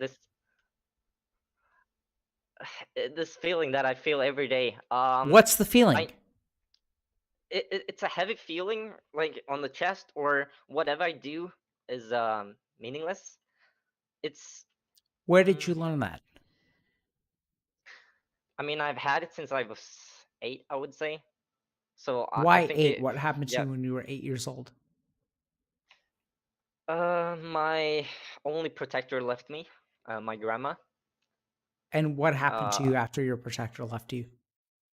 My mom could unleash however she wanted to be towards me.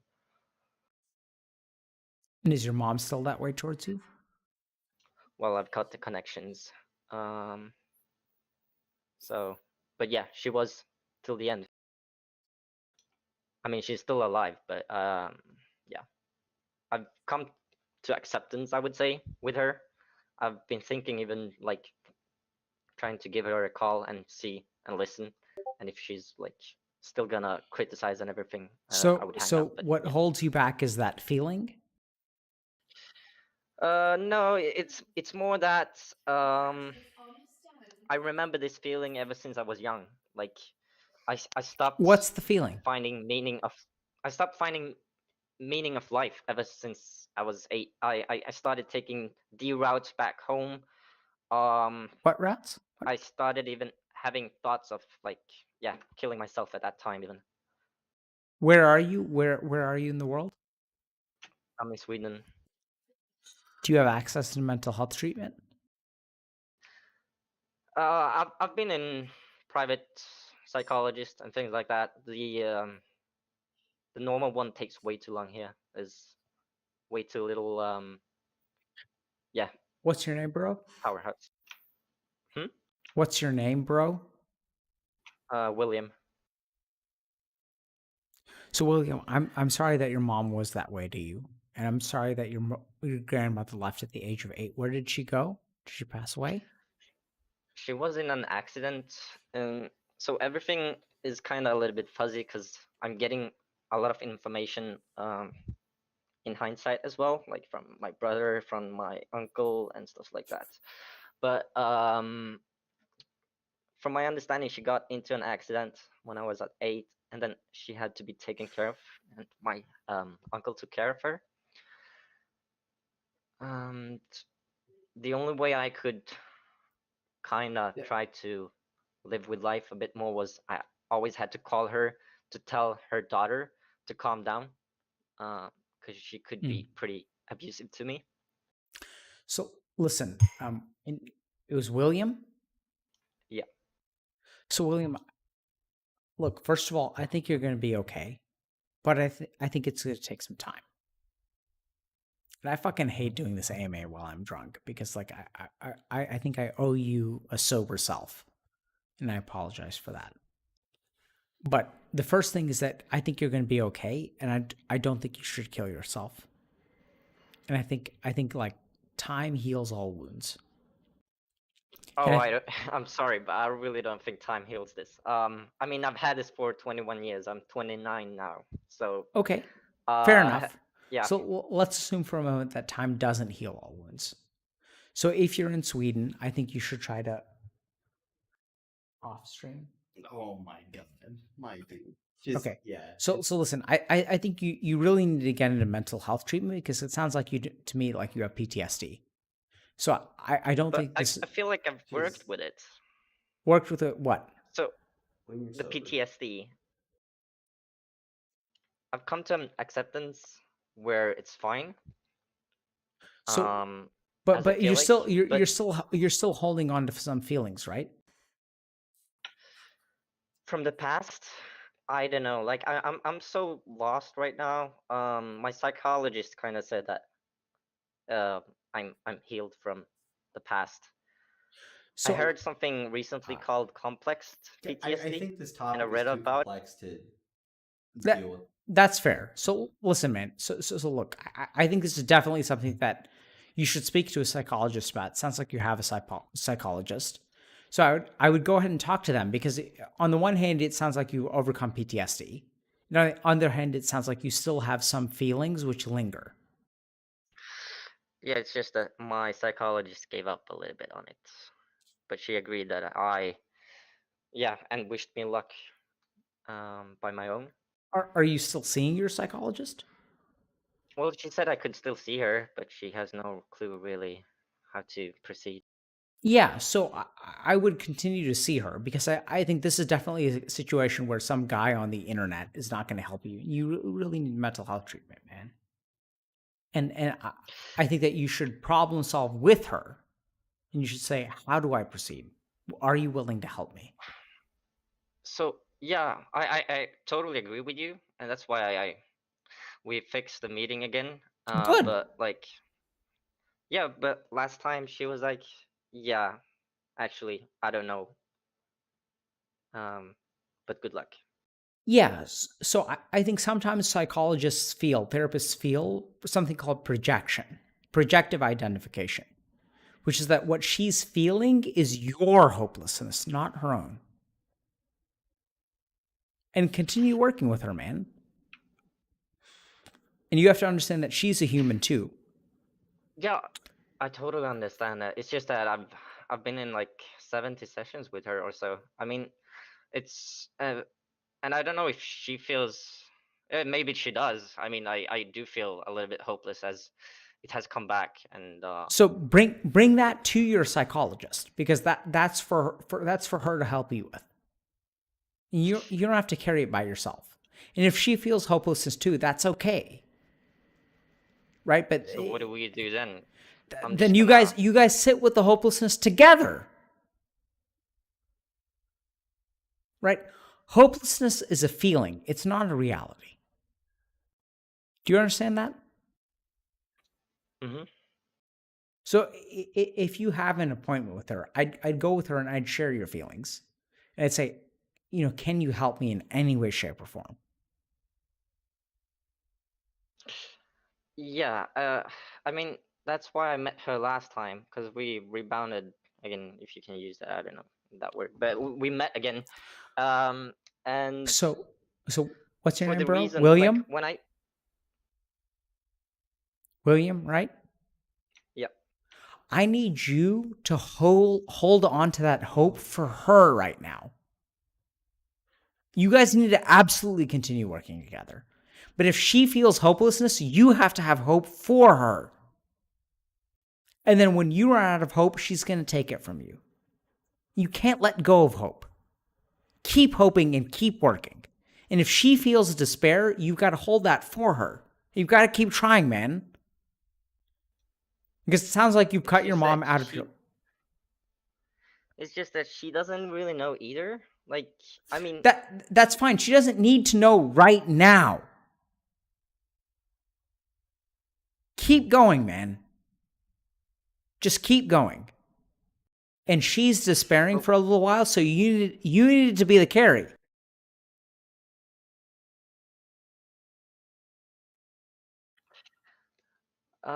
yeah, I don't know.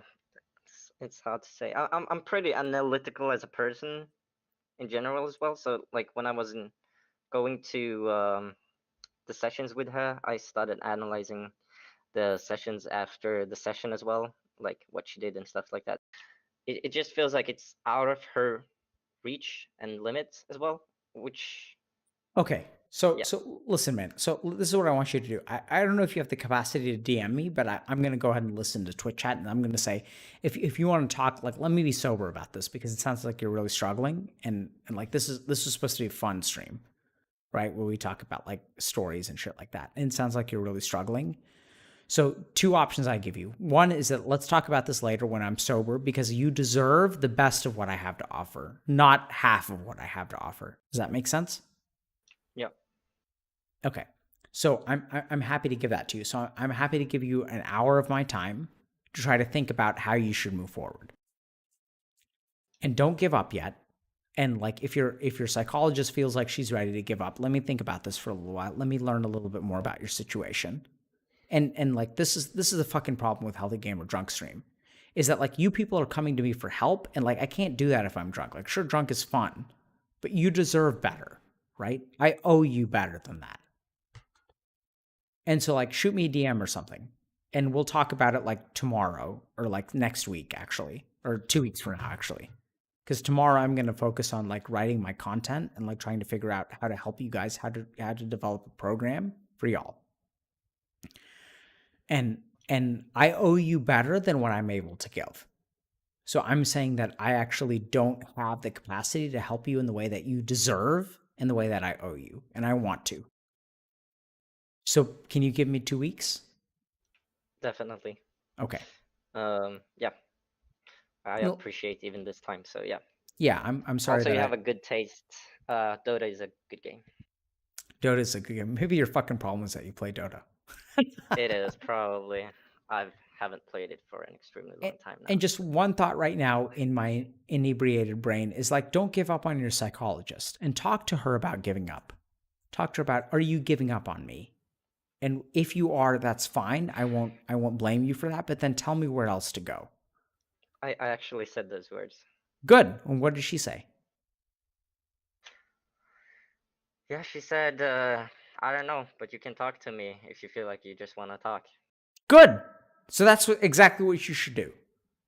And in 2 weeks, in 2 weeks, I'm going to try to I'm get up for like casual talk with her. Like, yeah. So don't make it I wanna casual deal with this- talk.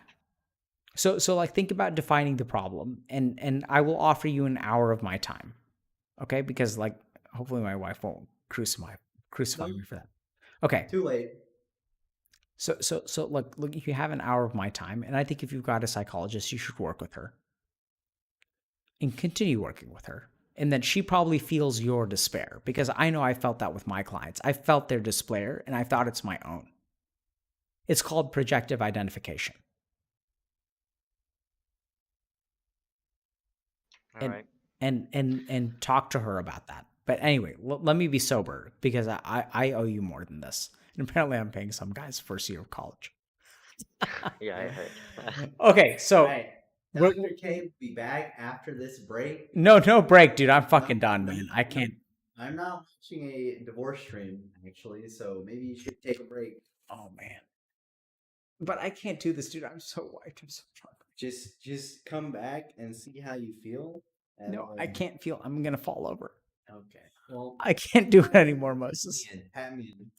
All right, guys. So listen. Pat me in. Yeah, So no, now, just- no. I have to say one thing. Okay, say one. Because I promised to pay for some guy's college. So, okay, fine. Yeah, I, yeah. Sit, Yeah. find yourself. Divorce stream, let's go. All right, I'm done. I'm done. I'm finished. Alright. Dr. K is done. Well, yeah, well. Wow, mom and dad's getting a divorce. Oh, okay. Well, here's the divorce stream. Guys, just one thing, okay? Can we just talk about where are the kids? And now you want to ask about the kids? Wow. I know you're upset. I'm not upset with. Yay. Thank you. Close the door. I can't do this. Hi, you guys. No, there's so much we can't do. Okay, I'm sorry. Okay, you're just gonna sit there and apologize. What am I doing? I just want to say. Am I even talking to anybody? What's And this? look, I know I promised to pay for one kid's. Like, I didn't promise to pay Listen for- to me. Okay, Yeah, here. you talk. Yes. Okay. So here's the thing about Dr. K. This is weird, just talking into nobodyness, but also everybodyness. Okay, here's the thing about Dr. K. He wants to do everything for everyone, and to this day, he takes everything on his own shoulders. It's not sustainable, obviously. We can't keep writing checks for how many people have you taken under your wing? Just one. Today. Okay, now listen. You're under So my here's wing. what we're going to do. realize The that. whole point of all of this is that there's so Can you just Don't be mad at me. I'm not mad at you. You married me. You know what you were getting at me. That's why I know you can do this. You can't do anything. We can do this. We need to put him kind of like, he's kind of our North Star, right? But what we really need to do is marshal the goodwill and the resources of the world and put it where it belongs, okay? So if the medical system is failing, fine, fuck it. We can do better than that, okay? We can get people the help they need. You're so weird. Both of you just I'm crouching behind I'm watching Chad. You sit on my lap all the time. I'm watching Chad. Okay, I think the scholarship fund is a fantastic idea. I have no idea how to do that. I know it's isn't it better than you just writing checks here and there? So we can do better than that, is what I'm saying. It doesn't need to be individual charity cases. I don't want you inviting like people to extort time and money from you with the saddest sob story. But I know there's a lot of pain out there that we can fix. Okay, so let's just channel the resources to the right place. We'll do our best to communicate on how we can do this. It's going to be one thing at a time because we have to deal with this guy over here. So like, do we have to do this despite him? To kind of do. Let me say something to you guys. So, Mrs. Go ahead. Sorry. I was gonna say this is how Dharma works, really, right? It's his Dharma to do this one at a time, but it's mine to support him and to make this actually possible. So that's what we're gonna do.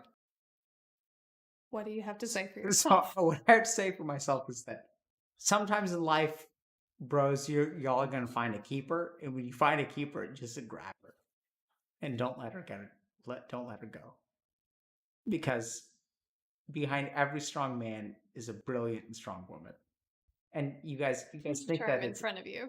Sure, I'm in front of you. you are in front of me. I love you so much. Sorry, I'm sorry that I promised our bank account to other people. It's just because I love them so much. You know what? I love them too. I love them because you love them, and we're gonna help them. But if you keep, I promise it won't affect your jewelry. Wow. it's not about my jewelry. It's not. It's not. It was. Jesus. By the way, what's Sunday? Mother's Day. And what? God damn, dude, you're really like. Oh my. Okay. So now more than ever, I'm gonna. This is the time in which I'm going to solicit donations the most. Yes. If we okay, No. here's this 100K stretch goal. We set up a college fund. Okay, we set up a scholarship fund. We get out. That's good. We get out some scholarships to people by start of school by September. Okay, so if we actually hit that, I think we can get it done. Okay. Okay. Okay. Are you mad at me? I'm not mad at you. I'm trying to save you from yourself so you can actually help people. You just sat here. This is no. Yes. So bad. All right. Thank you so much, everybody. I think this is the end for today, but apparently we're gonna have to do drunk relationship advice. So that'll be. That's gonna be fucking train wreck. I love you though. So for all of you incels out there, remember that there's a beautiful woman who will one day Suffer your faults. suffer your faults and will accept you for who you are. And you know. And then you can screw her over in front of thousands of people. I thank you. And so I want you guys to remember that Dr. K is not like a person, it's like an organization. Right? And I'm grateful to Moses and my wife. For letting you just And your fault for putting all that alcohol in the thing. And you guys said that there was going to be. Does anybody remember when he said that he wasn't feeling it? That these drinks are so weak. Now Does I'm feeling anybody it. remember Listen, that? You talk shit, so now you gotta pay the price, my dude. I'm sorry. Wait, are you on my side or are you on her side? He's on the side of truth and justice. Play Okay. both sides, okay? No, so if you want to be on the winning side, you should be on her side. All right. Now's the time to subscribe, donate, etc. Thank you so much. Yeah, who should we rate? Oh yes. Did you even talk about the store? There's a store. About like an hour ago. Did you link it? Does anyone? God, I have so many DMs. Yes, you have. Why do you have so many DMs? Disconnect. I don't know, but dude, Shoeless is legit, man. Yeah. Okay.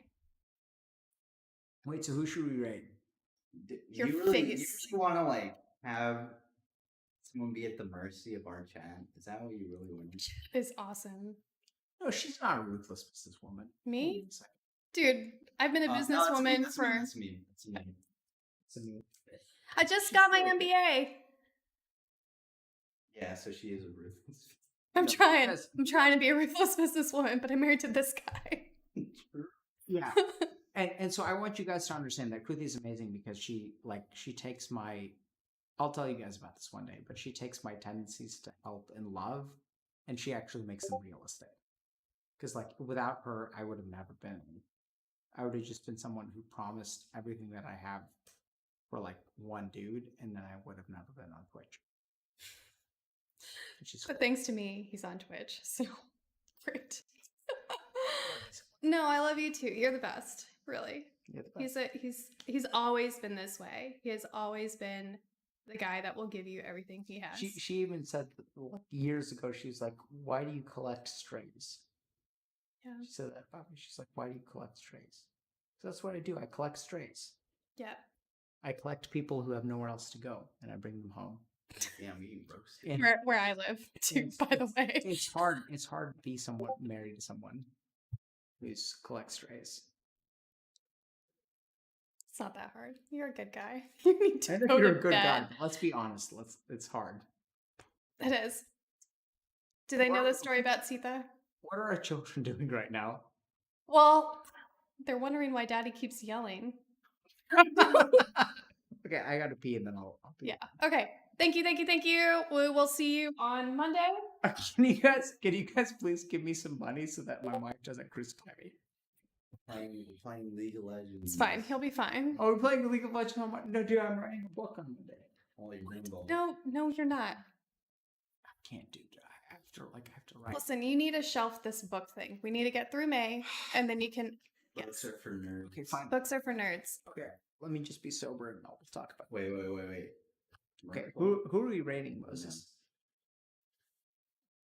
What do you? I don't know. Moses, tell me. Who's rating? Oh, Miskiff. actually, you should probably. Did you guys know that she is? I do know. Oh my god. Yeah. And then You know, they will so she's- understand my pain so much. So she's CEO of Healthy Gamer. I'm not actually the force behind Healthy Gamer. This beautiful woman is the force behind Healthy Gamer. And my favorite part about this. So here's pro tip. So people say that you shouldn't go into business with family. Here's the pro tip. If you go into business with your wife, you can sexually harass her and it's completely fine. Is it though? Jesus Christ. What the Right? fuck? I just asked for permission. You said it was okay. I can still cringe though. Yes. That's the best thing. Yes. When 3 p.m. rolls around, Dr.K needs a little thumbs up. Busted. You are busted. All right. Are we ready? Yes. Abort. Come on. Come on. What are you doing? We lost so much push me? respect. Well, I'm trying to type on the keyboard. can I get up then? Yeah. Okay. Thanks. All right. Love you guys. We'll see you on Monday. We'll get him cleaned up. Don't worry. Look, you guys asked for it. Come on. You No, you said my drinks were weak. I know, and then you made me fun, and then look at how I ended up. No, this Who is rating? your.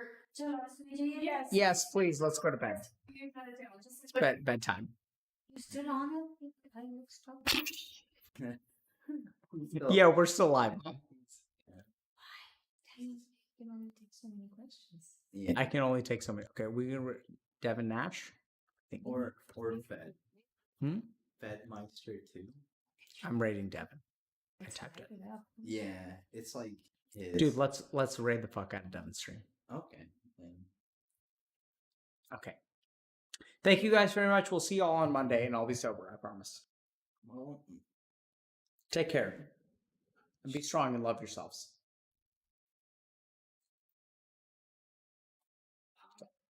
Did you drink all this beer to keep going for 3 hours? no, that was me. Did you drink 3 beers?